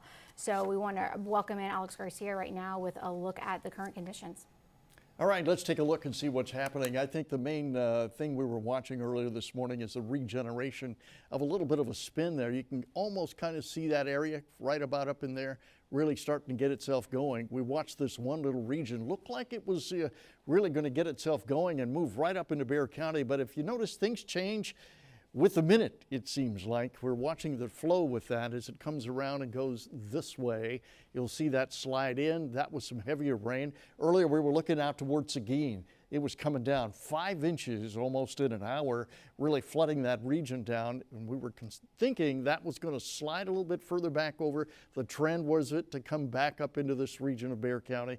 But now it seems things have changed up in the atmosphere just a little bit. It looks like we've got a little bit of a hit going on there with that radar as it comes through. You can see a little flow coming in from the east, another flow coming up. So you've got a little bit of a convergence is what we're calling that. And it's sending things off in a little bit of a stalling mode. Meanwhile, further back up to the north, this is where we're looking for some bigger rain. If you've got some friends up in the Austin area, up into Round Rock, into Burnett, this is where we're seeing some really big, heavy rain. Now, back down to Seguin. here, there's that area that we were looking at between Seguin and back over toward Belmont, 8.9 inches. Again, that's estimated from the radar. We have to get verification with rain gauges on the ground. Then you get up here near New Braunfels, and they're looking at 6.9 inches of rain. So a tremendous amount of rain falling just this morning alone. In the last 24 hours, if we look at it that way, going all the way back to 24 hours, that's 9 inches of rain out near Seguin, and out near New Braunfels, we're looking 5.7 in some spots over 24 hours, 6.7 in others. So 2 spots there where we watch this little system kind of spin up, hold up, and really create a good deal of rain. Now, if we go back 2 days, there you can see the big spots of rain that really showed up in Kerrville and, of course, Hunt being the bigger spots up toward Fredericksburg. Now, keep in mind, most of the rain now kind of backing off a little bit. We still have flash flood warnings going on. This one extending out into Timberwood Park all the way back over. That's up till about 3 o'clock. We've got another one that kind of falls short of Timberwood Park, goes back over to Schertz down. That's about 2 o'clock in the morning. Same story as we get a little bit further back out. Now, when we issue flash flood warnings, that means we've seen heavier amount of rainfall already falling within the warning zones. And so we're looking for water to come up quickly, particularly in these low water crossings. Any low water crossings that are sitting back up here in the north central, maybe northeast Bexar County, those are going to come up really fast. And those that we're good in some low water crossings moving out towards Seguin, those will come up rather quickly as well. So you got to be really careful on the roadways if you plan to drive at all. I was out there a little bit earlier, just kind of seeing what was happening on the way back into the station. And the driving is not exactly great back up in this part of Bexar County, but as you get a little further back out to the west, things kind of dry out a little bit, and it's not too bad. Our opportunities of rain are going to stay with us throughout the day. We're going to see scattered, finally widely scattered, maybe isolated storms by later this afternoon, and it kind of picks up again by Sunday afternoon, back into the scattered category, and finally settles a little bit on Monday. So it looks like we've got today and we've got tomorrow with opportunities for rain coming back for the region. Forecast models are still all over the place from the totals that we could see. But again, light to moderate rain with maybe some heavier rain back up toward the hill country, guys. We definitely are looking for an end indeed. And, you know, our sister station in Austin, they're also covering active situations in the area. You know, there are concerns up and down the I-35 corridor. So this is a live picture right now from Georgetown, Texas. And Abigail Velez is our reporter there on the scene. I'm not sure if she's able to hear us. Okay. So she is currently on a different station. So does anyone know what river this is exactly? Okay. Alex, do you know what? Is that over in Georgetown? It's Georgetown. It is in Georgetown. That's Georgetown. Okay, so the Georgetown River? Yeah, okay. that Georgetown area. Okay. I'm not sure what the name of the river is up there. Obviously, we heard from Brad all morning, they got 16, 17-ish inches up there. So, I mean, huge amounts of rain that happened up near Austin, seeing that looks a lot like what happened yesterday in Kerr County that we saw with the video that came out of Kerr. So, I'm sorry, say that one more time, Vivian. San Gabriel River. Thank you. We appreciate it. So that's what they're seeing up there. We're seeing similar situations here in Kerr County. Obviously, the water has gone down. We're still awaiting another press briefing in about 37 minutes. We should hear from Kerr County officials. Over on the left-hand side of the screen right now, you see David Mendoza driving around in the rain right now in our storm tracker. We were going to have him in chopper today, but all the rain has grounded the chopper, so we are having him in storm tracker, showing you the latest and what's going on the road right now. That is the RKI reporter up there on the upper right-hand side, and then in that bottom right-hand box, you see a live look at Kerr County. Can we take that full here, guys? Just a couple, it seems like just 24 hours ago. Oh, the reporter is ready. And this is now a live picture out of Hunt. This is along the highway that Camp Mystic is along. So these are the first live images that we are seeing of Camp Mystic finally able to reach that point, as it's been cut off since early yesterday morning right there. And now normally there would be trees and various shrubbery where you would not be able to look into the camp, but all that washed away. And we've seen some kind of movement just with people trying to pick up the pieces there, but continue to gather more information. Just arrived there maybe in the last 10 minutes or so. So Taylor Wharton be gathering some new details, and we will be joined by Taylor along with our reporter who's live in Georgetown. We saw that rushing river, so all that's still ahead, but we're going to take a break right now.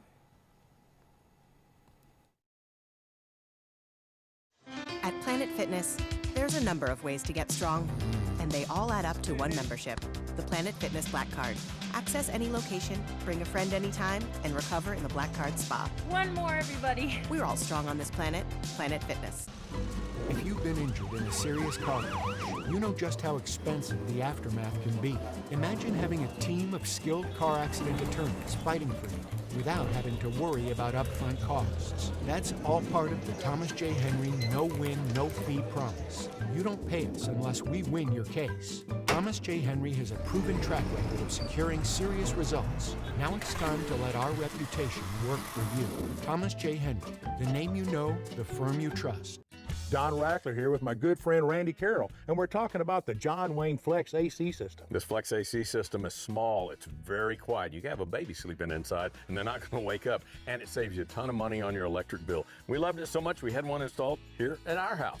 And right now, you too can enjoy a Flex AC system with 0% interest financing for 24 months. Plus, with this offer, enjoy free duct cleaning. Call or text the good folks at John Wayne Service Company today at 293-6700. There's a moment when water stops looking like rain and starts looking like a wall. He went from warning us about the weather to water being in his car. In this exclusive video we obtained, you can see the water wasn't just rising, it was rushing. The pavement buckled, slabs of concrete were separated. It's not fair. Not fair to my dad or any of those victims. For the full story, go to our website, foxsanantonio.com. At Planet Fitness, there's a number of ways to get strong, and they all add up to one membership, the Planet Fitness Black Card. Access any location, bring a friend anytime, and recover in the Black Card Spa. One more, everybody. We're all strong on this planet, Planet Fitness. Welcome back to our Hill Country flooding disaster breaking news show that we're giving you today. We are in hour 7 of our coverage, and we are continuing to bring you the latest updates, not only on the Hill Country flooding, but on the weather that has now come into Bexar County. And that's where we find Joe DiCarlo, who is in Storm Tracker, or excuse me, is in RoadCam and is on his way up to Hunt, Texas. Joe, what are you seeing on the drive up there? Hey Matt, yeah, we were on the road. We were in Bexar County a little while ago around Timberwood Park, Stone Oak, dealing with that very heavy rainfall as it came in. But right now, most of the activity is starting to back off in rainfall intensity. So we're switching gears and now heading up to Hunt, and we're gonna be up in that area near Camp Mystic and along the Guadalupe River a little bit later on. But right now, we're in Boerne and we're driving along I-10. Joe, no rain up there right now that you're seeing? Yes. Sorry, guys. No rain right now. We're on I-10 in Boerne. It is a dry drive right now. We saw the rain, the wet roads around San Antonio, but now as we move into the Hill Country, at least this part of I-10 hasn't seen much rain through the day today, which is good news for those rescue operations ongoing across the Hill Country right now in Kerr County. But it's dry for right now. We're going to expect a mainly dry route up to Hunt, but we're going to see if we see more rain later on today. But right now we're going to check on the search and rescue operations going on right now along the Guadalupe River, and that's where we are heading at the current moment. But right now it's just a cloudy but dry drive here along I-10. Perfect, thanks Joe. We'll check back in with you a little later. We do want to pull up the CPS outage map right now. It's up to 47 active outages in our viewing area, 24 of them up near Timberwood Park in the Spring Branch area. It looks like almost 8,600 customers affected right now out of the almost 945,000 that CPS has. So that number has steadily been going up. We saw 8 at first, then 19, now up to 47 active outages. And now let's bring in the chief, Alex Garcia, one more time here. Alex, I want to talk about the Kerr area before we get to what's going on in our viewing area over here in San Antonio and a little bit east of us.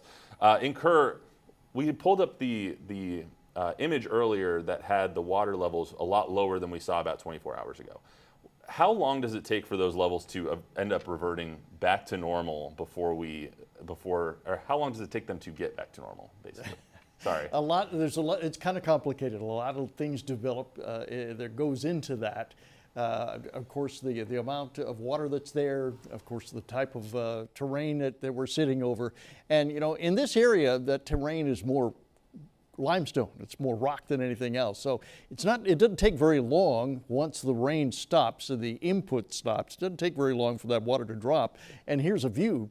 All of this yesterday, totally underwater, all the way up. We were watching some of this go underwater with some of the videos that we have. And so today it has dropped down, and this is about all we've got left out across this region. For those of you that know Kerrville really well, this is down below. This is usually where they have a lot of their big events out across that area. It's a big, wide expanse. The river is a little bit further back down toward the south here, and now it's returned to their bank. So it really doesn't take too long there. Thanks, Alex. How about the current conditions here in San Antonio and in the surrounding areas? We heard from Brad that, I mean, he wouldn't have been concerned, or he wouldn't have been surprised, I mean, if they saw 10 inches because of the unpredictability that we've seen over the last few hours and over probably the last 36 hours. So what are we seeing right now? Yeah, this is true. You know, when you get this much tropical air sitting in one spot, I mean, it's really full.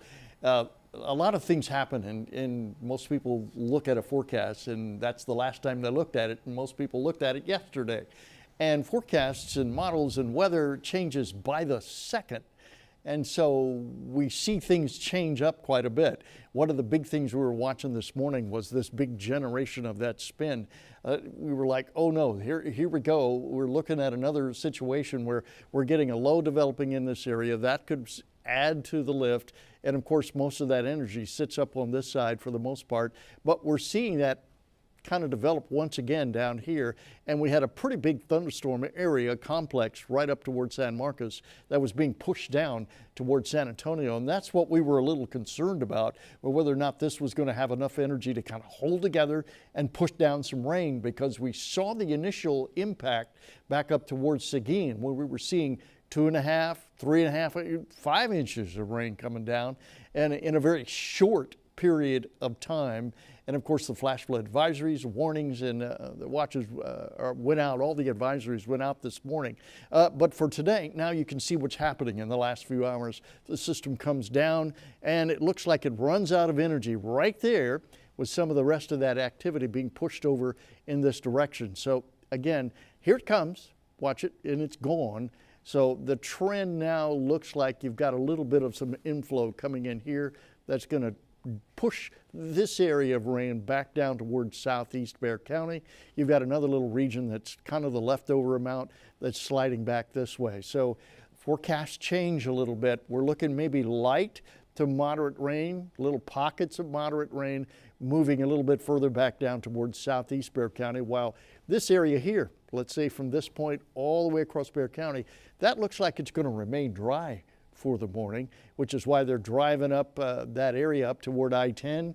It's dry. There's no rain going on, because the main shift, the main pattern is coming back down toward the east and toward the southeast. Now further up, that's where the bigger rains are going. We were showing some of those pictures of Georgetown a little bit earlier.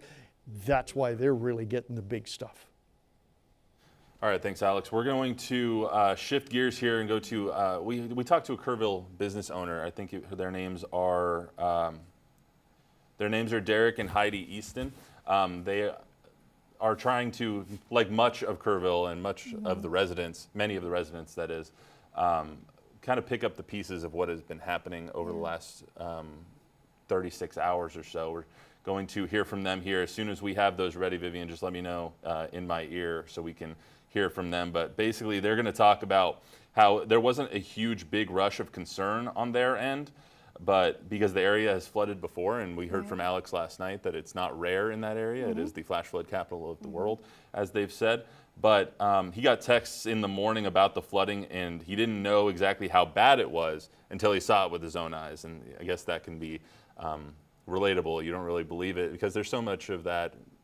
You hear the warning and you're like, if an Amber Alert pops up on your phone, you're like, yeah, you know, do I really have to be concerned? And you know, when you live in an area where flood is just kind of a risk when living in there, then you're accustomed to it. And so you're not going to necessarily be as alarmed as someone who is brand new to the situation. But I think the ongoing response that we're hearing from everyone who has lived in the community for decades and decades and decades. We even spoke to someone who said his family has been in Hunt since 1890, that they knew it was going to flood, but they didn't expect this.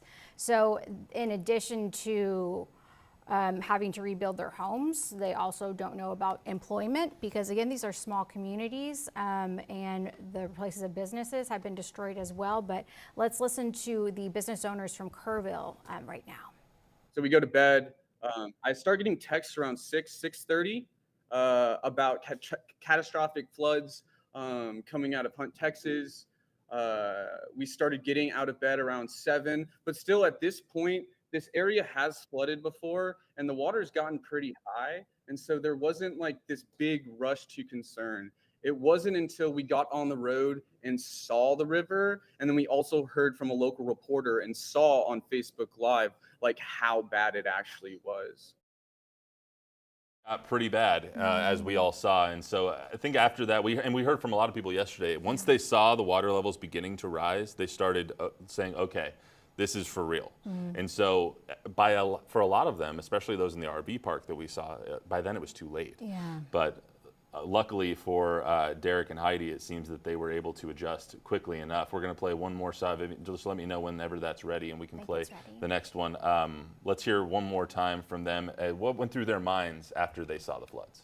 Came my first concern to, again, I'm not thinking about what we now know. I'm thinking like, do I have flood insurance? Are my freezers okay? Are we still connected to power? Now, we are on a grid that is connected to the hospital, so we rarely lose power. But I was still in small business, narrow margins. That's all I was really thinking about at the time. Yeah, and help has arrived and will continue to arrive. President Trump had shared earlier that Homeland Security Secretary Kristi Noem will be heading to Texas today. We don't know when exactly, but in the one press conference that we've had earlier, Congressman Chip Roy was also a part of that, and he kind of alluded to her arriving and said something along the lines of, we are expecting other visitors. So a lot more still to come Wouldn't throughout the day. specify exactly who, but yeah, they did say that we're expecting other visitors and that there's a lot of people. They also said that in the context of there's a lot of people who have been affected by Kerrville and by these storms. So we do want to shift gears back to what is happening right now in the air that we just had Alex talking about. These are some viewer videos that have been sent to us via Chime In. If you want to send yours in, you can send them our way at foxsanantonio.com. Just click on the Chime In tab. This is going to be, looks like from Seguin flooding. This is a video sent in by Brandon Fender of the flooding in Seguin after receiving over 5 inches of rain in over an hour. Just an obscene amount of rain. Let's go to the next one here, guys. This is the heavy rain in Timberwood Park off 281 in North San Antonio. You can just see the volume that is coming down, and that's something that has been a regular occurrence up in Austin and here in Kerrville and Seguin earlier today. I mean, everywhere is just seeing swaths of rain. And then this is flooding video from Vicki Redding. It says the Hueco Springs Loop Road in New Braunfels. Just look how high that's getting. Yeah, and that's the this is the concern today. You know, a lot of the video that we've been seeing is from the situation yesterday, but we're shifting our gears a little bit farther up the I-35 corridor north of Austin in Georgetown, and that's where Abigail Velez is live right now. You are along the San Gabriel River. It is clearly ferocious and rushing right now. You know, we haven't really gotten a whole lot of information on what y'all have been experiencing weather-wise. So just give us a breakdown of the situation. Well, the situation has turned catastrophic within just hours. Earlier this morning here in Williamson County, we saw a heavy downpour of rain, which actually attributed related to the San Gabriel River level rising. And that's what you're taking a look at right now. We're here at the main artery in Georgetown and Williamson County. And this is the North Austin Avenue Bridge off of I-35, again, the heart of Georgetown. And this bridge was actually under construction prior to this flash flooding, and you could see that that construction that was underway is actually turning into debris, getting swept away by the San Gabriel River that has again since risen with that flood levels. To give you some context, like you said, we are up north of Austin, but right now Williamson County officials have issued a disaster declaration for our local area, meaning this is an opportunity for Williamson County officials to bring in local, state, and even federal resources to help and contain this flooding. Right now, several areas are under an evacuation notice here in Georgetown. That includes, of course, the North Austin Avenue Bridge, which is exactly the area that you're looking at right now. Reason being is because at some point that river level was rising so quickly and so high that it was actually seeping over into the top of that North Austin Avenue Bridge. That has since lowered quite a bit, but we don't want to stand off guard. Again, we are under a flash flood warning until 3 p.m. and we know that this situation is incredibly fluid. We know that this level can rise yet again within a moment's notice. At one point earlier this morning, we saw this river rise about 2 feet within a matter of just 30 minutes. That was quite alarming. A lot of the pedestrian walkways along the San Gabriel River have been closed off because these waves that are coming in with this flooding and river has absolutely the ability to swipe someone off feet and bring them on downstream. A lot of people in this immediate area who live in the apartment complexes nearby or even structures like some businesses along the San Gabriel River have been under evacuation notices, but it's important to note these are not mandatory evacuations. They were suggested, but a lot of them are taking heed because of everything that's been happening, of the catastrophic and deadly flooding in our Texas Hill Country. So people here want to err on the side of caution. We do not want a massive, catastrophic, deadly, or event. So that's why people are choosing to evacuate out of this area. But I will say there's a lot of onlookers here. A lot of the residents in this area tell me they haven't seen flooding like this. They haven't seen this river rise to this level in recent months, possibly even years. For a lot of them who have lived here for most of their lives, they say we can't remember a time where it has been this bad. A lot of people are also visiting. As you know, this is a holiday weekend, so we're getting a lot of visitors from the Austin area. We've talked to people from Houston and Dallas, and they say we actually left these major metropolitan areas to avoid any potential catastrophe or anything like that, and they ended up here where the flooding is intense. Roads are blocked off. People have evacuated their homes. People have evacuated their businesses. The Georgetown Animal Shelter has evacuated completely, and we know that a lot of animals are displaced right now. One of the most alarming things we've seen today is actually wildlife get swept up in this floodwater here at the San Gabriel River. So again, a fluid situation right now. It's not looking too bad, although we do know we're under a flood watch warning until 3 p.m. So that could absolutely change. People are on high alert. We know that resources from Georgetown and of course Williamson County are on standby. They're ready to make water rescues if necessary. Thankfully, that has not been the case. We have not seen injuries. We have not seen anyone swept up so far. But we do know that law enforcement is ready to act in case that absolutely becomes necessary. But for now, we're monitoring the situation. And of course, we'll bring you updates both on air and online. I'll toss it back to you in the studio. Thank you, Abigail Velez, live there along the San Gabriel River in Georgetown, north of Austin, with a fresh perspective of this ongoing disaster that is unfolding. It's still an active situation, and the impact is far and wide, well beyond the San Antonio area. Absolutely. So we'll be right back. I'm Kirsten Carabin, your injury attorney expert. At Carabin Law, we stand firm in our commitment to protect your rights against powerful corporations and their tactics. So don't worry, we've got you. Call Carabin Law today. Welcome to Take 5 Oil Change. Hey, how long will this take? I'm kind of in a rush. Oh, just 10 minutes. Get out! 10 minutes? Y'all are like... A well-oiled machine. I was gonna go there, but then it felt obvious. Take 5, the stay-in-your-car 10-minute oil change. Get unbeatable deals on every vehicle during our huge 4th of July 96-hour sale at Red McCombs Toyota. Hurry in for new Camrys, now only $29 weekly. New Tacomas for $32 payments, and we have pre-owned SUVs starting as low as $59. Plus, we'll have a bounce house, food truck, and face painting. So get to the huge 4th of July 96-hour sale at Red McCombs Toyota today. Want to save on your energy bills this summer? An $89 AC tune-up from Will Fix It can help you lower energy costs and avoid expensive breakdowns. Our pros are available 7 days a week to keep your system running at peak efficiency.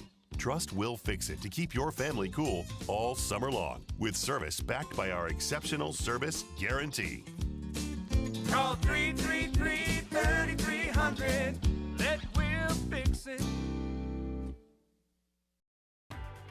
Don't blow your money. Call Beluga Air, where we value your time and your continued trust. At Beluga Air, we're committed to making the process as seamless as possible. From the initial call until the van leaves, we treat our customers like family. We let you know what to expect and follow up with you throughout the process. Scan the code or visit our website to find out about our specials and ask about our affordable yearly maintenance plans. Or call 468-5977 to schedule your service today.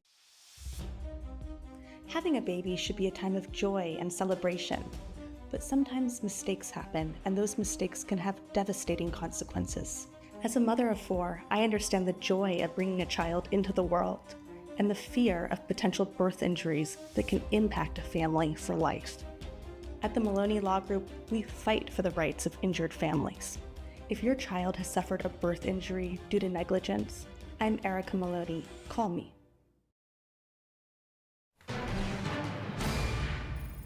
Well, we continue our special coverage right now of the Hill Country flooding disaster and really extending beyond the Hill Country. There are still continued threats as this storm that has caused so much destruction in the Kerrville and Hunt area is still sitting over our area. Flash flood warnings in effect. It's one of those things where there's so much going on at one time. It's like, where do we begin? But I think for now, Alex Garcia. Yeah, I was going to say, I think we begin with Alex. Meteorologist, yeah. It's like, hey, what's happening out there right about now? Okay, let's take a look. We're going to give you a picture here of Kerrville. We've got David Mendoza sitting out there as well, and we've got the radar. So we're going to kind of give you a kind of a overview of what's going on out across the region. First of all, there's Kerrville, and you remember seeing some of the videos we were showing with the water's rising at night, and you're looking at a light. That's the pavilion. That's just where the water was rising up to that level. It is now well down. People are now walking out in that area. It doesn't take very long for the water to drop off as it moves downstream. Now the question is, where did it go? Well, it's headed down toward Canyon Lake in that region, and that's where we're really kind of watching to see how much debris actually could get caught up into Canyon Lake. They may have to kind of limit access to that so they can clear out that debris and get it going, but it should hold most of that water out there. So what's happening right now? All right, so let's take a look. Here we go. We've got radar firing up. You can see again that spin, that little mesovortex still kind of spinning around in the atmosphere just up around the Austin area, but it was enough to kind of push a little area right down through San Marcos and back up into northeast Bexar County, which is why we put those flash flood warnings, I should say, up earlier. We were watching that heavier rain, but notice how, again, most of it's kind of faded out, kind of dealt with, and it's moving directly down toward the south. So if you're down here in the center part of town, you're down in the south part of Bexar County, you're going to get some light to moderate rain out of this. You also watch that patterns that also shifts over to the east, so some of that also headed out towards Seguin. Now the intensity this morning, yeah, that was pretty tough. You could see some pretty strong rain coming down. That was 2.73 inches an hour down towards Seguin. More rain really building there. So we're going to be watching that throughout the day to see where that rain's going, how much more we could see. For now, the trend is for it to kind of back off just a little bit and maybe give us a little bit of a break. And right now we're in a little over 10 minutes is when we are expecting the next official update from Kerr County and the city of Kerrville.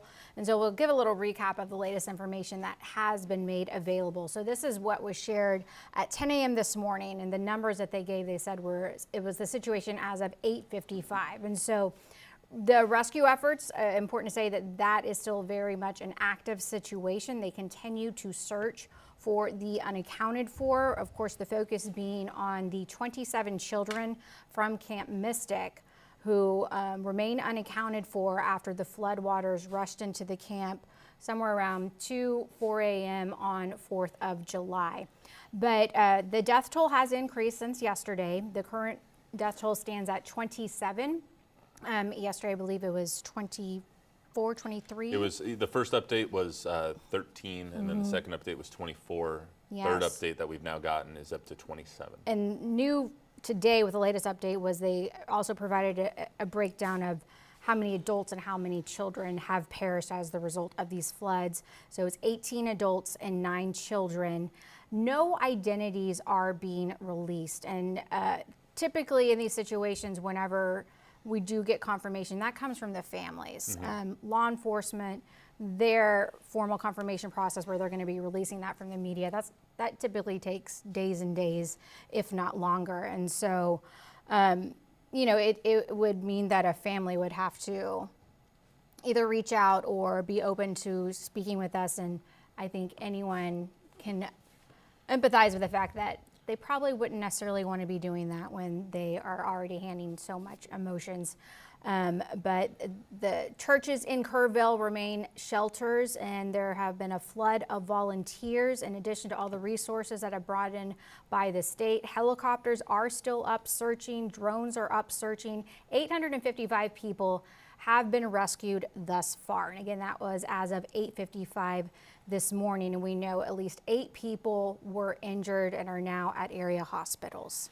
Yeah, it's a continually developing situation, and like Ashley said, we are waiting to hear from Kirk County officials. That update should be coming in just about 10 minutes up in Kerrville. So we should have updated numbers for you. We should have updated situations on what the search and rescue is looking like. We did speak with some of the Texas area search and rescue a little earlier, and they said that these are ever evolving situations. They get called in, and they right now is very much still search and rescue. There's no search and recovery mode going on right now. They have every hope in the world to find the 27 people, 27 girls that are missing right now, and all of the other people that were swept away by these floodwaters. We don't know the exact number of people exactly who are missing from every part of Kerrville and Kirk County because of everybody who has come in for the holiday weekend. But we do know 27 girls are missing right now still.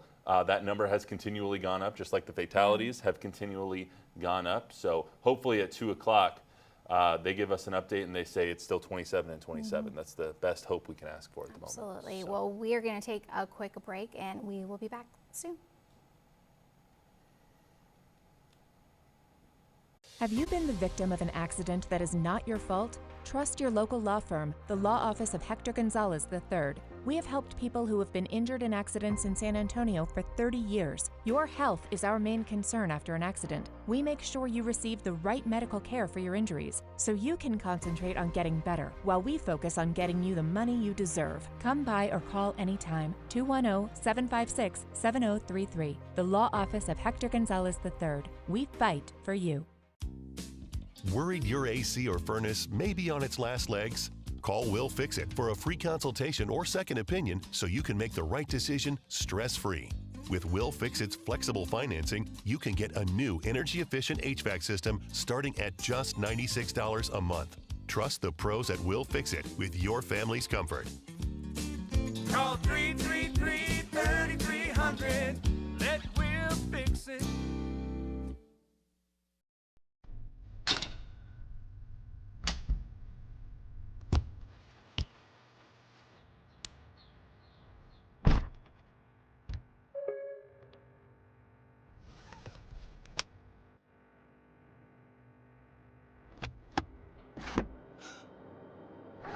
All you want is to keep them safe. If you have a gun to protect your family, make sure you're protecting your family from your gun. Gomez Law Cares means that our law firm and the Gomez family together will do a lot to help nonprofits, and especially Ray Feo through our scholarship foundation. Education is very important to my family, especially to my parents, Joe and Carmen Gomez, and that's why we call it Gomez Law Cares. Gomez Law doesn't just care, they care about the city of San Antonio.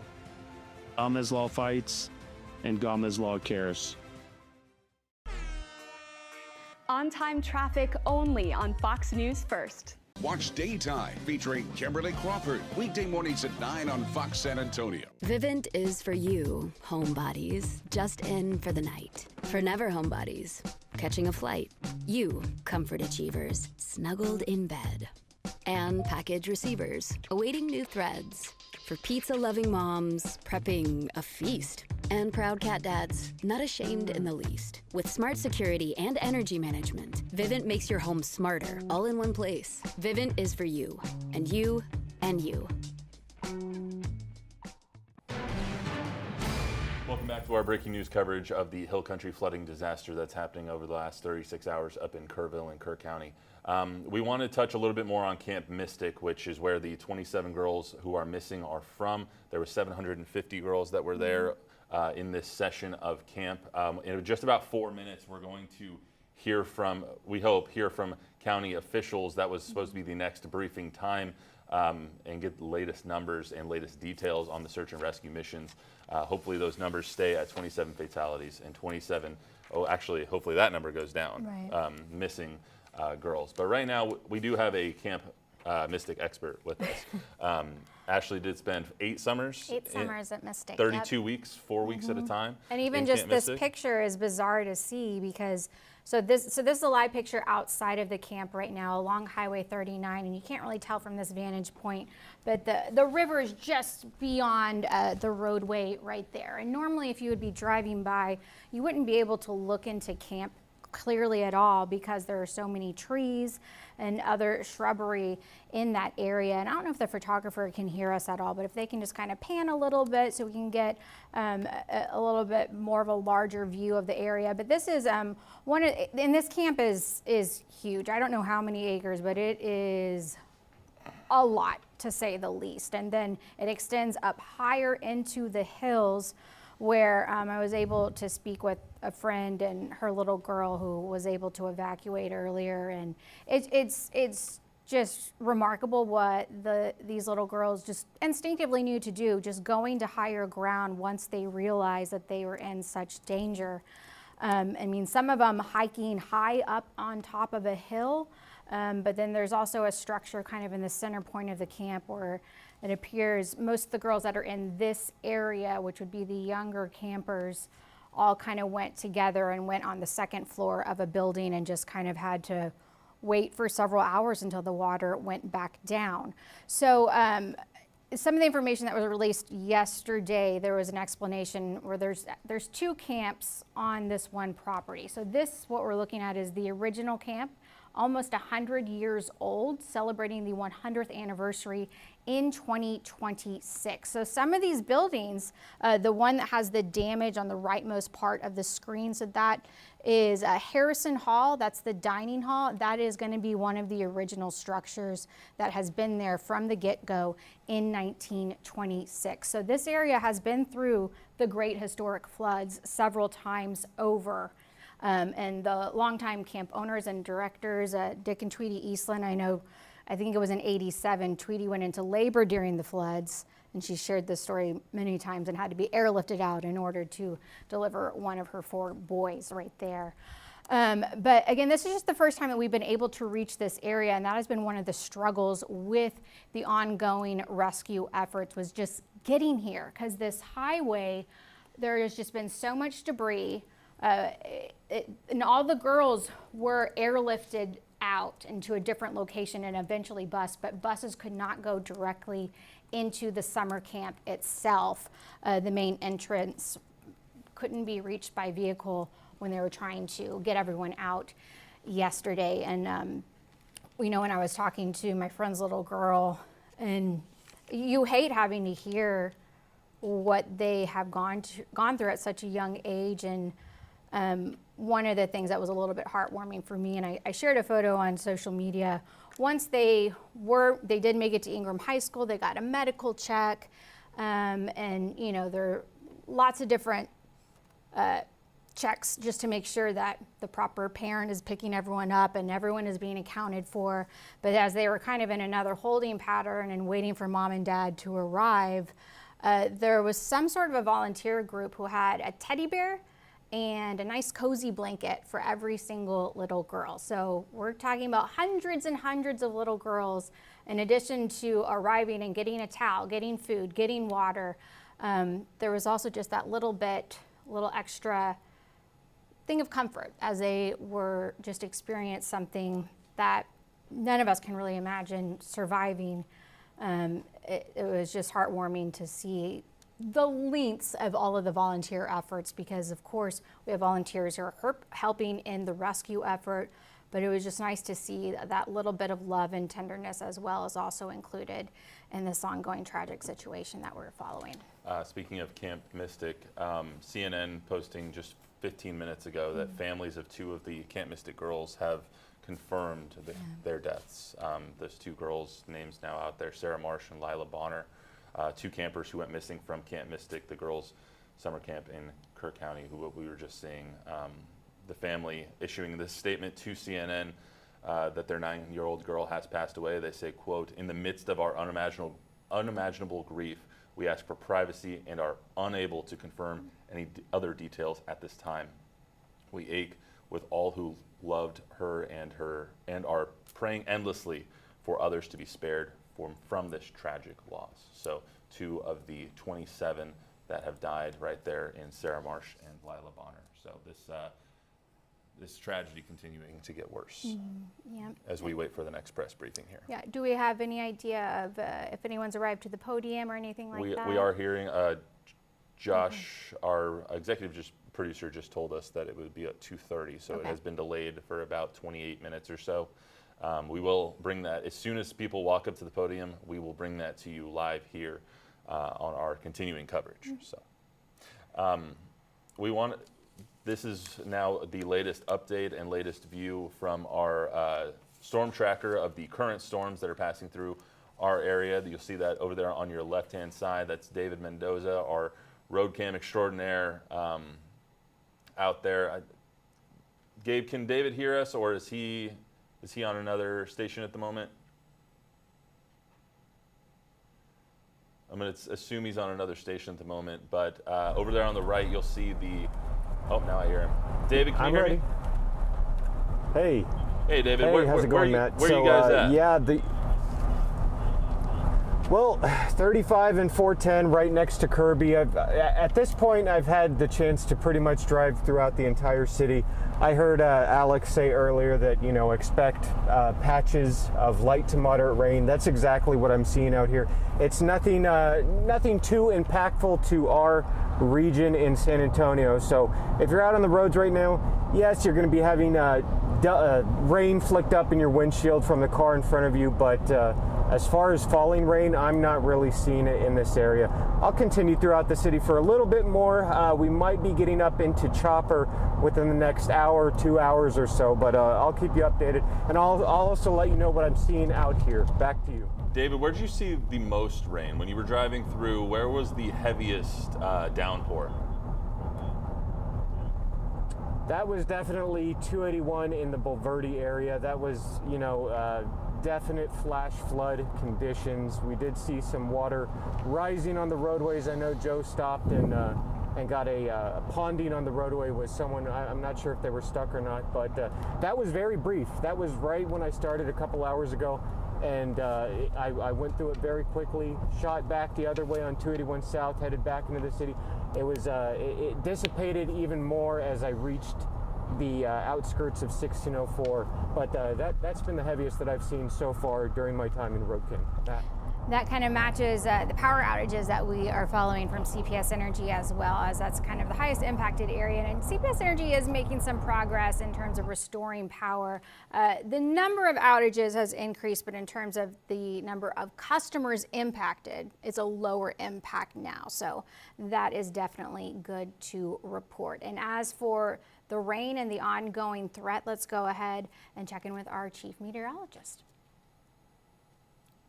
Alex? All right, there you go. Just waiting for the radar to pop up again. Yeah, there you can see the rain as it's popping up. You can see that up around the Austin area. And we were really concerned about this push of really strong rain down into Bexar County. And as David was showing you, there's just light to moderate rain going on right now, particularly down towards southern Bexar County. Things are beginning to dry out a little bit up toward the northeast side as this stuff trends down. Now, all this area in green, that is a flash flood watch that's out there until later on this evening, and it extends all the way down into Atascosa County. Here are the flash flood warnings. These are the things to watch out for. This one's still going on for 3 o'clock for the leftover rain that we've seen. This one going on till 4 o'clock in the afternoon and extends all the way down into St. Hedwig. Now again, there's the rainfall.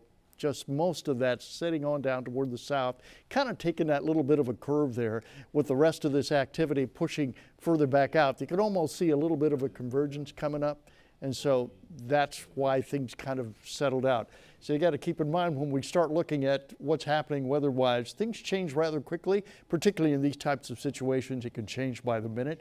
The trend can go from one to the other really, really fast, and that's what we saw this morning. We were more concerned about this region. Now it has really backed off quite a bit. So again, light to moderate rain at best coming out across Bexar County. Most of that should continue to trend downward for the rest of the day. Alex, let's keep Alex up here. We haven't seen this much rain in a long time. Can you kind of put into perspective the historical nature of the event that we're seeing over the last 36 to 48 hours? Well, this definitely goes into the category of historical simply because it is greater than anything we've seen since 1987. They're waiting to get the final numbers. Some of the rain gauges, or not the rain gauges, but the actual river gauges got damaged. And so the USGS needs to get in there, take a look, see what the damage was so they can get a better estimate. But some of the initial estimates coming yesterday from one of the gauges they were able to get to was up there near 36 feet. So it could be actually higher than that. So that's greater than that 87 mark. And we've got a little bit higher mark that's on 32. So yes, this is probably either the number 2 or could easily equal the number 1 flood event for most of this region.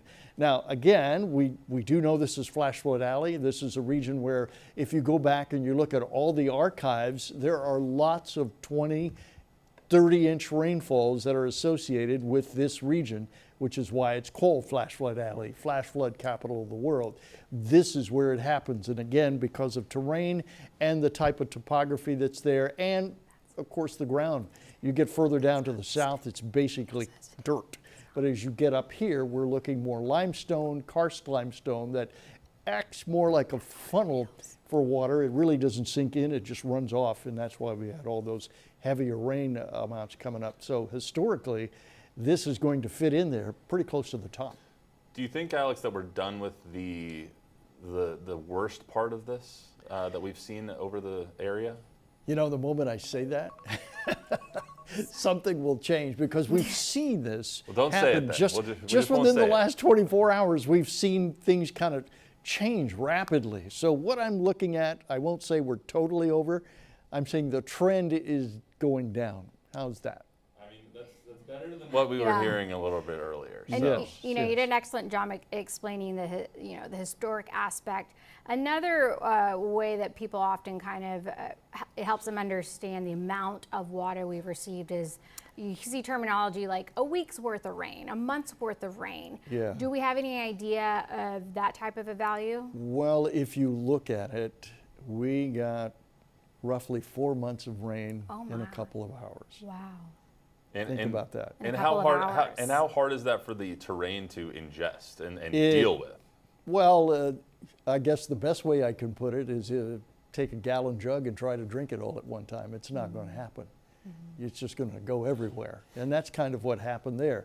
Now, most people think, okay, we've been in a big drought. This ground is going to soak it up. Well, you know, when you're in a drought for a long period of time, the ground tends to really compact and harden. And so it's really not going to absorb that water. It's going to run off really fast. And so that's the key when you start looking at flooding. How much runoff am I going to get? How much rain is coming down at any one particular point in time? And that's why we look at maps like this, which is intensity, and it tells me how much rain is coming down.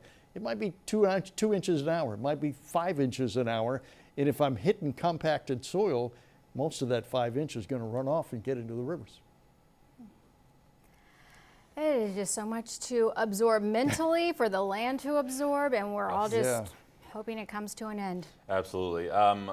Guys in the booth, Gabe, let's go to Representative Chip Roy got an aerial view of some of the camps that were around Kerrville and Kerr County. It's at the bottom in the 9 o'clock there, Gabe, and we can pull those up. He says they're from Camp Mystic. You've taken a look at them. It doesn't look exactly like Camp Mystic. So he shared aerial photos of what it says on social media that he said is damage to Camp Mystic and then damage to the Hunt store. But I believe we're working to get it up, but it's actually Heart of the Hills is what I believe it is, just looking at where the river runs in coordination with the camp, but also all the camps kind of have different colors. And so, I mean, we have our live picture outside of Camp Mystic right now in Hunt, and all of the roofs are green, a kind of forest green notes Camp Mystic, and Heart of the Hills, their color is red. And so that was the colors that we see on the roofs of what is left of the buildings at Heart of the Hills. And among the death toll, we do know that the longtime director of Heart of the Hills is one of the adults who has died as the result of the flooding. Their camp was not in session. They didn't have to worry about rescuing girls, evacuating girls. They were in between terms. But the counselors had arrived as they were getting prepared for the next summer session to begin. And the Heart of the Hills did share yesterday that their longtime director did sadly die in the flooding as the flash flooding hit Kerrville right now. But these are the images right now that Congressman Chip Roy has shared. So this is the view from the Hunt store, which Taylor Whartonby has been live on the ground. And then this is going to be Heart of the Hills, which the main camp is on the other side of the roadway from the Guadalupe River. But again, so Heart of the Hills right there. And then moving to the Hunt store is the next view right here. And the Hunt store, since it's a small community, it's not like you're gonna go to McDonald's, go to Starbucks, you're not gonna find anything like that. You go to Hunt store and that's the only place that you go. And you can get just about anything and everything there. It's Hunt Buc-ee's. It's a gathering ground. It's where you can get necessities. They have a fantastic restaurant as well. You can go dancing. They got live music. It's just that type of an environment. And severe damage to the Hunt store. And it's one of those places where when people are hearing about the tragedy that's unfolded and you hear Hunt, Texas, I think a lot of people will go, how's the Hunt store? Yeah. You know, it's just a landmark there. And we heard from people earlier who were visibly emotional. Yeah. Older gentlemen who were visibly emotional that the Hunt store has irreparable damage. We've heard from a couple of different people that the Hunt store will not be able to be remade. They have to tear it down and they have to remake the entire place. And so everyone's memories that they've had at the Hunt store over the past few decades is now just that, their memories. And so it will come back. It will be reinvented. It will be remade. But what was the Hunt store is now a kind of a pile of catastrophic rubble. I mean, you know, these are actually the first aerial views that we are getting of any sort of damage there in Hunt. So again, that's the area of the Hunt store and behind it. And this will be, well, Congressman said it was Camp Mystic, but that, I know it's not Camp Mystic just because the colors of the roof. Mystic is a dark green. I do believe it is Heart of the Hills because we know that that camp also did sustain loss, at least one human life in addition to just so much destruction to the camp itself right there. So Congressman Chip Roy was also part of the earlier press conference and did give a little bit of hints in regards to additional federal figures who would be visiting Texas. So, you know, initially the next press conference was set to begin at 2 p.m., but now we are being told that it is set to begin at 2:30. So little by little, and we're reaching that mark where now that we're getting closer to the start time, we'll probably start that, just like what he just shared, Yeah. about 30 minutes out is when we start getting some new information from everyone. there on the Exactly. And ground. so we will, as soon as people come up to the podium, we will get that for you. We do have a crew there on the ground who has been there all day. We do want to get to a business owner, I believe. Gabe, is this someone we heard from a little earlier? This is brand new. All right, brand new information, brand new. We'll find out together. Information for you here on KABB. Let's hear from a business owner in Kerrville about the devastation that they've seen. So we go to bed. I start getting texts around 6:30 about catastrophic floods coming out of Hunt, Texas. We started getting out of bed around 7, but still at this point, this area has flooded before and the water's gotten pretty high. And so there wasn't like this big rush to concern. It wasn't until we got on the road and saw the river, and then we also heard from a local reporter and saw on Facebook Live like how bad it actually was. Came my first concern to, again, I'm not thinking about what we now know. I'm thinking like, do I have flood insurance? Are my freezers okay? Are we still connected to power? Now, we are on a grid that is connected to the hospital, so we rarely lose power, but I was still in small business, narrow margins. That's all I was really thinking about at the time. You know, just more perspective of just people kind of reliving really the moment that not only they were expecting flooding, but the kind of general consensus that we keep hearing is, but not like this. And, you know, the state leaders who have been handling the response have also said, you know, forecast models, there was no prediction for this amount of rain in that specific area. And amazingly, it has been well over 24 hours, and that same system is still sitting in our area. And that's been, you know, a crux of the problem, is that it's just not moving away. You know, something that we kind of saw with Hurricane Harvey during Houston, where a system is just sitting there and won't stop raining. So as we wait for the next press conference to begin, why don't we go ahead and bring Alex Garcia back in for just another look at the radar, where the storm is right now, what we can expect right now and in the coming hours. Well, let's take a look at the current situation that we're sitting self right now. Again, as we mentioned before, it looks like the trend is down instead of up.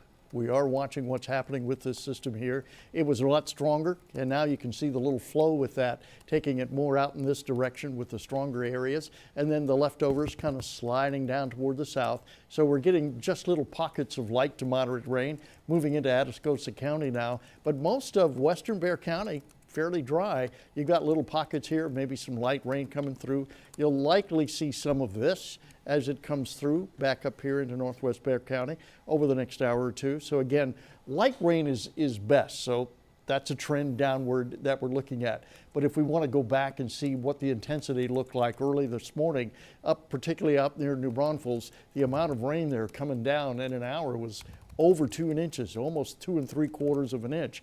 You get out near Seguin earlier in the morning, it was about 1.5 inches there to 2 inches at high rate, 1 3/4 there. So it was really intense this morning, but now most of that intensity all the way out from Seguin to New Braunfels back into Kirby, most of that has subsided quite a bit.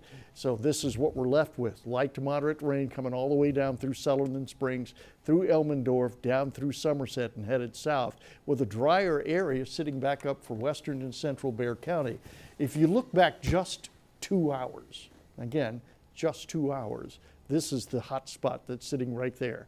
That's almost 2 inches of rain coming down in just 2 hours. You go back 12 hours, and again, that 2 inch of rain sitting there, but Seguin was getting the big amount of rain, almost 9 inches of rain, 12 hours in just one little spot. That's more rain than you're going to get in several months in just 12 hours sitting out there towards Seguin. Now, if you go back 24 hours, again, you see the big hot spot over there at Lockhart. You see the hot spot over here in New Braunfels. This one back over at Seguin, still pretty high. In some areas there, coming up to 8 inches, a little further back up to the north. Let's see if we can pick up another one. There's another 8 inch. So you could see it just within the 24-hour period really picking up.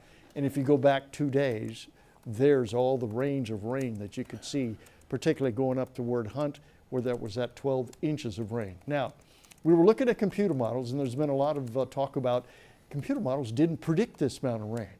Well, here's the trick. The computer models can't do that. Bet you thought they could. They can't do that. We don't have the tools available to really pinpoint an area and tell you your backyard is going to get 12 inches of rain. I can't do that. The best we can do with our computer models is to tell you the atmosphere is loaded. There's a lot of water in the air. The conditions are getting really, really good for this to happen. The potential for some high rates of rainfall is there. All we have to do is wait to see where it's going to happen. And the only way that you can tell that's going to happen or that's going to happen is to keep your eyes on the radar and watch it as it's going. That's nowcasting. There's no way I can tell you 5 days ahead of time that's going to happen. Not even a day ahead of time. So a lot of this I'm listening to, we had no warning, we didn't know.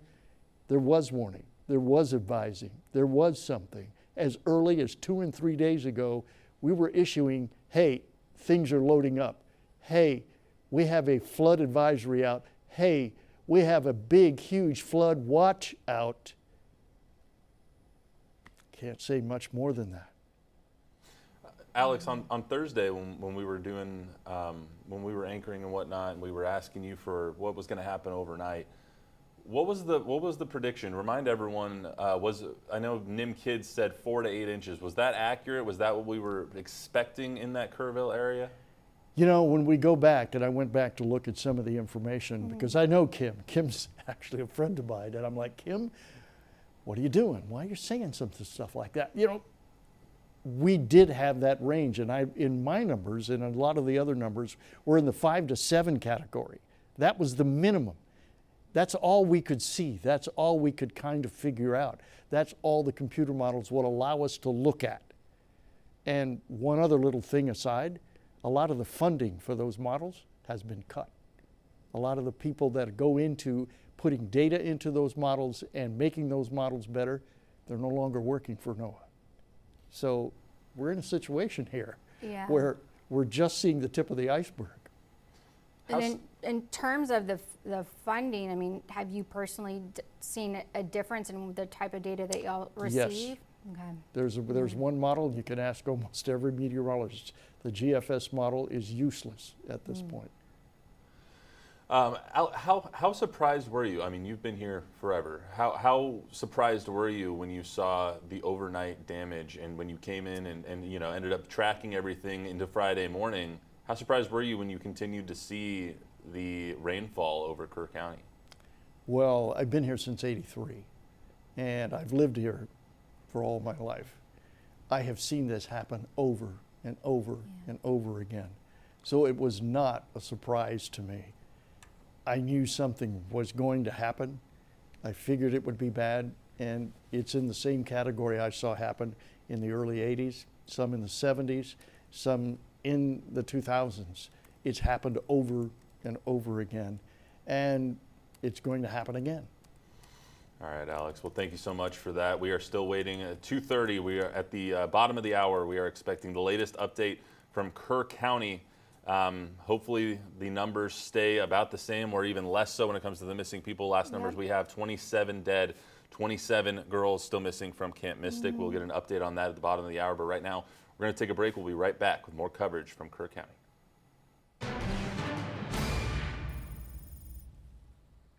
Introducing our Bigger, Better bundles at Whataburger.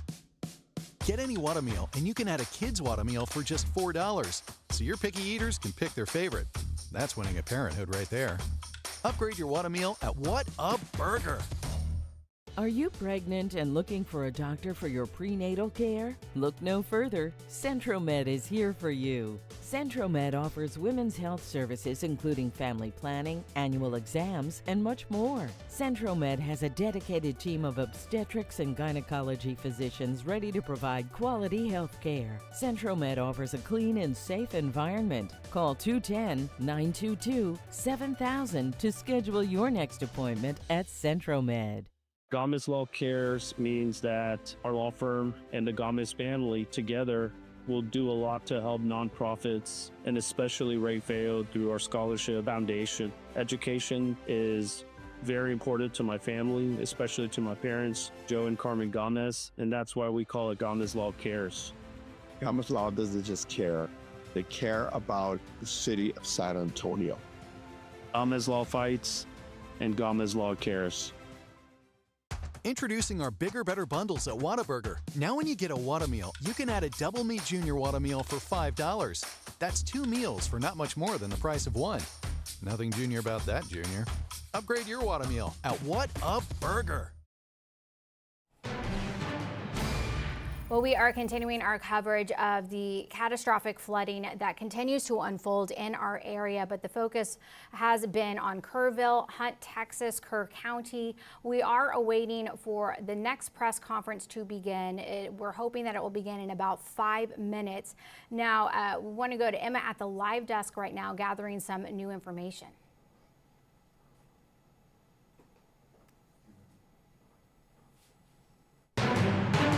Back at the live desk, we are still receiving pictures of those missing after this devastating flood. We want to show you some more now. Hutch Bryan sent us these pictures to our Chime In. Bryan are still missing at this time. He says they were last seen near Highway 39 in Hunt. On your screen there is also a number to call if you happen to know where this couple is. We received multiple pictures of them. We continue to follow these images and updates on social media to learn more about them. We want to know and we also know at this time there's still a large number of people unaccounted for. The city of Kerrville also has an information number for missing people. They say the number is only for relatives seeking information about their loved ones. That number, if we could pop that up on your screen, that's 830-258-1111. That is the latest from the live desk. All right, and as we are still awaiting the latest information that is hopefully coming here in just at the bottom of the hour in about 3.5 minutes or so, we want to get to one of the interviews that was extremely compelling yesterday that we heard from Destiny Fuller. She interviewed a man whose RV was picked up and taken away by all the floodwaters. So let's go ahead and listen to that as we prepare to hear the latest information coming up at the bottom of the hour.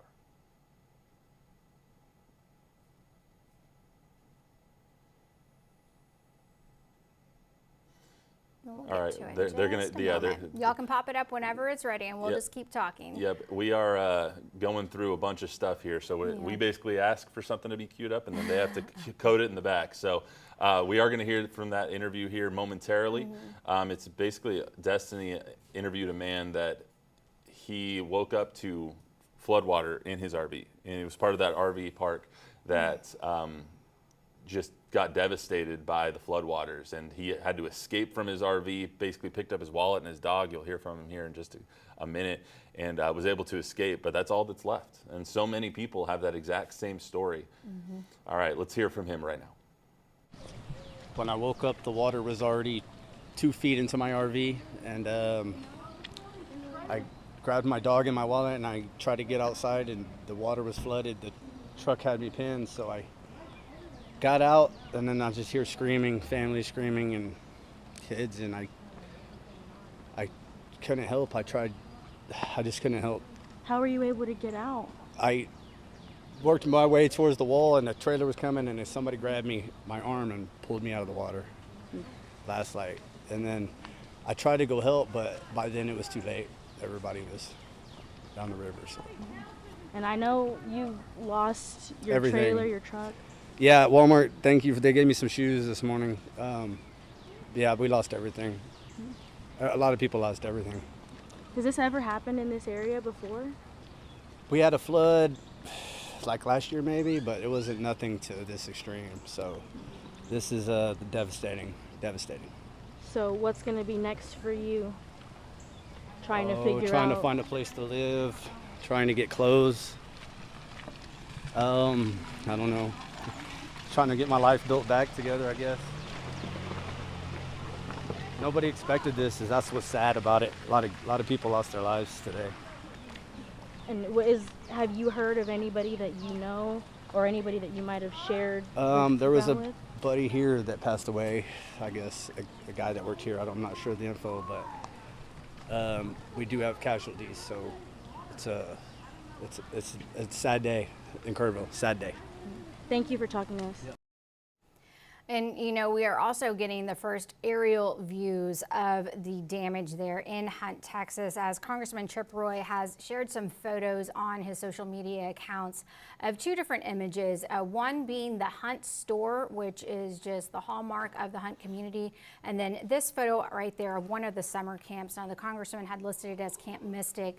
But just knowing the area that appears to be Heart of the Hills, another summer camp, where sadly the longtime director of Heart of the Hills, Jane Ragsdale, did die in the flash flooding. But nonetheless, it just gives us another vantage point of the damage that has unfolded in such a short amount of time from the flash flooding along the Guadalupe River. Of course, you can see the river there on the other side of the roadway. That would be Highway 39 right there. And it's the same highway that the Hunt store sits alongside of. Also just, you know, a couple of miles apart, but all that also in very close relation to where Camp Mystic is located, where 27 children remain unaccounted for. That is the number that was last given at the 10 a.m. press conference. And the official word at that time was those were all of the numbers as of 8:55. Now, they had also shared that 850 people have been evacuated safely uninjured. There are 8 individuals who are injured in area hospitals. And of course, the death toll did rise in comparison to yesterday, now standing at 26 people killed, and a breakdown is 18 adults and 9 children. Now, as we wait for the press conference, they have said multiple times they will not be releasing any identities. There's a longer process for them to be able to do that, but little by little, you know, you're seeing reported all across national media, various people where their families are indeed confirming their death. So we do know that some of the children who had been unaccounted for at Camp Mystic have passed away. As of right now, it appears to be a minimum of 3 of them. Right, and you see that that picture, you just saw it, it was in your upper right-hand corner of the press conference. We're gonna take you there as soon as somebody walks up. This will be the latest information since the last press conference that we got at 10:15. Ashley just gave you those numbers. We should get updated figures on all of that. As soon as somebody walks up there, we will bring you that image right there. So, and that's the live picture outside of Camp Mystic. I don't know if the photographer is able to hear us, if they're able to pan around just a little bit just to get see a little bit more of that area right there. I know they probably it's the side of a very narrow highway, so they don't have a lot to work with over there, but those were also the first images that we have been able to see of Camp Mystic. But the main camp, the original camp, which is almost 100 years old now, all the children have been evacuated, but the rescue effort is still very much an active situation right there. And from that vantage point, along with the aerial photos that Congressman Chip Roy had shared, one of the things that is kind of striking is just all the trees that are no longer there. Kind of like when a tornado maybe goes through a neighborhood, and this, you know, older neighborhood that had those beautiful canopies arching over a roadway. It's kind of one of those situations where there were just gigantic trees who had been there from, you know, close to the beginning of time practically. They're gone completely, washed away down the river. And just to think of how high it rose is, again, it is unfathomable to try to comprehend how high it got and so quickly there. absolutely. Guys, let's take that upper right-hand shot, fold, the press conference shot. This is where everybody will be speaking at. You see a bunch of media attending right now, so be prepared just in case you question why the feed might be cutting out a little bit. We've had these issues over the past 2 press conferences that they have held. There's so much media there, and there's so many live view backpacks, which is how we go live, which is how we're seeing this picture right now. And so many people using up the bandwidth that sometimes those feeds will come in a little bit choppy. We're doing everything we can to make sure that it comes through as smoothly as possible. However, it might come over across the air just a little bit funky, so we will try and get you as clean as possible. In the meantime, we do have a soundbite from one of the campers. A boy camper is going to talk about what he was thinking as the flood was coming in. He attended one of the camps along the Guadalupe River. Let's hear from him. We didn't really know what was going on around us because it was dark. We couldn't see past trees. All we really knew is that we needed to move stuff in order for it not to get wet. And there was just a lot of water creeping in from areas we didn't think it could. And it was really scary. I can't imagine being swept away by the floodwaters or being around and just looking out at your campsite and seeing 36 feet of water when just a few hours earlier it was at 7 feet, 29 feet raised. I mean, 5 times the amount of water you saw when you woke up or went to sleep one night, and then 5 times more water when you woke up. It's just absolutely unfathomable what people in Kerr County have seen. Yeah, and even if you think of the river as almost a playground, you know, this is the place that brings you relief in the hot, hot Texas heat in the summers. You grow up along the Guadalupe River. You go fishing along the Guadalupe River. You create so many memories there. You don't ever think of it as something that's gonna be a threat necessarily. You know, it is just a place of joy. It's just, I mean, I know I keep saying this, but it's just hard to absorb everything that has unfolded. Yeah, that media company that got that soundbite said he was at Camp La Junta. La Junta, okay. Okay, La Junta, excuse me. And so that's where that young man was. Happy to see he's okay with his family again. So that would be another one that's all in that same distance of there's like 18 the Hunt camps store, right there. and there's kind of a fork, and I think that they described like Mystic as on the South Fork, that the flooding was more severe in that specific area, but also Heart of the Hills and La Junta, they're all kind of closer to each other in that area. I'm just trying to see if we, you know, sometimes when they are running behind, they send out any sort of an update. Have you seen anything that have the city of New Braunfels, or Kerrville, excuse me, Have issued not anything? yet, as we are continuing and waiting But for... as I pull up their Facebook page, we do have some more details. Because, you know, of course, a lot of questions that are, the question a lot of people have is, you're watching and you want to be able to help out. And the kind of general recommendation has been to make a donation to the Red Cross. But the city of Kerrville has already, or they've also set up, and this is through the Salvation Army, a site where you can go and drop off some goods that are indeed needed. So it's at the city of Kerrville, their City Hall Facebook page. And so they're looking for bleach, brooms, shovels, trash bags, diapers, socks. So necessities that would be able to help families, and also to help with the overall cleanup. They are accepting donations on things like that. We do have one other update if we want to pull up the press conference shot real quick.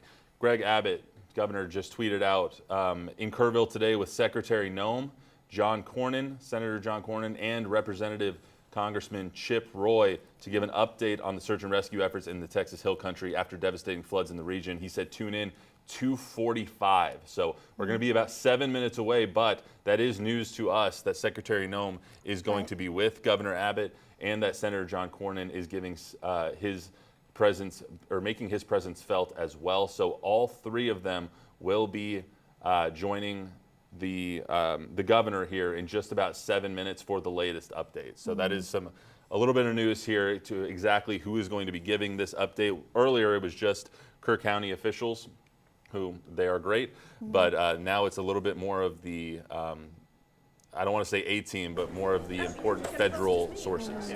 And, you know, also because the congressman had shared those images of the aerial photos, we can probably safely assume that, you know, the Homeland Security Secretary Kristi Noem was also on that helicopter with him, along with Senator Cornyn as well.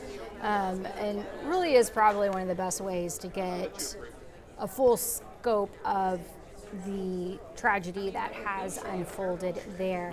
And again, the storms are still here, as we have the live radar still up right now in the top right-hand portion of the screen as we wait for everyone to arrive for that press conference to begin in about 5 minutes or so.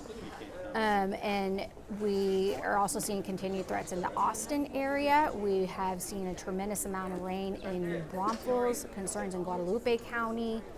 And so we're not out of the woods just yet, unfortunately. Yeah, while we're waiting for this press conference to start, let's deal with what is going on right now in the air and bring in the Chief, Alex Garcia, one more time here before we get started on this press conference. Alex, what are people expecting and what can we see over the next few hours? Well, we're looking at a little bit more rain. Good news is not as much rain as we've seen in the last few days. And if you just watch the overall radar trend, you can see it's kind of going down. We still see that little bit of a spin in the action here with the flow going up that direction. But if you get back towards San Antonio, you'll notice anything that was really big is now well out here following that trend. We're watching the downward trend with activity down to the south of us here. So again, mainly light rain, moderate rain going into South Bexar County. We're watching this little spot right up into here. That is going to be coming a little bit further down to the south. And as it gets down into here, we'll see some light to moderate rain across northern Bexar County. Now we still have that flash flood watch that's out.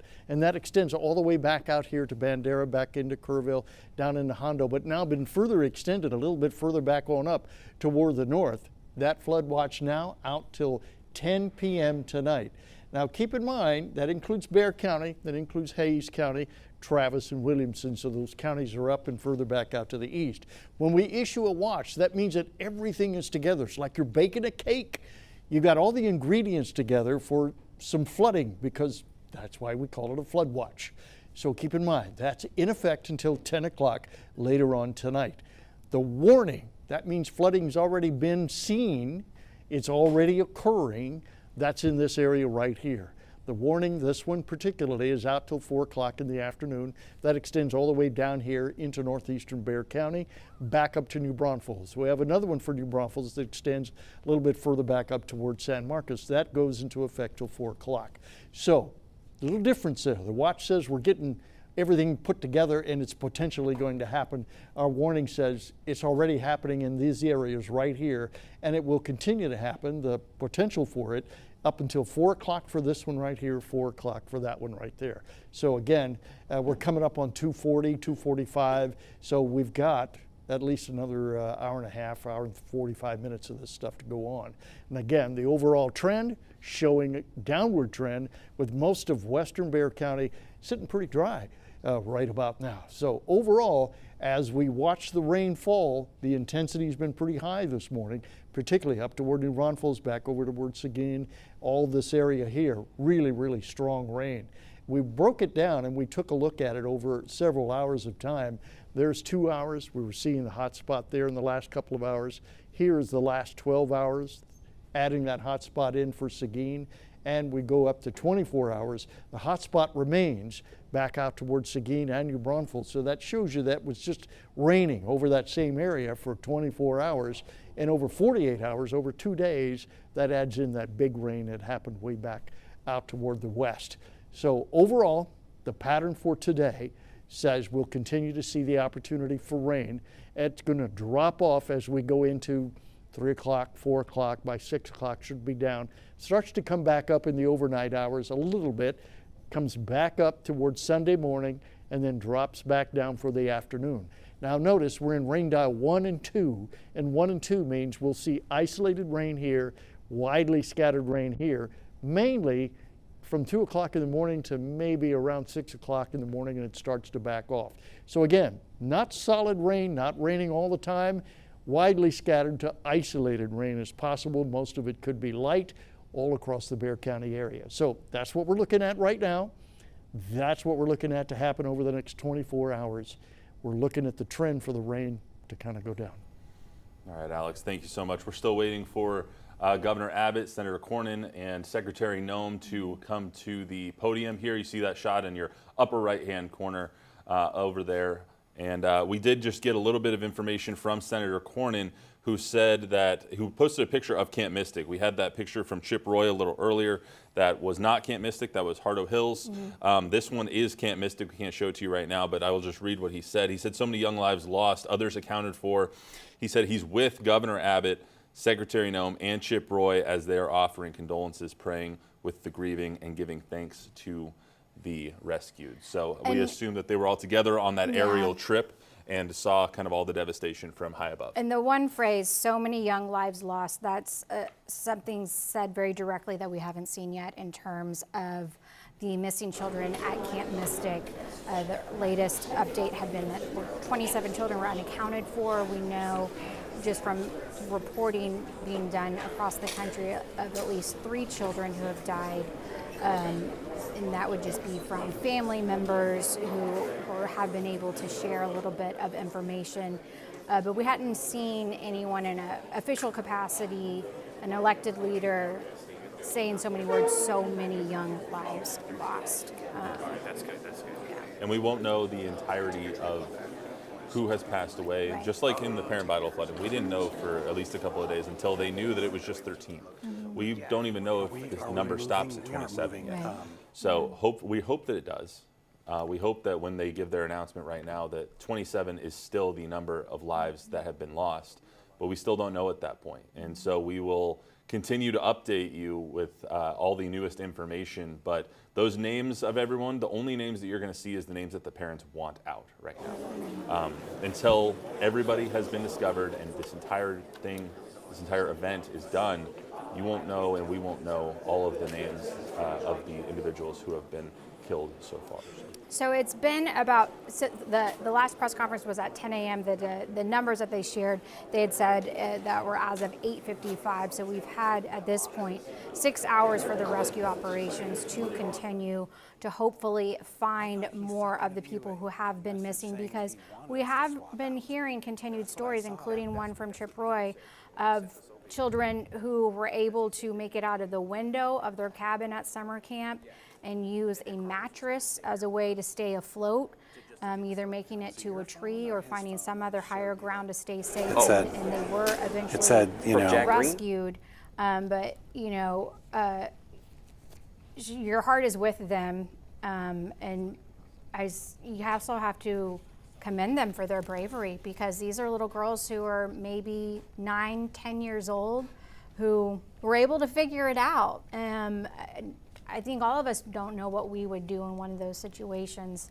So we're thinking of everyone at Camp Mystic right now as we wait for the latest information to come out. Our producer Gabe just let me know we have that picture from Senator John Cornyn. Let's pull up that aerial shot that he posted on X just a little while ago of Camp Mystic. Now, here it is right here. Ashley, you go ahead and take a closer look here. You're the one that is familiar with Camp Mystic, Miss 8 Summers.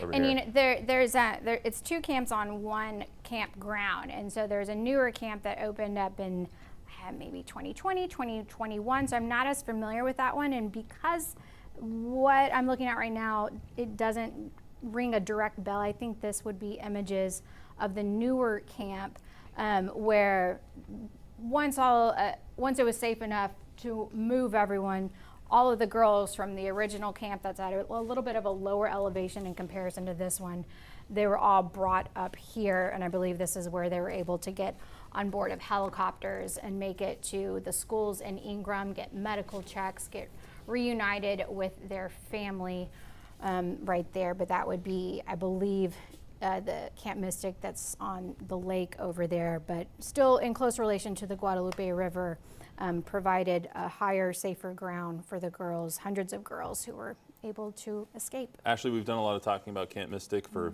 obvious and good reasons. Can you tell everyone just what it is? I think we've kind of skipped over that at this point. Just said Camp Mystic like everyone knows exactly what it is. But as someone who spent 8 summers there and was a camp counselor there a little while ago, can you just tell us what is Camp Mystic? What do these girls do every day? And kind of as we wait for the newest information from Governor Abbott. I mean, I think it's probably the most traditional type of summer camp that you can think of, where you're going to be, and it's 4 weeks long, so you have almost like a class schedule where you have a first period, second period, and it's whatever you want to do. But it's horseback riding, it can be archery, it can just be swimming, dance, what have you. No phones. No phones. Yes, a very strict rule. So you're definitely kind of coming to your own and developing friendships in an entirely different environment than what kids are normally in, because they don't have cell phones, they don't have modern technology around them. They're just unplugged and they're in nature.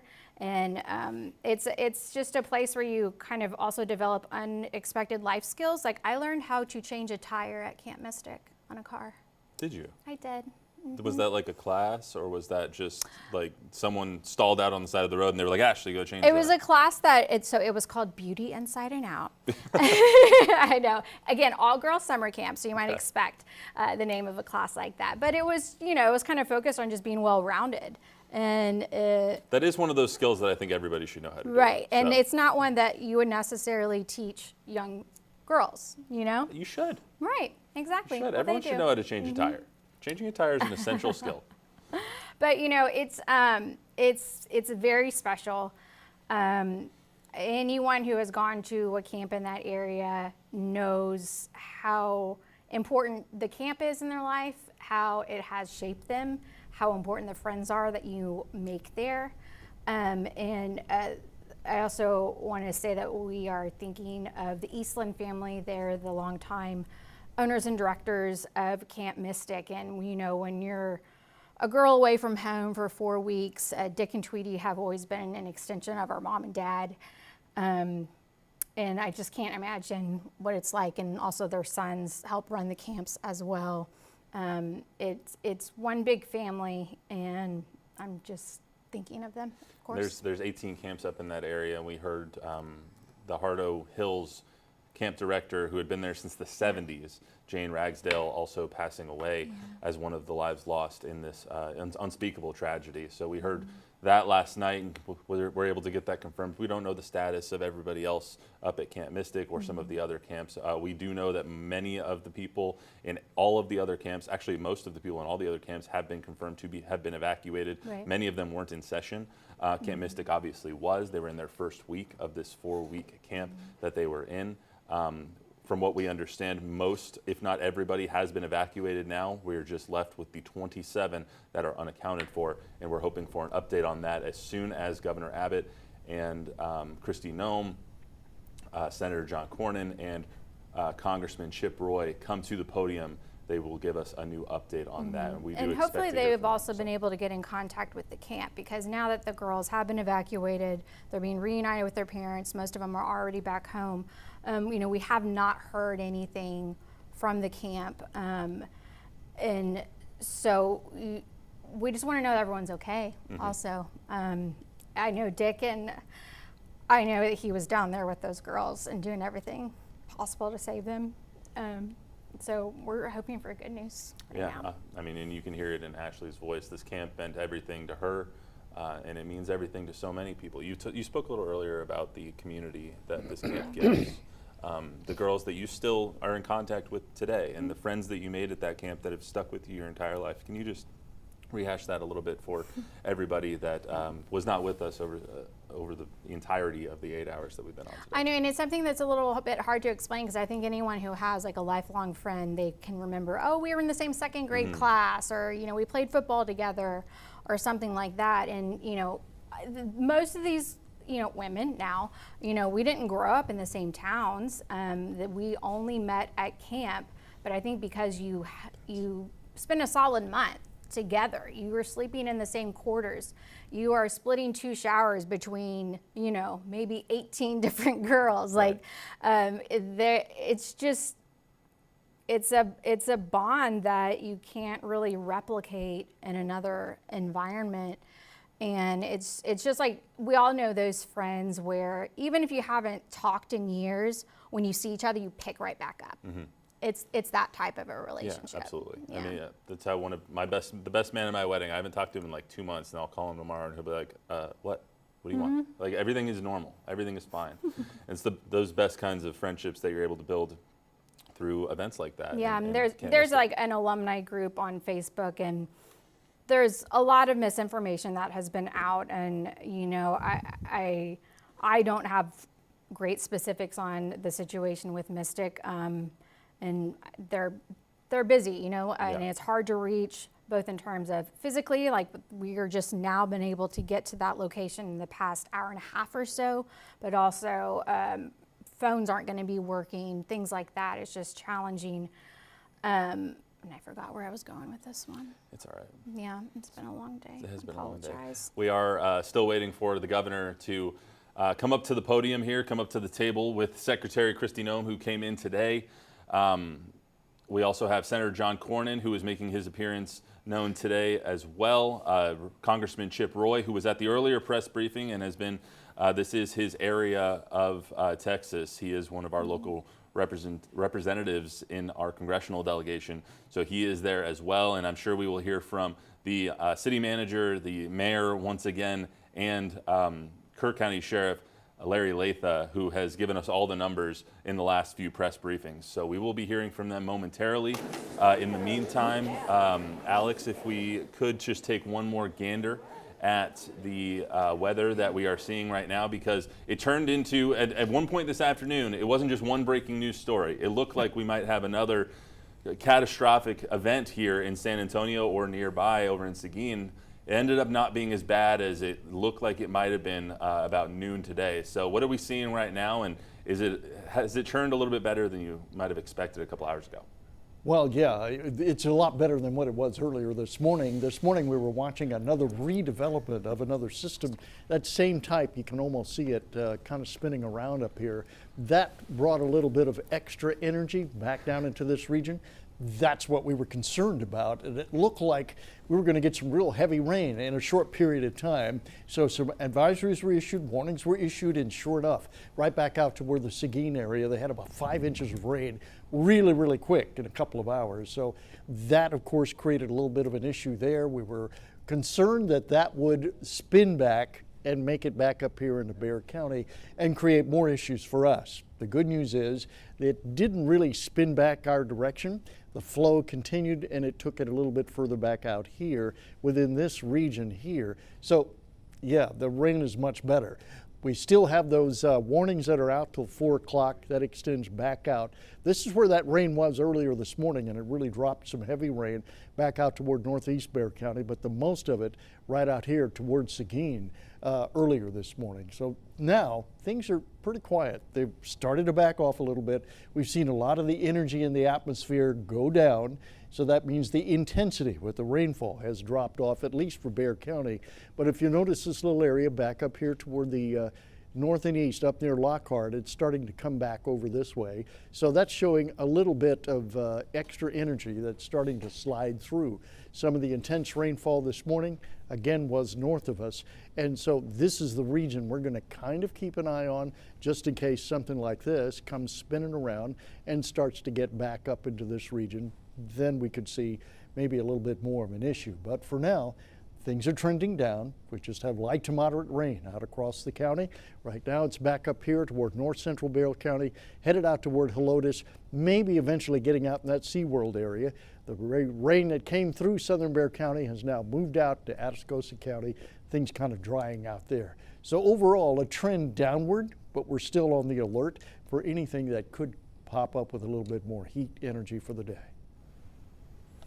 All right, and we're still on standby for that press conference to begin, and we can just maybe pop up the live picture so we can at least know if, as soon as we see movement, that's at least a good sign. But as soon as the troops start to fill in behind, because Governor Abbott usually likes to have that backdrop for his press conferences. As soon as we see the troops come in to start filling behind, then the big wigs come out right after that. So Governor Abbott should be coming to the podium here anytime now. We are still waiting for him to be there. This press conference was supposed to start at 2, pushed back to 2:30. Governor's tweeted out 2:45. Now we're almost nearing the top of the hour, so we apologize for the inconvenience and that we've been promising this. Exactly. But we are at the mercy of the governor here, and so he will be coming to the podium here at any moment, and we will hear the latest updates on this tragedy that's going on in Kirk County. Until then, back to my tap dancing skills. Yep. We've been doing that for Hop, shuffle, a lot step, today. lap, ball change. Yeah, we're becoming delirious at this point. And that's all right. That's all right. I think we've done a swell job. Yes. Let's pull up that picture on the bottom right-hand side here. You're going to get a live picture from Kerrville here, and this is considerably better than it was just 36 hours ago now. Yeah, the water was all the way up to that pavilion area. Yeah, it's a little bit zoomed in right now. If we can zoom out a little bit, we can see exactly and give a little bit of a comparison as to where the water was 48 hours ago, or less than 36 hours ago, when all the water and rain was coming in. There's the bridge is over here to the left-hand side of your screen. Yep, here we go. We're going to zoom it out and we're going to move it a little bit left. But yesterday, all of this was covered. That whole pavilion right there that you see was covered in water. And there's the bridge. The water was up to maybe a couple of feet below that bridge, all the way up there on the left-hand side. All of this that you're seeing was covered in water yesterday. And now we see people down there. Looks like they're starting to clean up some of the debris that has been going on. Yeah, there's the bridge right there. Thank you, Alex. That bridge, the water was just a couple of feet below that bridge. That's where we saw a lot of the videos, a lot of the TikToks, Instagram Reels. A lot of the people were taking their videos at that bridge because it was so staggering. This is the level that it's closer to being at. When they went to sleep, it was 7-8 feet, right, Alex? It was 7-8 feet. 7 to 8 feet. And then it got up to, and then it broke the gauge. And so we actually don't know how high it really got, but we assume higher than 30 feet because that's where it broke. Oh yeah, they were trying to get to the gauge, get some preliminary data out of that thing. And again, the preliminary data showed somewhere around 36, maybe 36.7 feet. So it got up there really, really fast, enough to where you could get up to the top of that bridge, or almost to the top of that bridge out there. Let me kind of pull back over and take a look at it. So you can kind of see right there how tall that bridge is compared to someone who would be standing out there. So that's a lot of water to come in a very short period of time. And you can get a comparison. Just look at the bottom part of your screen. You can see some people walking there. That shows you height level. And the water was at the top of that bridge almost. So that's an incredible amount of water that's pushing through that region really, really quick. Now we'll see if we can just kind of pan over just a little bit, kind of give you an idea of what the rest of that area looks like. I'm going to back out just a little bit. It really is staggering seeing like the before pictures, the after pictures, and now seeing that just 36 hours ago this was completely underwater, and now it's poof, gone.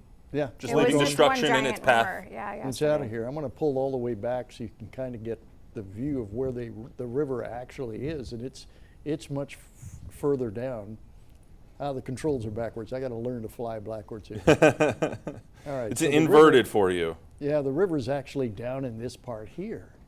And so, you know, the concerns, like I know the National Weather Service had issued a flood warning for the Guadalupe River in New Braunfels. Is that both because the water has flown in that direction and the rain, or is it more of the shift from the Guad in the Kerrville area now to the New Braunfels area?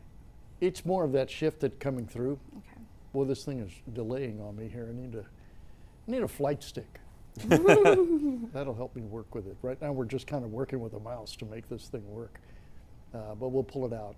So yeah, they saw that water level really coming through there, and there's the edge of it. Now you can see where that river is, and you see people walking along the edge of that little bridge, and this is where they have all of their celebrations. A tremendous amount of activity goes on here all the time, right out here along this area.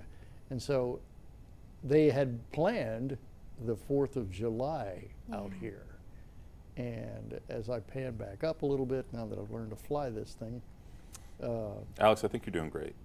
That's what's left of it throughout that area. And those who are in Kerrville will know where this is really, really interesting quick. And I did a big mini documentary on the Guadalupe several years ago. And I was actually standing out there where that little pool of water, that's where I conducted a couple of interviews out there. So I know exactly what it looks like, how flat it is, and how fast the water can come up in that region.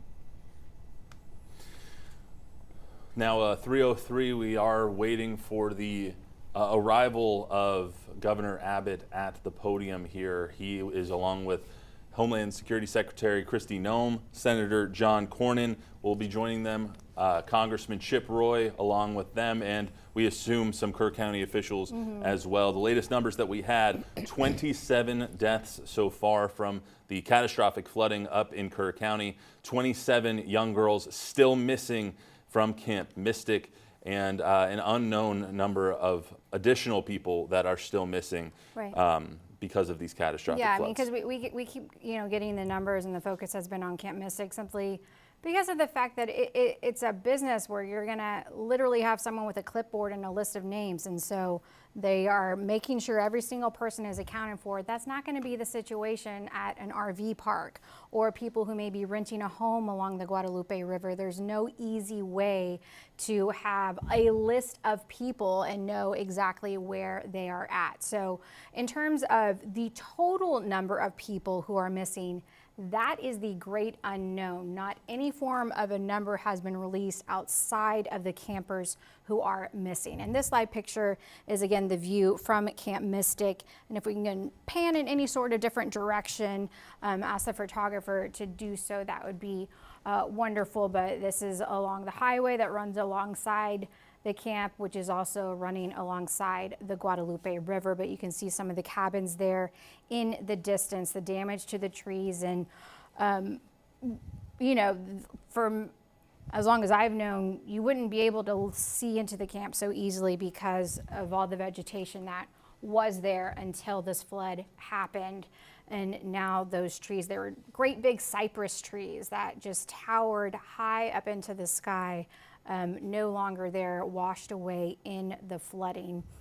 But that, again, that's a live picture from Hunt, Texas. This is along Highway 39, just outside looking into Camp Mystic. Probably maybe the hardest hit area as we continue to wait word on the status of the little girls who remain unaccounted for. Yeah, and we I think the most staggering thing we've seen today, Ashley, and we've been going since 7 o'clock today, was the images of Hunt's store.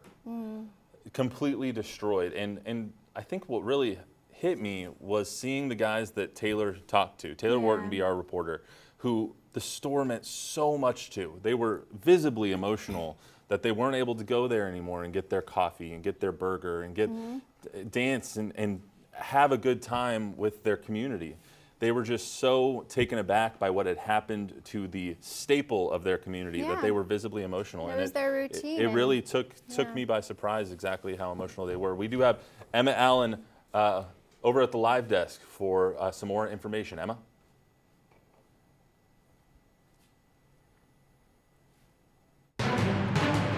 Back at the live desk, I have been monitoring pictures that were sent to us by viewers through Chime In. Take a look at these pictures here. These pictures were sent to us by Carlos Ortiz. This is the flood in Seguin. He says they were sent to us a short time ago. It really just shows how much water people are actually seeing in the area. And you can see in these pictures, entire backyard is flooded. It looks almost like a lake now. There's also debris that you're seeing there. And it looks like some of the roads are blocked off as well, but a lot of debris floating in that water as well, which makes things a little scary. The city of Seguin has announced that the river flow is rising after that rainfall, like you could see right there. And they say residents along the river should go ahead and secure their boats and loose items, and we'll continue to watch that area as well as the other ones that have already seen a lot of this flood. That is the latest from the live desk. All right, and we continue to have some more video of, this is some drone video right now of Kerrville, just another vantage point. So this would have been, I believe, earlier this morning. We're even looking at this in relation to the live picture that we were just talking about. The river is down, but the cleanup is only just beginning. But from what the official word has been all the morning, that's not the focus at this time. The focus remains saving lives. The rescue operation is of utmost importance right now as the state and the country responds to the Texas Hill Country. All right, I know we're about to take a look at Seguin. This is just a little bit of what happened after the huge amount of rainfall that came a little bit earlier today. There was, Alex, correct me if I'm wrong, 8 inches over there in that side of town? Well, 24 hours worth, but in this morning they only had about 5 inches of that. So, and it came within an hour. That's still so considerable when you think about Perrin Bidle and Bidle Creek got 4 to 5 inches, and you see the devastation that happened there a few weeks ago. 5 inches of rain is nothing to sneeze at, and can build up considerably, right? Particularly when it all comes within an hour. You get 5 inches of rain an hour, that's 2 months. If you look at it this way, 2 months worth of rain in 1 hour. I mean, last year when we were in such a drought, we wanted rain so bad because we were so far behind. But now we've gotten 4 months of rain in the span of 36 to 48 hours, and it's too much. We need it to elongate a little bit. Yeah, we need to spread it out. Yeah, exactly. Spread it out over a couple of months, really, or maybe 2 or 3 months. But that's typically the way it happens here. If you go back and look at our drought pattern over the long term, all the way back 50, even up to 100 years, it's full of spikes. You spike up, that means it's really wet. Then it spikes down, and you're really dry. So it's wet, dry, wet, dry, wet, dry. And it's an interesting pattern to see once you put it all together. I'll see if I can find the graphic and bring that up, but you can see that pattern. And so we just happen to be in one of those wet spikes right now.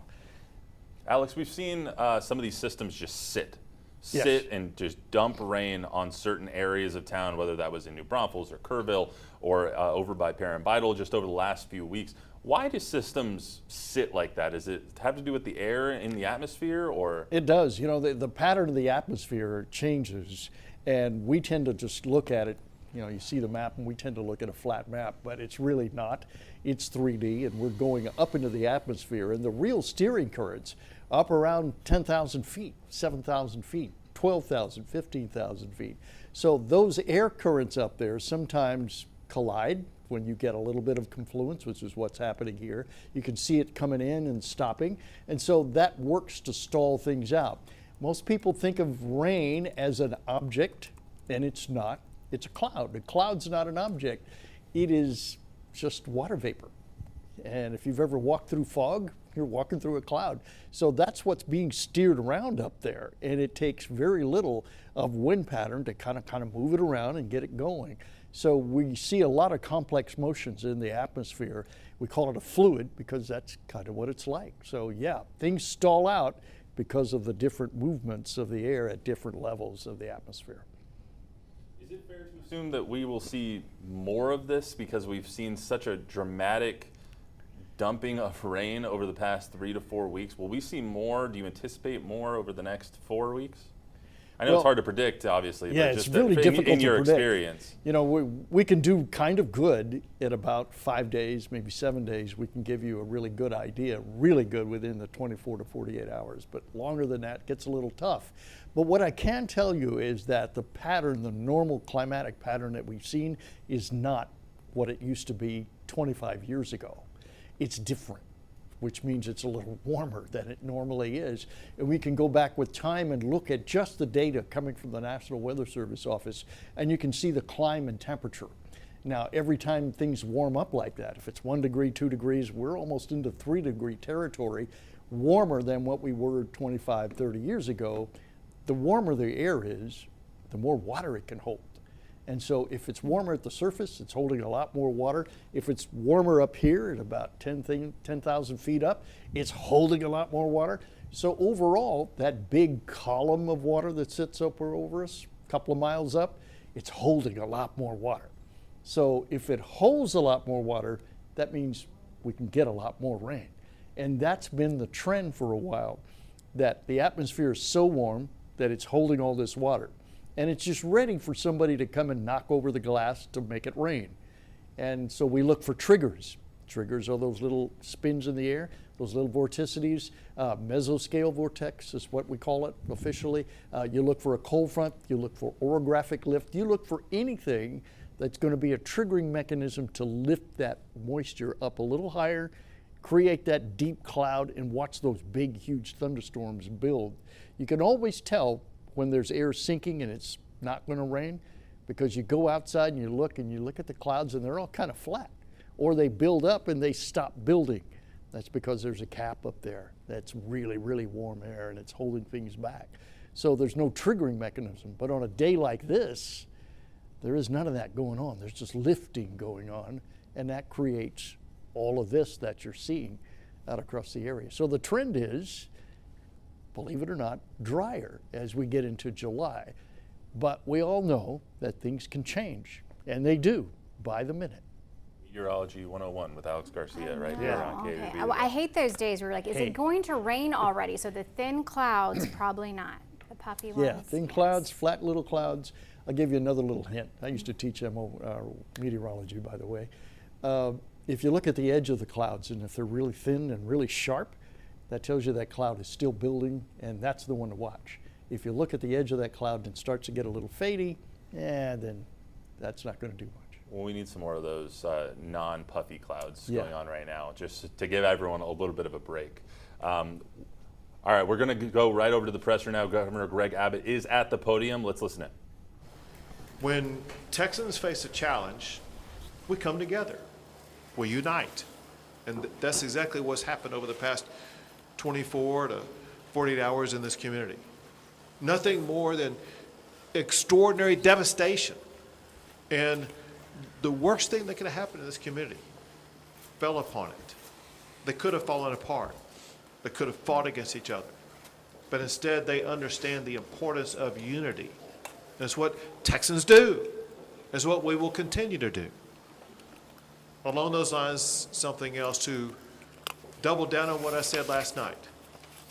We will be relentless in going after and ensuring that we locate every single person who's been a victim of this flooding event. We're not going to stop today or tomorrow. We will stop when the job is completed. Between now and whenever that day arrives when the job is completed, this is a 24/7 operation, day and night, because we know that we are looking for Texans and Americans, and we put them as our top priority, and we will find every one of them. Additionally, I want to let you know that overnight, there was an increase in storm damage and rainfall and flooding in other regions of the state of Texas that were in addition to the ones that were in the disaster declaration that I made yesterday. What I'm going to sign today is an expanded disaster declaration that adds the following counties to what I signed yesterday. This disaster declaration includes Bexar County, Burnett, Caldwell, Guadalupe, Travis, and Williamson counties.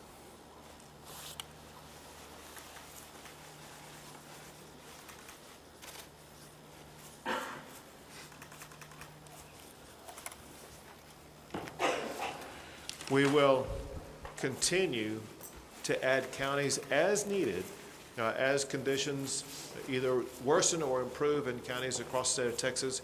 We will ensure that every asset and resource the state has is going to be made available to every county that's the subject of this disaster declaration.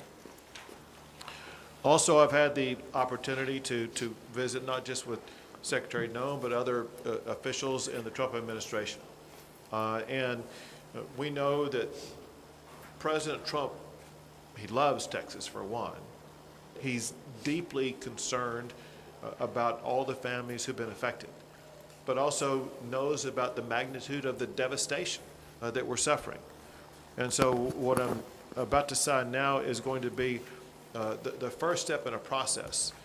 This document is a request for a federal disaster declaration coming from the governor to seek the immediate and ongoing help of the federal government.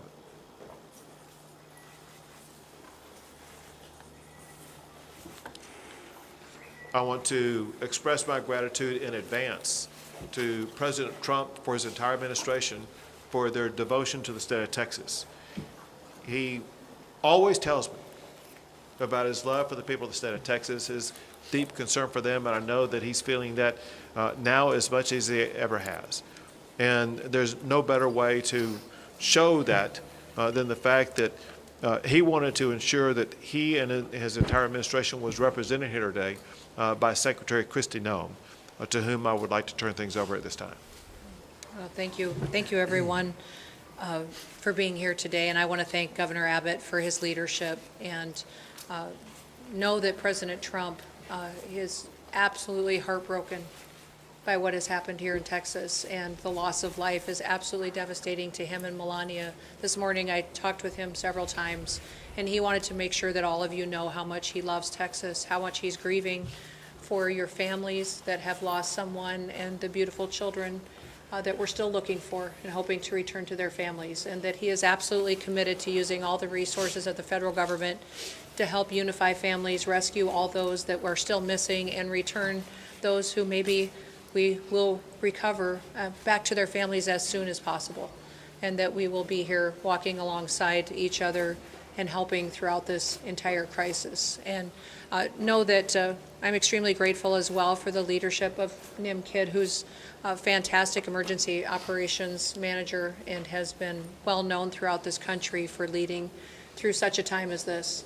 And this tragic situation is something that is unprecedented.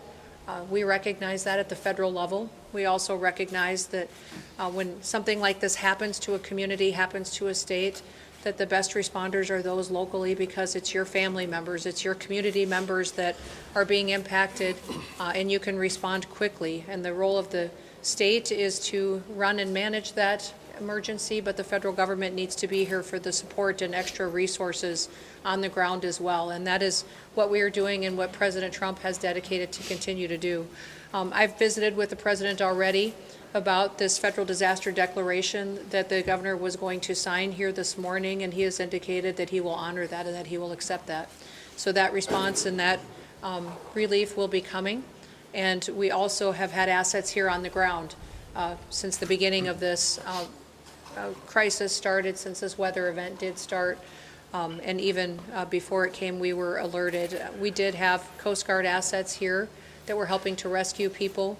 We're thankful for the airframe that showed up and those coasties that were here walking alongside our DPS, and the emergency responders that were here, the Texas assets that were deployed already, and that coordination was seamless, and I appreciate them for putting that request in right away. We also had our BORTAC team from Customs and Border Protection out here helping with rescues. They are a specialized, trained force to come in these types of situations and bring their skill set to bear. That is a resource that's incredibly important to the Department of Homeland Security, but also in these types of situations when we need emergency management response. We also did have a CBP advisory interdiction specialist here that was helping with some coordination of air assets that has been present.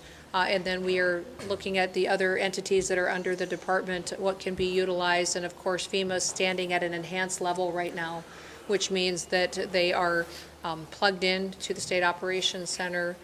We are engaged, and then as this response goes forward, that their role will continue to be filled as it always is in these situations, and will be timely and responsive as to what the governor requests and what is needed here on the ground. I do know that the state of Texas is amazing in how it responds to disasters. Not every state is like that. Many states do not do what the people of Texas do.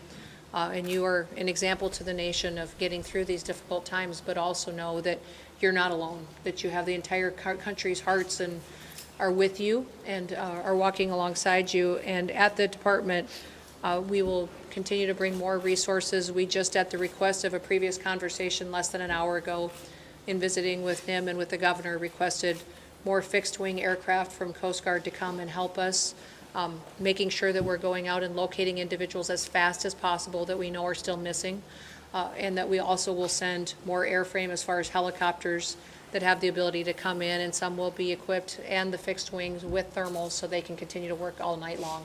Some of the assets that other agencies may offer don't have that kind of equipment, but the Coast Guard does have it, and so that will be deployed so that the search and rescue efforts don't stop even when it does get dark at night.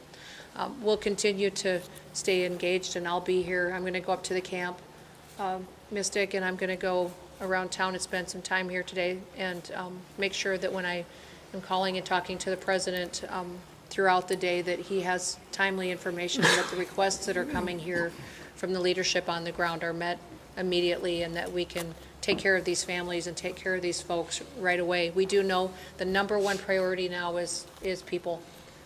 is making sure we're finding people as fast as possible and we're returning them to their families. And then also, throughout the process, we'll get into what damage was done to public infrastructure, what may have been done to, I know we have 1,800 people that are still without power. What I understand is people still have water, but we do have damage to bridges and to roads. Thankfully, dams held. But all of that is an assessment that we'll continue to work with you on to make sure that you recover as quickly as possible. So, again, thank you all for being strong and being an example for people. Someone told me a long time ago, over 30 years ago, that to never get angry on behalf of yourself, get angry on behalf of the other people, to always go out and get up every day and go work for other people and help them. And so I know many of you that are out there responding and helping your neighbors had losses too. You're hurting because you're grieving somebody that may have been lost. We were created to serve people. God created us to serve each other. And now is a wonderful time to go find somebody you can help, somebody that you can take care of and get them through this process. And that will make us stronger and better into the future. So our prayers are with you. President Trump wants you to know that he and Melania are praying for you and love you. And with that, I'll turn it back over to the governor. Sure. Well, thank you very much. Thank you so much for being here. Thank you for the assets and resources you and the Trump administration are providing. One thing that Secretary Noem mentioned was the fact that recoveries and rescues are being made. And what has happened over the past 36 hours is really amazing. When you look at what the local officials have done, working in collaboration with multiple state agencies as well as our federal partners, in 36 hours, they have rescued or recovered more than 850 people, some clinging to trees to save their lives, others in other precarious situations. It's just sheer heroism, the way that we've seen our first responders rescue so many people. And now I would like to turn things over to Senator John Cornyn. My thanks to President Trump and Secretary Noem for responding so quickly to Governor Abbott's request for a federal disaster declaration. And particularly, Madam Secretary, thank you for being here in person. It's really important and I think sends a very important message. Unfortunately, I've been to a number of disasters over the years across the state of Texas, as has the governor, and none of these get any easier. But I have to tell you, I remain incredibly impressed with Governor Abbott's leadership and the incredible work that the Texas Department of Emergency Management under the leadership of Nim Kidd do. They are literally the best in the nation. And what Secretary Noem said about other states not responding as well is true. It's something we should be very proud of and grateful for, particularly at a time like this. And then there are the men and women who are standing behind us here, who have been doing the work on the ground, not waiting for the federal government to show up. They've been getting the work done, as the governor pointed out. And we are all together, we are praying for those who have lost loved ones and are grieving.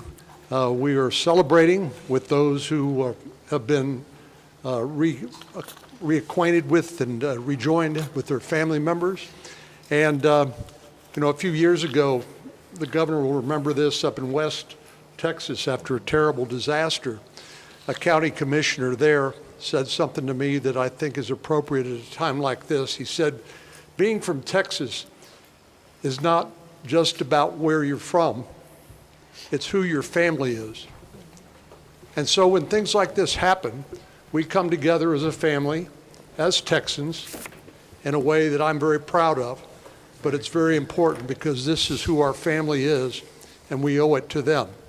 And I take the governor at his word that he and his team will be relentless in supporting all of the efforts at the local and the federal level until every last person is accounted for and those families are reunited with their loved ones. But Governor, thank you again for your leadership. Secretary Noem, it means a lot to us for you to be here.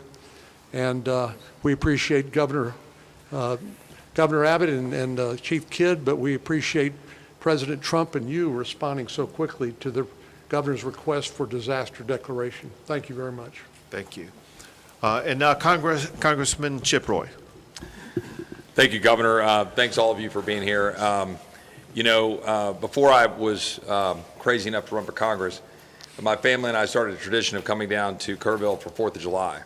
And we've been coming here every summer since my kids were little. They're now 14 and 15 to see Robert Earl and whoever else was playing. And pictures have been popping up my phone, the ones that, kick on the anniversary of different shows, like a bunch of different shows over the last decade. It hits home. It really does. It hits personally for those of us for whom this is our community, our home. My family lives in Hays County, but we spend a lot of time in Kerr. And I can't say enough about the local leadership and what they've been doing in the face of this disaster. Your city manager has done an extraordinary job. Your sheriff has done an extraordinary job. I could go down the list of everybody and I'll leave somebody out. But I can't say enough about what they've done, and then I can't say enough about the governor and about NIM and about the leadership that has come from the state and from DPS and from TDEM to get this done and to do what we're in the process of still doing to react to this unfortunate circumstance. It's been professional and it's been extremely well done. And I have to say, the secretary yesterday, I reached out to her office. I think it might be 50. Check. 1, 2, 3, 4, 5. Ryan Wolf, 1, 2, 3, 4, 5. Immediately responding to requests. I talked to NIM about the need for Army Corps support and some other stuff. Immediately talked to the secretary about it. The collaboration, the teamwork, local, state, and federal. I cannot overstate the extent to which everybody set aside turfs or any of those kinds of things to deliver for the people of Texas. Now, we're far from having finished the job. We're all here knowing that we still have work to do. We're still prayerful. We're still hopeful. Obviously, there's a lot here that we're dealing with, but I'm deeply appreciative for that coordination. And last point that I'll just make is, and I've said this a little bit earlier this morning, there's going to be a lot of finger pointing and a lot of second guessing and Monday morning quarterbacking. And I just want to pick up on what I think the governor said about 850 something individuals that were moved quickly in this circumstance, and in a once in a century flood where you get 12, 14 inches, where you get a 26 to 30 foot increase in water in the course of an hour and a half at 4 to 6 o'clock in the morning on a holiday. And that's what we're dealing with in these circumstances and where those camps are. There's a lot of people saying why and how, and I understand that. And I understand why parents would be asking those questions and all of the media. But where we are right now in terms of what we've done to be able to protect people, move them, get them out of the camps, and the heroic efforts of people that worked in those camps, directors of the camps, people who own the camps, who not just risked their lives, gave their lives to try to go save the lives of those kids.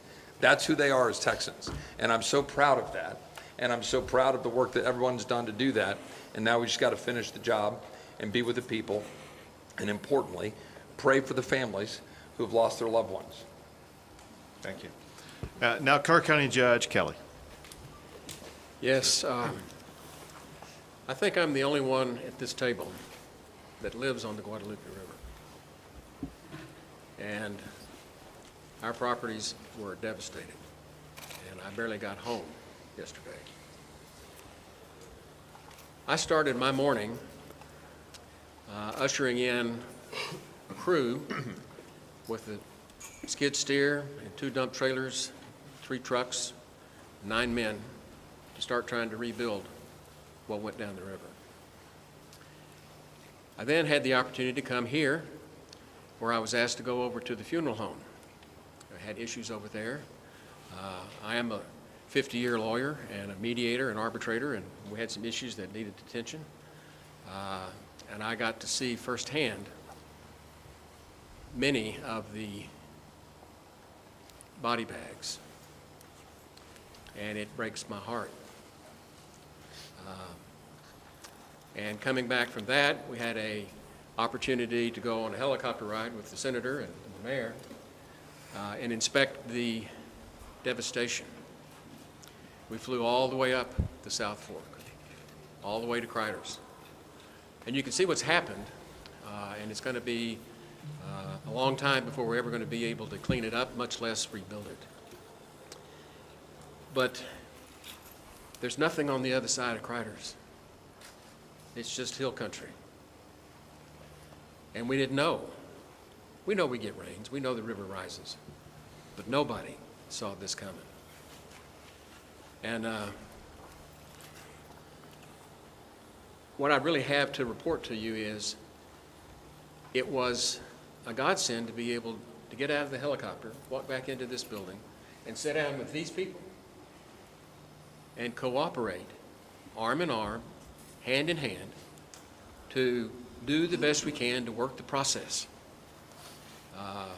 The rescue has gone as well as can be expected.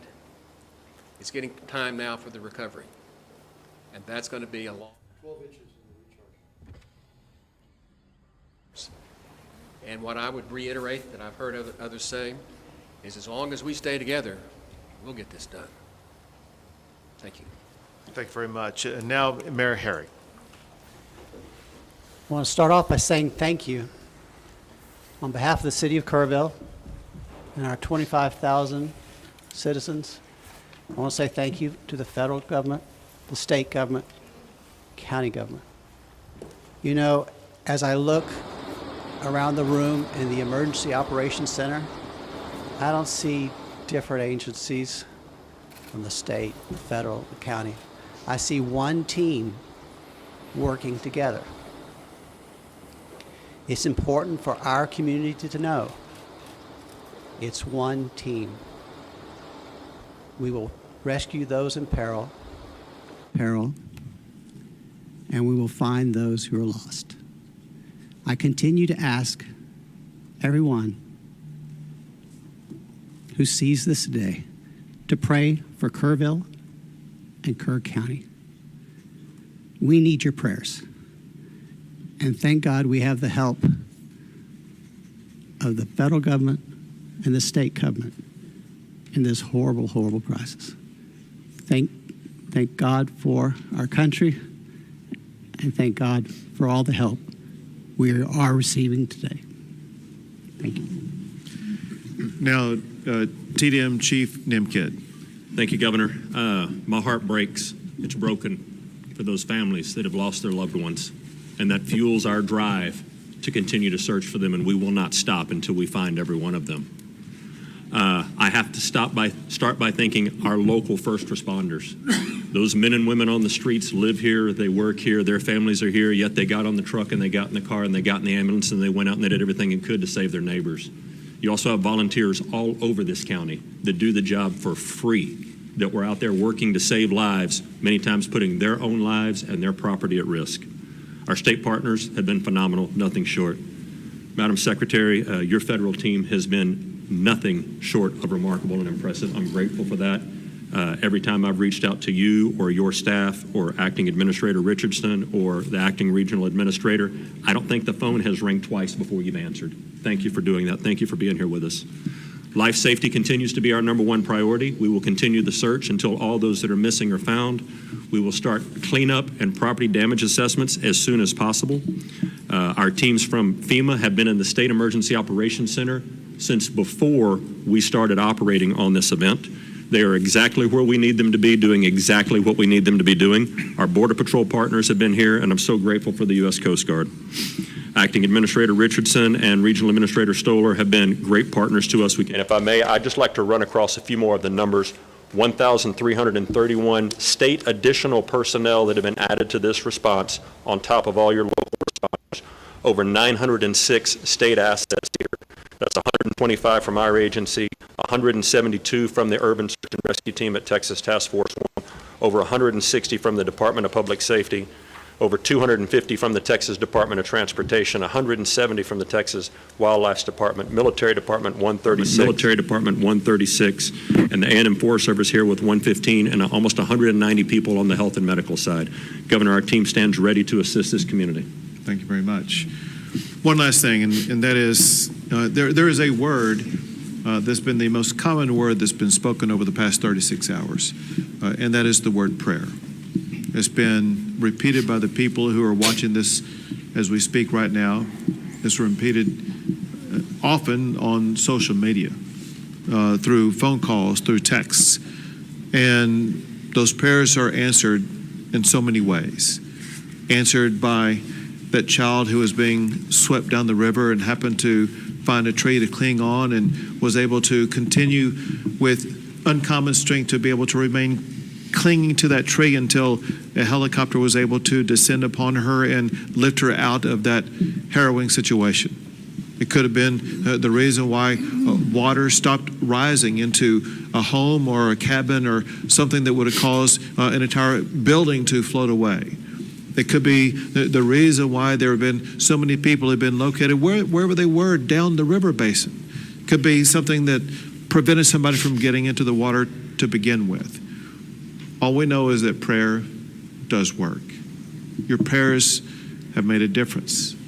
We ask for continued prayers as we continue our efforts to locate everybody who's been affected by this, and pray so much for the families who have lost a loved one, who are going through challenging times that they never imagined on the 3rd of July that something like this would happen. Prayer matters, and we thank God Almighty.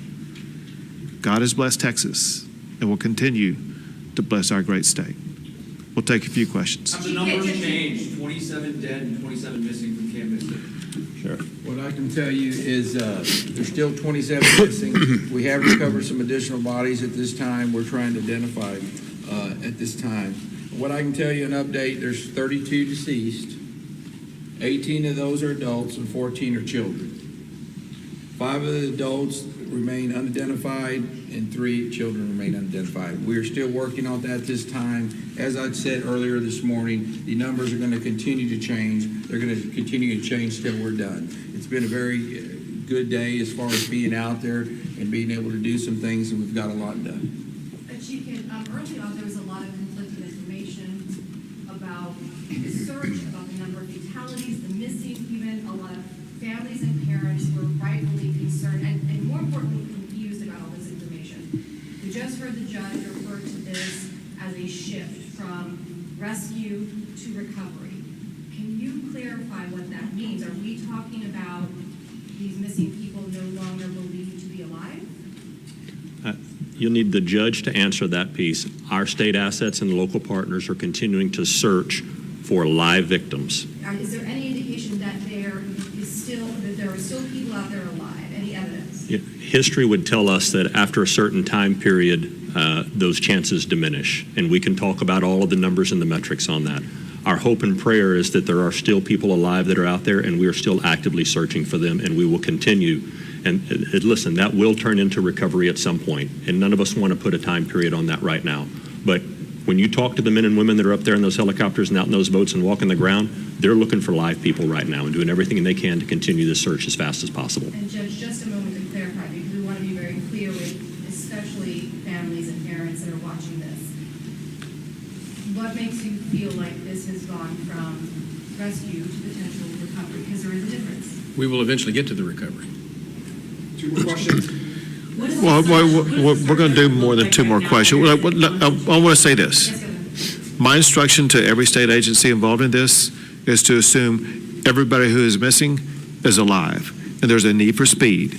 Not just every hour, every minute counts, which is why there's people in the air, people in the water, people on the ground right now, because they're looking to save every last life, and we will not give up that effort. 2 more questions. Why was the National Weather Service not pinging their phones before 7 o'clock this day of 4th of July? You need federal people to answer that maybe for us. I got updates at 7 o'clock. First one I heard, and I've heard updates throughout the week, but not before 7 o'clock in the morning. Wasn't that a fundamental failure of the federal government's responsibility to keep us safe? Well, my background is before I was in the secretary position here under the Trump administration, I was governor of South Dakota and served in Congress for 8 years before I was governor. And so I will tell you that for decades, for years, everybody knows that the weather is extremely difficult to predict, but also that the National Weather Service over the years at times has done well, and at times we have all wanted more time and more warning and more alerts and more notification. That is something, and one of the reasons that when President Trump took office, that he said he wanted to fix, and is currently upgrading the technology. And the National Weather Service has indicated that with that and NOAA, that we needed to renew this ancient system that has been left in place with the federal government for many, many years, and that is the reforms that are ongoing there. The timeline that I have, I don't oversee the National Weather Service, that's not under my department, but the timeline that I did receive from them was that the notifications started to look at its expansion for its limited flood impacts area that started on July 3rd at 1:18 p.m. A flood watch was issued. Although it was moderate, it wasn't to the extremes that it was, that when the system came over the area that it stalled, it was much more water, that, much like I think we experienced during Harvey, the same type of system that was unpredictable in the way that it reacted and the way that it stopped right here and dumped unprecedented amounts of rain that caused a flooding event like this. They continue to elevate and up their notifications. You know, when your notification hit your phone, sir, I'm sorry, I can't speak to when that is, but I do carry your concerns back to the federal government and to President Trump, and we will do all we can to fix those kinds of things that may have felt like a failure to you and to your community members. But we know that everybody wants more warning time, and that's why we're working to upgrade the technologies that have been neglected by far too long to make sure that families have as much advanced notice as possible. But one more question, folks. Can you please get into the search efforts and where that's happening and what the challenges are? Question was search efforts. Where it's happening, challenges, what it's still being Yeah, the entire river is being searched from the northernmost impact all the way as we run down. You have assets in the air that are still doing searches, you have boats that are in the water doing searches, and you have ground crews doing searches. As the water recedes, new areas being uncovered and searched, and you have human and canine that are working those banks and will continue. It's a grid situation where we've got maps in there in the EOC where you can see what group is assigned to what area and reporting back to command if they find or if they continue to clear. And that process is going to keep going. We are not stopping until we find everyone that's missing. Great, thank you, everyone. That's all we got time for. Go ahead. As far as the resources to people who are trying to recover, we have FEMA, we have the state.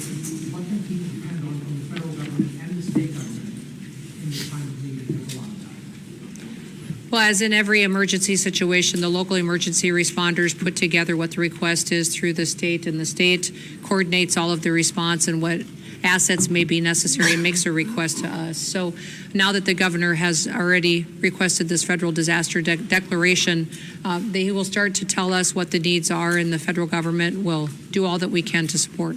Ma'am, will there be direct assistance? Well, there already has been direct assistance. I mean, when you look at having Coast Guard assets here on the ground, we just requested more assets to be here, Border Patrol here. If there's more individuals and federal law enforcement officers, if we need any assets that I may have under my purview, I've made available to NIM, and so he knows that if he needs something, it'll be here. Great, Thank you. everyone. Appreciate it. Thank you, folks. There you have it. Governor Greg Abbott, flanked by Secretary of Homeland Security Kristi Noem, and state, local, and other dignitaries all there talking about the catastrophic flooding that's happening in the Hill Country and the recovery efforts that are still continuing right now. It was very prayerful, very somber, and a glimmer of hope could be taken from that press conference as we saw the governor talking about signing a disaster declaration request for immediate funding and help for not only Kerr County, where this devastating flooding took place, but also surrounding counties, including Bexar County, including Travis County and Burnett County, where some of the flooding has also reached as well. So Secretary of Homeland Security Kristi Noem talking about very important aspects, that she's constantly in communication with President Donald Trump, feeding back information in real time about what's happening. The president talking about how he is ready to step in and help, and that every resource will be made available during and after this crisis. And the number of counties that they may add to that disaster declaration is growing, and they're willing to assess those situations and add more. One thing that we heard throughout the press conference led by the governor is that this is one team. This is about coming together, uniting under extraordinary devastating consequences here.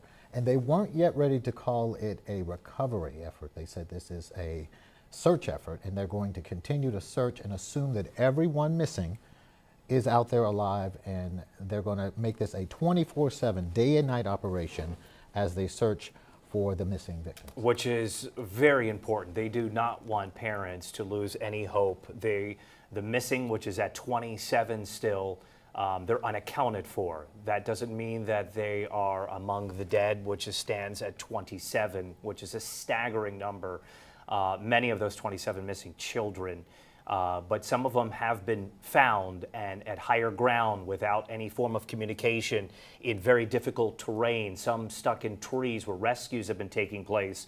Some 1,300 plus additional personnel have been added outside of state assets, which stands at 900 plus here in Texas as they continue search and recovery efforts and rescue efforts for this. We also heard tales of heroism, which really was quite inspiring to hear how friends, neighbors, people pitching in from outside of Texas, coming in and putting their own lives at risk to really step in and help out after these devastating floods.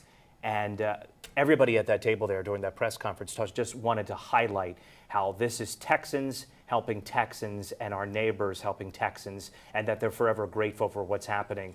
And it's very inspiring to know that immediate help is coming. Immediate help is coming in the form of resources from the federal government and in terms of financial resources so that these communities can rebuild and that the recovery efforts can begin in terms of debris cleanup and a lot that's going to happen. And it's going to take weeks and months to come. But we did learn a lot from that press conference in terms of just what's happening on the federal government side. Yeah. We do have reporters out in the field right now. Let's go to Zach Hedrick. He joins us now live with team coverage. Hey, Darian and Ryan. Yeah, we're here in Kerrville at the entrance of Louise Hayes Park. That's just outside the city center. I don't know if you're able to see it behind me, but that clock tower out there, that is where City Hall of Kerrville is right now, and you can hear cleanup efforts already underway out here. Just over here to my right, you see that there are teams out here of people with chainsaws looking to pick up all of the tree debris from all this, and you can kind of see here just the extent of the damage, how widespread it's been here. This park is usually pretty busy during the weekends. A lot of people like to come down here. There's usually a park area right there. They'll come down and play at the river. That was obviously a different scene here yesterday. Where I'm standing right now, I'm told that I was under maybe 3-4 feet of water. Just incredible to think about when you see the power of this water. Also out here, usually we spoke to a gentleman behind us is the VFW post here in Kerrville. He told us usually you can't see the river from this vantage point because of all the trees and brush that are usually out here. Of course, that's been cleared away. That's been wiped out by all the floodwaters from yesterday, and you can also kind of see the power of the water bending over those trees as if they were pieces of straw. It's just amazing, kind of hard to put into words just the extent of this damage. It kind of spreads even further to my left over here. It goes all the way up to the side of this embankment where you see those people are standing right there right now. That's how far the water reached, even powerful enough to rip up these fence posts, for lack of a better word, out of their moorings right here. This is where these fence posts were planted in, just ripped out of the ground. So, as you mentioned, cleanup well underway. Just incredible the amount of damage here. Of course, we got into town maybe about 30-40 minutes ago, so we're still trying to make our way through, see what we can see. But this was our first stop here at Louise Hayes Park. Just to see, yes, the waters have receded, but the extent of the damage still incredible to behold. Ryan and Darian, we'll send it back to you. Hey, Zach, I know you just said you got there about 45 minutes ago and you're battling that chainsaw in the background, but hopefully you can hear me. I wanted to ask, what was the sense that you got, if you got a chance to talk to anybody, seeing congressional leaders, seeing the federal government there and talking about the help that's on the way? Was there any sort of optimism from the community there? Yeah, when we spoke to the VFW commander, Eric Burton, he just said, hey, look, it's a tough time right now, but Kerrville's a strong community, and we're going to come back from this. We're going to rebound.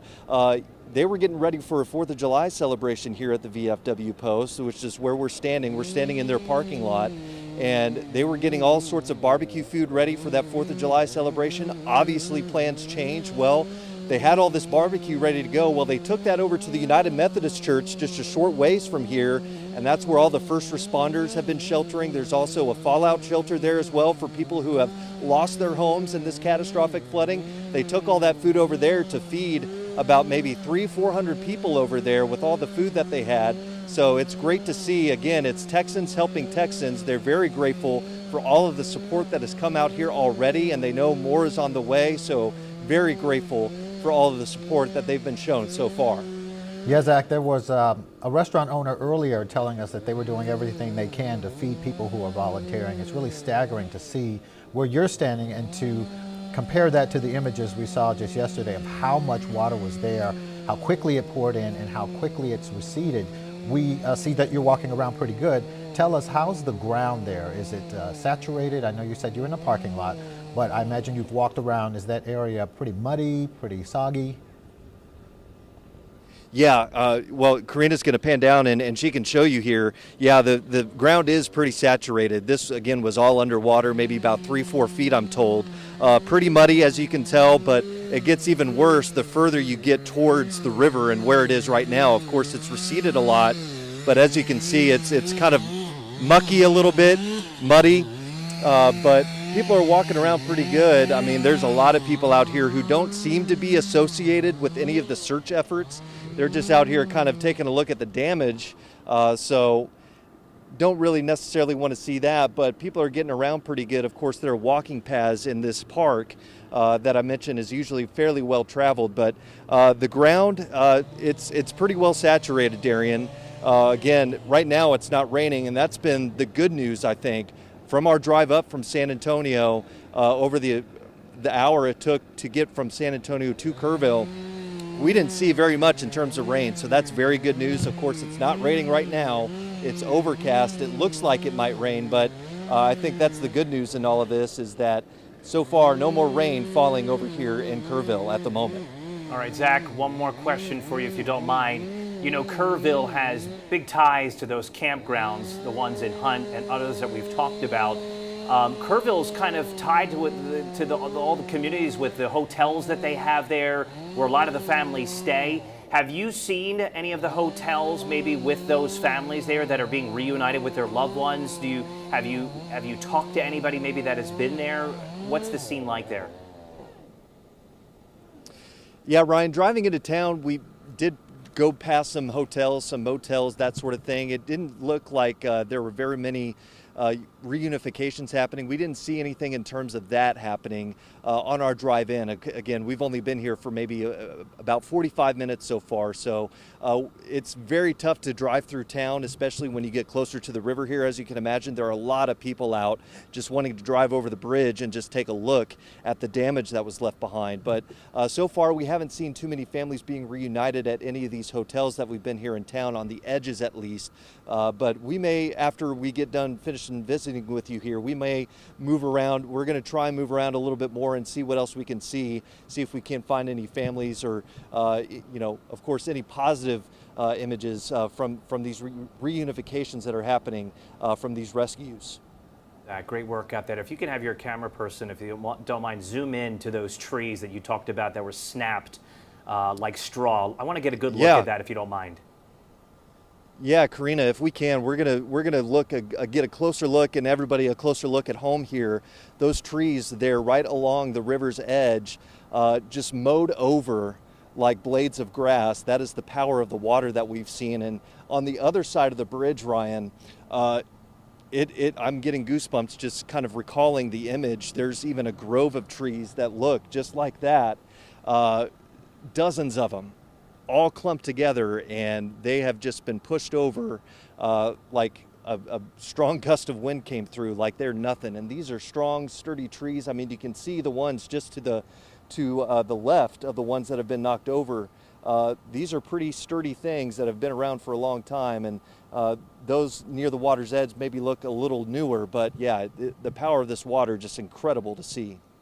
They talk about, the power of winds when it comes to tropical systems, but it's really the water, the flooding, and the power of that water, and you're really getting a great look at it out there. Just tremendous video to see. And yeah, it does give you goosebumps, especially when you hear that there were people clinging to those trees, trying to save their lives during what was probably the most frightening night that anybody could ever imagine. Zach Hedrick, thank you very much. We'll let you go speak to some other people. We appreciate the reporting out there. Be safe, and thank the photographer as well. We appreciate it.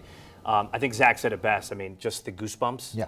I mean, just seeing the power of that water. And Alex was talking to us earlier. We're going to bring in our meteorologist, our chief meteorologist, Alex Garcia. Alex, you were talking about just how fast that water moves last night when we were first reporting around the clock, and just how disastrous and the destruction that water can cause. And you see it there. And what would you say in regards to what you're hearing and seeing after watching that video? Well, all of that really doesn't surprise me because I understand the power of water, and once it's in motion, it has a tremendous amount of power. Again, there are some factors that are related to how much power it does have. It's how deep it is, how wide it is, and how fast it's moving. So we did a quick calculation just to look at something 21 feet wide, assuming the river is 21 feet out, and about a foot deep, moving 15 miles an hour. Every little square inch gets about 68,000 horsepower, a square inch. So you can see how it takes those trees, just rips them right up. I don't care how big they are. It's going to rip them right out and take them downstream. So it really doesn't surprise me to see all of those trees, particularly the bigger ones, being pushed up, uprooted, and taken away. Let's get people up to speed on the current forecast. We still see some of those storms around on the radar. People who are concerned, Seguin saw, 5 inches in under an hour. I mean, that's an incredible amount of water, all from what is this same low that's just kind of hanging around? Yeah, it's the same little protuberances in the atmosphere. Let me pull back out of here and you can take a look at it real quick. There you can see the overall pattern. You can still see that rotation. If you look really close, you can kind of see that rotation going on in the cloud right about there. See that coming up, coming around. You can see the back end of this also going up like that. So there's still a little what we call an MCV, a mesoscale convective vortex sitting in this region, and it develops. Once that develops, it starts lifting the atmosphere, and the greatest lift usually sitting right up in this region. We're still seeing some of that rain that's coming around. So early this morning, we saw that. And I saw it right around the 3 o'clock, 4 o'clock hour. I was looking at something kind of spinning a little bit. Then around the 4 or 5 o'clock hour, it started to get a little stronger. Right about that 7, 8, boy, it was starting to pick up, and we saw the rain really starting to be generated out in the Seguin area. Now tonight or today, it's already kind of moved away.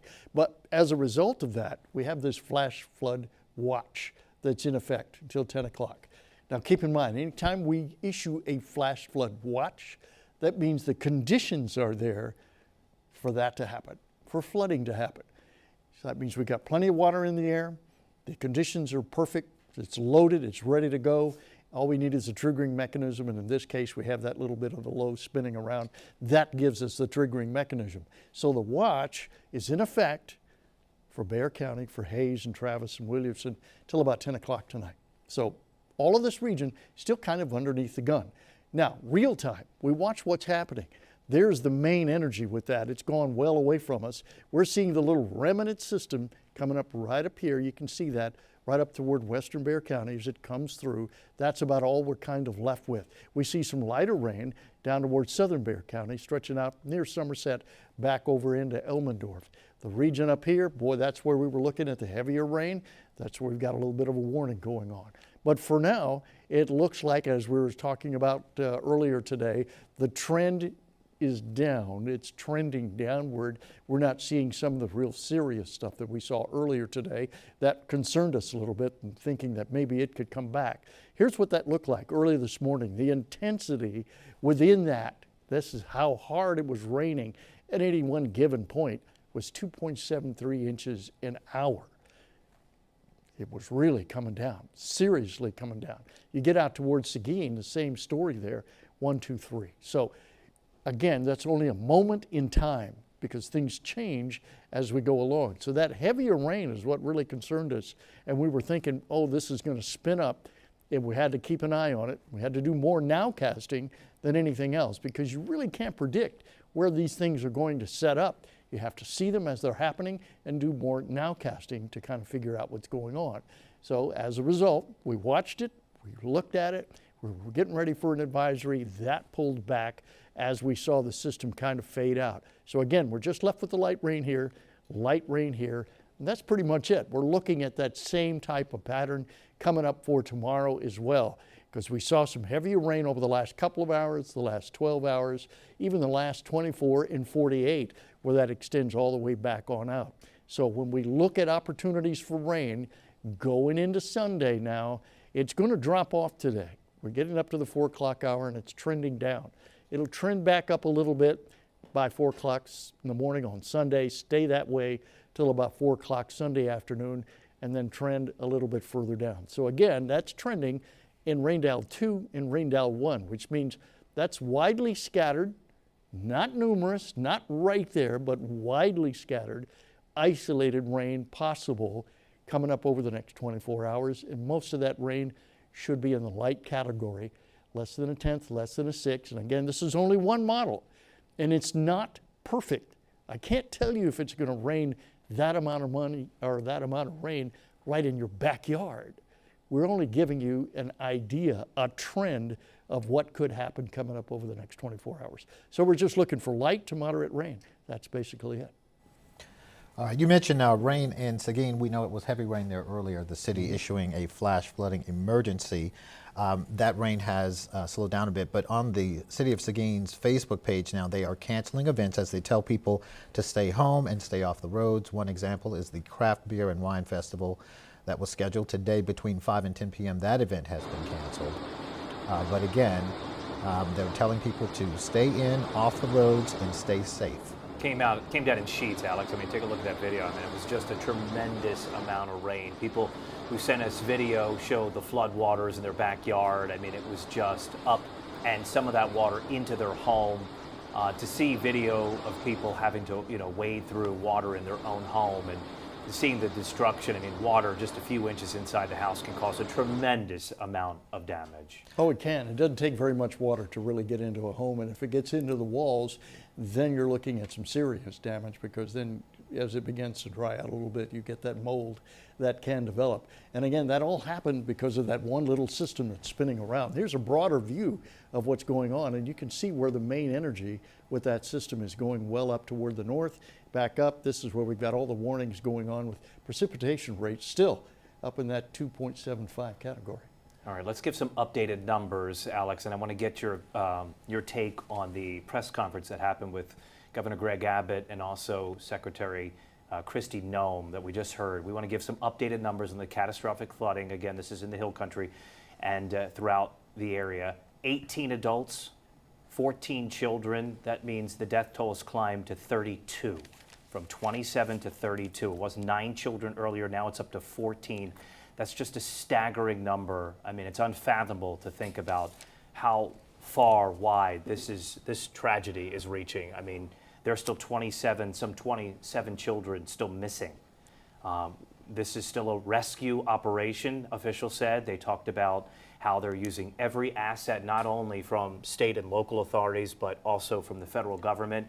We saw the governor sign the disaster declaration request, and Kristi Noem talking about how money and help will be on the way, that she's on the phone with the president to make sure that immediate help for recovery, immediate help for rescue operations continue.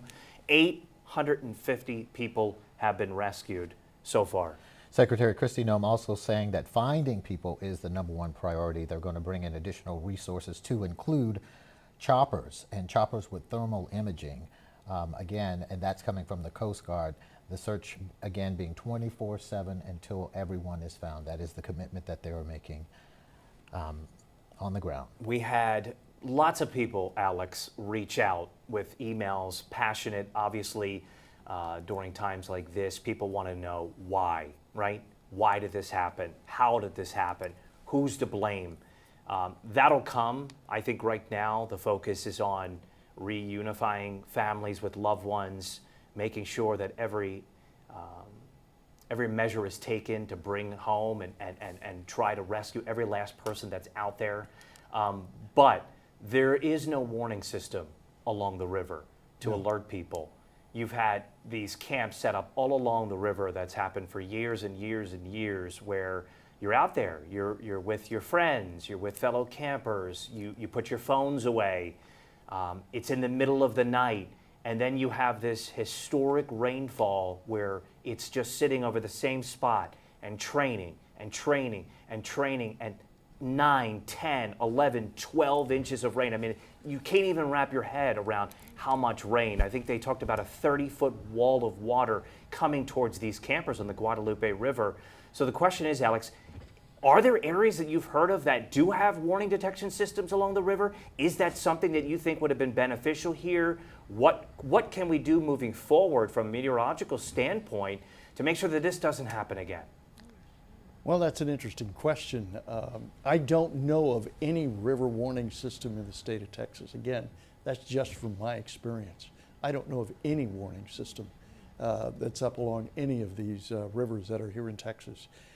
It would be beneficial, of course, to have something like that. It would be beneficial to have some type of connection to weather information for everyone, including these camps that tend to not want to have connection with the outside. They should at least have some connection in situations like this. And then once you look at, and we've got one active right now, a flash flood watch, understand what that means. That means the conditions are there for flooding to happen. It means get ready. It means be on the alert. It means stay alert constantly, not ignore it, but know that the threat is there. And we had a flash flood that night. We have one right now. So be on the alert. So that flash flood went out, you believe it was around 1 in the morning for that area? We had a flash flood night. We had a flash flood watch that night. If you remember that, I don't know if you were there. I can't remember if that was your night off or not.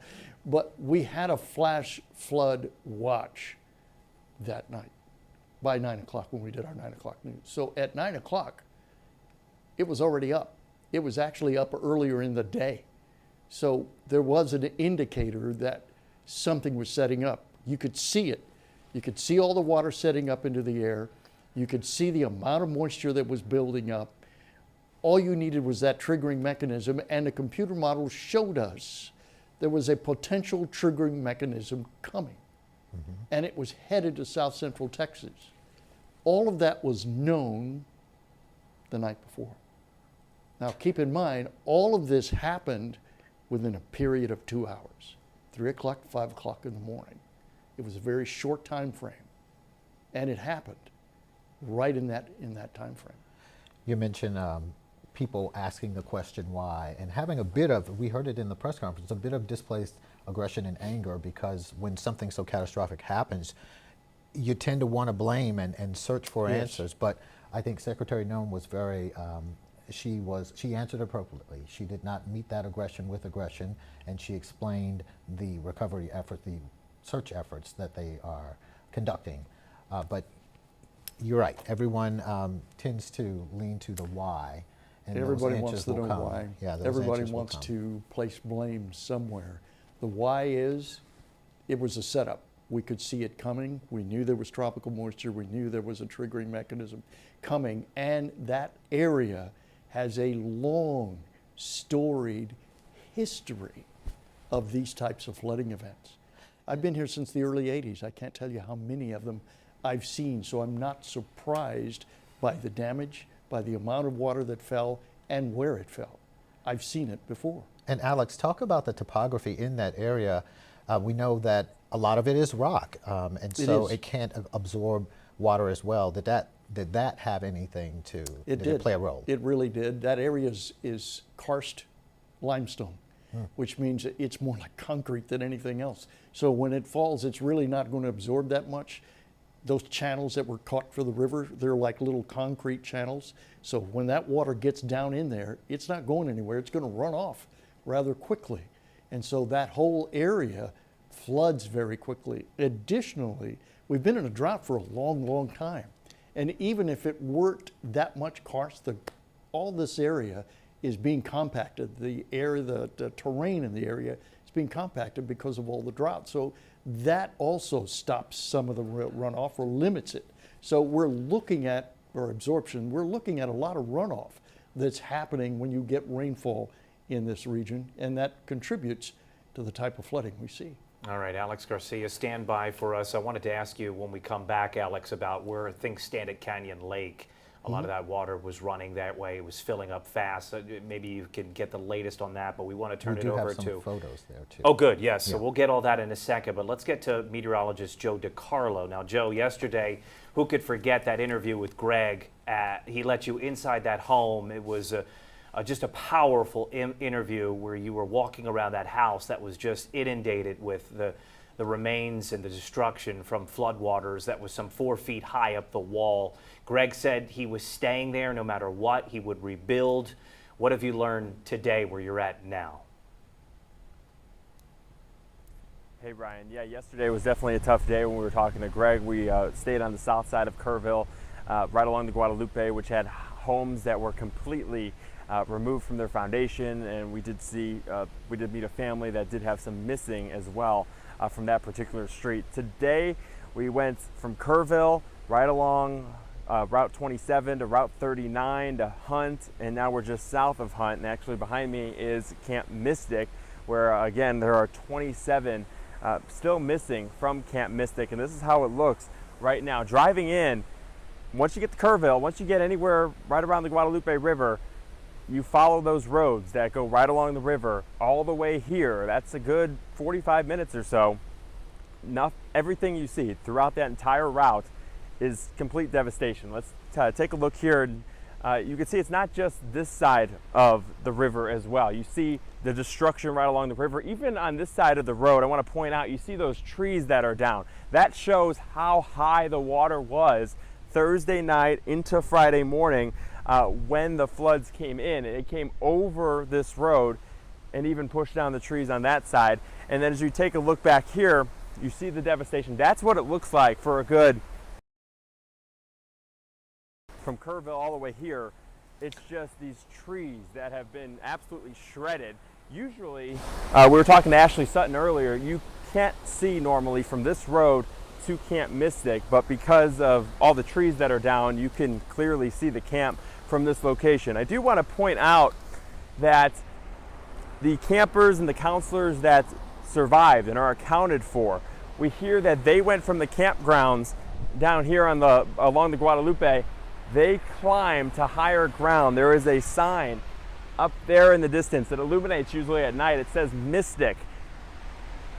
We're told that they climbed, which is it's a very high mountain from here, from the Guadalupe to that sign, and waited out the storm from there. So that just shows how, how high they had to go to get away from the raging waters. And you can only imagine what the scene was early Friday morning when that water rose and they had to make that decision that we're not safe here along the river. We have to go to higher ground. I'm not sure exactly how you get there from that particular location, but thankfully they were able to, because that likely saved their lives. But you really get a sense of what happened here Friday morning and how harrowing it must have been for the campers and for the counselors as well, and everybody along the Guadalupe River from here all the way to Kerrville. Ryan, Darian? All right, thank you very much. We see some of the debris field there, Joe. A lot of trees down, obviously. Do you see any signs of homes that were washed away or things that you wouldn't ordinarily see along that riverbank right there? Yeah, let me take a look. Let's zoom in again on Camp Mystic. You can see the kayaks and the canoes over there. Not along the river, they're pushed into those buildings over there. And then you kind of see just debris mingled in amongst the trees. You see things hanging from the debris, and that just keeps on going. And if you go from here all the way to Kerrville, you'll come across houses that look like a tornado hit them. They're shredded. You have kayaks, canoes, boats, cars that are mangled or even flipped upside down. It's like a war zone out here, right along the Guadalupe River, all the way from south of Hunt to Kerrville. And that's a good 20 miles or so of complete destruction. You see the homes that are right on the river completely destroyed, and also the, what was people's lives, their cars, their boats, kayaks. They're either hanging from trees or they're mangled and severely damaged. So it's definitely a harrowing sight throughout the hill country as you follow the Guadalupe. Yeah. I was looking online earlier and we saw some images with inside Camp Mystic, and it shows the water line as high as the door, and you can see the cots that the young ladies slept on and their personal items just washed away and just covered in debris. So you have to think about what it was like for them in that moment. This was at 4 o'clock in the morning. They were sleeping, and that amount of water rushing in. And so I think there's a bit of heroism in there for the ones who acted quickly. The chaperones or the camps, morning anchor Ashley Sutton said that she was a counselor. 8 years, 8 summers there. It's a 4-week program, she says, where the girls learn life skills, and they really come into their own and make friendships that she says she still holds dear to her heart today. But these are trusted camps that parents send their kids to. Oh, it's generational. Yeah. Hey, Joe, I see a lot of cars behind you. Are those people there, are they there as part of the rescue operations? Are they there for cleanup? Have you gotten a chance to speak to anybody out there? Yeah, so when we were driving in, we arrived on scene about 30 minutes ago, so we haven't talked to many. Who we've talked to has been a lot of other media. There's also been people that have driven by. I assume they live around here. They've been, they asked if we needed any burgers, tacos, water. Also, when we were back in Hunt and in Kerrville, there were people on the side of the road that had signs that said free water. So communities come out, they're trying to help the first responders.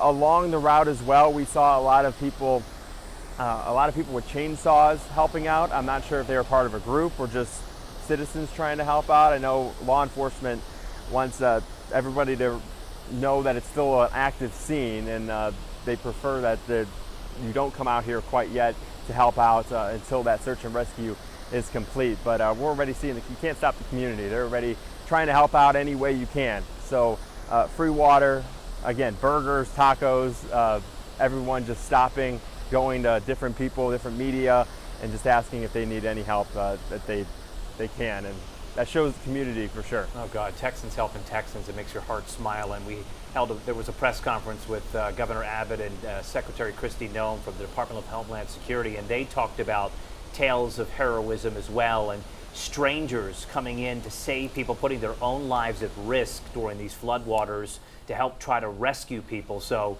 yeah, we've been seeing it since this thing unfolded, and we appreciate you sharing some of those stories, Joe. We'll definitely check back in with you soon. Thank you for your reporting. It's been very insightful, especially as we start seeing some of the cleanup right now. Yeah, a lot of cleanup. Can't even begin to think of how long that is going to take. But first things first, and that is the search efforts. And so, yeah. It's amazing to hear the people who live along that river. They are persistent and insistent that they will be staying. Yeah. They don't let something like this, which for many of us would be like, that's it, I'm out. To live through what they lived through and say, this is my home. Yeah. This guy last night, Greg, who Joe interviewed, his home was wiped off the foundation, gone, went right down the river. All you saw were the steps leading up to this. Yeah. And he said he's staying. He's staying. He says the concrete's still good. We're going to rebuild, and and there's something inspiring about that. But that is this community. The people who live along the river, they certainly know the risks. They've been through stuff before. This obviously, when you're talking about the amount of death with 18 adults, 14 children, staggering number, it's heartbreaking. Many of these people were just going to summer camp to make some memories that would last a lifetime, and now families have been completely ripped apart, and it just breaks your heart. And you just hope that for the families of those who still have loved ones missing, unaccounted for, that they get the closure and they get the news that they want to hear as soon as possible, because there's a lot of heartbreak still out there. And if I'm a parent myself, and I couldn't imagine, that worry, that fear.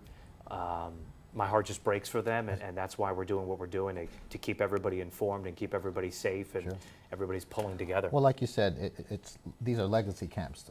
Mystic was one of 18 that families have trusted, and you don't think something like this is going to happen at camp. And the people, like you said, the resilience that they have living in that area.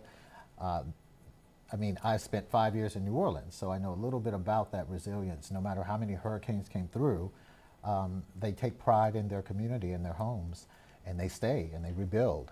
Sometimes, you know, a few years later, they're doing the same thing all over again, but many of them stay because it's home. All eyes of the nation right now are on the Hill Country and what is unfolding here right now. And we've been looking at lots of video as it's been unfolding. And some of the most eerie video is the morning of, right after it happened, and seeing the devastation and the floodwater is just incredibly high, like you're looking at here. Again, the governor has signed a request for a federal disaster declaration. Secretary Kristi Noem of Homeland Security says the president will acknowledge it and will immediately send federal help both now and after the crisis. The federal disaster zone is not just in the Hill Country in Kirk County. It's also been extended to several other counties, including Bexar, Burnett, and Travis, just to name a few. Federal assets were in place before the devastation. She talked about emergency responders and assets being in place and still coming in to help. Customs and Border Protection stepping up to help with their specialized unit for flooding and rescue operations, obviously something they do all the time along the Rio Grande. Kristi Noem will be touring the area and continuing to communicate back to President Donald Trump to help expedite resources and help for areas that will need it now and well into the future. President Trump, she said, is devastated and is grieving for the families, and he is dedicated to using all resources available to help. On Truth Social, I don't know if we have the quote, but I will read it to you. He says, Melania and I are praying for all of the families impacted by this horrible tragedy. Our brave first responders are on site doing what they do best. In all caps, he says, God bless the families and God bless Texas. Yeah, they're calling it this an absolute nightmare. I mean, a nightmare scenario where you had people unsuspecting, really just not prepared for, obviously, what was about to unfold as this system just sat above Camp Mystic and all these other campgrounds, and the people who were sleeping along the river in the middle of the night as a 30-foot wall of water came down the Guadalupe River and just washed away campgrounds and homes and people's livelihoods. And in really a matter of minutes, it's changed that landscape for some time to come. Yeah. You know, I think you and I were just getting in here, moving to this area in 2015 when we had a similar. Wimberley. Yeah, Wimberley. Yeah. And that was, I believe it resulted in 13 people dying. We watched a video of homes being swept away. Yeah. I mean, just going right down the river, Yeah. and it was, just brings back bad memories to see what's unfolding, but this is just magnified even more when you're talking about all of these children. 14 children so far, 18 adults, 32 people.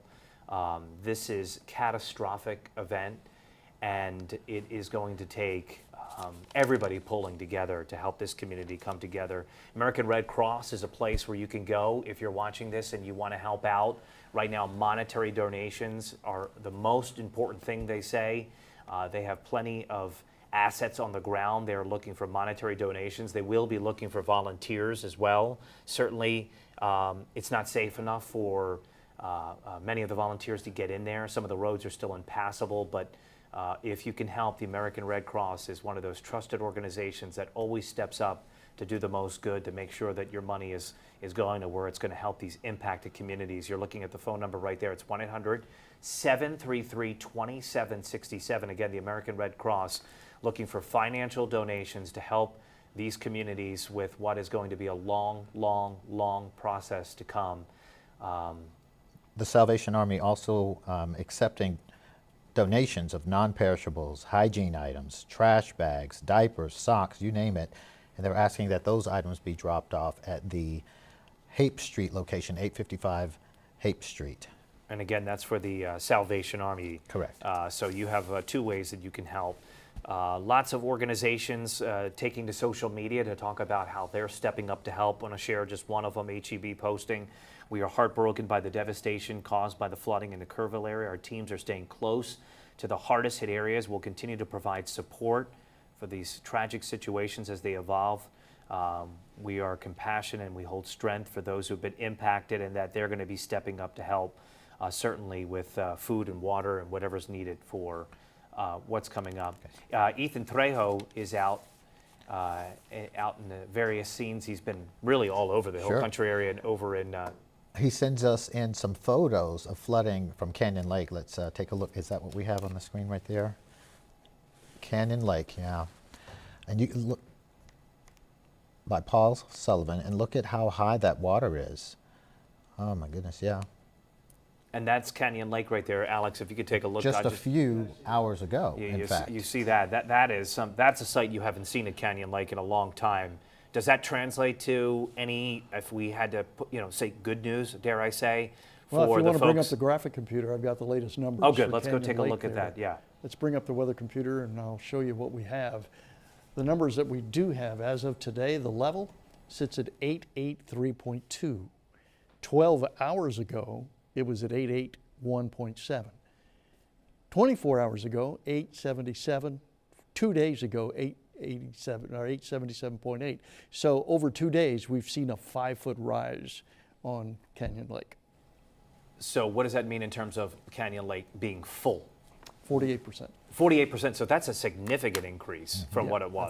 I think it's 48%. That's almost half full. And will there be more water to come that will be flowing into Canyon Lake? Likely, there's still more water that's going to be flowing into that region there. So we could see that lake potentially over half, estimated, by when all said and done? Yeah, by the time it's all said and done, it might reach that half level. What about some of the other lakes that have been really suffering in this drought? I'm really waiting for the numbers to come in on Medina Lake. I want to see what Medina Lake What had. does your gut tell you in terms of? I'm thinking we're going to see a little bit of a rise on that. That was so low that any amount that gets in there is better than no amount. Right. That's kind of the way I'm looking How about at it. the aquifer? A lot of this water falling in areas that need it, the recharge zones. It's going to take a day to really trickle in and get down. So I'm looking for the numbers, the really good number to come up tomorrow. Do you think that this is enough to pull us out of the drought, or believe we were in stage 3 water restrictions? Do you see? I know it's going to take a 7-10 day running it's going total to take a 10-day running before that, total. but is this one of those systems that will get us out of that or close to it? If it's not a 10-day running troll, I don't think it's going to pull us out of it. Wow, even all that water. Yeah, even all that water. But now what it will do is probably put a pause on the drought. That tells you how deep we were into this drought, where we you were get a system like super this deep. where 11 inches falls in one area, 12 inches. And it's like I've been saying, we're going to need a good 20, 30-inch rain to really pull us out of the deepness of this drought, because it's not a single year. It's multiple years of droughts that we've been looking at. Many of our state and local legislators, Chip Roy saying he just took a helicopter tour, more to follow, but he showed some images online of Camp Mystic, which we just saw from our Joe DiCarlo there on the ground. Also the iconic Hunt store, which Taylor Whartonby was at. We have our crews all over. So some of the congressmen and other local legislators are now out on the scenes where our people have been for the last 2 days, getting their look at it and sharing to social media. This is the Hunt store that Taylor Whartonby was at earlier, really talking to people. This is an iconic store here in the area where people go to for all necessary stuff, and it's been wiped out. Yeah. We had an interview earlier telling us that there was a family that lived on the second floor of the Hunt store, and they were seen on the roof trying to make their escape. And that picture right there, if you imagine on the other side of Highway 39, that's where the river is. And so for it to come up some 30 to 40 feet and then be at, we're talking a total of 36 feet if you consider how high it was at the Hunt store. And that fast-moving water did a lot of devastation. She talked about a post office that was nearby that is leveled. All that was left was the door, and the bricks from that post office wound up several blocks down the street at the Hunt store. That speaks to how much force that water held. Yeah, it just swept homes right off their foundation. Just a wall of water came through, at times as high as 30 feet. I mean, just try to visualize that, because that, when you actually think about how much water we're talking about, that's 3 stories Yeah. of Most of water. us swam, and we know 10 feet. So imagine that times 3 plus. It's difficult to get to the bottom of 10 feet. If you try to hold your breath and get to the bottom, think of that 3 times Yeah. the height of that. Now, we have to talk about the debris that the water was bringing down with it. And the dangers that come from rebar being and in that. wood and Yeah. trees and rock. I mean, just decimating everything in its path. And you're looking at some of the destruction photos right there. Yeah. All right, let's go now to Emma. She's at the live desk with the latest. Emma. Well, back at the live desk, we continue to get more pictures in, just showing that devastating flood water. These pictures here that you're about to see are coming from Robin Alexander in Seguin, who says this is what they're seeing right now. In these videos, you can just see how fast the water is moving. Take a look at that video right there. And in a picture Robin sent us, there is actually a flood gauge in the background. I think that was one of the first pictures we showed you, and we're about to come to it again. It clearly shows water just under 4 feet. That is some tall water right there.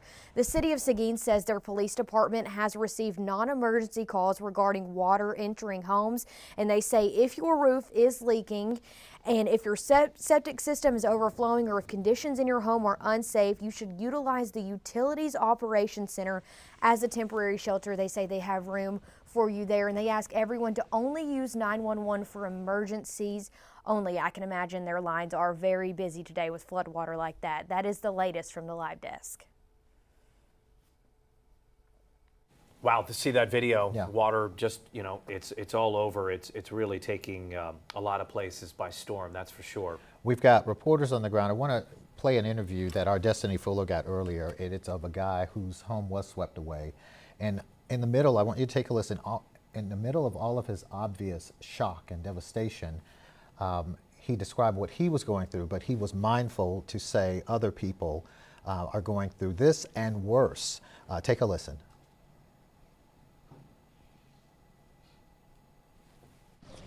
When I woke up, the water was already 2 feet into my RV, and I grabbed my dog and my wallet, and I tried to get outside, and the water was flooded. The truck had me pinned, so I got out, and then I just hear screaming, family screaming, and kids, and I couldn't help. I just couldn't help. How were you able to get out? I worked my way towards the wall, and the trailer was coming, and then somebody grabbed my arm and pulled me out of the water last night. And then I tried to go help, but by then it was too late. Everybody was down the river. So. And I know you lost your Everything. trailer, your truck. Yeah, Walmart, thank you. They gave me some shoes this morning. Yeah, we lost everything. A lot of people lost everything. Has this ever happened in this area before? We had a flood like last year maybe, but it wasn't nothing to this extreme. So this is devastating. So what's going to be next for you? Trying to figure trying out. to find a place to live, trying to get clothes. I don't know. Trying to get my life built back together, I guess. Nobody expected this. That's what's sad about it. A lot of people lost their lives today.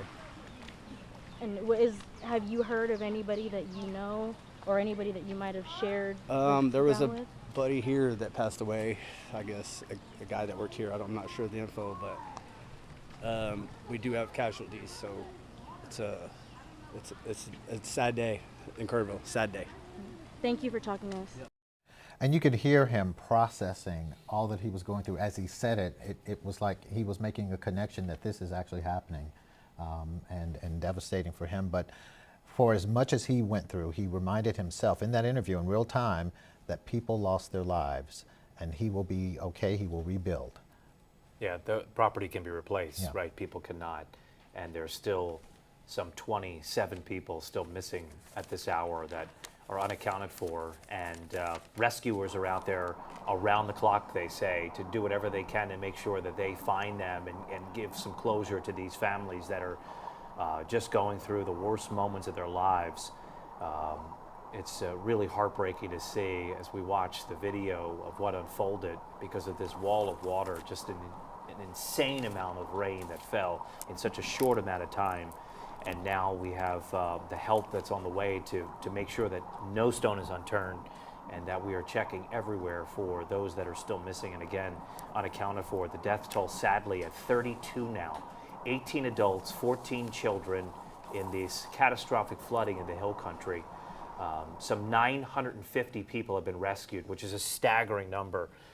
That goes to show you the lengths that these rescuers from state, local, and federal levels are going through to make sure that they really do whatever they can to make sure that they find everybody that's out there. And 160 of those rescued were rescued by air. Dramatic video of that we've seen on our air. Yes. All right, we have a lot more to unpack here. Again, we held a press conference earlier. Governor Greg Abbott alongside Secretary Kristi Noem of Homeland Security, they highlighted how the community and first responders are coming together to rally behind those that are suffering right now. They are going to locate every victim of the flooding event, no matter how long it takes, they say.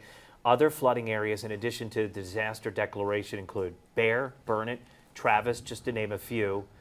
The governor has spoken to the president, who understands the magnitude of this catastrophic event that took place. The governor said he signed a request for federal disaster declaration for immediate help. We're told by Secretary Noem of Homeland Security that every resource will be made available to help during and after this crisis. We're told that the president will accept that declaration and give immediate help now and in the future, and that the federal government is and has been assisting, including Customs and Border Protection, their specialized rescue operation that deals with the Rio Grande River. So there's a lot of help that's out there. We learned a lot from that press conference, and I'm sure there's going to be more to come. Yeah. We are hearing, like that person that Destiny Fuller interviewed, we're starting to hear more from people who have survived this, people who live in that area, including one camper. Let's listen. We didn't really know what was going on around us because it was dark. We couldn't see past these. All we really knew is that we needed to move stuff in order for it not to get wet. And there was just a lot of water creeping in from areas we didn't think it could. And it was really scary. We picked them up last night. All those boys were pretty traumatized. I was impressed with the older boys and how they had handled everything, and the counselors and the leaders, but everybody looked pretty traumatized. They had been up since 1 with only a little bit that had been brought in by a helicopter. So it was a pretty long, rough day for them yesterday. I imagine it was. I mean, these are young people.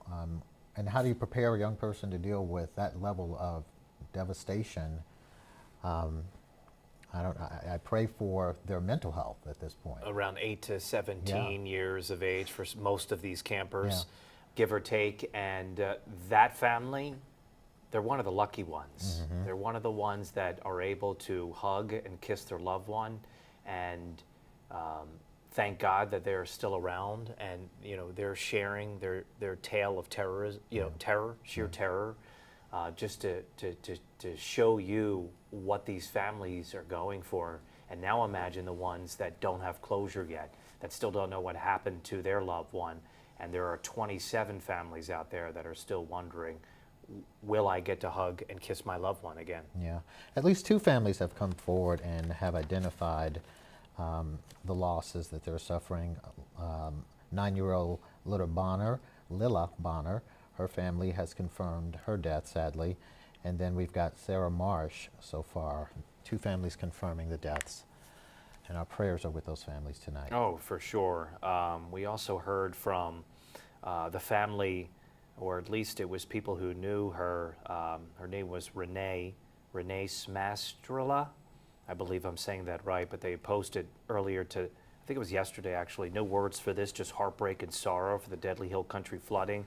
Thank you to all our friends and family for the prayers and outreach. Renee has been found, and while not the outcome we prayed for, the social media outreach likely assisted the first responders in helping to identify her so quickly. We are thankful she was with her friends and having the time of her life, as evidenced by the picture that they showed. It's her smiling with braces, pink shirt, holding a sign with her name on it, getting ready to go to camp. She will forever be living her best life at Camp Mystic. Please continue to pray for other families in Kerrville. The Bonner family the family of Lila Bonner. They issued a statement, and it reads, "In the midst of our unimaginable grief, we ask for privacy and are unable to confirm any details at this time. We ache with all of those who loved Lila and are praying endlessly for others to be spared from this tragedy." And they're talking about those right there. Look at those faces right there. Boys and girls, people of all ages, smiling, embarking on what was supposed to be an amazing adventure, you know, one of those core memory trips camp with kids their own age to experience things without their cell phones and kind of disconnect from the world. And then you have other stories like 27-year-old Julian Ryan, a young man who gave everything to save his family. He reportedly was trapped with his fiancée, children, and mother-in-law in their mobile home near the Guadalupe River. Julian did what just about any other hero would do. He wanted to save his family and smashed open a window to get his loved ones out and his pets to the roof, which he was able to do. But in doing so, apparently suffered a fatal injury to his arm and bled out before help could arrive. Yeah, you talked about all of the debris that's in the water. That the water alone is a force to be reckoned with, but much less the sharp debris and metal and fragments that are there as well. Yeah. All right, we're working to confirm details with other family members, and at this time we know that others are waiting to hear the very latest, so we're staying on that. But let's take you to another story we were talking about. The search and recovery continues again in Central Texas near the communities of Kerrville and Hunt, the hardest hit. Historic flooding resulting in more than 32 or at least 32 people, and authorities say the death toll could rise. Yeah, our Christina De Leon, she has the latest on massive statewide search efforts. Well, this is one of the operations center here in Kerrville where they've amassed more than 1,000 resources after the deadly floods here have claimed the lives of so many. A press conference just wrapping up at the event center here. We're learning, thankfully, more than 850 people were either evacuated and uninjured, but sadly the death toll has risen to 27. That includes 18 adults and 9 children. 6 of those adults have not been identified, along with 1 child. That's as of 9 o'clock this morning. Sadly, we're also learning 27 people from Camp Mystic remain missing. That includes girls and possibly some camp counselors and other adults associated with that camp. Around 8 this morning, a boots-on-the-ground search started in Hunt, Texas, and it stretched more than 17 kilometers. And as that was going on, there's still helicopters flying above when they can and drones trying to find those survivors. Now, make no mistake, law officers are calling this still a search and rescue mission.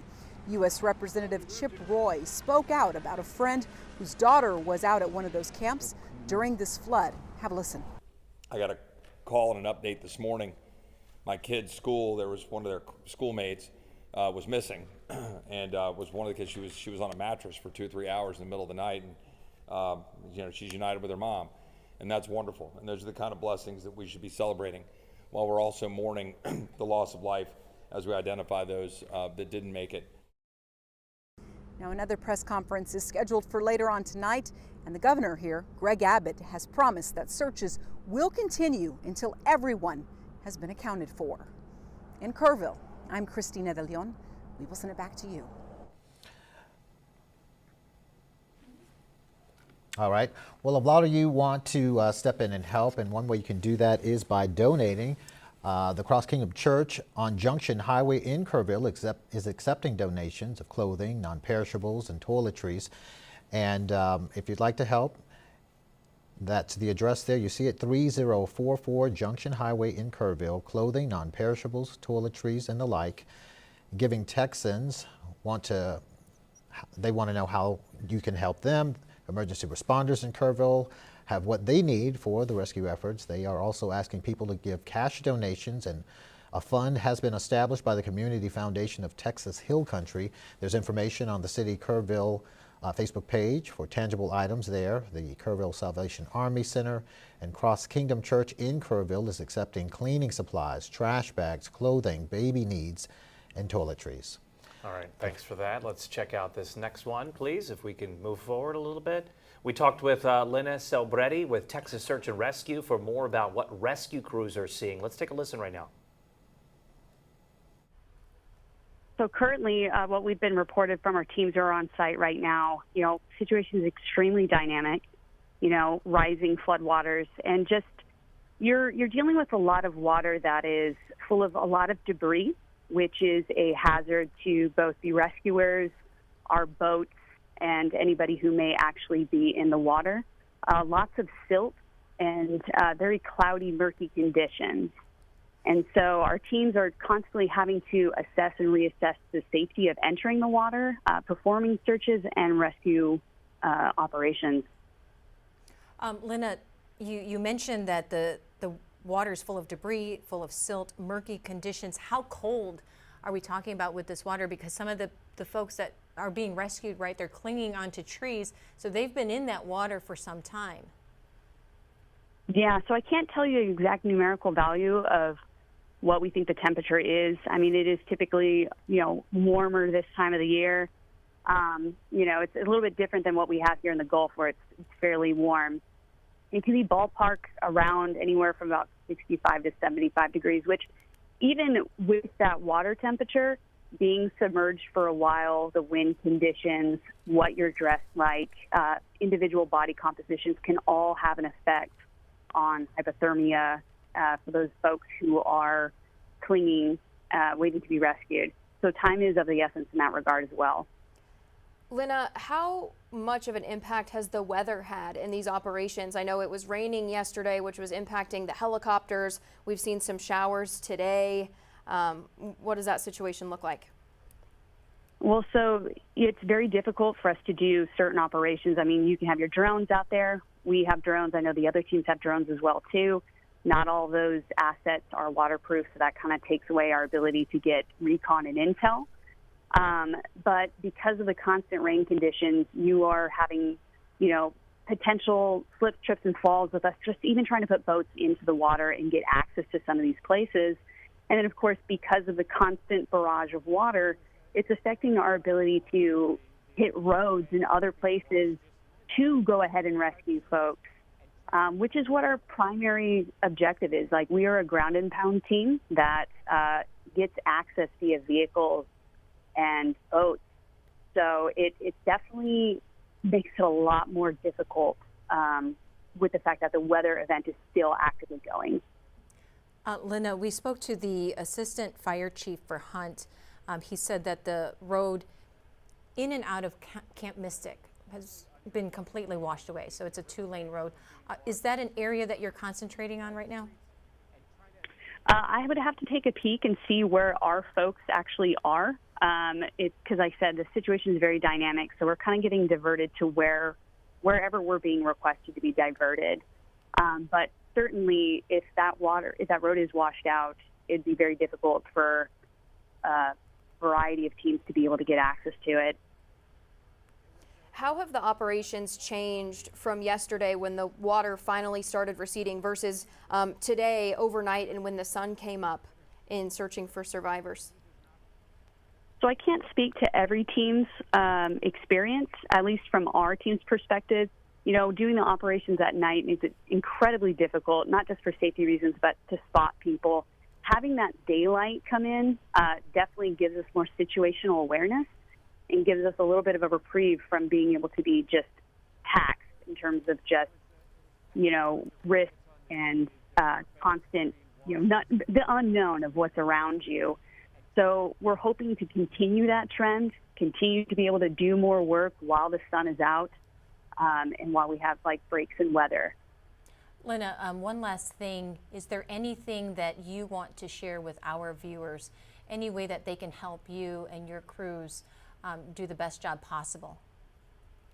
I mean, honestly, the best thing they can do is if you see somebody who's in distress, make sure you're calling 911.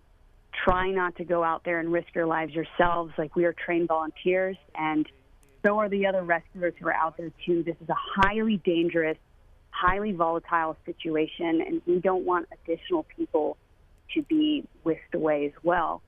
At the end of this, if people are interested in wanting to be a part of something bigger in the response, more than welcome to come check us out, get trained, stay safe. And for those of you guys who are going through it, watch out for each other. Check in on your neighbors. it's a community effort. One more thing for you before you go. One of the things we keep hearing at these press conferences is the vast number of resources that are descending upon Hunt and Kerrville and Comfort and these areas for search and rescue. How does this compare to other operations your team has been a part of in terms of the amount of resources being sent this way? It's very, very reminiscent of the 2015 Wimberley floods. That was one of our biggest events that we had, and of course it's very similar to what we all experienced during Hurricane Harvey, just all hands on deck, everybody coming out to chip in and do what needs to get done. Would you say this ranks among the biggest responses that you guys have seen? I would say yes. Yes, it's definitely in the top 5.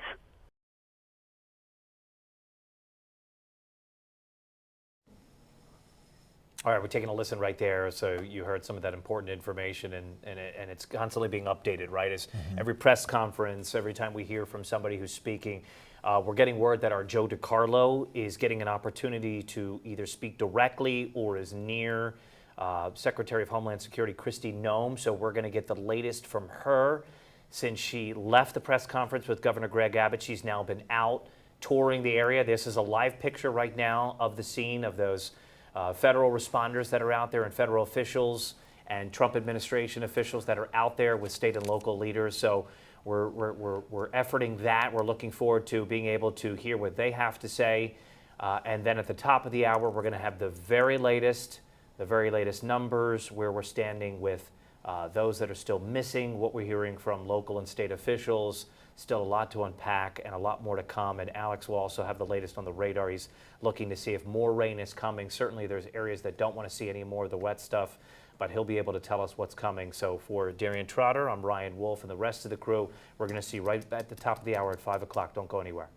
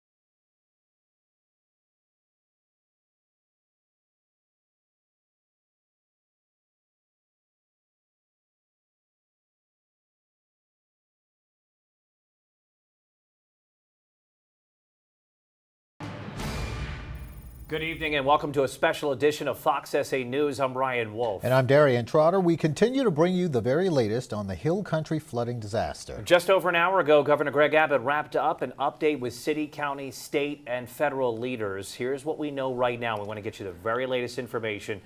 Sadly, 32 people are confirmed dead, 18 adults, 14 of them children.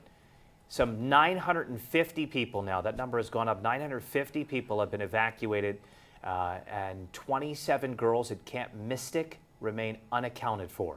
All right, let's check in with Alex, Chief Meteorologist Alex Garcia. He's standing by and give us the very latest on the rain. We know that sudden amount of rain, and a lot of it, is what caused this disaster. What's the forecast looking like right now? Yeah, it was pretty rough there. We had about 12 inches of rain in one spot there near Hunt. Now, here's the current situation right now as we see it. Still, we have some rain going on. It's mainly up here in the Austin area. We've got a little bit of that still coming around. You can still see the circulation pattern going around from that little bit of a low pressure area that developed in the atmosphere. We were a little concerned with it earlier today as it brought some rain up into northeast Bexar County. All of this area still under a flash flood watch. Now that means that conditions are there. There's plenty of water in the air. We're looking at a triggering mechanism. The conditions are there for some flooding to occur. This flash flood watch stays in effect until 10 o'clock tonight, and that includes all the counties you can see there lit up in that green. Now you add the radar over that and you can see where the greatest amount of rain is going on. It's way up there near Carl, back over to your LaGrange into the Austin area. Most of the rain in here in Bexar County, light to moderate rain. And we're seeing another little surge of some light to moderate rain pushing southward across this region from Helotes back over into Timberwood Park down into the northern portion of Bexar County.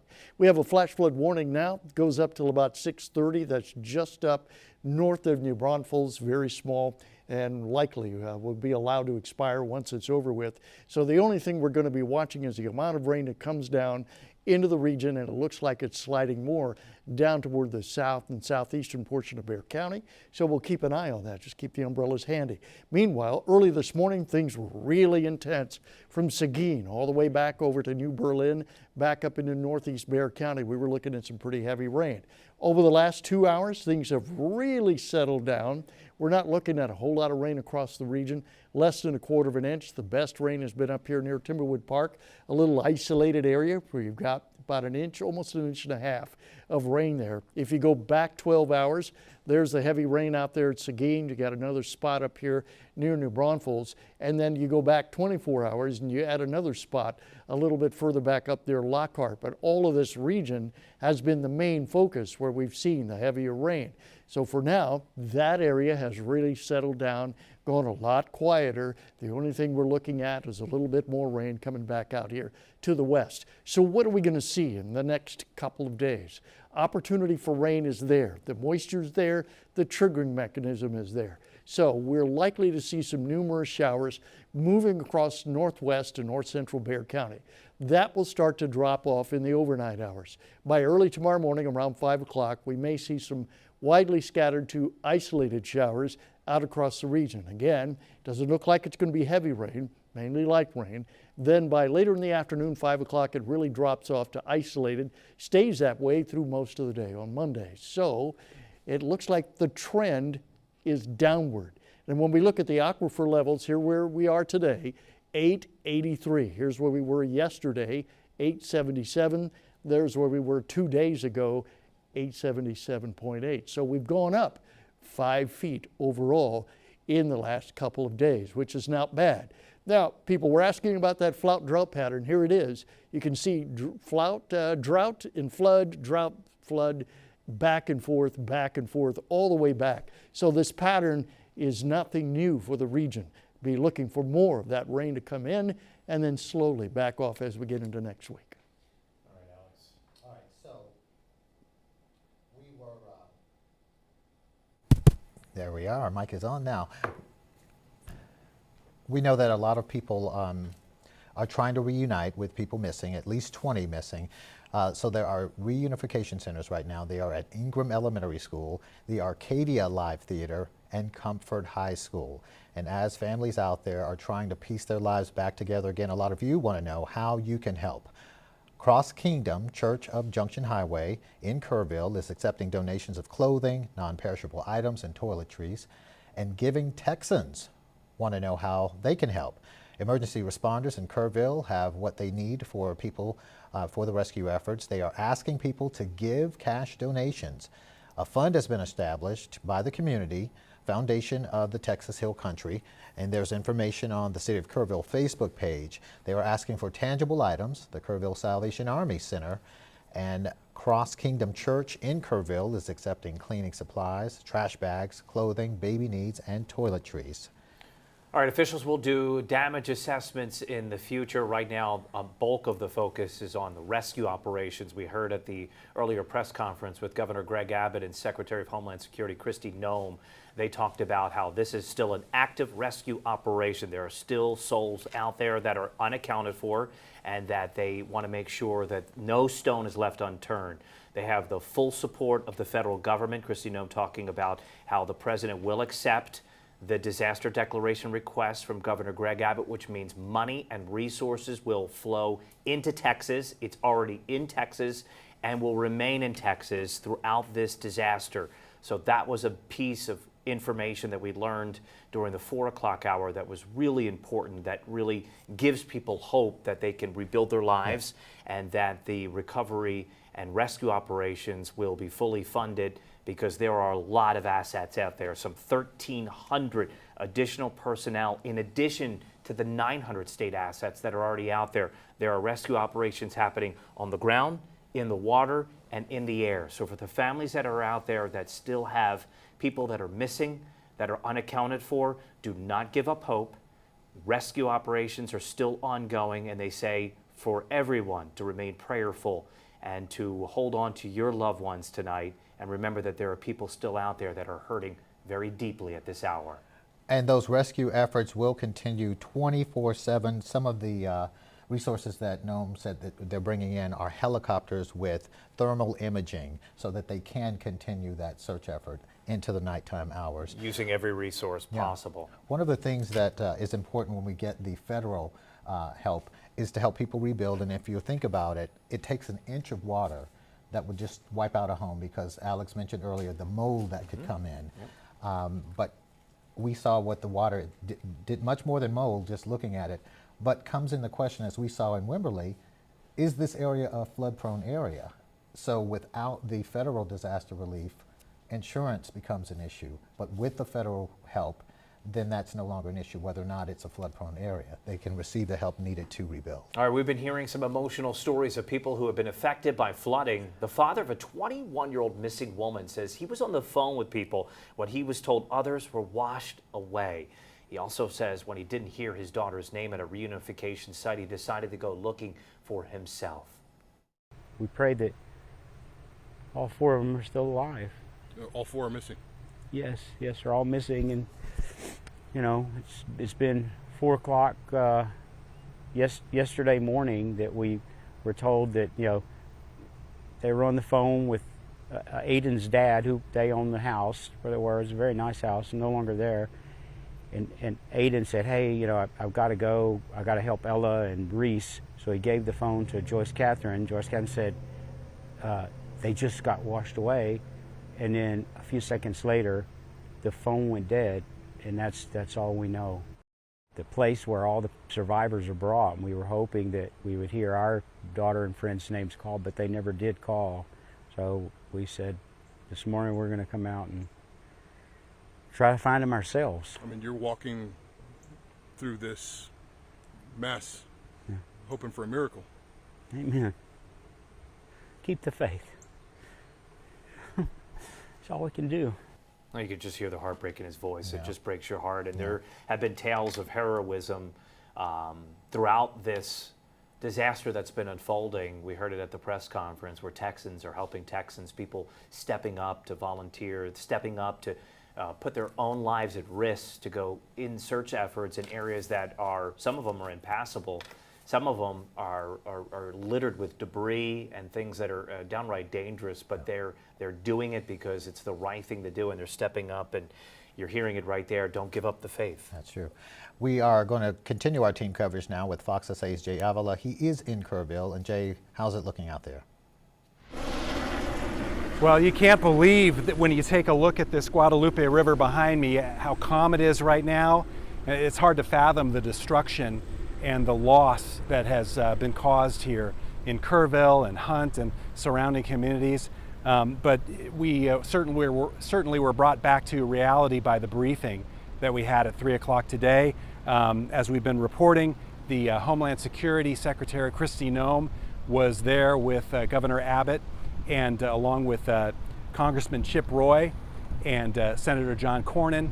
And they basically told us that, of course, that the death toll had gone up to 32, 18 adults, 14 children. But they also focused on talking about what resources that are being added to the efforts here. Just as you came to me, there was a helicopter flying overhead. They're promising more of those. Kristi Noem was saying that federal help is coming from the Coast Guard and Customs and Border Protection in the form of airplanes and also helicopters with thermal imaging to help in the searching. They kept emphasizing that so far in the first 36 hours, 850 people have either been rescued or evacuated.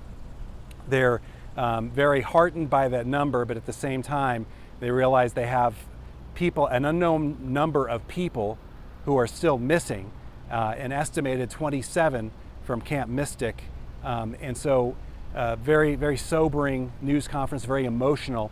I think at one point, the thing that really got everybody was when the county judge spoke about having to go to the morgue and actually seeing the body bags of those who have died, and that he reiterated that he just doesn't see how they could have foreseen this, because the questions continue to come. Why wasn't there more of a warning?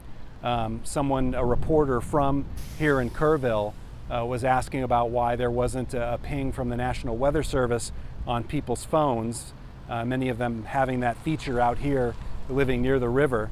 And there's really no satisfying answer at this point. These kinds of questions are going to have to be answered in the coming days. But right now, everyone's focused on search and recovery. And the one thing that I will point out that was said over and over again at that briefing is that they are looking at it. Their sense of urgency is that people are still alive out there that they need to find. They are not bringing themselves to calling this strictly a recovery mission, not at this point. Live from Kerrville, I'm Jay Avila, back to you. All right, Jay, thank you very much. It's interesting to hear him say, because it's important to know that this is still a rescue operation. Do not give up hope. Rescuers are out there. They are out there in large numbers by air, by land, by water, making sure that every tree, every nook and cranny is being searched, and that these families get closure, because again, there are 27 souls out there, many of them children who are unaccounted for. And they're searching with a sense of urgency because they consider this a search effort and not recovery. Jay talked about the fact that no ping on the cell phones. Many of them didn't have their cell phones on them. They're there at camp, and they're told to put that away. They're supposed to be out there in nature. Jay, I wanted to ask you very quickly, if you could still hear us, if you were able to talk anybody out there. Have you seen anybody who says that this is it, this is the last flood that they've been through and they're out of there? Or are you getting the sense there that they're going to rebuild and continue on with their lives, if you got a chance to talk to anybody? I haven't heard any comments like that. To the contrary, I've heard people talk about how, we've been out here for decades. We are used to having floods. This is just something that is almost once in a lifetime, and just something they can't fathom, because they can't believe that it happened so quickly, because they're pretty familiar with how lake levels can rise, and just to have it go up so much in an hour, 45-minute period, you can tell they're still bewildered by that. But I'm not hearing comments about people not wanting to live here. On a personal note, I'll tell you that I've been covering floods in Central and South Texas since 1991. And I think it's the combination of circumstances that make this unique. The fact that it happens on a holiday, in the middle of the night, and so quickly, the water rising and clouds just settling over and dumping all that rain in one place. It's the most devastating thing I've seen in the years that I've been covering floods here. And if I can add to that, I mean, when you're talking about, Jay, 9, 10, 11, 12 inches of rain in a short amount of time, the wall of water, Jay, was reported to be some 30 feet. I mean, that's 3 stories high of water coming racing down the river with debris. Some of these people didn't have a chance, you know? Mm-hmm. Very true, very true. And when you add to that the darkness, how disorienting must it have been for the people who were all of a sudden awakened in the dark, like you say, cut off from technology to a great extent, and then to have literally their RVs, cabins, homes washed away, and to try and get to safety and find loved ones in all of that. It's just heartbreaking thinking about. And there were a lot of officials that were at today's briefing who, you could tell they were struggling to maintain composure. And it certainly is that way for any of us who are trying to cover this, realizing the death toll so far and that it might likely will go up. Yeah, and you know, the why and how, that's certainly, those are questions that are going to be addressed in the future. For sure, there's going to be questions and renewed questions about why there wasn't a river detection system, an alert system in place. We know Alex Garcia says he doesn't know any of them in Texas. You got to wonder, after something like this with catastrophic amount of deaths, when you're talking about 32, and that could potentially go up if change isn't on the horizon. Jay Avila, thanks so much for reporting out there. Be safe. We've got much more to bring you right after the break.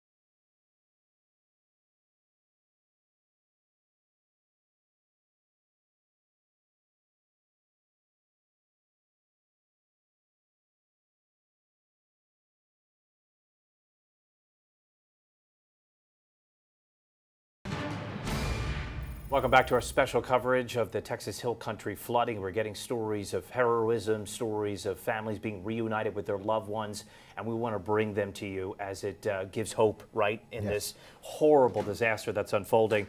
Representative Pfluger, August Pfluger, who is with the U.S. Air Force. He's also an F-22 fighter pilot, husband, father, and congressman to the 11th District of Texas. He just put on X a statement within the last 45 minutes. Camille, Vivian, and I are now reunited with Caroline and Juliana, who were evacuated from Camp Mystic.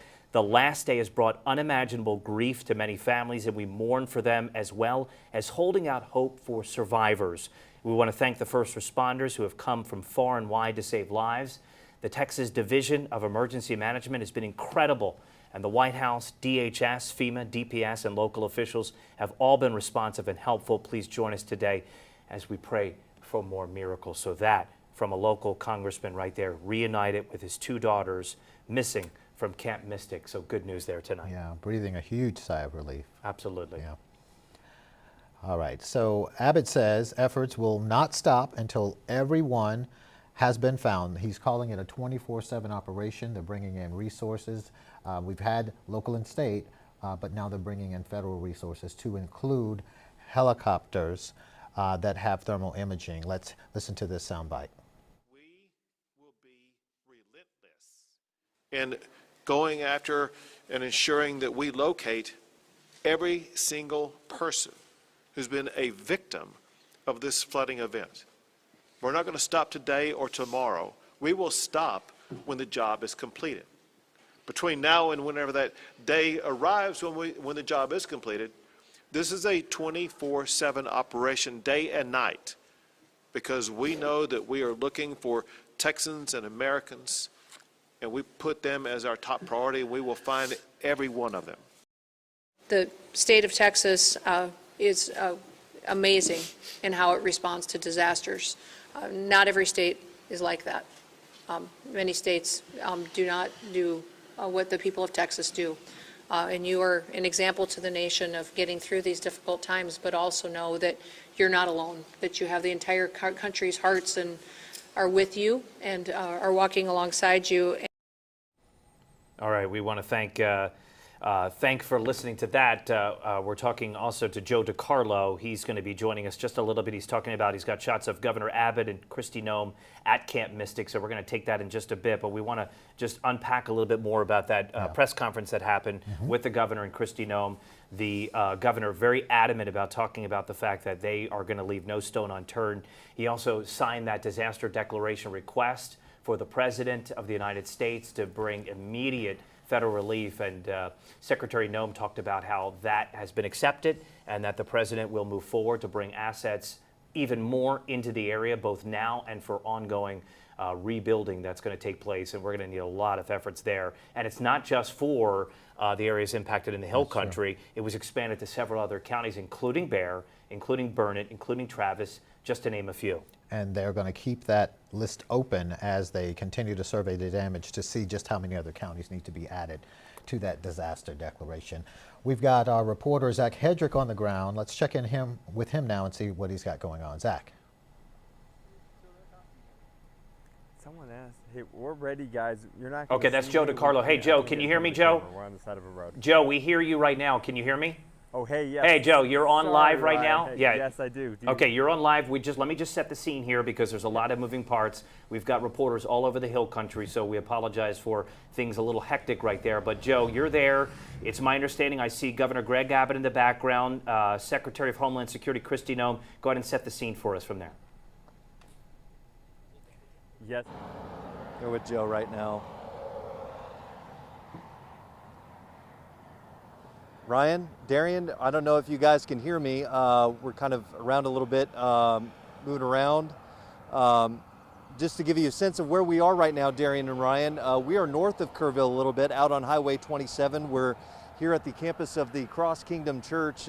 We saw something really awesome just driving through town and had to stop and talk to these folks. But this is members of their congregation, the Christ Kingdom Church. They've been serving up food, hot meals for all of the first responders, paramedics, helicopter pilots that have been in the area since yesterday during these search and rescue efforts. They just wanted to find a way to help, and they said, here's something that we can do. They've been accepting donations as well. Speaking with their pastor a few moments ago, Justin Carpenter, he says they're taking everything from food, water, diapers, clothing, everything that they can to help these families who have been devastated by this catastrophic flooding. And right now, they've brought in so many donations that they're full up at this point. They've actually filled a 40-foot shipping container that they have placed on their parking lot. Another shipping container just arrived a few moments ago. So it's really awesome to see Texans helping Texans. These are all folks who live in this area.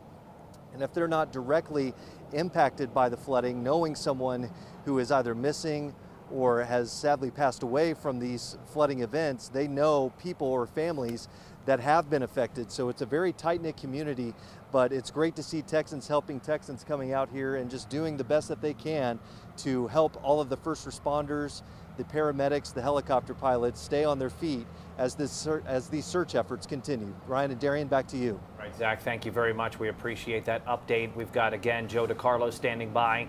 He's going to be live for us. The governor is there. Secretary of Homeland Security Kristi Noem is there. We're going to continue our coverage of the historic flooding in the Hill Country right after this.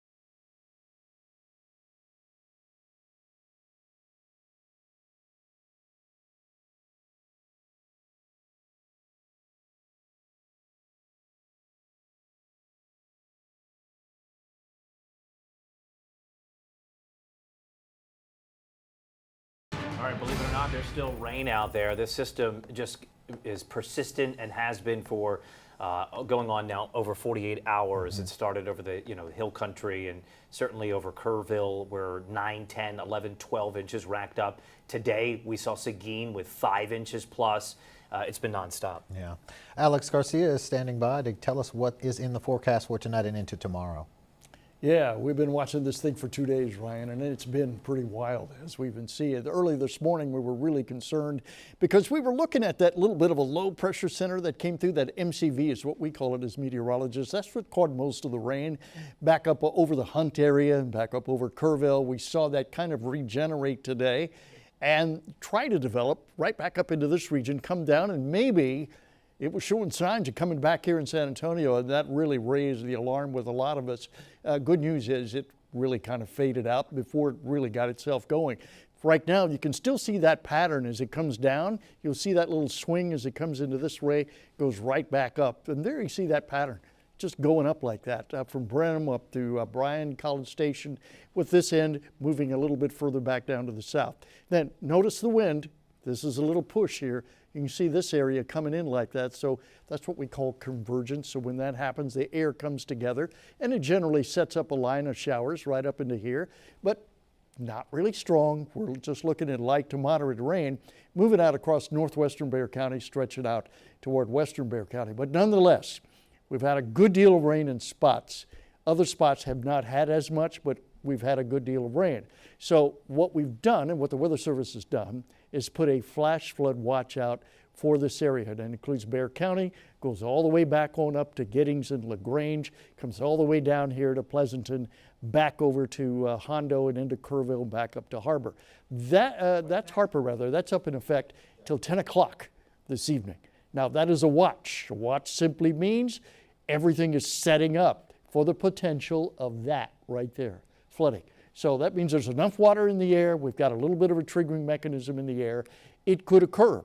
So the big question is it really happening right about now? Well, right now we don't see it happening here, but we do see happening back up to the north where you've got a little heavier rain back up around Kyle.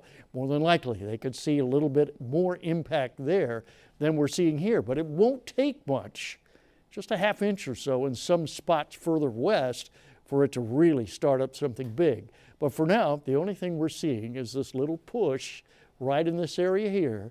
There you can see it. That's just that light to moderate rain that's coming up across northwest Bexar County.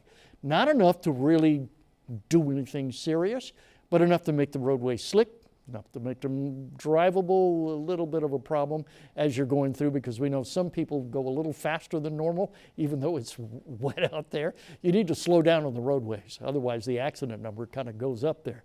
Let's get in a little bit closer so we can take a look at it. You can see the rain stretching out here from Lackland back up to Helotes, Hollywood Park into Timberwood Park, and then as we get up to New Braunfels, just north of that, up around the Canyon Lake area, that's about the only area that we've got a flash flood warning going on. And when there's a warning, that means this is already occurring. We're seeing some flash flooding going on, but that's up until about 6:30, and right now, what are we looking at here? 5:30, we got about another hour or so for this to be lasting. So after that point, it was just connecting up with the Weather Service. They're thinking they're going to let that expire at this point because all the rain is really, really backed off. We're only looking at that light to moderate rain up into this region here. So again, only until about 6:30, there's Canyon Lake sitting there. There's the radar showing the better rain back up toward San Marcos. So now that we've got all of that out of the way, what are we looking at coming up for Sunday and Monday? All right, so we set up rain dials instead of percentages. Makes it easier to understand. Tonight, rain dials set up to 4. That's numerous showers across the area. Doesn't mean they're going to be heavy, just means we've got numerous rain showers out across the region. That's going to start to back off as we get into the later hours. So about 8 o'clock, 9 o'clock, most of that should back off to rain dial 1, which means it's going to be isolated at best. Overnight, we may see a little surge that brings up some widely scattered showers. By early in the morning at 5 o'clock, it'll drop back down to isolated again and then kind of stay that way between the isolated category and widely scattered throughout most of the day on Sunday. So that means it's not going to rain all day. It's not going to rain for everybody, but there'll be some places that will see some scattered showers, a little rain here and there. Then it goes down Sunday overnight, comes back up on Monday, stays mostly isolated on Monday, which means not everybody's going to see the rain, but someone will see a little bit of rain. So that's kind of where we're sitting with the next 24 hours. So let's break it down hour by hour. right now. Now, if you notice, I put up something right up here. We usually have that. If you're in different city, you can see where your forecast is looking like. So there's Yorktown coming up for tomorrow.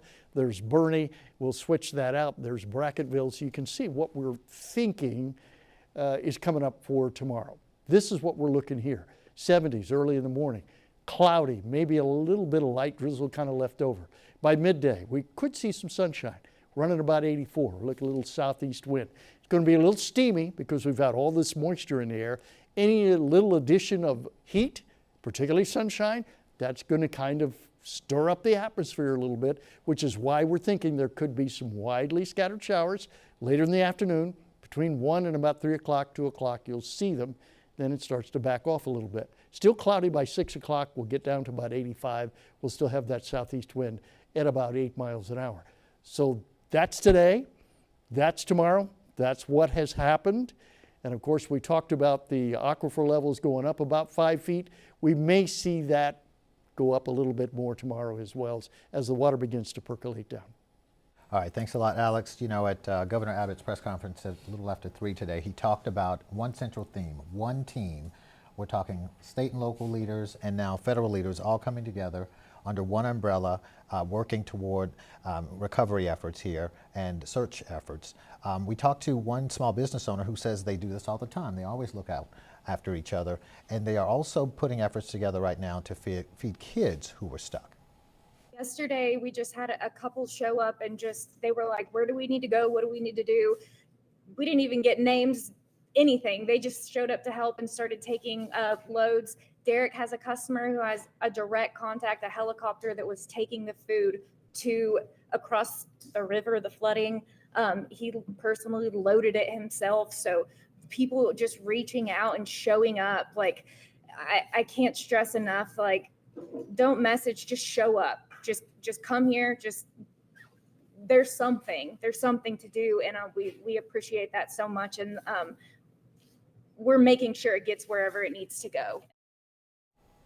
All right. And we know that Governor Greg Abbott and Homeland Security Secretary Kristi Noem on the ground, they have been assessing the damage and also talking to people out there. Our Joe DiCarlo is live right now, and he gives us an update on that. Joe. Hey Darian, hey Ryan. Yeah, so we're right along Texas 39, and as you look across the Guadalupe River, that is Camp Mystic. And just moments ago, Governor Abbott as well as Kristi Noem departed here. They were here for about an hour or so, touring Camp Mystic. The devastation that you see here, getting a first-hand look after that press conference. They came right here to look at you know, the heartbreak and see exactly what unfolded here yesterday morning. So as you could see, there is that building closest to the river, as well as some of those other cabins further back. But the one that is missing the side right there, that is what people have said that is likely where many of the missing were at the time of the flood. Now we do know the other ones that were able to survive did climb up from the lower ground here up the hill to the Mystic sign, which you can't see from our vantage point right now because of the trees, but that's a healthy climb. In the middle of the night, pouring rain in order to save themselves. So you can only imagine the scene here in the middle of the night yesterday morning as the water rose over 30 feet. So Governor Abbott, we saw him, he was looking at that particular building for quite some time, getting a look at that and what may have happened yesterday morning as the floods rose. And as you could see, just the devastation as well. The trees, we talked about that earlier, just they are down throughout the Guadalupe from here south of Hunt all the way to Kerrville. It's about 20-25 miles along the Guadalupe. Everywhere you go, you see the destruction, the canoes, the kayaks left behind here at Camp Mystic. And then as you go down the river, you see people's homes, people's vehicles, boats, things like that, just mangled in the trees. And you can tell how high the water went as well. It rose about 30 feet, which is over the road that we are on right now. There is also some trees down on the other side of the road as well. And if it rises 30 feet on the Camp Mystic side, you could see it was up to about the roofs, where you see that green roof. That was how high the water was yesterday morning.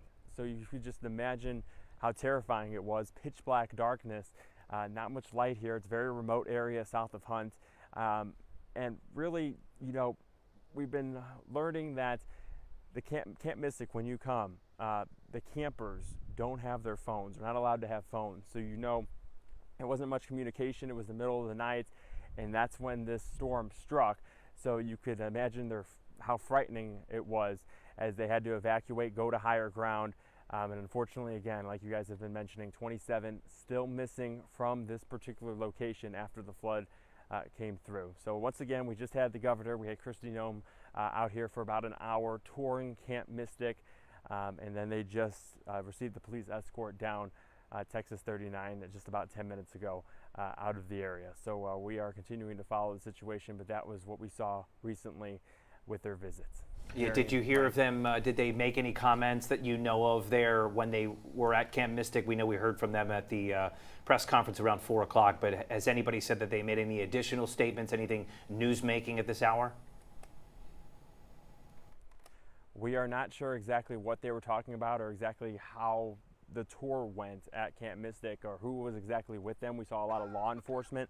We did go down to the bridge that goes over from 39 to the camp, but law enforcement were not allowing us into the camp on the other side. So it was a private meeting of officials. I'm not exactly sure who was with them. I know a lot of law enforcement, Kristi Noem as well as Governor Abbott, but as of right now, we have not heard exactly what transpired when they were touring the camp, but right now no news other than they were here and they saw the damage firsthand. All right, Joe DiCarlo, thank you for that. We appreciate it. I want to bring you some breaking details of Kirk County Sheriff's Office reaching out to Fox SA to bring some information. They're calling to say that people from the community are showing up for help with search and rescue operations. They're asking people to please stay home. Do not show up for search and rescue. They do not need the help. They do not need the manpower. They don't even have room for any types of donations right now. So while they appreciate those that want to step up, obviously, in a time of need like this, Kirk County Sheriff's Office officials telling Fox SA to please communicate to the public that they do not need volunteers and they do not need donations at the current time being. They will let people know when they do need that kind of help and assistance, but right now is not the time. Yeah. And looking at some of the images that Joe DiCarlo was showing us, I don't know if you've seen it, but one of our network affiliates got a photo inside Camp Mystic, and it showed the water level, and it was just inches away from the top of the door. You can see the debris and how, as it receded, you can see the debris all over the cots that they slept on, and just imagine what it was like for those young ladies. 30 feet of water came through that area. I mean, the Guadalupe rose 3 stories high, and it came in so fast and very little, if any, notification, right? Yeah. So it was just set up for a perfect disaster and so tragic. Again, if you're just joining us, 32 now dead, confirmed, 18 adults, 14 children, still 27 children missing from Camp Mystic, where Joe was reporting from, where both the governor and the Homeland Security Secretary. So a lot of details still unfolding. We're still here. Emma's at the live desk right now. She's got some new information as well, Emma. Back at the live desk, we continue to chime in for those videos and pictures viewers continue to send us. These just give a better idea of how much water we are actually dealing with here. In these videos, you can see water reaching almost to the top of what looks like to be a large gate, if we can get that picture pulled up. And actually, these are some of the missing people that are still missing at this time. We've been checking social media. Family members as well as friends are saying that this couple right here is still missing. It looks to be Hutch Bryan is the person that reached out to us about posting this. If you see this couple, you are urged to call, law enforcement and local authorities. But they do say that people in the area say do not call them unless it is an emergency. And the city of New Braunfels also posting on social media asking everyone in the area to avoid all river recreation. Some of the videos we can see the water is so high. So definitely be careful, especially if you're in a low-lying area. And that is the latest from the live desk. Thank you for that.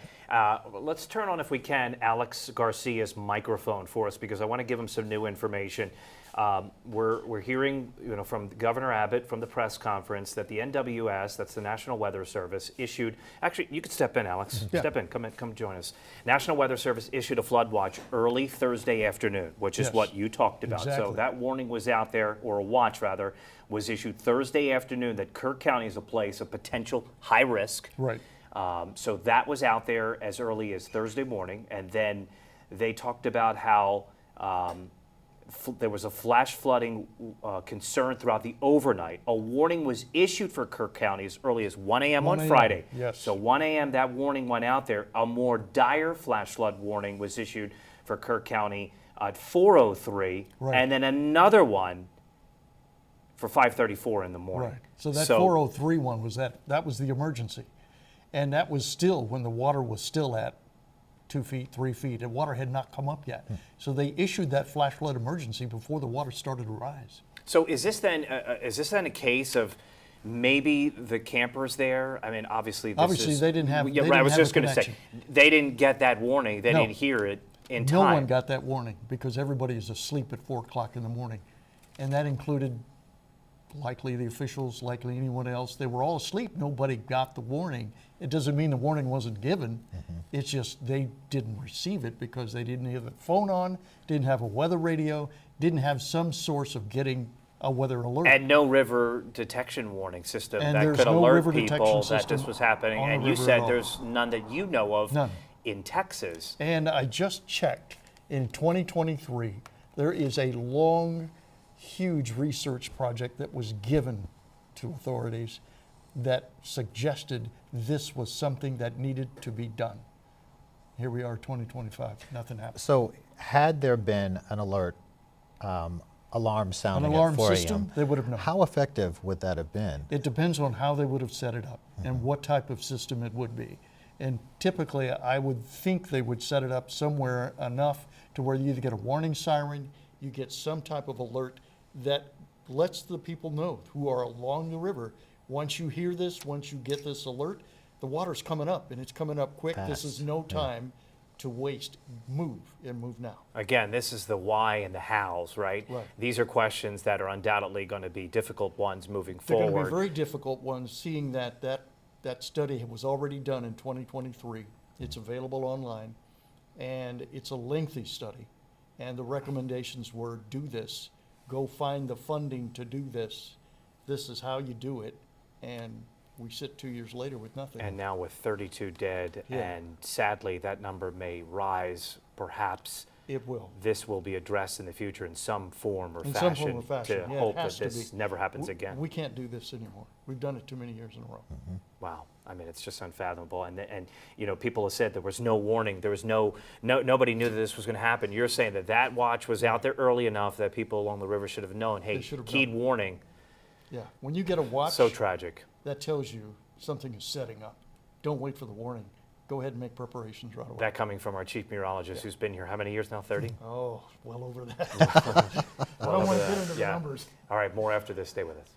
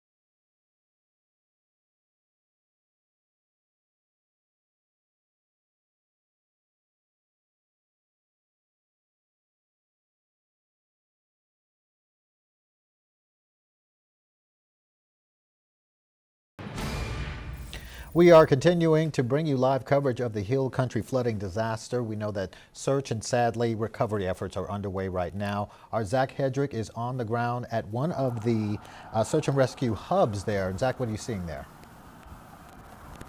Hey, Darian, yeah, we've just seen a few vehicles from the Texas Department of Public Safety state troopers going back down towards Kerrville on Highway 27 here. And if you look behind me, you see this is City West Church, as you see more of the Texas game wardens, state troopers, Kerr County Sheriff's Office deputies.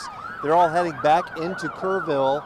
Don't know if they're escorting anybody, any state officials or anything like that, but here at City West Church, you mentioned it, Darian, this is the hub of the search and rescue efforts here after the catastrophic flooding along the Guadalupe River. And you can kind of see just in the parking lot the extent of all of the agencies that are working on these rescue efforts. There's state troopers, there's fire and rescue, game wardens are in there as well, sheriff's deputies.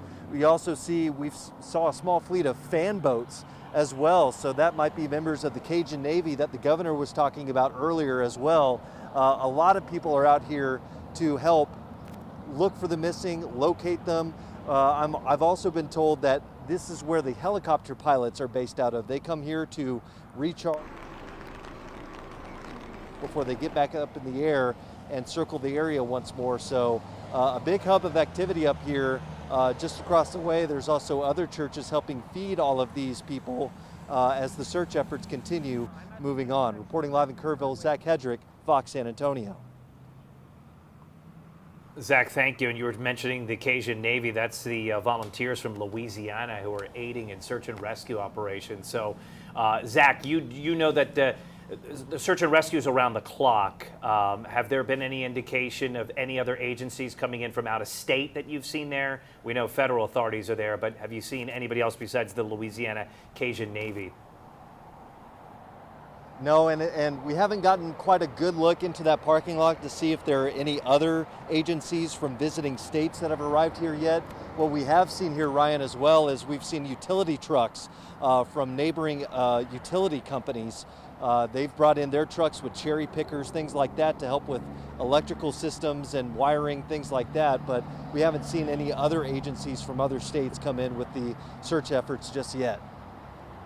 And there's still some power outages, that's for sure, and they're going to need to definitely replace a lot of those power poles. It's going to be a massive operation. Zach Hedrick, we appreciate the time as always. Thanks for that live report. Fox SA's Ethan Trejo, he is at one of the shelters where a lot of the displaced people are being helped tonight. Ethan, what are you seeing? Well, Darian, Ryan, I've been out here in the Hill Country essentially all day. We got out here at 3 o'clock where we saw the Guadalupe River rise near the Spring Branch area. Then a little bit later on in the day, we switched and went towards Seguin. We saw Seguin face their own difficulties with a lot of massive floodings on their roads and infrastructure. And then we also went to New Braunfels. That's where we saw River Road completely shut down as the Guadalupe River was just ultimately flooding in a lot of that area. Comal was also experiencing a good amount of flooding as well. Now we're here at the Canyon Lake VFW, where a bunch of volunteers have decided that they are going to try and help as many people as they can in the area who are being affected by the floods. That means if they don't have power, if they don't have supplies, they are accepting donations here for anyone who needs to come pick that up, and anyone who, all of the leftover supplies for people who are not yet affected are going to be going to other counties like Kerr County and those counties who are also in need of dire assistance because of those Guadalupe River impacts.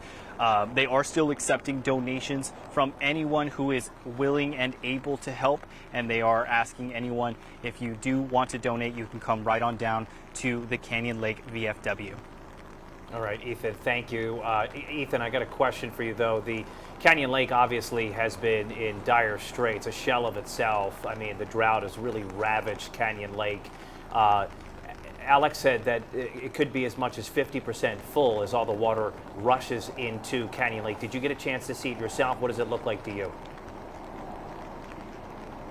Yeah, it has been filling up pretty consistently, and even from the residents that I heard, A lot of them are sort of in a mixed bag of feelings. They really did want a lot of this water to come eventually from the flooding and from to help fill up the Canyon Lake a little bit, but obviously they didn't want the aftermath of what has happened as a result of that. So it's been really a mixed bag that I've been hearing from residents here. All right, we appreciate you sharing your perspective with that. Thanks for that live report. And he's got a bit of rain there in Canyon Lake. But in Hunt, I think the rain has slowed significantly. We have reporters on the ground there, and our Taylor Whartonby was out there earlier, and she showed us some of the devastation. One of the stores there, the main store there, it's called the Hunt store, just completely devastated. And the post office, she talked about the post office and how it has flattened.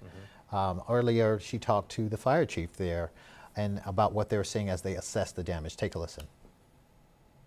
So I do have Kurt, he's the assistant fire chief, been here for 27 years. Tell me about this. This is, monumental. I feel very much like we're looking at the video from last summer in the hurricanes in Carolinas. Community is pretty hard hit. Everybody's good. Lost a lot of stuff. Lost some lives. The Hunt Department we're trying to make sure our community's okay. The state's kind of left us out and let us take care of everybody around here. And of course, the state is coordinating all the recovery efforts. Now, what are we seeing here? Are we seeing some bobcats out here kind of pulling the debris? We have a whole lot of folks that have volunteered equipment. We've cleared out the North Fork of the river with volunteer equipment. We're working our way up here. Been working with KPUB and TxDOT on just what to do with the debris, how to get it out of the way, how to get the roads back open so that 2 lanes are passable. That's really what our biggest effort is right now. We've got the 2 local churches set up for food and food donations and that kind of stuff. We're letting them take care of that, and we're just trying to make the best of what we got. All right, Alex, once again joining us as we get ready to close things out. Give us again what we're looking at now and in the future, especially the areas most devastated. Okay, right now there's not a whole lot happening. It's starting to trend down. So let's check that radar and we'll show you what that looks like real quick. There's just moderate to light rain that's coming through into Bexar County. Most of the real heavy stuff is well up toward Kyle. We're keeping it up there. It looks like the trend is going to stay going down over the next 24 hours, which is good news. Which is very good news. Yeah. But in terms of where the water has been rushing downstream, are there people that are still in the danger zone? I would think when we're looking at Canyon Lake, that's the area, because that's where it's really going to pile up, because there's a lot of debris. Sure. And that debris is going to get into the lake. There's actually a report of one of the roads where the bridge is there. The bridge is there. Where it's created a makeshift dam because of all the debris that's been sitting up against it. We're going to get you those pictures for Fox News at 9 tonight. But that's kind of one of those things that happen. It does. And you got to expect that with all that debris coming down the river. So that'd be about the only thing we're going to look at, because the rest of the water, the canyon is going to be able to hold it. It's 48% full now, so it's got plenty of room to hold a little bit more water. All right, Sky Fox, we've got some pictures right now. It's heading to the Guadalupe River as we take a look at some of those images right there, but it should be popping up soon. But there you have it right there, our Sky Fox heading out there. Just some really devastating images. I mean, just the amount of water, the amount of rain that fell, the wall of water from the Guadalupe River, the stories of just heartbreak, right, as 32 are dead. 27 children missing from Camp Mystic, a Christian summer camp, a camp that was completely destroyed by 30 feet of water that just came in the middle of the night over a holiday as kids were really just celebrating what was supposed to be a core memory event, something that they will never forget, and now they're never going to forget in a completely different way. But it is encouraging to hear that there's reports of Texans helping Texans, that the federal government is stepping up. President Trump will honor the disaster declaration from the governor that he put out and signed earlier this afternoon, and now it's all hands on deck. Every resource is out there right now, we're told, where people are out there searching for those last people that are out there, 27 missing. We have a press conference that's happening right now that we want to take live. Let's go to it. In Kerrville.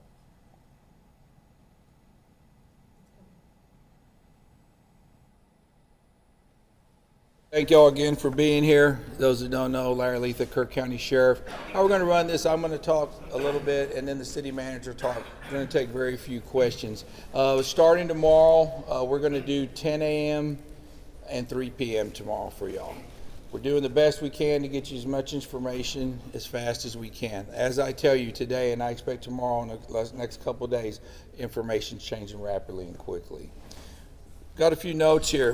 We continue to have hundreds of first responders on the ground, water, in this search and rescue process. We have a lot of people here. We got a lot of help. We're very fortunate. Here's some new updated numbers for y'all. As of 5:30, we have recovered 43 deceased individuals in Kirk County. Among these who are deceased, we have 28 adults and 15 children. 12 adults pending identification and 5 children are pending identification at this time. Our missing persons call center is open to those reporting missing loved ones. The phone number is 830-258-1111. Repeating, 830-258-1111. We also are accepting these reports via email at floodrecovery@co.cur.tx.us. Repeating, floodrecovery@co.cur.tx.us. Please provide the last known location, identifying information if possible. We appreciate the assistance we're receiving from all levels of government, from local agencies to state and federal agencies responding.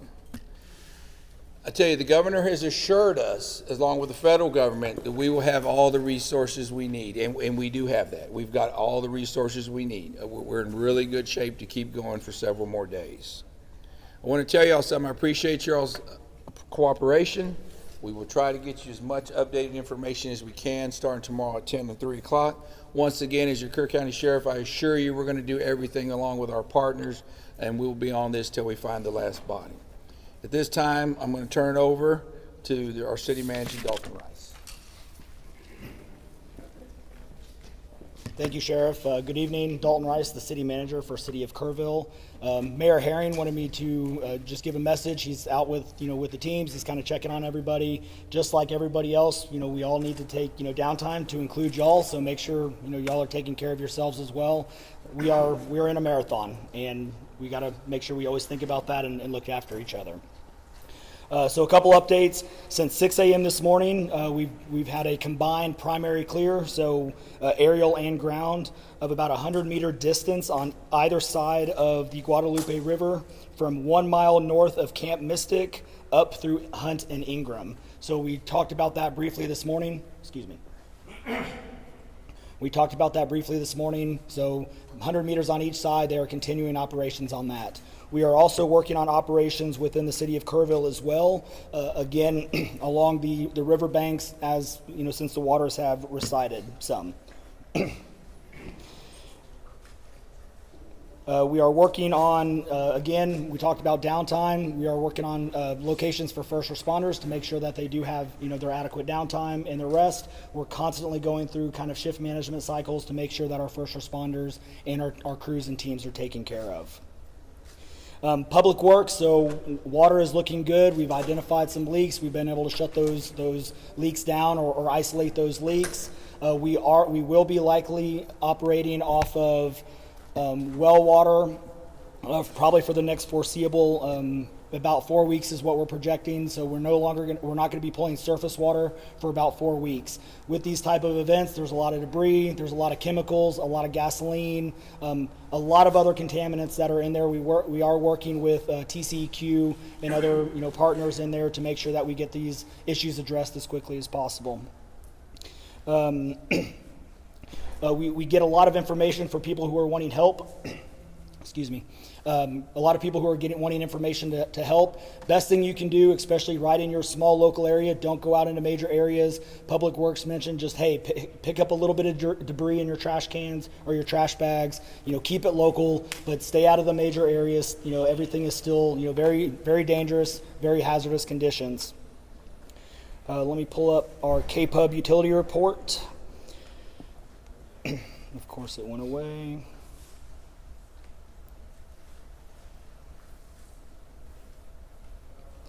So KPUB still has approximately 600 customers that are without power. The largest remain outage customers are west of Ingram, south of 39, along South Fork of Hunt.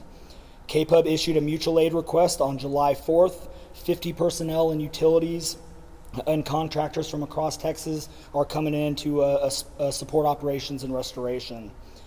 Hunt or South Fork sustained extensive storm-related damage, including approximately 40 downed power poles with widespread tree and flood debris, heavily damaged infrastructure. Restoration in these remaining areas will be lengthy and complex, and customers should prepare for multi-day outages. Customers outside of these remaining areas still experiencing an outage should report it to KPUB by calling KPUB's outage line at 855-959-2496. But power has been restored to most of the other customers. Like I said, about 600 are still remaining. A lot of the county is also on Aqua Texas or private wells. We try to get information on that, but we don't have a lot of information as far as private wells are concerned or the status of Aqua Texas. But a big bulk of what we had coming through the Guadalupe is within the city limits, which is on the city limit, or city water supply. Aqua Texas and some of those other public water systems are typically outside of what we're thinking is the damage area, but we have not had any reports from Aqua Texas on outages. Dalton, is the recovery for some of we're hearing some recovery of bodies in Louise Hayes Park, and the other part of that question is how many red tag buildings are now along the river that the Kerrville Fire Department has issued? Yeah, so when you talk about red tags, you're talking about like condemned buildings. Obviously out here, the damage is extensive. Right now, we're really focused on life safety. We are focused on search and rescue. Search and rescue is the priority. So we're not really red tagging buildings. Now we do have structural teams come out. They will mark stuff. You'll see spray paint. A lot of that is to identify where we've at least primary searched. But we are not going into the structural side of things unless it poses a risk to first responders. Our primary focus is on search and rescue of every single person involved, and we'll continue through the night to make sure that happens. Yes, real quick, we are finding bodies and stuff. We knew today was going to be that day. So our numbers are going to constantly be changing. We are constantly working on identification and working with our local partners to ensure that we bring in all the resources so we can make sure that we partner with folks. What is the communication procedure for letting camps and other places on the river know when to evacuate in situations like this? So each camp is obviously mostly private, or they have different ownerships. And so especially in this situation, so let's talk about this one more specifically. The event happened very fast. Rose over 20 feet, 30 feet within less than a 2-hour time span. On a holiday in the morning, there wasn't a lot of time in this case. As far as warnings, obviously there's a lot of things going around. We want to make sure that we focus on the early level. Regardless of the warning side of things, again, we want to make sure that we take care of our local community and focus on search and rescue operations. So please keep that question. We definitely want to get these addressed, but right now we want to focus on getting everybody that we possibly can out. Has that number of the Camp Mystic campers at 27 changed? As of right now, I do not think it has changed. It is still 27. Yes, Do you know how many people you guys are searching for as of right now, or is there no cap on that number? So right now, we're kind of looking at this in two ways. Call it the known missing, which is the 27 camp kids that are missing. We will not put a number on the other side because we just don't know. Campers are coming in for 4th of July weekend. People are camped along the riverbank. People are coming in to visit. There's a number that we just don't know yet, and we don't know what we don't know. So as things are starting to develop and as things are starting to move along, we're not going to put a cap on this. We are just going to continue until we find everything else. One more question. We know there are many children missing. Are there any camps? Let me give it to somebody else. Just one question about current rescue. Can you give us a sense about how often you're seeing a rescue, and just in terms of kind of like, for example, when your last rescue was? So obviously with the camps, we've been rescuing people out of these camps by the hundreds, all day. So there's a lot of folks that are shelter in place, so we leave them in place to make sure that we get them food, water, and some of these camps actually now are self rescuing, if you will. Maybe that's not the right word, but they are self extricating, if you will. So they're getting water's down, they're getting their own resources, they're not having to tie up local and state resources. We are monitoring them, and they're accounting for their own folks. So that has been going on obviously for over 800 plus people, and we're continuing to do that. So good. Sorry, one more question. I can absolutely appreciate that right now the focus is finding the missing, and it's a very active search and rescue. But what do you say to the parents that are in grief, understandably frustrated, as to how in the world this could happen? How in the world you could have so many campers in the way of this danger and not taken out of there ahead of the storms?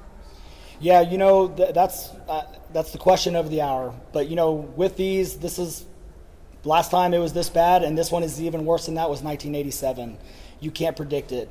Everybody in the media even knows, everybody who does this and sees this every single day, you have the inverse effect of if you continue to push it, and you see this in Houston areas all the time, you cry wolf. What happens when you continue to ramp things up and you continue to put a lot of information out there? Again, not to harp on the media, but there's a lot of stuff that gets over spun up, and we see that way too often, and then that trickles down. So we did look at stuff. Obviously, I had told the story. I was out on the river trail at 3:30. I left about 4 o'clock. We did not see any signs of the river rising, and by 5:20, we almost weren't able to get out of the park on the upper end. It rose that quickly. So was it a matter of just rising so quickly and this being a massive tragedy, or people weren't taking it seriously? No, this was a massive tragedy, hands down. We are hitting from our, again, flood maps. We're seeing some areas where it's hitting the 100-year flood thing. And again, we talked about the North and South Fork.